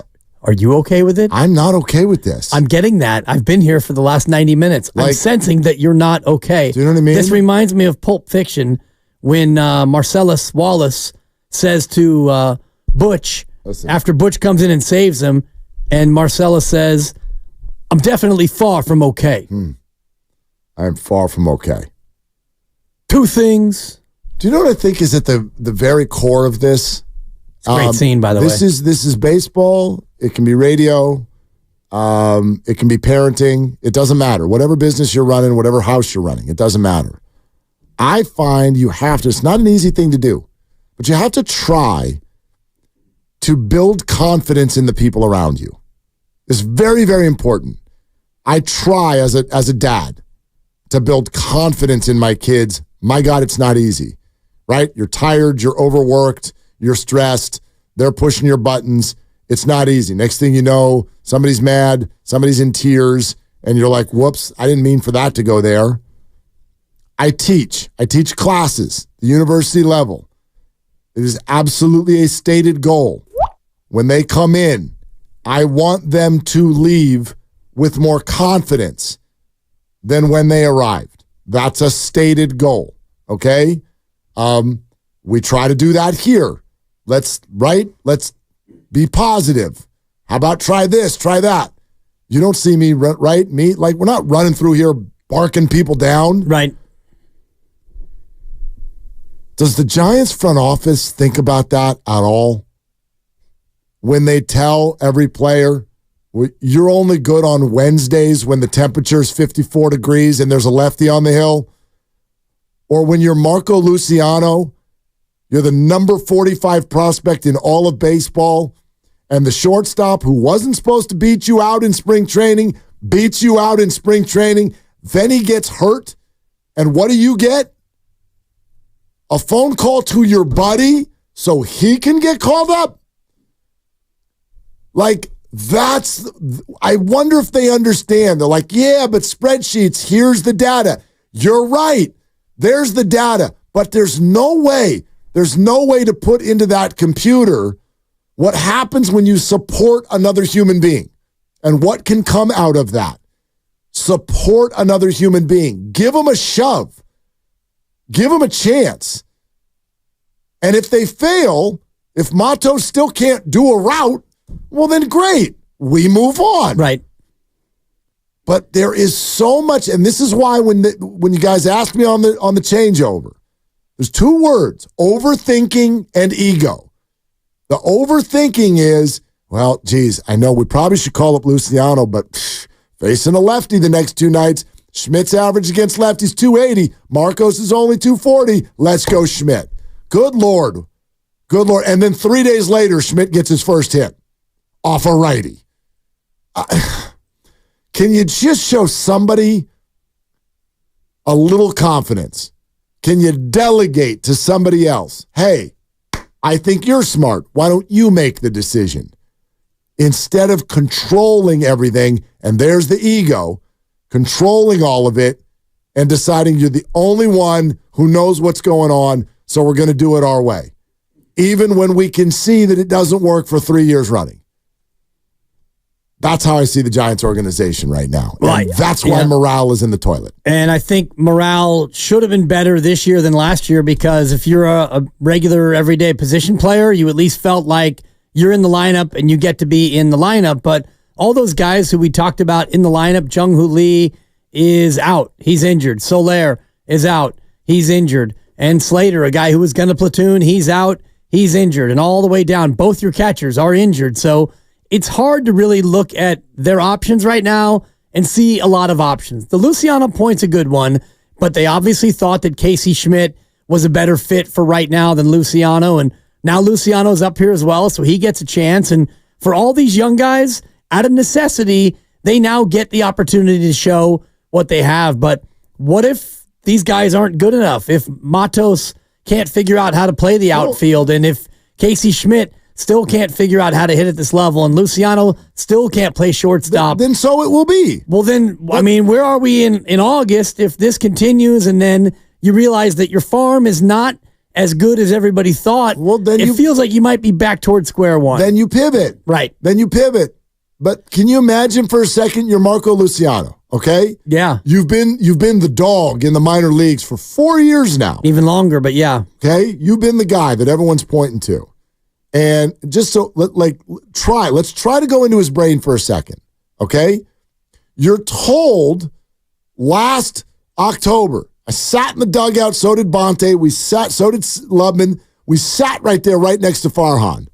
And he said, Brandon Crawford's not going to be back because we have got to open up a runway for Marco Luciano. That's our opening day shortstop next year, assuming all things are normal. Then, with 3 weeks to go before spring training is up, they sign Nick Ahmed. They're sign number one. Then the buzz kind of goes away. Yeah, Marco's not going to win the job. So he doesn't even get the job. He doesn't even get to start. Then he goes to the minor leagues, and he's not great. He's also not embarrassingly bad by any stretch. Super high on-base percentage. Not a lot of pop to the bat, but okay.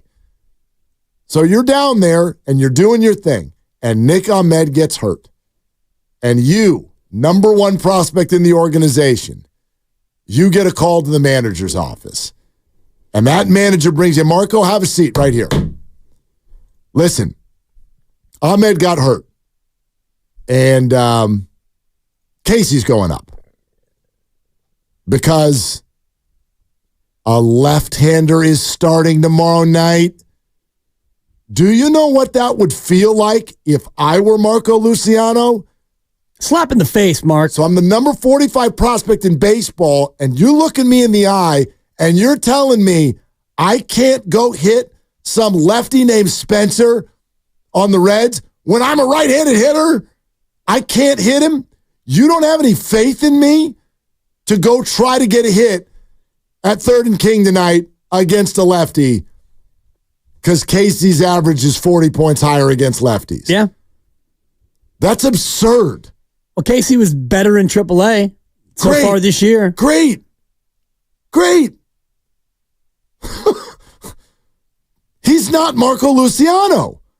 Well, maybe he's better than Marco Luciano. Maybe the organization knows that Marco Luciano is not the player that they thought he was. Maybe 5 years ago when they picked him out of the international pool, and you've seen him not race through the organization. And you've seen other teams have 20, 21, and 22-year-olds come up and flash and pop, and Luciano is not seen, by this organization at least, as a guy who can either play short or hit at the major league level so far. But then you call him up 5 days later. Out of necessity, yeah. Not really. Well, a catcher went on the injured list. Yeah.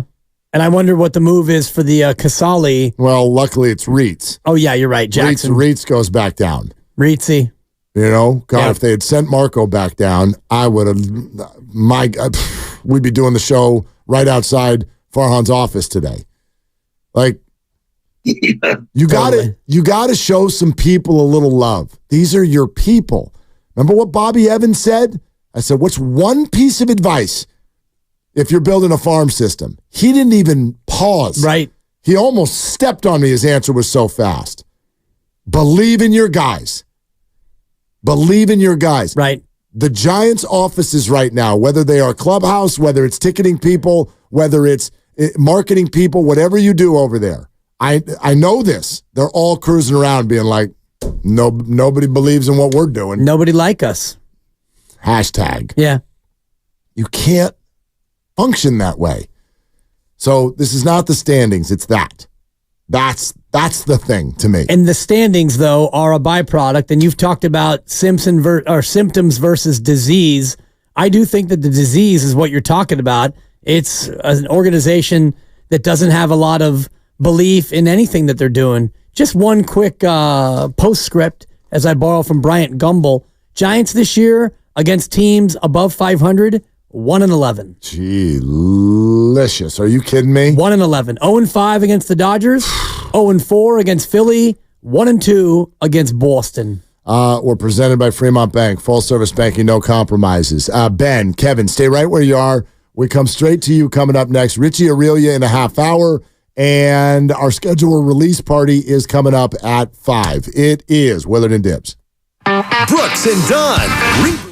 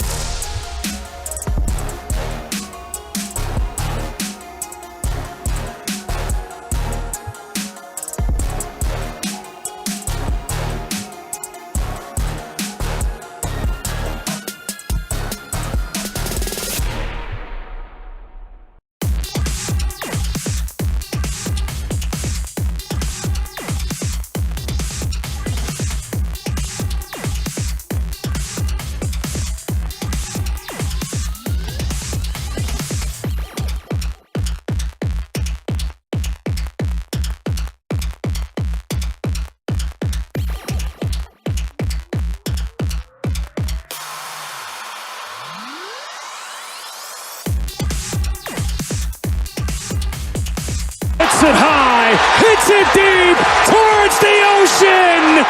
Gone! Dodgers take the lead on a mammoth home run from Shohei Ohtani. You okay? No, man. I'm pretty far from okay. Now, back to Willard and Dibs on 95.7 The Game. All right, you saved it. I was about to come in there. You do not need to play the Ohtani homer twice. I'm pretty far from okay. But now I understand what you were doing. Well, and is that Joe Davis on the play-by-play? Who was that? Correct. Joe Davis on Sportsnet LA. Joe Davis, I love you, and it was a pretty good call. That's not the ocean, my brother. It is to them. It's the same thing. That's the bay. I know it's the same thing Max Muncy did. Go get it out of the ocean. I'm like, that's not the ocean. And I get it, and you hit it. He hit it so far. I mean, I would have to go a long way to get to the ocean in that direction. He would have to hit it about 3,700 miles to get to an ocean in that direction. I'm glad you're making this distinction because people will be like, but it's the same water, like it flows in from the ocean. Well, a whale is fine out in the ocean, but not in the bay. Exactly. In fact, remember Humphrey the Humpback. So the stupid. whale ever gets into the bay, we got to stop everything. It was like COVID. There's no work. Right. There's no eating. There's no school. Everybody go get the whale and see if we can get the whale back out into the ocean. That's the ocean. This is the bay. Good job, Dibs. Hey, Dodgers people, stop calling it the ocean. Right. It's the bay. All right. Oh my God. I was wondering how long ago that was. Oh, God, don't say it. I don't want to. My thought was 1990. No, it's earlier, isn't it? He actually entered the bay twice, 85 and 90. Now, how'd they know when he came back that it was him? Because you could tell. I don't want to be racist, but they all look alike. You're a whalist. I mean, come on. Like, That's for real, whalism is what that is. They do. I mean, let's be honest. It's not the brightest whale. If he got stuck in the bay twice. The second time it came back, and they're like, dude, you again? I thought we figured this out. There's an old saying in oceanography, fool me one time, shame on you. Fool me, can't get fooled again. I'm sorry, but the second time you show up, they're like, dude, you find your own way out. Exactly. Like, I'm sorry, we're not doing this again. The second time, you're on your own. The second time, you meant to do it. Show yourself out. Plus, like the second time, 5 years later, what is this like a 9-year-old whale by now? You come back in 1996, dude, you should know better. Yeah.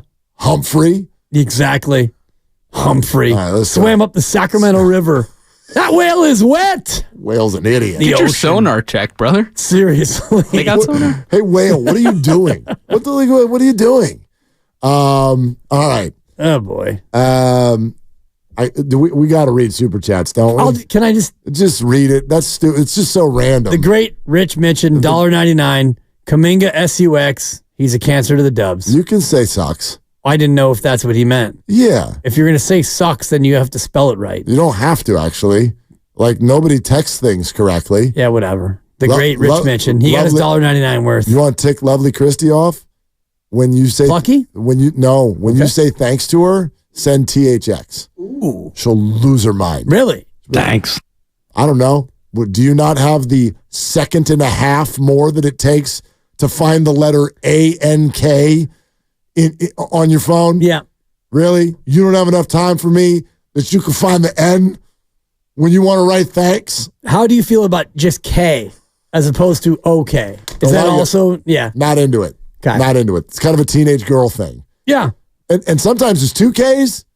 I really don't know what the hell that is. What's the KK thing? Why? What is that? What does that even mean? It means KK. All right. No, it's OK. KK. What? It's a more respectful way to say K. Because the single K, very disrespectful. Why is the double K disrespectful? No, it's the nice way to do it. The single K is disrespectful. It's very dismissive. Why? Okay, why is a double K not disrespectful? You took an extra second. Put a second letter. Then use an O. Exactly. That also, to me, is disrespectful. OK in text form. Disrespectful.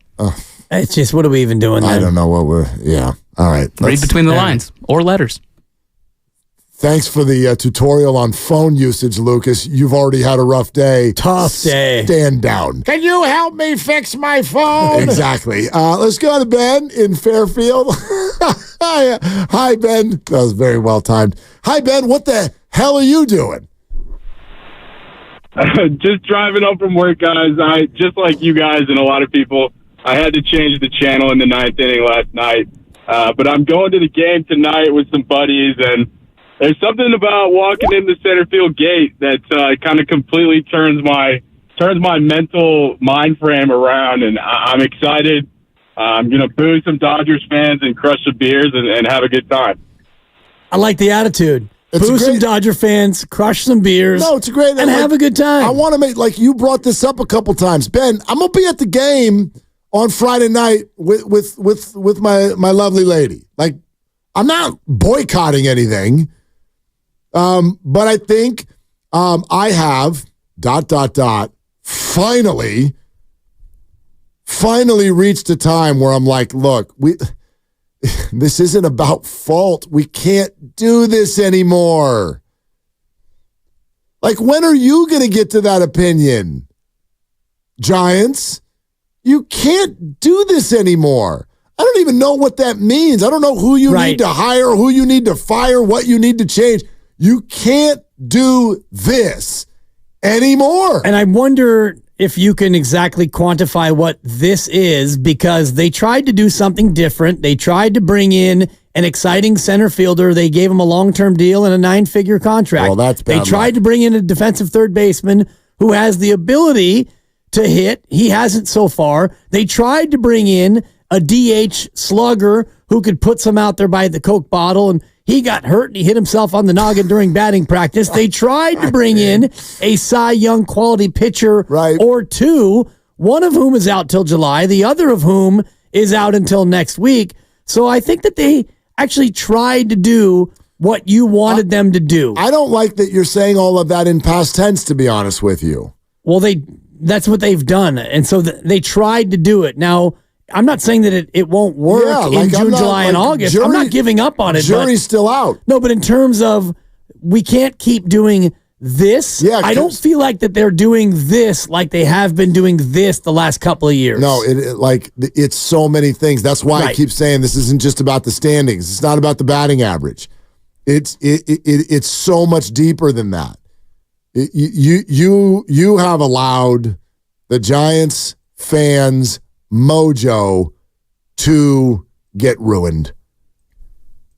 That's how I'd say it. You've killed our mojo. And that's the most important thing that we can have. Look at Warrior fans. They had a bad year. They ended up in the lottery. And a Warrior fan is still peacocking around. We got Steph, and we're going to do something because we got an owner who doesn't quit.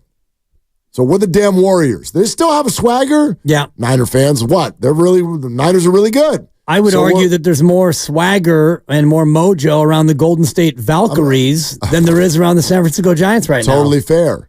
The purple, the logo. We're fighting over T-shirts in the other room. We've only got 4 for 6 of us. I can't even send text messages to my extended family, all of whom live in L.A., all of whom wear those stupid blue hats, or sometimes they're slap thunder sticks together, or they're weird enough to think beach balls belong in a baseball game. All of that ridiculousness, and I can't say a word. I don't even want to text them. I don't even want to have fun with it because it's not fun. This needs to be fun. This needs to have some sort of touchy-feely nature to it. For a while, it was presented as, well, the fans need like a player to get behind. Buy a jersey. You got Jung-Hoo Lee. That looked like it was headed in that direction. But it's so much deeper than that. You have built a product that is clearly lacking in confidence and morale. It has spilled out into the fan base, and now we arrive at the game just like, hoping for one. We said it. We said it before the series even started. Giants baseball, don't get swept. Well, look where we are. Jeez. Look where we got we got 6 hours till we find out if the hashtag worked. They're facing a pitcher who hasn't thrown in 19 months, and the Dodgers are favored. Eliezer Hernandez will throw for the first time since October of 2022, during which time he had a 6.35 ERA and a whip of about 1.4, yet they're favored in your park. Yeah, I'm not. I mean, wow. I'm not here to take anybody down. This frustration absolutely comes from my undying love for Giants baseball. And as I sit here today, having watched what has happened, not just last night, but to a degree the night before and a lot of the nights this year, certainly when they were in LA a few weeks back, this is like you're listening to someone who's expressing loss. That's what this feels like. Like, this is what I do during the spring and the summer. This is what my nights are built around. This is my family fun time. Right. This is what we talk about. It's the rhythm of your night, if I can borrow from DeBarge. Absolutely you can. And it's gone right now. And I want to get it back. And you can get it back. But you have to do something different. You have to do it differently. You can't keep telling everybody you've got it all figured out when it just keeps getting worse. This isn't about this series. How unfair of me would that be? Oh, the River Cats against the Dodgers. Of course you're down 0-2. This is so much more about all of the other stuff. Watching that stadium get turned into one of those stadiums, you know, those stadiums like SoFi, it was crazy. Right. The Rams had to go to a silent count at home. There's so many 49er fans. Oh, my God, that's us. This is us. It's disgusting. You can't let this happen. And I know baseball's hard. I know. I'm not saying you're not trying. But 6 years, you got to do something different. You got to do something different. It's tough to really enact change when you don't have the weaponry to make things different, because you've only scored 5 or more runs this year on 12 occasions. In those 12 games, your record is 12-0 when you score 5 runs. Oh, that's incredible. When you score 4 or fewer, your record is 7-25, which means in 32 of your 44 games, you've only gotten 4 or fewer runs. So one way to really ignite your own crowd, if you're 19-25, but you're losing 11-8 and you're losing 10-7, the crowd's going to be much more into it. They're going to be much more excited about going to the ballpark. But like last night is a great example of where you are so overmatched and you managed a meager 2, including an, oh, by the way, we're down 10-1 run in the 9th. Oh, and this wasn't even one of their dominant pitchers. Right. I don't know, like Walker Buehler's about to return. Sweet. Glad the Dodgers are about to get even better. You're listening to 95.7 The Game, KGMZ FM and HD1 San Francisco and Odyssey Sports Station. Always live on the free Odyssey app, Twitch, and YouTube, powered by First NorCal Credit Union. Upgrade your savings dividend. Open a First NorCal First Class Money Market today. Richie Aurelia in 15 minutes, and we chose Rich for one very, very clear reason. I love a lot of the Giants analysts. They've got a really good group. To me, Rich is the one that'll fire off the straightest shot. And obviously was a part of some really good Giants teams, and that's the example I'm getting at. Rich doesn't have a ring, but man, that was exciting baseball. And you felt like when the Giants were hitting, something might happen. Something's about to happen. And that is just completely gone from this lineup. And I say that before everybody got hurt. Let's go to Kevin in Belmont. Hi, Kevin. Thanks for calling. What's up? Hey, thanks for having me on, guys. I just want to say I feel like us Bay Area sports fans, the Niners and the Warriors, we expect them to have a certain standard year in and year out. And over the years, they've given us championships, Super Bowl appearances, great memories. You know, extremely criticized by the fans, the media. And then when it comes to Farhan, I feel like the bar is just set so low, and he's been given so much leash. Like, I still don't really know what the plan is. You know, the farm system, I feel like he doesn't want to call up his young guys because if it doesn't work out, then, you know, he's definitely out of there. And what I hear from you guys is the plan this year mostly was for the Giants to become more entertaining.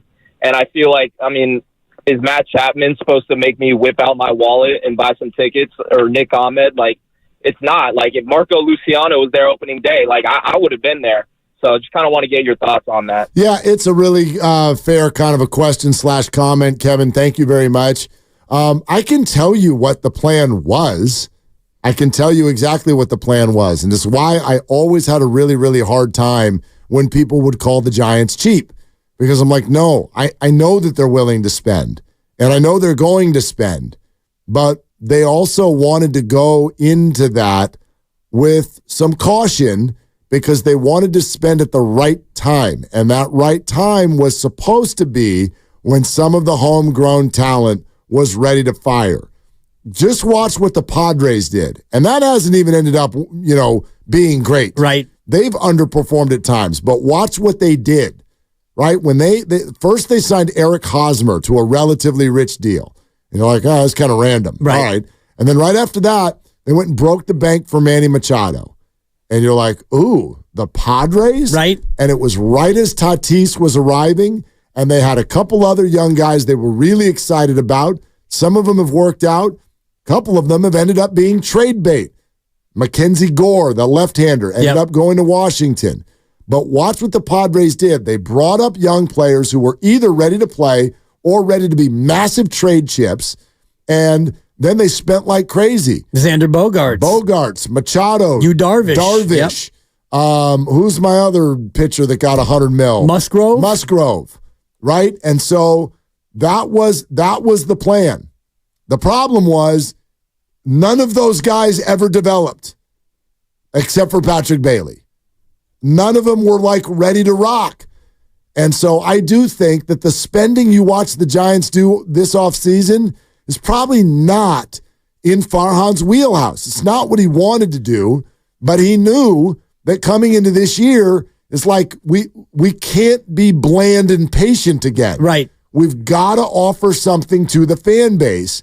And so it was like, all right, we've got Bailey. Maybe we'll have Luciano, but let's go get a new manager, some established big leaguers who we know will perform, and the NL Cy Young Award winner. And then Jung-Hoo Lee can be our de facto free agent but homegrown feeling guy in the middle of the diamond. That was their plan. Right. But the homegrown guys have not paid off, combined with the guys you brought in have either underperformed or are now hurt or both. Yeah, and the guys who were here haven't performed outside of Lamont Wade Jr. Yaz has shown flashes. Conforto when healthy. By and large, your biggest issue has been health, but to your point, when you want to rely on the young guys to come up and fill those gaps, they have to be able to come up and actually do just that. And that's where the biggest glaring weakness is, in my opinion, of the whole Farhan era so far. It's that the farm that was supposed to bear fruit last year, and we got into last year, it's like, you know what? It's going to be next year, but that's okay. It's okay if it's next year for Matos, Ramos, Luciano, Schmidt, and Bailey, and all the rest of it. They're all going to come up, and if they all pop, combined with these free agent signings, all of a sudden we're cooking with gas. And we're leaving Harrison out, and we shouldn't. I'm really excited about Kyle. Like, the steps he has taken just in the last 3 weeks are a big deal. And Logan Webb has been mostly solid. Is already established. Right. But he's at least a guy who's from here, you know, as far as feathers in Farhan's cap. He counts. The pitching staff still has a great chance to be good. Yeah. They really do. And it's wild, quite frankly, that they've not been better. Dave Fleming was fantastic this morning on that very subject. By the way, doing the call from the 6th hole at Valhalla. You want to talk about a flex. This guy comes on he did the phone call from the 6th. From the 6th hole at Valhalla. And Shasky is like, I'm upset, and Dave, please help us. And Dave's like, all right, I will, I'm going to talk to you like this, and I'm sorry because there are 6 professional golfers right next to me, and we are at Valhalla. Oh, my God. Yeah, it was amazing. But he also said some really good things with regard to the pitching staff. Take a listen. The Giants' pitching numbers right now overall don't look good. And if I were Farhan or anybody in that organization, I'd be pissed about that right now. They're way better than they're showing on the pitching side. And whether that's sloppiness, lack of concentration, just purely lack of execution, whatever you want to come up with the reason for that, I would be ticked off if I were them about the way the pitching has showed so far this year, because it's better than they've showed. But I think that is a clear strength of this group. And I think it's going to be, we're going to see more of those young guys up in the big leagues, whether Reggie Crawford's going to be here pretty soon, Wisenhunt is going to be a good big leaguer. Like, those guys have nice futures with this team. That is a strength. Dave Fleming usually serves as such a calming influence for Giants fans. Yeah. He walked around the grounds of Valhalla and used the word pissed. Yeah. Yeah, that's not... that's about as fiery as you're going to get out of Dave. But he's not wrong. No. And, Keaton Wynn's last 3 starts have been demotion worthy, yet I don't know if you have anybody who is ready for a promotion. And we all have been talking about Carson Wisenhunt. And if you look at what he's doing in AAA, Mark, it's not good. His ERA is in the 7s. And Mason Black is a guy who's come up, and he went back down. So other than waiting for Cobb and Robbie Ray to finally get healthy enough, I don't know if you have a real workable solution, right? As far as who you're going to go to replace some of these failing arms. Well, I mean, like some of these failing arms. Look, Webb is fine. Harrison is on his way. Yep. Hicks is doing the darn thing. No worries there. Okay, that's 3/5. Snell's about to be back. You hope that looks the way that it's supposed to look. Yeah. And then, you're going to have a placeholder spot, whether it's Keaton Wynn or someone else, until there's Cobb and or Ray or whatever. You can figure that out. You can figure it out, but it's time. Well, and also you're not really even treading water right now. You're starting to drown, and you can't win the division in May. And forget the division. You can't win the wild card in May, but you can kind of lose it. And even though they're 2.5 out in the wild card race, they're behind 5 teams. So I'm not scoreboard watching just yet, but you're in a spot where you need to start making some hay. You've got Pittsburgh and Colorado coming up. And as I mentioned earlier, you're 1-11 against teams with a winning record. So that to me is the alarming part of this. It's completely alarming. And that's why 3 weeks ago I said that this Giants year could turn out like the Warriors, where you're good against the bad and you're bad against the good. And so far, that's been the Giants season. Dallas Cowboys-esque. A little bit, yeah, you're right. Yep. You're right. Yep. The Philadelphia Eagles, well, the Eagles had more of an inverted thing where they were so good and then they were so bad. Miami Dolphins. Right. Teams like that. And that's not good enough. But I mean, look, nothing matters until, especially this time of year, I'm not even looking at the standings. You're under 500. That doesn't work, period. Get to 500 and we'll talk. And they are digging themselves a hole that is going to be difficult to get out of if they can't get it going. And now the problem is you're asking them to get it going, and they are doing it with their babies. It's really hard to get it going with your babies. Now, some of them are going to be back soon. I would think that Conforto and Soler, hopefully Bailey, not that far off. Once those guys get back, they're running out of time. You better start boogieing. You get to mid-June, you get to July, and the record looks like this. Boy, you're going to see the kids, all right. You will see the kids. We're sponsored by O'Reilly Auto Parts. He shoots straight. He's going to tell us exactly what he feels about this situation with the Giants. That's Rich Aurelia. And he joins us next on Willard and Dibbs. Plus, we are 45 minutes away from the release of the NFL schedule, and the party will start. Willard and Dibbs. Now at O'Reilly Auto Parts, save $8 on a...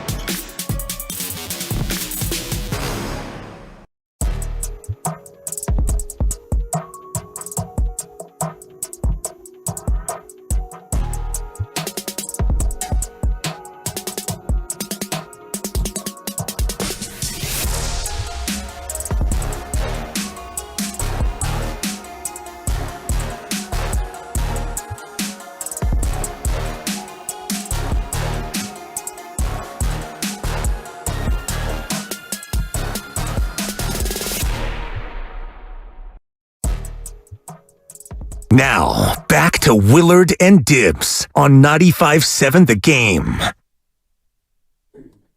All right, again, NFL schedule release party, 5 o'clock. But we're not there yet. We got business to tend to, okay? And also a quick reminder, we haven't even talked about it much. Tomorrow's going to be incredible. Awesome. California Theater in San Jose, Dwight Clark Legacy Series. The whole show starting at 2 o'clock, especially second half of the show. It's just going to be a parade of amazing people. Brock Purdy and Steve Young and Dre Greenlaw and Alex Smith and Jeff Garcia. DwightClarkAward.com if you want to be there and get tickets. $87, you know why, and 100% of the proceeds go to the Golden Heart Fund. 49ers helping former 49ers. So it's going to be a great day. We'll be there. We hope to see you there and put on a great show for you. Speaking of putting on a great show, I always feel like that's the case whenever we get to talk to this guy, Richie Aurelia. Rich, first off, thank you very much for doing it. I'll let you know, I've spent much of the first 2.5 hours of our show really expressing frustration at the state of the Giants organization. It really feels embarrassing, quite frankly, when the Dodgers are in town the way this looks. Talk me off of this, or do you think I'm right where I should be? Well, I think the three of us, if Dibs is there, should go to that schedule release party, because that sounds like more fun to me than talking about this stuff right now. Amen. Ain't no party like a schedule release party where everyone is 0-0 and you can dream about an undefeated year, Rich. I agree with you, man. Yeah, it's been a little frustrating, I think, and I can't just say this year. It's been frustrating, I think, for a few years for Giants fans. Honestly, can all the fault go on the front office? I don't think so. I feel like they've tried to sign some players that they just can't sway them their way. And, when you look at this year, listen, they signed some quality big league players, but, guys are hurt, guys aren't performing. It literally is, almost like a Sacramento team out there playing right now against the Dodgers. So, yeah, it's frustrating. Am I ready to throw in a towel? No. But I will say this. I think one of the things that happened in the last few years, and I've heard a couple people comment on this now, was the fact that, in 21, they win 107 games. And, and listen, I give them credit for doing that. But at the same time, everything that possibly could have went right that year went right with the 21 team. And when you kind of don't make any moves to back that up, you lose Gosman or you don't sign him back, and then you take a step back, I give the team credit for winning that many games in 21, but, pretty much the same team the next year, and, they weren't even close to that. So I think it's a work in progress right now, guys. I'm as frustrated as anybody else. Yeah, and the frustrating part Mark and I have been talking about is the fan reaction as well, where you have a lot more blue than you do have seemingly orange and black in the crowd. And my frustration, Rich, lies mainly in the inability to develop position players. And, going back to when you were coming up in the 90s, it doesn't feel like there have been a ton of them since then to now. Where is the problem lie as far as the Giants being able to develop positional players in the farm? I don't know. Usually when when you're a team like the Giants and you play in that ballpark, yeah, you're going to have to overpay for free agent hitters, and you'll probably, get some pitchers as free agents that wouldn't mind coming to pitch there because it's a pitcher's park. But when you go back to the idea of, drafting and, getting your own guys, I don't even know anymore at this point in time what the level looks like, or what I'm trying to say, I guess, is like, how do you judge the talent that you're bringing in and drafting? Because, I think there's limited scouts out there, and everything's done by analytics now. And I remember when I was playing, it was all about what tools did a guy have? What was his makeup? Was he a gamer? Was he a grinder? And I don't know if that exists anymore. And I'm not saying they don't do that, but they really, haven't had any stellar position players come out of the minor league system, probably since like Crawford, Belt, and Posey did. So I don't know what to say. I mean, Elliot Ramos looks kind of good to me right now, and maybe he's finally going to get his chance. But I don't feel like I don't have the knowledge on their minor league and scouting system to really answer that question, because I don't know how they evaluate talent anymore, whether it's by the eye or by the numbers. Richie Aurelia with us here on Willard and Dibbs, 95.7 The Game. Rich, even you mentioning there that everything is done by analytics, and that's not just the Giants by any stretch, but I do think the loss of that human feel between front office and clubhouse can be really difficult to manage. How, based on your eyes and following the organization, how would you describe that right now with this team, the relationship between the front office and the clubhouse? I don't think it's a bad relationship. I just think that a lot of, as far as the players go, listen, the players will take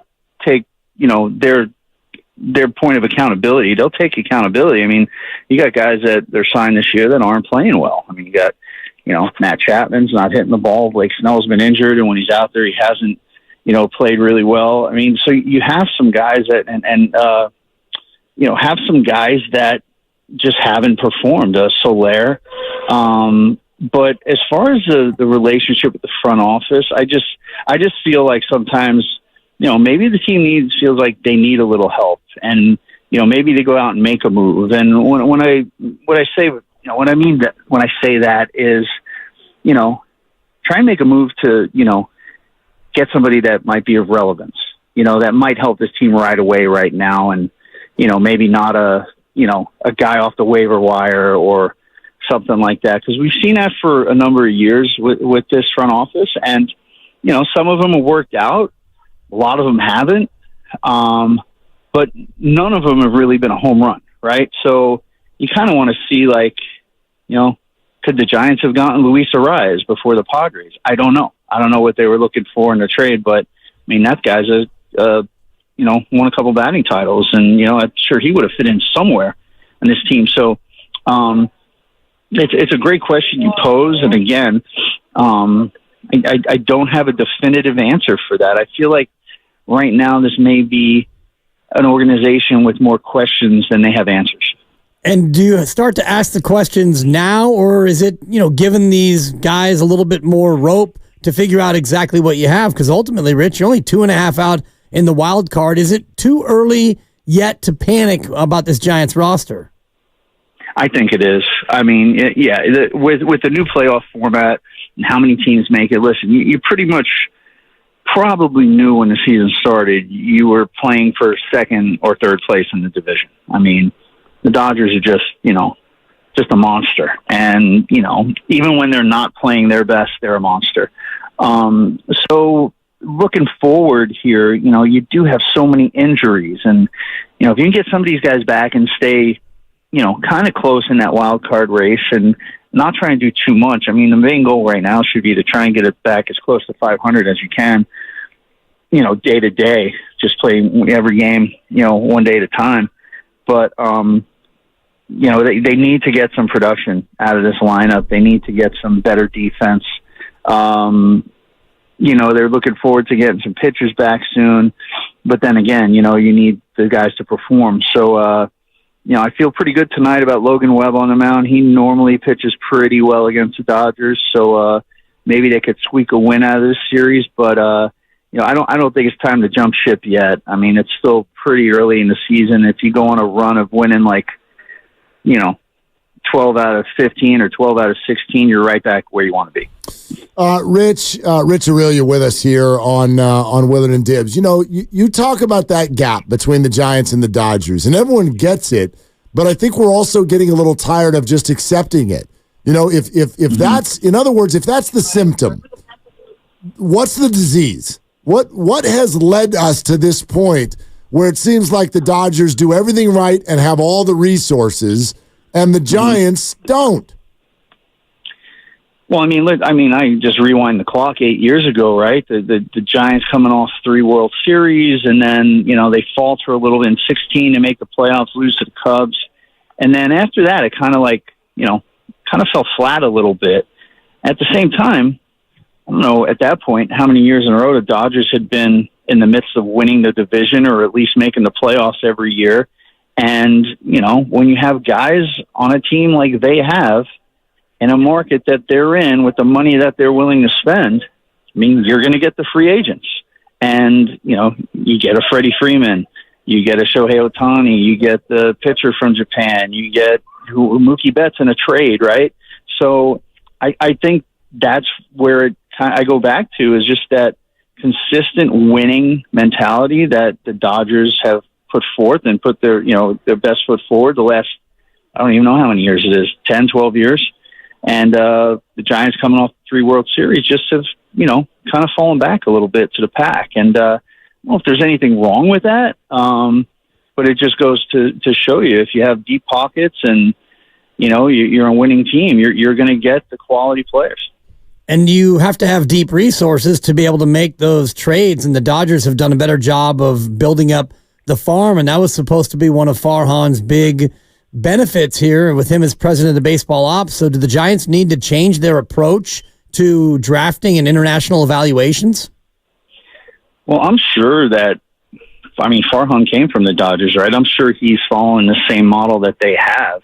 I don't know if they've hit on a bunch of guys that they thought they were going to, but, it just hasn't seemed to happen yet. And I don't know. I don't know when it would happen. I know we got some good young arms in the minor leagues right now, but, listen, they need to trade some of those guys to get something. And, I'm always of the belief, and I think this was, at least when I was there, Brian Sabian's mentality was like, hey, I'll always trade a prospect for a proven big league player, because the term prospect means, it means something. It means he hasn't proven anything yet at the big league level, where if you can trade a guy or two and get a proven big leaguer, I'm going to do that. And I think they possibly need to be more willing to do that moving forward in the future. Rich, you played the position based on what you've seen. Do you think Marco Luciano can be a shortstop? I think he can for the short term. He's kind of big, and I think he plays better at a corner position or a corner outfield spot. I think with him, if you ask me, first off, health, got to be healthy. And he's had a string of injuries over the past few years, whether it be hamstrings, back, or whatever it is. He just hasn't been able to stay healthy. And, then when he is, he's a prospect, right? You're looking ahead at what he could possibly do. But, if it's me, I want to see that dominant season in the minor leagues. Like, I want to see dominance for more than a week or two. It's got to be over a couple months period or season. And I don't think we've seen that yet from him. Do I think he's capable? Absolutely. I think he's capable. But in the long term, I don't know if he's built to play shortstop. He's built to be an athletic big league player. I just don't know if that'll be at shortstop for the long term. What's interesting is it seems like everyone says what you just said, like maybe not long term. And I'm like, if that's the outlook, why have they not started to try him somewhere else? Yeah, that's a great question. I don't know. Listen, honestly, right now with the glut of injuries to outfielders, you could try working him out in the outfield during BP and just getting him a little more comfortable, because as we've seen with his roster the last few years, and we know how Farhan maneuvers the roster, they love the guys that can play multiple positions. So if you get him a little bit of work, whether it's at second base, third base, outfield, the better his stock's going to be with this organization. And then he's just going to have to prove that he could hit up here.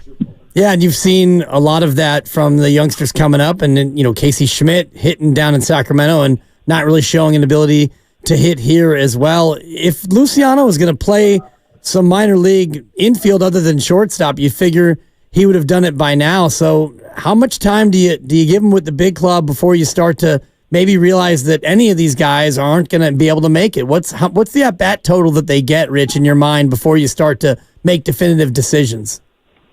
It's very hard to come up with a number for a team that wants to compete, right? So this team wants to get back in the race. So it's very hard to say like, oh, well, if they were, it's late in the year, whatever, let's get this guy 100 at-bats, see what he can do. That's different.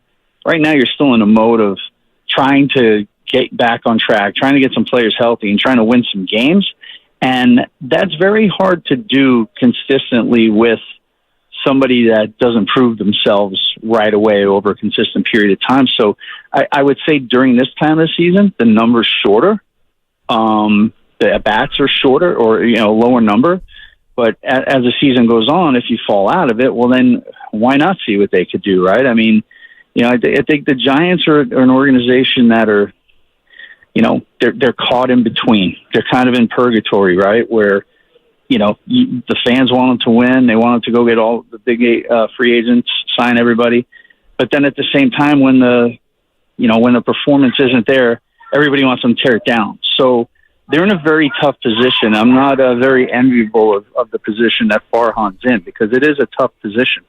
But, only time will tell. And I think the quicker some of these, injury guys come back, the better it's going to be for this team. But in the interim, I mean, they don't really have a choice but to play some of these guys out there.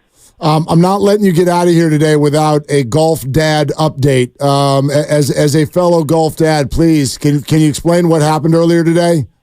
No, dude, I've been 3 days in a row. I've been walking out at Stanford Golf Course out here. There was one of the NCAA regionals for Division I golf was out here. My son Chaz is a fifth year at SMU, and it came down to the last group today. Mark, it came down to the last group that was playing with the kid from my son's team, Ole Miss, and Stanford. And Stanford and SMU made it by one stroke, and Ole Miss missed because the kid missed a birdie putt from like 10 feet. So it was very nerve wracking. I probably need a glass of wine right now, but it looks like I'll be heading down to San Diego in about 10 days or so. Nice, dude. Congratulations. What did he shoot today? Today he was even. For the tournament, I think he was 1 under. It played pretty tricky out here. It was a little windy, and it played tricky. But you know what? It lived to fight another day, and he's a fifth year, so this will be his last year. So I'm glad he gets the opportunity to, go and play nationals again. He's played once before with the University of Arizona. Now I get to go with SMU. Does he have pro prospects? Is he thinking about giving it a go, or is this going to do it for him as far as competitive golf goes at this level? No, he has aspirations to try and get a tour card somewhere, probably in the fall, because that's when they do a lot of the qualifying. So I think he's going to stay amateur through the summer, and based off of his world amateur golf ranking, he qualifies for some pretty good amateur events this summer. So in between my covering the Giants, I'll be traveling to watch some more golf tournaments. It's so good. Is there anything worse than watching someone else stand over a 5-foot putt that you care about? Oh, dude, it's the worst because you can't control it, and it's like that in between distance. Yep. And I was like, oh man, but fortunately it worked out for them today, and they were pretty out of it after day one, and they came back yesterday as a team and shot like 15 or 16 under, so they got back into it, and they finished up strong today. Love it. Congrats to your son, to you as well, Rich. Thank you so much for hopping on a busy day. All right, guys. Have a good one, man. Okay. Yeah, there he goes. Rich Aurelia. No, he's not wrong. I swear to God. I've been there when my kids were both in high school. When they run the birdie putt 5 feet by, I'm just like, I'm going to the next hole. I can't watch this. Oh, yeah. You're not turning that birdie into a bogey, are you? Are you really about to do that? One of the most nerve-wracking ones for me was watching my younger son, who was a freshman, and he's playing varsity because, Skyline High in Oakland. He's out there on the first tee of his first event, and he's playing with 3 seniors from Castro Valley, San Leandro, whatever. And these are almost grown men, big kids, and my little guy gets up there. He's about 5'4", 81 pounds, and I'm just worried that he's not going to be able to hit it past the bushes by the forward tee. It's the worst. Yeah, it's like, oh, man. Little man hits it about $140 as a freshman. I'm like, he's off and running. Okay, here we go. I can't stand it. There's nothing worse than watching your kid just like in agony over it. But Rich is right. They handle it way better because they're just like playing golf. Exactly. It's like no big deal. You're just like, this is terrible. I hate watching this right now. All right, 888-957-9570 is the number. Yes, Giants baseball has been center stage. Yes, in 2 hours, their ace takes the hill against somebody in a blue hat, and somebody in a blue hat is favored, and it is highly, highly unacceptable. I love what Rich said, though. Like, to me, it's just too simple to go, fire Farhan, or this is Farhan's fault. Look, in the end, he's the president, and this product is not good enough. And that should say all you needed to say. But to me, this goes way past. That's been my message of the day. This goes way past the standings or any game last night or anything like that. I feel robbed of the experience. You can't have Giants-Dodgers games look like this. You know this. I've got as much patience as any fan in the world. Yeah. But you cannot, they can't. They cannot look like this. You can lose. You cannot get repeatedly embarrassed and have your stadium get overtaken by opposing fans. That's just, you can't do that. Unacceptable, but unfortunately, it's where you are, and it is, for now at least, it is not only acceptable, it's the reality, and not only on the field, but in the stands as well. And until ownership and upper management and management decides to do something about it, it's going to continue. And what was the story? The 76ers owner bought like 2,000 or 3,000 tickets so that Knicks fans couldn't come to Philadelphia and take over the stadium, the arena, and everybody ripped the Philadelphia 76ers for the embarrassment that you had to get to that point, and you had to do that. And I don't think that the Giants would do something like that, but you're at a point where drastic times call for drastic measures, and you're right, Mark. You can't continue to have this be the reality. The Dodgers come back in June, I think, right? It's June not, or July. Yeah, I think it's June. For one more series, and if things continue the way they have so far, it's going to be the same song in the summer. Their party will continue. No doubt about it. Yeah, you know what I really want from this front office, and Farhan actually started it already. Remember, he talked to Susan Slusser a week and a half ago, and he said, this has been hugely disappointing. I want more of that. I want that from Larry Baer. I want that from Greg Johnson. I want that from everybody. Stop telling me it's okay. Stop acting like it's going well. Yeah, we've got some injuries, but hey, Mission Rock, am I right? Stop. Show some frustration. Show some accountability, all of those things. Let everybody know that there are human beings in there who are really upset with the product that they're putting out there, because we can't be the only ones who are mad. And I know we're not. I know they're mad. I think right now is one of those moments for some vulnerability, and let everybody know how upset you are, as opposed to what you normally do is bring Larry Baer on to NBC Sports Bay Area so he can tell you about all the projects they got going on, and then bring someone else from the front office to say, well, we would be good if not San Francisco. Know what I'm saying? Well, how about enough of that, and let everybody know, look, this is not okay, and God darn it, we pledge to be on it. We're all we're doing absolutely everything we can. We're offering tickets for $5.01. So we're and attendance is up a little bit, Mark. I don't know if you noticed that. Attendance is up over last year, and darn it, if we weren't bitten by the injury bug, I think we'd be right in it. If we didn't lose Draymond Green for all those games, we would have been a 6 seed. Am I right? Huh? Presented by Fremont Bank, full service banking, no compromises. All right. 888-957-9570 is the number. The NFL schedule release is 18 minutes away. We are on it. We're about to have a party up in here. We're going to change the vibe. Maybe we'll show the Giants how you can have some fun. We got some special guests. We got some surprises around the corner. All of that is next on Willard and Dibs. It's also really fun, Mark.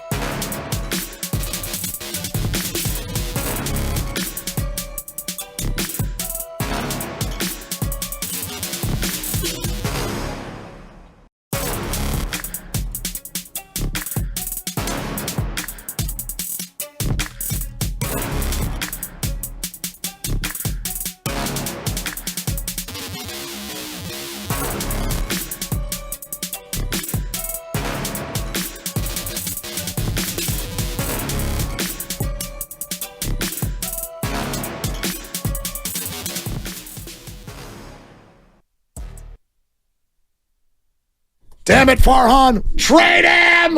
Now, back to Willard and Dibs on 95.7 The Game. All right, we're about to do this. We're about to do a schedule release party. The NFL schedule comes out in 11 minutes. Okay? And here's what we're going to do. I just give you a little teaser. Okay. Little teaser. All right. Not going to unveil everything for you, but we got special guests lined up, and we're going to yell at them. And then they're going to yell at us, and we're going to poke, and we're going to prod, and we're going to pull out a 49er victory each time. But we are going to go through the schedule game by game, partially so Dibs can play win-loss. Yeah. And then I'll make fun of him for it because that game's the stupidest thing alive. It's actually the best game, and it's, as I was telling Rich Aurelia, this is the most exciting time of the year because everybody can dream of 17-0. It's fun for those who like to play it, okay? Well, that would be any game. Well, right, but I don't like to play it. It's kind of like Let It Ride at a casino. You know those games that look like blackjack tables, but they're not? Yeah. Those are called house games. Those are games for you to lose your money, but some people like them. Right, I don't play any of those games, so I know what you're saying. Right, they're house games. Right. The odds are terrible. I'm out, but they're fun for those who like to play them. Right. And you can win money. It's allowed. You can. So if you want to play it, play it. Sometimes you do win money at those games, those house games. I feel the same way about win-loss. You can play it if you like it. I'm out. I'm going to win no matter what. So you play. I will. I will not bet you this time on anything. Okay. If you say the term scheduled loss, right, I'm just going to go silent on you.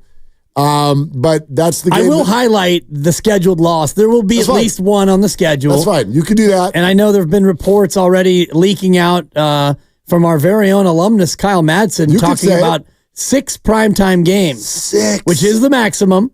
And he is reporting at Niners Wire, USA Today. Don't reveal the teams yet. Don't reveal the teams. Okay. He is reporting 6 primetime games. Yeah. Yeah. Those are games that aren't in the afternoon, Mark. They're not. Which, and can I just tell you that 2, 3. How many of them are at home? That's what I was doing. 4 of the 6 would be at home. Yeah. Which, and I'm seeing that, well, that would be a work day.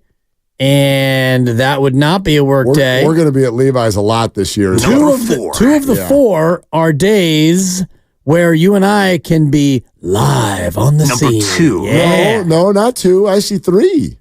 I see Number 3. Monday. Yeah. Thursday on the road. And then Sunday. Yeah. Sunday on the road. Yeah. Thursday. There you go. At home.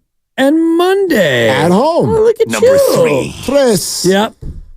All right. Those are my favorites. Those are the only ones that I can try to bring the family to. Right. Because of the Sunday night show. We're not going to Levi's on a Sunday. I can't do it. I can't do it. So can't do it. I look for these. And yes, Matt Nahagian, we will be at all of them.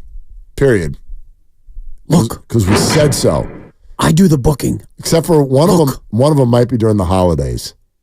That one there at the end might be during Sorry, you already locked yourself in. No, that's actually well after the holidays. You sure? Week 17, yeah, because that baby, I'll have to do the actual. We're coming up here in 5 minutes when the party 18. starts. Oh, that's right, because week 18. Week 18. Week 18.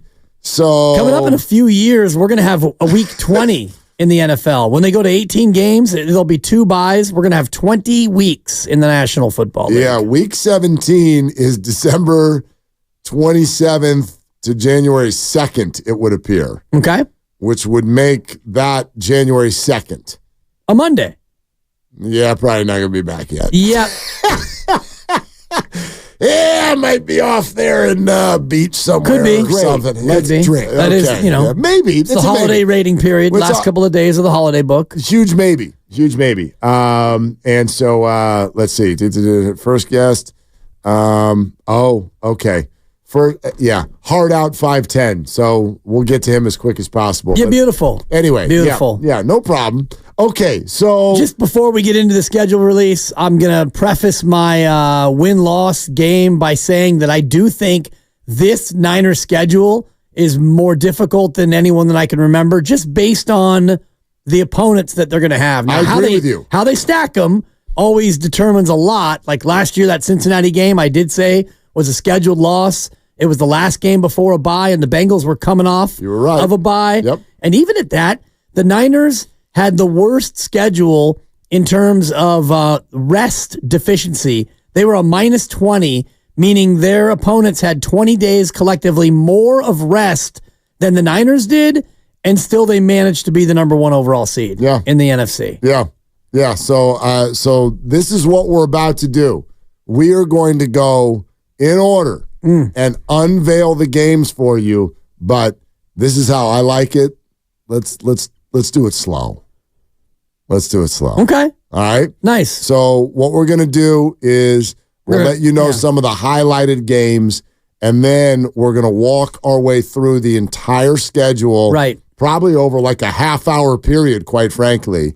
We're going to walk our way through the schedule game by game. We're going to stop for a few of them and have special guests, and then we will yell about them, and then we will move on to the next game and work our way through the entire schedule. And then Dan Dibley will tell you if the 49ers are going to win or lose the game. Yeah, we can do that at the end. Yeah, and then I'll laugh. Yeah. And then at some point, we'll move on and then get back to screaming about how Logan Webb better shove tonight because I've about had it with this crap. Well. Okay, that's how 5 o'clock hour is going to go today. And you can't call your teammates and your entire team dog Schmidt in the middle of a sip. Yes. Without coming out and doing well yourself. You got to shove. You got to shove. Ball got Schmidt on. Yeah. And it's, I love the way he did it because he was asked a question and you could tell that he was going through, should I or shouldn't I? I really shouldn't, but I need to. I'm a leader. I should. Boom. Dog bleep. Bang. Yeah, this is dog bleep. So 4 minutes, the schedule comes out. Lucas, is this just like posted somewhere and you're going to run it into us or whatever? Sure, yeah. Okay. Do you even know that? Like I have no clue. Okay. I'm on social media. I'll see it like everyone else. All right. So the schedule is about to come out here in 4 minutes. I forgot to ask you something, Grandy, when you said that the Giants had a lineup come out. Is Luciano in it? No, he's not. Schmidt. Schmidt is. It's Yastrzemski, Estrada, Chapman, and then Wade, and then 5 through 9 is where it gets fun. Ramos, Matos, Sable, Schmidt, and Casali. Casali batting ninth. All right. Double C's in the 9 hole. Does he get a standing O when he gets back to the batter's box in the third inning tonight? Well, Savior. Yeah. Depends on. No, it's Dodger crowd. Wow. Maybe that's why they give him a standing O. Yeah. That's a great point. Yeah. Oh, yeah, this guy gets 125. So your 5 through 9 are 4 AAA players and a guy who was a Cubs minor leaguer earlier today. Stop calling Blake Sable a minor leaguer. He was a Giant all year last year. And he's the best hitter on your team. Yeah, and he did well. And Casali is also a AAA player. That's what I said. He was a Cubs minor leaguer earlier today.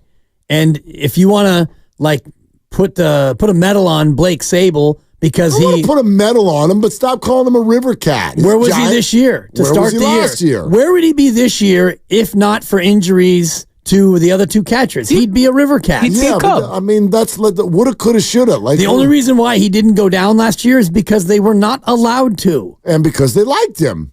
If they didn't like him, they could send him back out. Sure. They would send him away and gone. He's playing really well. He sure is. Yeah. Darn it. Blake Sable, ladies and gentlemen. They hit him third in this lineup. Am I right? You ain't kidding. Yeah. Nothing says, boy, your offense is struggling when you have to bat 2 catchers in your lineup. Did you say Yaz is leading off? Correct. Okay, so Casali and Yaz are hitting back-to-back, and they're boys. They're boys. Went to Vandy together. Casali, second leadoff. There you go. That's what my little league coach would tell me, and I hated it. Actually, I was hitting 8th, and he would say, your second cleanup. And I was like, you know what? It worked for a little while. And it's like, you know what? Tell you something, I'm Coach. hitting 8th because I stink, Coach. You could just say it. Ron Barr, rest in peace. He was a good coach. Second cleanup hitter. Yeah. You're like, why don't you shove it up your wahoo, Coach? Yeah, How why don't you about let me that? be the first cleanup hitter then? Yeah. Danny, little Danny Dibley. Poor That's little enough guy. for me, dog. Leadoff hitter Mike Yastrzemski has an on-base percentage of 278. What are you saying? He gets on base about a quarter of the time. All right. Right. Maybe even a little more. Slightly. More than a quarter of the time. About 28%. Yeah. Which is 2 out of every 7. Yep. There you have it. That would be 28.6. So it's even a little bit less You're than right. that. You're right. Look at you, Captain Math over there.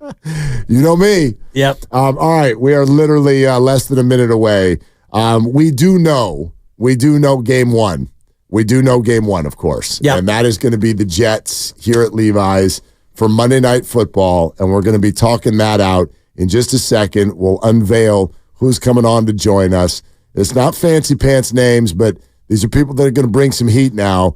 You're listening to 95.7 The Game, KGMZ FM in HD1 San Francisco on Odyssey Sports Station. Always live on the free Odyssey app, Twitch and YouTube, powered by First NorCal Credit Union. Upgrade your savings dividend. Open a First NorCal First Class money market today. All right, schedule just about to come out. We'll dive into our party. Some of you may be familiar with Jason McIntyre, others not as much. Jason is the one who sits across the way from Colin Cowherd on his radio and TV show every day. He's also the one who established The Big Lead. I know it was your favorite website back in the day. It's a good one. I believe he then sold The Big Lead, and that's what allowed him to go purchase a home out in Los Angeles and become Colin Cowherd's second chair over there. So he's with Fox Sports 1 and established The Big Lead and is a fun friend and very good at what he does. And unfortunately for him, is also a very large Jets fan. And so we're going to grab the schedule and go note for note. And Jason will be first up in just a few minutes as soon as we can get the schedule in front of us. But obviously, the 6 primetime games you mentioned, we'll find out if this is accurate. But as of right now, the rumor is that the 49ers, we know Monday night against the Jets week 1. They've got a Thursday nighter in Seattle week 6. Yeah. I'm looking at the schedule right now so I can confirm as you're going. Okay. You're doing great. All right. It's being printed. I'm being told. All right. Okay. 2024. Did we do it? Yep. No? Okay. I don't see it. Where do you see it? Niners Twitter. Oh. And yeah. Okay. Fire away. Dallas Cowboys week 8. Is that right? That is correct. And then the other primetime game, Buffalo week 13 on the road. And the Rams week 15 at Levi's. And then week 17, December 30th, the Hurricanes' birthday, Gail Dibley, the Caner. That is a 5:15 game. ESPN, ABC, Monday Night Football, December 30th in week 17. Okay. We're not going to be expecting you to remember this. There won't be a test. But let us roll through this just real quick. And then we're going to highlight some of the bigger things, and we will get Jason McIntyre on shortly to scream at him about the Jets.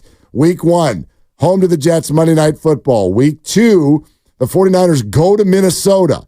That's Purdy versus Darnold. Week 3, they're at the Rams. It's going to be crazy. Week 4, Patriots come to Levi's. Week 5, Cardinals come to Levi's. Week 6, Thursday Night Football in Seattle. You know about week 7, Kansas City Chiefs will be at Levi's on a Sunday. Week 8, Dibbs just mentioned it, Sunday Night Football, Dallas Cowboys here at Levi's.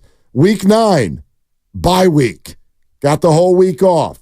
Week 10, at Tampa Bay. This is November 10th. Week 11, the Seahawks will come here on a Sunday as we head toward Thanksgiving week. Speaking of which, the 49ers, when we get to late November, will simply have a Sunday game. They will be at Lambeau Field week 12. Week 13, they are at Buffalo. That's Sunday Night Football again. Then the Bears come to Levi's week 14. Week 15, the Rams come here to Levi's Stadium. Week 16 is when they go to Miami to take on the Miami Dolphins. Week 17, that's the Detroit Lions. That's Monday Night Football. And then they finish at the Cardinals week 18. Yeah, there you go. That's the look real quick at the 2024 season schedule for the San Francisco 49ers, and we're going to get a little deeper into each of them week by week. I love that. And first blush takeaways, bye week is perfectly positioned at week 9. You've got 8 games before, you've got 9 after. The real rugged, quote-unquote, road trip would be at Green Bay, at Buffalo. That would be one where you might stay back east, and that's, pack your cold weather gear, late November at Green Bay, and then at Buffalo, December 1st. December 1st. And then the other one that's really intriguing is that spot where you've got 10 days between the Rams and the Dolphins. So you do have to travel to Miami, late season, weather not a huge factor. You might get some rain, but at least you have a 10-day break between the Rams and the Dolphins, which sets you up for a tough stretch with Detroit as well late in the year. All right, let's dive right in week by week. We start with week number 1. The Jets coming to town, Levi's Stadium, Monday night to wrap up week 1. Joining us to take one on the chin because the Jets are going down is our buddy Jason McIntyre, FS1, live here on 95.7 The Game. Hello, Jason. How you been, buddy? I'm great. I'm waiting to bet the Jets money line and with the points against the Niners in week 1. I can't wait. Should be a great game. Wait a minute. Did you say money line or with the points? Those things are right in one another's face, Jason. I said both. Jets are winning this game and covering. I love it. Listen, let's be real. As long as Aaron Rodgers doesn't talk about vaccines or Ukraine or Tucker Carlson, we should be fine. Just, let's focus on Breece Hall. Let's strap in with Mike Williams. I mean, you got to love this new offensive line. I'm being serious. I looked at the schedule for the Jets. It looks to me like. Yeah, I just wonder about who the Jets' backup QB is because the over-under on Aaron Rodgers' snaps in that game is set at 4.5. Well played. I see you. I like that. But in all seriousness, I think this is a great game. Like, for nationally televised, going to get a huge number. You got both coaches doing battle. Salah against his former guys. I'm being real. I think the Jets' offense is going to be dominant this year. Look, I actually like the Jets, and we're intrigued to see what they actually look like with Aaron Rodgers because we were intrigued to see that last year. But Jay, come on, man! Like this is the opposite of the house that Aaron built. The 49ers have owned this guy. Where is your confidence coming from? Not in the Jets' offense, but in this actual matchup. Yeah. So in the matchup, Breece Hall, by the way, scored 9 touchdowns last year. I think he was second in the league to McCaffrey in scrimmage yards. You know the Jets as a team scored 20 touchdowns offensively. That's it. That's all. This team's going to look nothing like they did last year because they have a real quarterback. They have a real offensive line. I don't know if you guys know this guy, Mike Clay at ESPN. He grades out rosters. And according to this guy, who broke down every position group and every roster, he has the Jets as the second best roster in the league behind the Niners. Like, this is going to be close. I know people think, it's the Jets, same old Jets. This team's going to be different. Jason, I just want to remind you what you just said. The Jets have the second best roster behind the Niners. Yeah. So listen, man, it's great to hear your voice. Your phone's a little bit wonky there, but appreciate it. And no doubt we're going to get back on the phone before that game actually happens in September. Do you plan on coming up? That's going to be a tough one. I got to ask the bosses at Fox. I don't know if they're going to let me miss a day. Unless I can get on your private jet, maybe? We'll work on it. We'll work on it. It's actually a 4-door vehicle, but you're welcome to jump in the back seat. All right, fellas. Good luck. All right, Jason, thanks. I thought when he said I was going to ask the boss, I thought he was talking about his wife. Totally. He was actually talking about his bosses. All right. So, Niners and Jets, Monday night, week 1. Sure. Yeah. Aaron Rodgers coming back does make the Jets a very, very different squad because they were that team last year that was a quarterback away. Now they've got a quarterback. However, Niners have owned the guy, and let's not act like he's a sure thing either. This is a dude who was already getting old and now is coming off of an Achilles injury. That's true. Their offense, though, if they have a good quarterback, I agree with Jason, is very, very good. The defense last year was absolutely nasty. I don't know how many games they lost 13-9 or 16-11. It seemed like every time, especially early in the year, the Jets were good defensively. They were competitive, but that quarterback that they had was so bad. Their offense was putrid. I think with Aaron Rodgers and the skill guys that they have now, and their roster is good, that's going to be a very difficult opener for the Niners. Yeah, no doubt it's going to be difficult, but it's going to be even more difficult for the Jets. Let's not forget what that arena, if you will call it that, is going to be like in that situation. I'm really happy for 49er fans that this is the stage.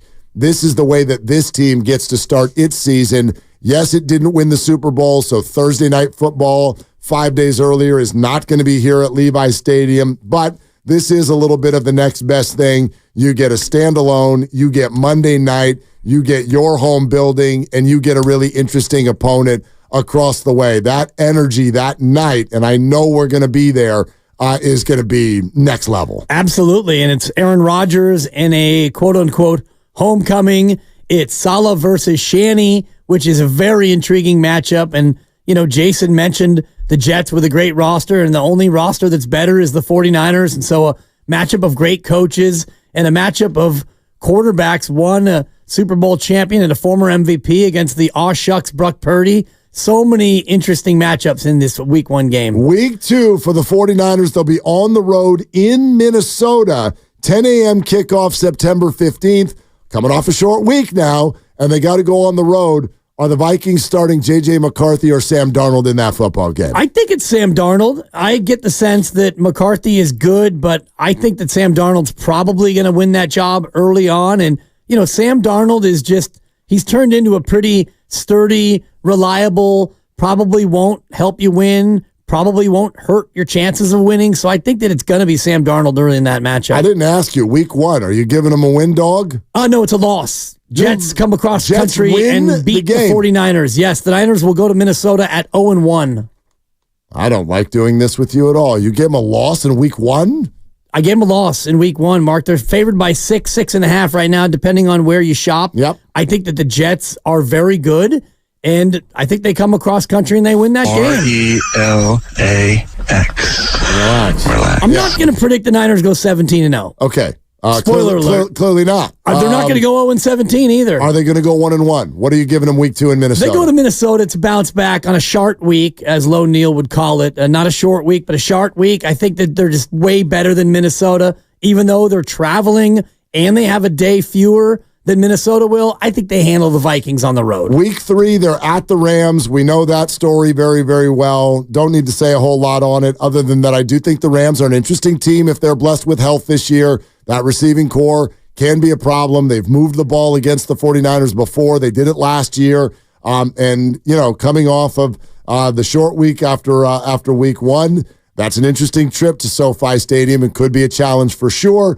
Your survivor pool game for me, if you want, the Niners week 4, when Drake May and the New England Patriots come to Levi Stadium week 4, that one's a W for sure. No doubt. And I think they start to hum by going to L.A. and winning a tight one against the Rams. And, the Rams are good. They've got a couple of great receivers and a quarterback who may be on his last legs. But something about Shanahan v. McVay. Shanny always seems to have the upper hand most of the time in the regular season. Most of the time, yeah. And then we got a couple division battles.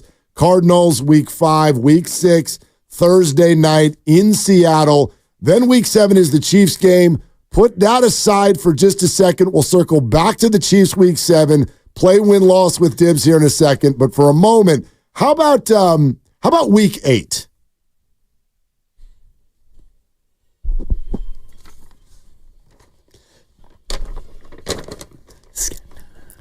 Oh, that music. Was it 5 touchdown passes or 6 that Brock had in this game last year? I can't remember. I lost track. Grandy, was it 6? Not 5? I think it was 6. I think it was 6. Sounds right. 42-10. What a colossal embarrassment for America's team. Week 8, right back in the same building, same time slot, Sunday Night Football. The Dallas Cowboys are at Levi Stadium, and guess who's here to talk to us about it? It's a guy who goes by the name Guru. Hey, Goo. What's up? They call me Cowboy Daryl in the Metroplex. All right. I don't even know to what level you're peacocking this year with your Cowboys and in theory, Dak on a new deal. Week 8, Sunday Night Football, back in the Bay. Your thoughts?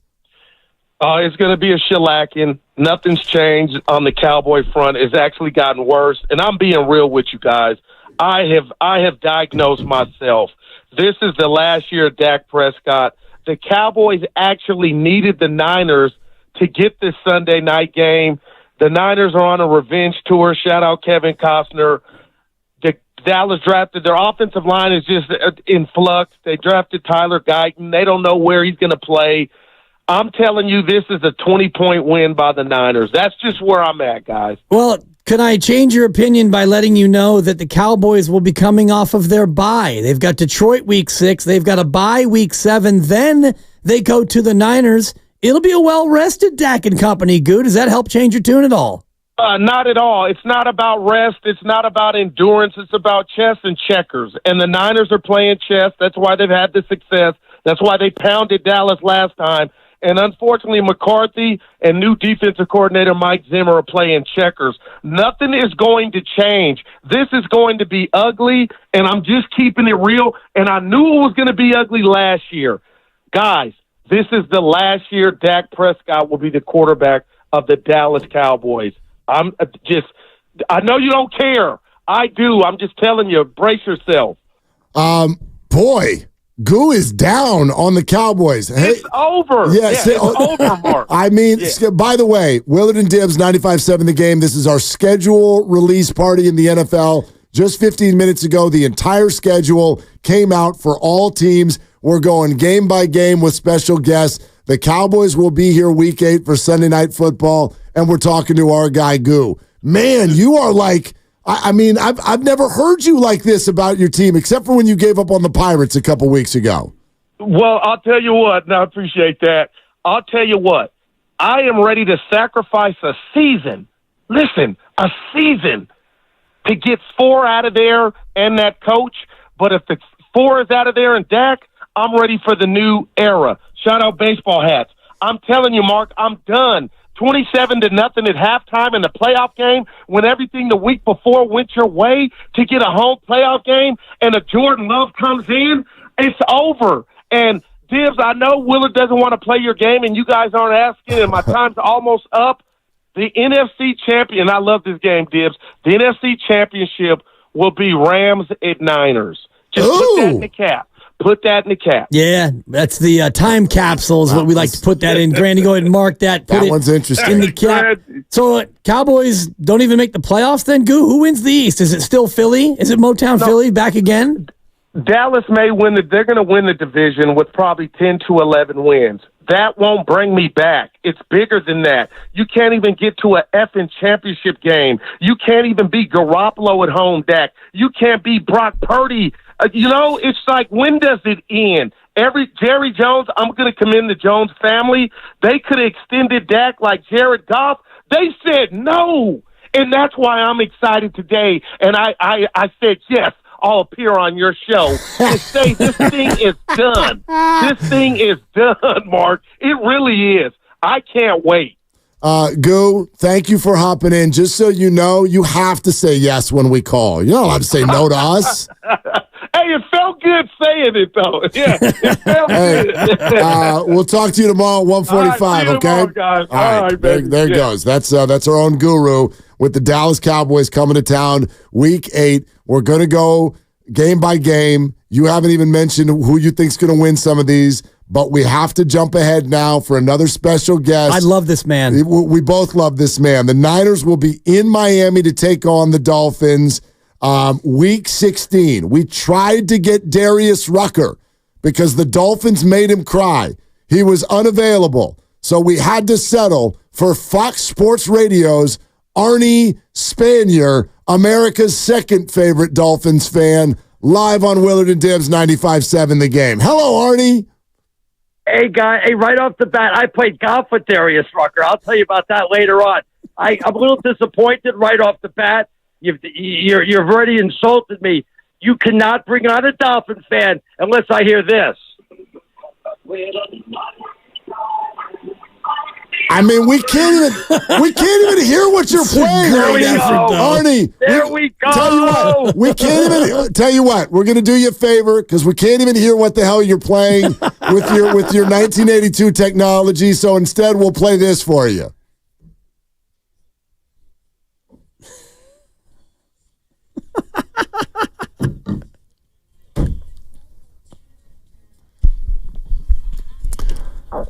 I wish I could see you right now because if there's any of my friends, if there are any of my friends who have moves, it's you, Arnie. That's okay. I was playing Miami Dolphins, Miami Dolphins, Miami Dolphins, #1. And we stole that from the Houston Oilers. I had the Dolphin sound effect. What difference does it make? Big game, Week 16. How great is that? It's probably going to mean a lot more for Miami than it is San Francisco. Probably going to be the #1 seed for Miami. San Francisco may have that clinched up by then. So I love that it's in Miami. I love that it's late in the season. Weather won't really be a factor. This will probably be San Francisco's toughest game, especially because it's on the road. I love it. I can't wait for this one. That's a very egomaniacal statement, knowing that the Bills, Chiefs, Lions, Packers, Cowboys are all on the schedule as well. You think this is going to be their hardest game? Was I stuttering?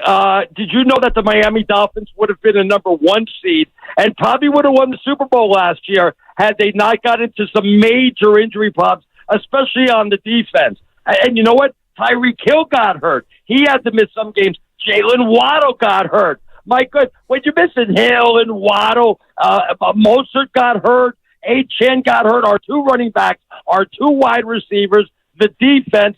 My goodness, man, what do you want? But it's a different year this year. Tua stayed healthy. He showed he could stay healthy. They got a great offensive line. They'll have Mostert. Mostert, he was fantastic last year. You guys know a lot about him.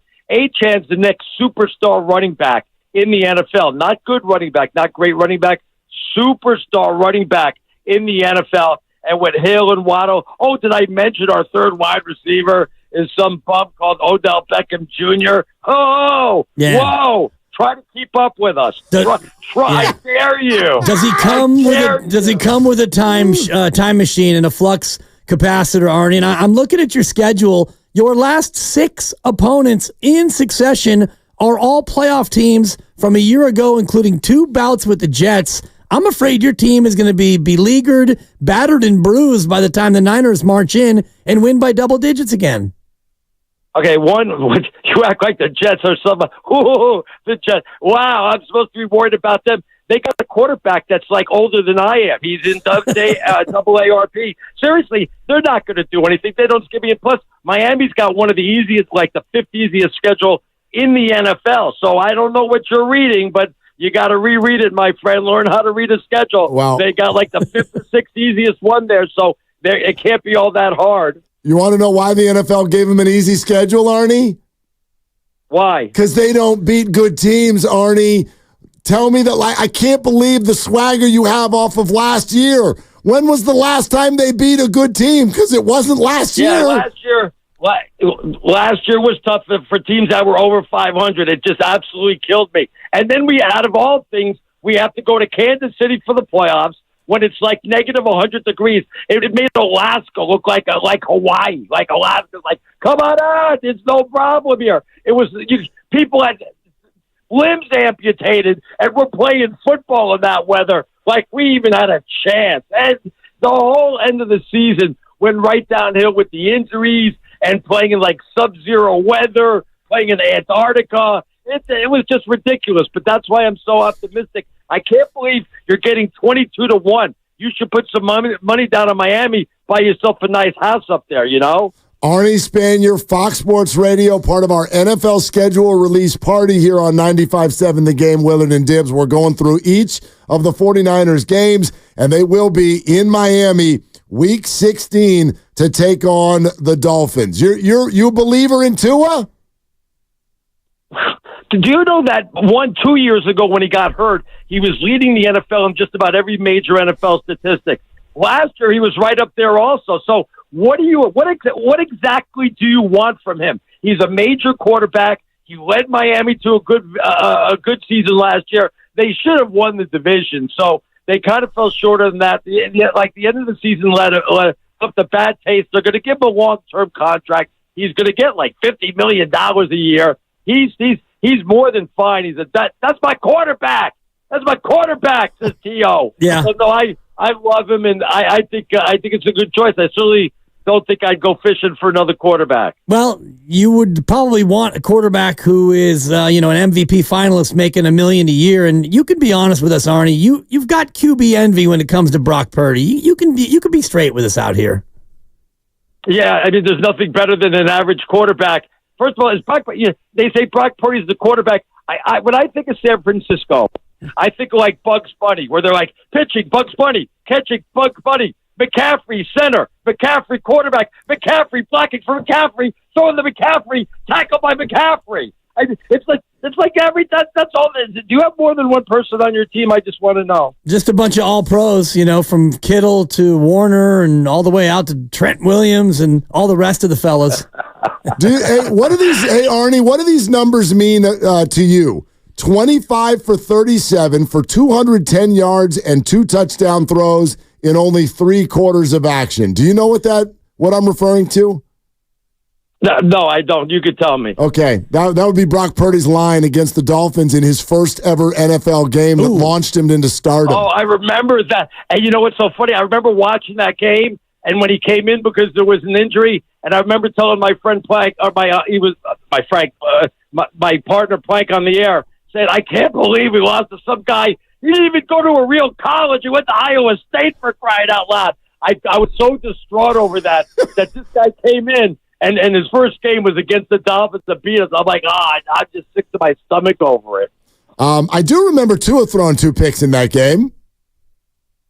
Yeah, we don't have to relive that game. That's not why you had me on today, is it? I'm just curious. No, that's totally why we had you on. And we're going to get the relive of it on December 22nd to when the Niners go to Miami and do it again by double digits. First of all, again, it's on the road, so you know what it is. San Francisco going on the road, cross-country, and like I said, it's going to mean a lot more for the Dolphins.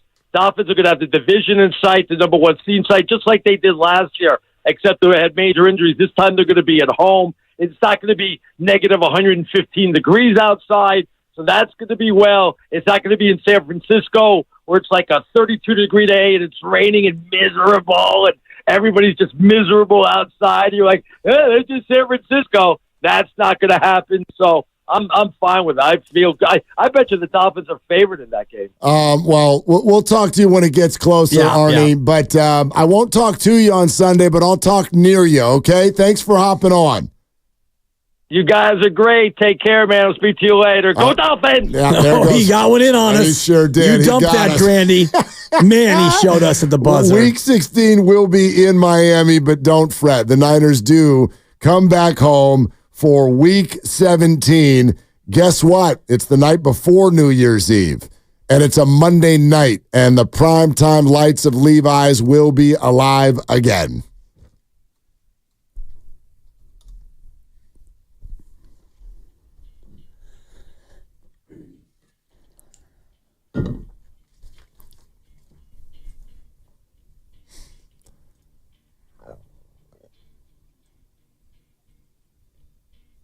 I mean, I'd say you only got 1 shot, but it turns out you've got 2 because they've already took 1 shot.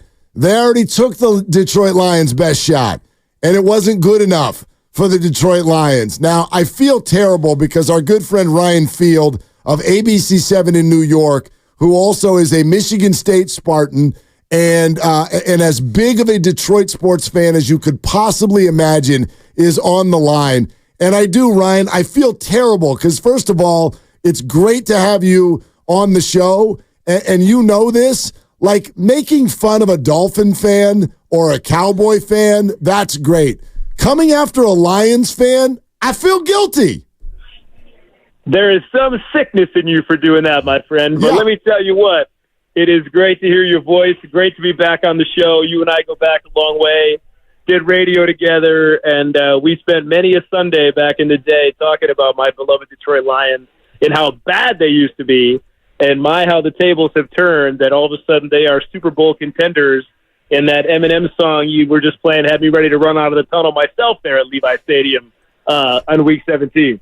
That's awesome, and it's going to be a fun rematch from Niners fans' standpoint because Mark and I have talked about the dread we all were feeling at halftime of that game, but how does a Lions fan think about it looking back at being so close to knocking off San Francisco, yet watching that thing just get away in the second half.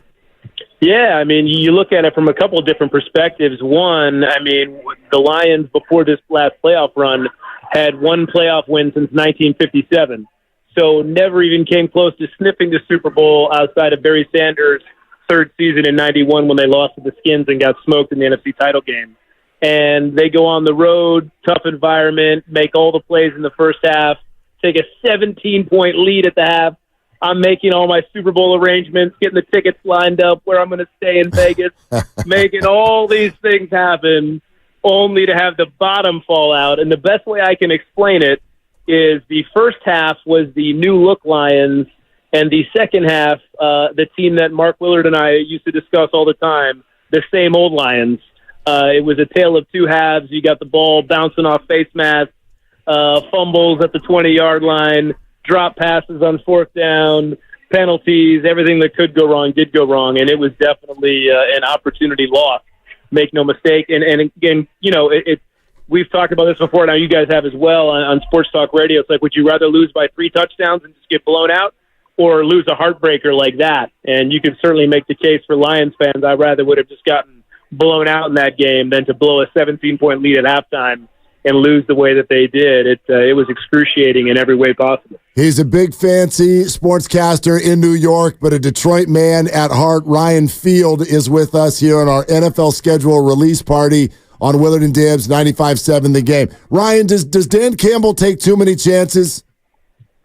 Yeah, I mean, you could certainly say, looking back at that game in particular, that he definitely is the riverboat gambler, but that attitude and that game management is really what got the Lions there to begin with, so many chances that he takes. And Bill Cowher, who I guess is a mentor to him, I read an interview after the season was over, and he said that he spoke to Dan Campbell. It was like, listen, you have to coach differently, not only in the playoffs, but you have to coach differently with a lead. And he basically told him, you shouldn't have gone for fourth down when you were up 2 touchdowns, when you just needed a field goal to bring it back up 17. And lessons learned the hard way. But then again, guys, Goff put the pass right in Josh Reynolds' hands, and he dropped it. So if Josh Reynolds doesn't drop that pass, they come down and score a touchdown, we might be having an entirely different conversation right now. But that's just the way it goes. Do I like the way Dan Campbell coaches? Absolutely. Do I wish he'd be a little more judicious, if you will, in making those calls? Yes, and I think he learned his lesson the hard way here in that game. You mentioned Jared Goff throwing footballs. Now he's throwing wads of cash if he so desires. What are fans in Detroit thinking about the mega deal given to the kid out of Northern California? I mean, all you had to do is watch the NFL draft when they were doing the Jared Goff chants, 200,000 people that were down there for the draft. That chant took over college games. It took over baseball games, basketball games. I mean, the guy has become a hero of sorts in town, and especially doing what he did for the Lions that hadn't been done in any of our lifetimes, winning all these playoff games in one playoff season. So he certainly earned it, and I don't think anybody has a problem with it. The guy had the second most passing yards, tied for the 4th most touchdown passes. So it's not like they're giving this contract to a guy that hasn't proven himself. He's already been to a Super Bowl with the Rams. So I think everybody's on board. They locked up Amon-Ra. They locked up Penei Sewell.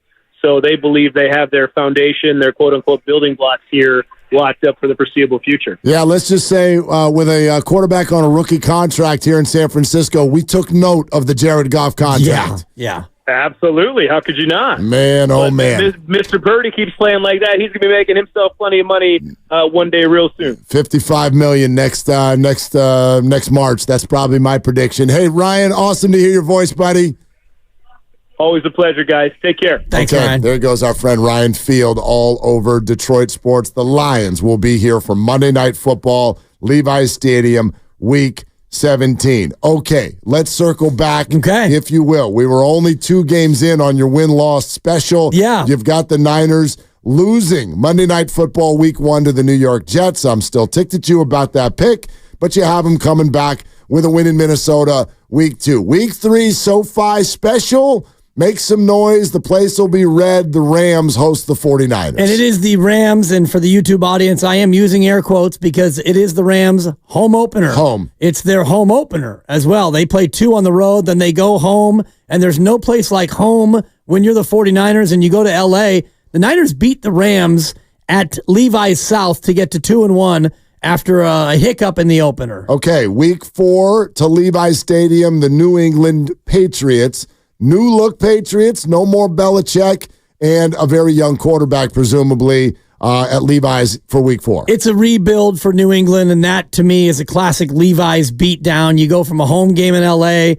back home, and really, this is kind of a nice stretch for the 49ers where you play in L.A., and then back-to-back games at Levi's. The Niners starting to roll now. They get to 3-1 easily over New England. Okay, and then, in theory, a game where they're a big favorite again the very next week. Now, they're the new-look Cardinals, got a whole new receiving core and whatnot, but the Arizona Cardinals on October 6th come to town on October 6th, and it's week number 5. And I love calamari as a nice appetizer. Delicious. And dipped in a little aioli, but I don't love Kyler Murray. So calamari greater than Kyler Murray. He doesn't come to Levi's and get the win. And it could be a Josh Dobbs versus Kyler Murray matchup. Something tells me Dobbs' revenge game. Don't say that. Dobbs will play in that game because the Niners will be up by 30. Okay, as long that as it's to a me fourth is quarter. Ottoman City. The Niners really starting to look dominant, get to 4-1. Okay, so you got the Niners at 4-1, first quadrant, if you will. I know it's not perfect anymore, 17 games, but you've got the Niners at 4-1, and you can't take a breath because 4 nights later, you're on the road at Seattle. Feels like their road game in Seattle is always on a Thursday night. Yep. It has been the last couple of years. They're going to go ahead and dial it up and do it again for week 6. Double short week because Seattle plays the week before, the Sunday before as well, and I'm not as scared about going to Seattle as I used to be. I think the crowd, not as much of a factor up there. And, this Niner team is still just better. They find a way to get in DK's head, as always. He might get ejected because it's what he does when the Niners come to town.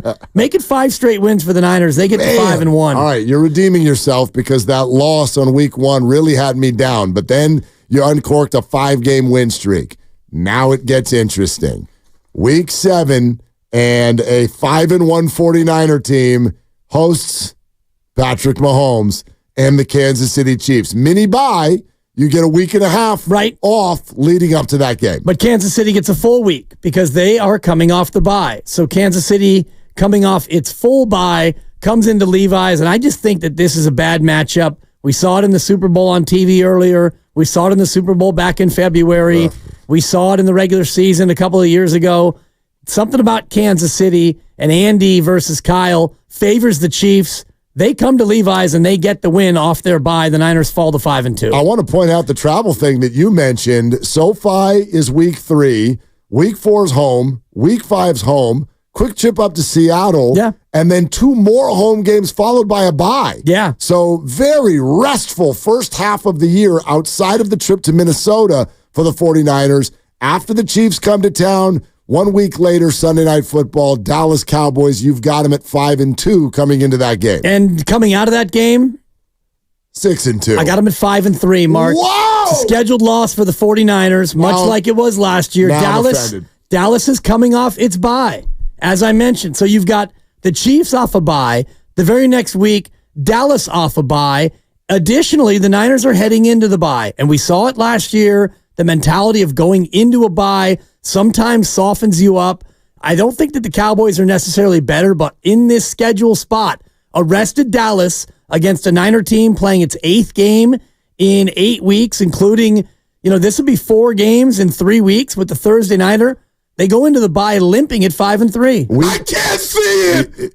Yeah, thank you. Neither can I, and I won't. Even if I saw it, I refuse to see it. I'm closing my eyes. You can't make me look. Week 10 coming out of the bye at Tampa Bay. It's a great spot to travel across the country, and Tampa Bay is a team that is going to be a little bit up and down, and I like the Niners coming off the bye, going to Tampa. The first real long trip since week 2 at Minnesota. They handle Tampa coming out of the bye to get to 6-3. Right back home for the Seattle Seahawks for week 11. Bad matchup for the Seahawks, especially here at Levi's. That's a win. You're 7-3. Okay. Now it starts to ramp up again and get a little chilly. Lambeau Field, the frozen tundra, Green Bay, Wisconsin. Week 12 at the Packers. Brock Purdy does not do well with a wet ball, let alone a frozen ball. Green Bay looking for revenge. Green Bay gets revenge. That's a loss at Lambeau. And then right the next week, they stay out east and they stay in the cold at Buffalo. Buffalo does not have any wide receivers on their team, but they do have Josh Allen. They do, and as of now, that's a game I'm going to be going to, and I need to bulk back up to avoid the freeze. And this is not a good spot for the Niners in a 2-game road trip in cold weather cities. They lose at Buffalo, Mark. 7-5. 7-5 at this point. 7-5. Yeah. All right, back home December 8th, week 14. Caleb Williams. Shut up, Luke. Caleb Williams and the Chicago Bears. They fatten up on Chicago. That team is not ready to beat the Niners. Hear that, Luke? Caleb Williams throws 3 picks. Good. I hope he does. Okay. Yep.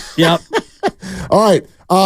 Week 15, Rams at Levi Stadium. Rams coming off of a game against Buffalo, which is going to be difficult. The Rams are going to be softened up. The Niners are going to win that one at home. Okay. So you got the Niners at 9-5. Yep. 3 games to go. Here's the Arnie Spanier special at Miami. Predicted a double-digit win in our interview with Arnie. I'm sticking with it. You get to 10-5. You're starting to roll now. Okay, you're on a winning streak, and then you get the Monday Nighter on December 30th back at Levi's against the Detroit Lions. Extra day of rest. Detroit leads by 3 touchdowns at the half. Niners still win that game. Okay. It's a carbon copy, kids. You got them. So they're at 11-5 now. Have they clinched the division? Probably. Have they clinched the bye? I don't think so at 11-5. They may need to beat Arizona in Week 18. And do they? They do. They are at Arizona. They end the year with a 5-game win streak. They go 12-5, and I'm not sure if they get the 1 seed. It may come down to the tiebreaker. 12-5 with 2 separate 5-game win streaks. Correct. And back-to-back losses in Week 7 and 8 and Week 12 and 13. All right. 12-5, Mark. I want to make you a promise right here. Do it. On the show. If that happens exactly the way you just said it, I'll give you $1,000. If I go 18 for 18, I give you $1,000. Major. All right. We're sponsored by the Alameda County Probation Department, and we've got more to unpack on that. Plus, get you ready for the Ace versus TBD over at Oracle Park. Put your freaking brooms away. I've kind of had it on Willard and Dips. Want a career with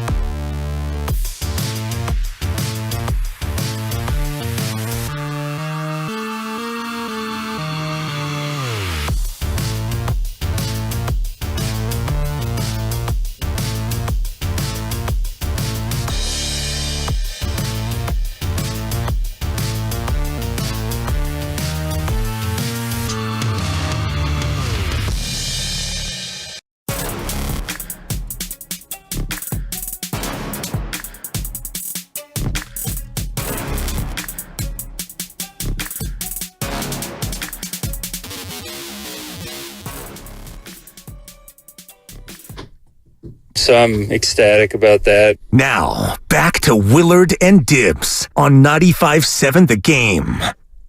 Don't look. Have you looked at it? Don't look. Don't click on it. Don't click on it. Did you already look at the whole thing? No. Okay. Through the entire National Football League. A little bit of John Facenda in that. Only one team. Oh, that's right. One team. Harry Callis. Rest in peace. Has no prime time games. God, that's good. Can you name them? Only one team? One team. Has no primetime games? No games at night. I was hoping Harry would ask for the game show music, please. Game show music, please. Jeez. One team. One team. Has no primetime games? That's what I said, Dibs. A couple different times. One team. Well, you would figure it's a bad team. It is a bad team. That's a good guess. They got to have a Thursday night game. Everybody plays on Thursday night, I thought. No prime time game. Okay, I heard you. This team. Is it the Carolina Panthers? Oh. The Carolina Panthers. Well, I had to be. And they suck. Great for David Tepper, though. Saves him money. Yep. They don't have to turn the lights on at all this year. There you go. That's a good point. Thank you. I mean, actually, do you want to know like what I think is sort of the hidden thing behind that?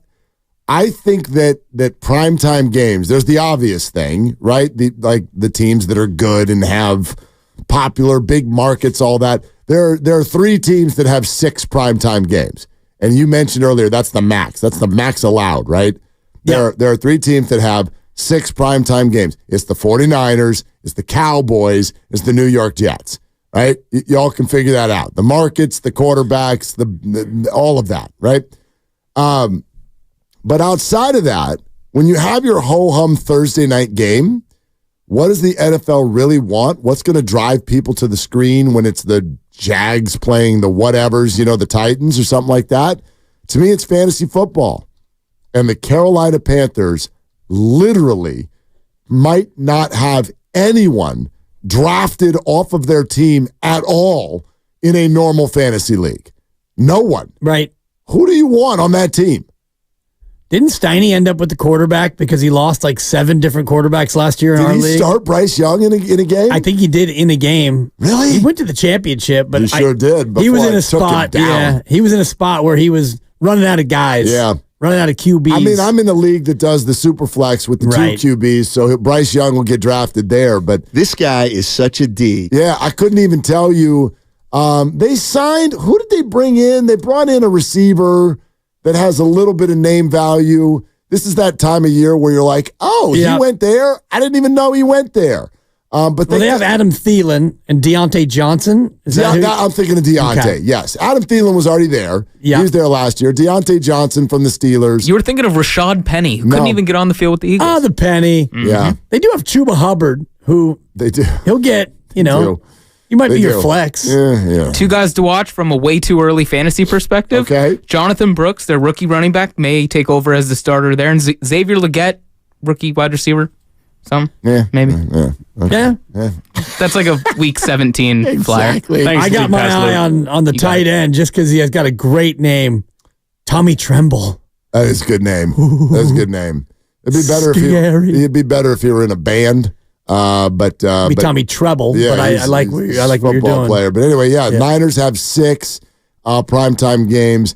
That leads the entire NFL along with the Jets and Cowboys, and they will play both of those teams in primetime games during the year. Yeah, and one of the great listeners added to my tweet about them playing teams off a bye. Buffalo is also going to be off their bye when the Niners play them. 3 teams the Niners will face coming off that team's bye. I feel like that's not good. Like, especially when you look at that Buffalo game, the Niners will not only have a game the week before, but it's a lengthy road trip, and it's Lambeau. Yeah. Like, this is a hard 2-week period, very cold weather, you would figure. It's Thanksgiving week, followed by the first weekend in December. You're going to 2 of the coldest weather environments in the entire NFL. You're going up against good quarterbacks. It's the dog days of the season, right, about 2/3 of the way through, and you're playing rested teams.